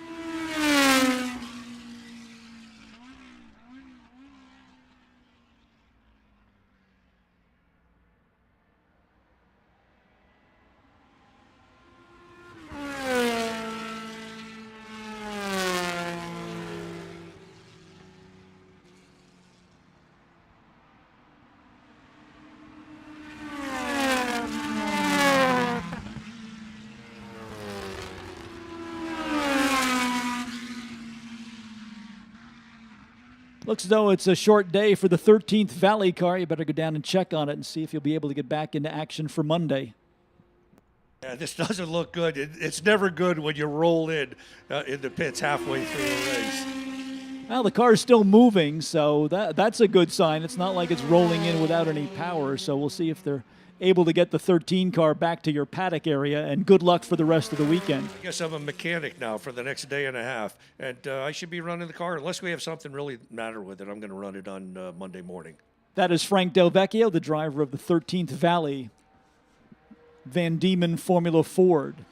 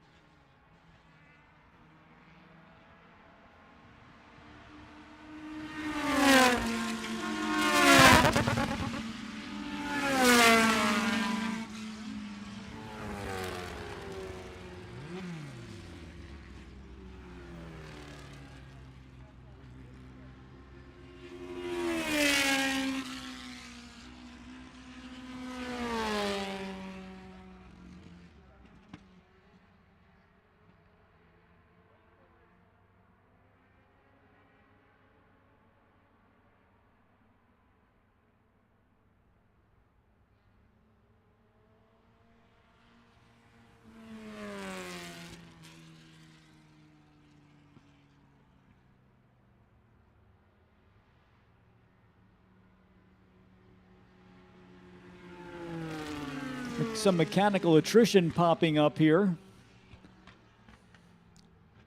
And going to a full course caution.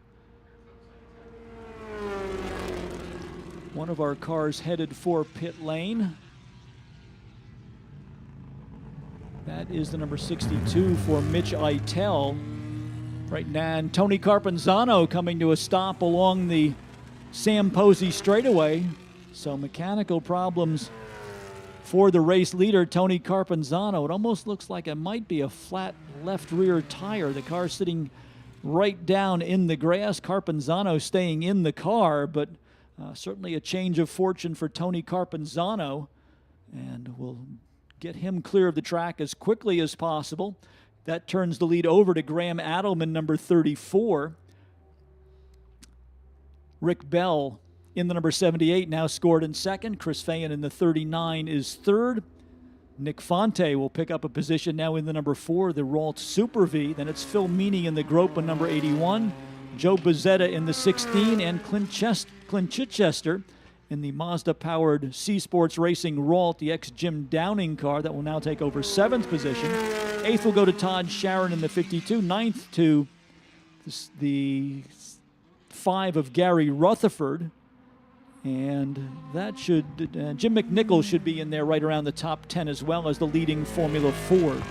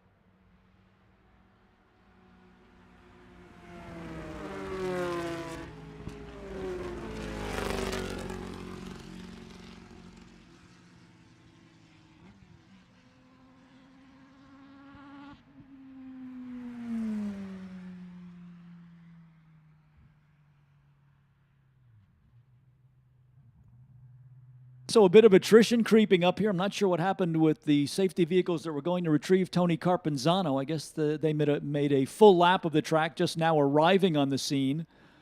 So it will be at least another lap before we can get the Carpenzano car clear of the racetrack. Hopefully that car will accept a flat tow and we can do a relatively quick cleanup here.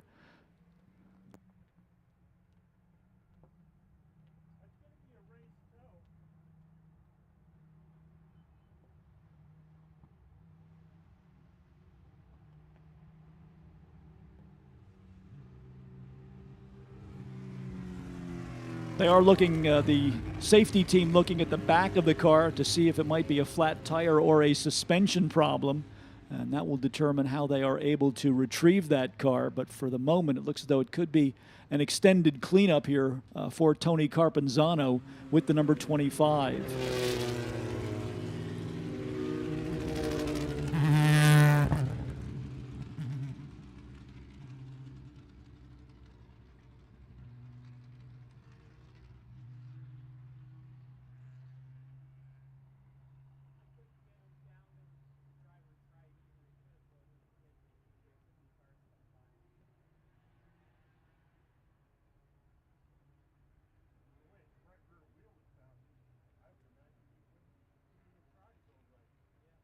Still examining the Carpenzano car to try and determine the best way to retrieve it and whether it is towable. They keep looking at the left rear corner and the right corner of the car. So if it's not a flat tire, it could be some suspension damage. It's a little hard to tell from our vantage point in the tower, even with the binoculars, because the car is sitting in the grassy section of the racetrack. So naturally, it settles just a little bit. But Tony's staying in the car while they try to determine how it looks as though the rollback is coming out. So that may be the indication that the car is not actually very mobile. And this will extend the cleanup time a little bit. We'll see if we are able to get back to some green flag racing.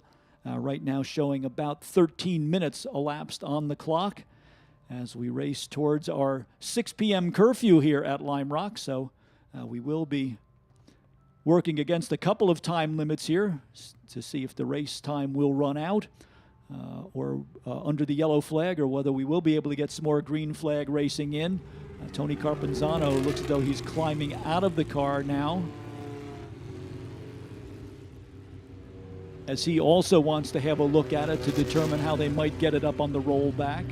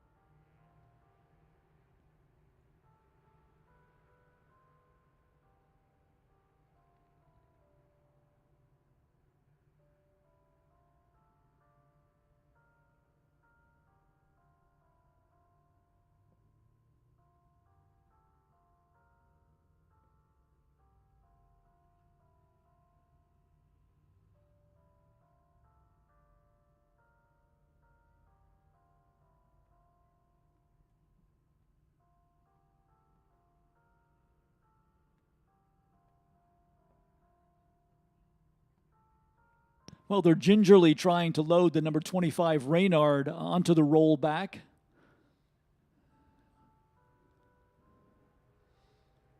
Again, with the low ground clearance of the Formula Atlantic car, it's a pretty steep angle that they're dealing with there, so they'll need to supplement that a little bit. The rollbacks designed more to retrieve your standard street car than they are a low-slung racing car, so that further impedes the progress. They don't want to damage the Carpenzano car any further as they try and get it up on the retrieval vehicle.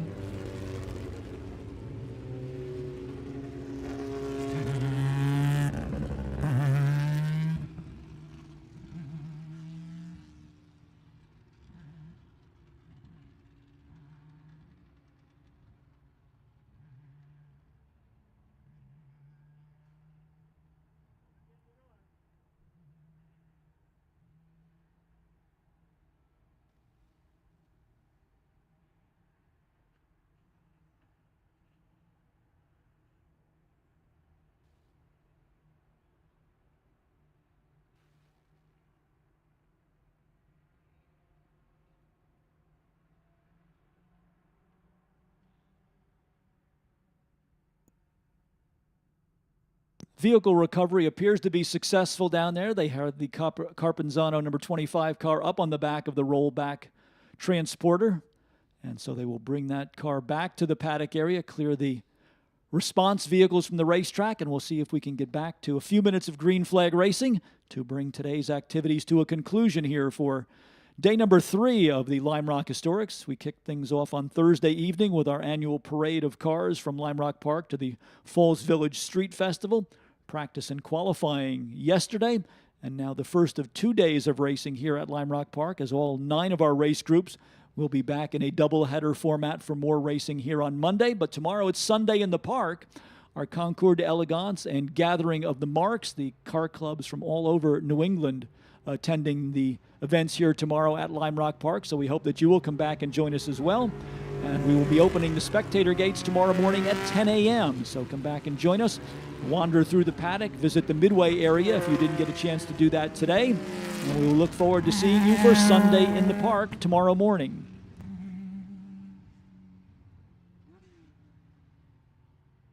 Racetrack in a clear condition once again, waiting for the signal from the starters stand that we are ready to go back to green flag racing.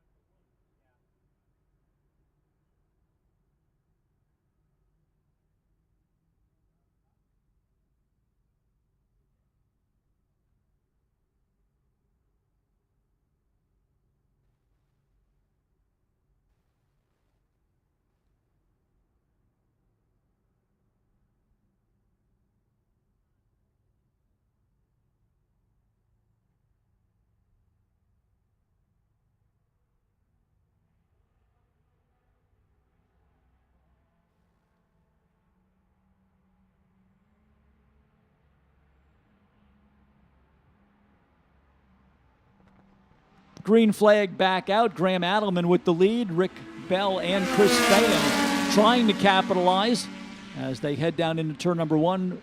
But Adelman with the 2-liter Sports Racing Chevron will hang on to that number 1 spot. Let's see how it goes between Bell and Fayan for second. Not too much time left on the clock here. Probably enough to run a couple of more laps off. So we'll see if anybody... Jim McNichol, the latest car to hit problems. So our 2 leading Formula Ford competitors, the Frank Del Vecchio, number 13, and now the Jim McNichol, number 17, both on pit road before the checkered flag flies.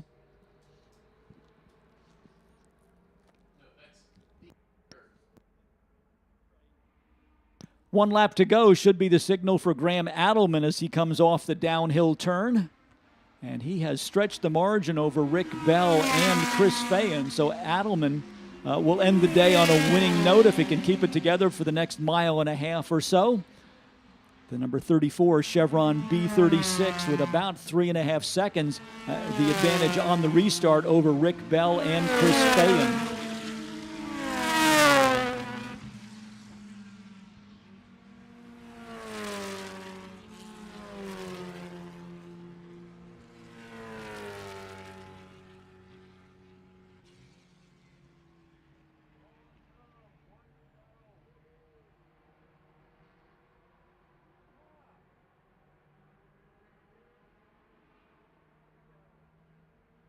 Graham Adelman off the downhill turn for the final time, across the stripe to take the checkered flag here in race group number 9 to bring our racing program for the day to its conclusion. Second will go to hometown driver Rick Bell in the 78. Third to Chris Fayan out of Reading, Connecticut in the number 39. Fourth should be Nick Fonte. We'll see if Fonte can hang on with the Super V. The number 4 car will take 4th position, just ahead of the Formula Mazda of Todd Sharon. Behind Fonte, it will be, looks as though Sharon was a lap down, so it will be Phil Meany in 5th position in the 81. 6th to Joe Bezzetta in the 16. 7th to the Mazda-powered Ralt RT41 for Clint Chichester. Then Todd Sharon's Formula Mazda in 8th. 9th to Gary Rutherford, who will win the Formula Ford category. And rounding out the top 10 will be Sivian Dor in another of our Formula Fords, this a 1969 Alexis.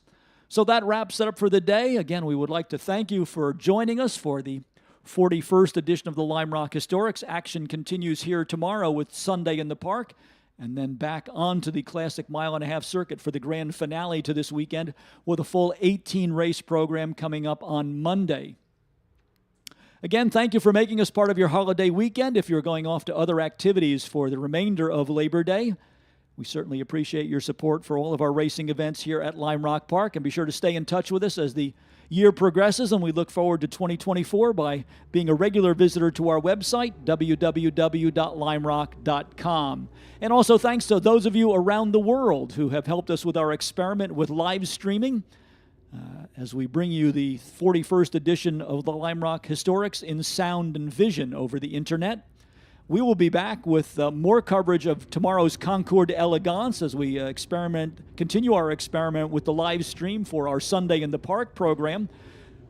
Commentary should begin at around 10 o'clock tomorrow morning, and then join us again on Monday as we resume racing action at 9 a.m. So thank you all, near and far, for joining us for the 41st edition of the Lime Rock Historics.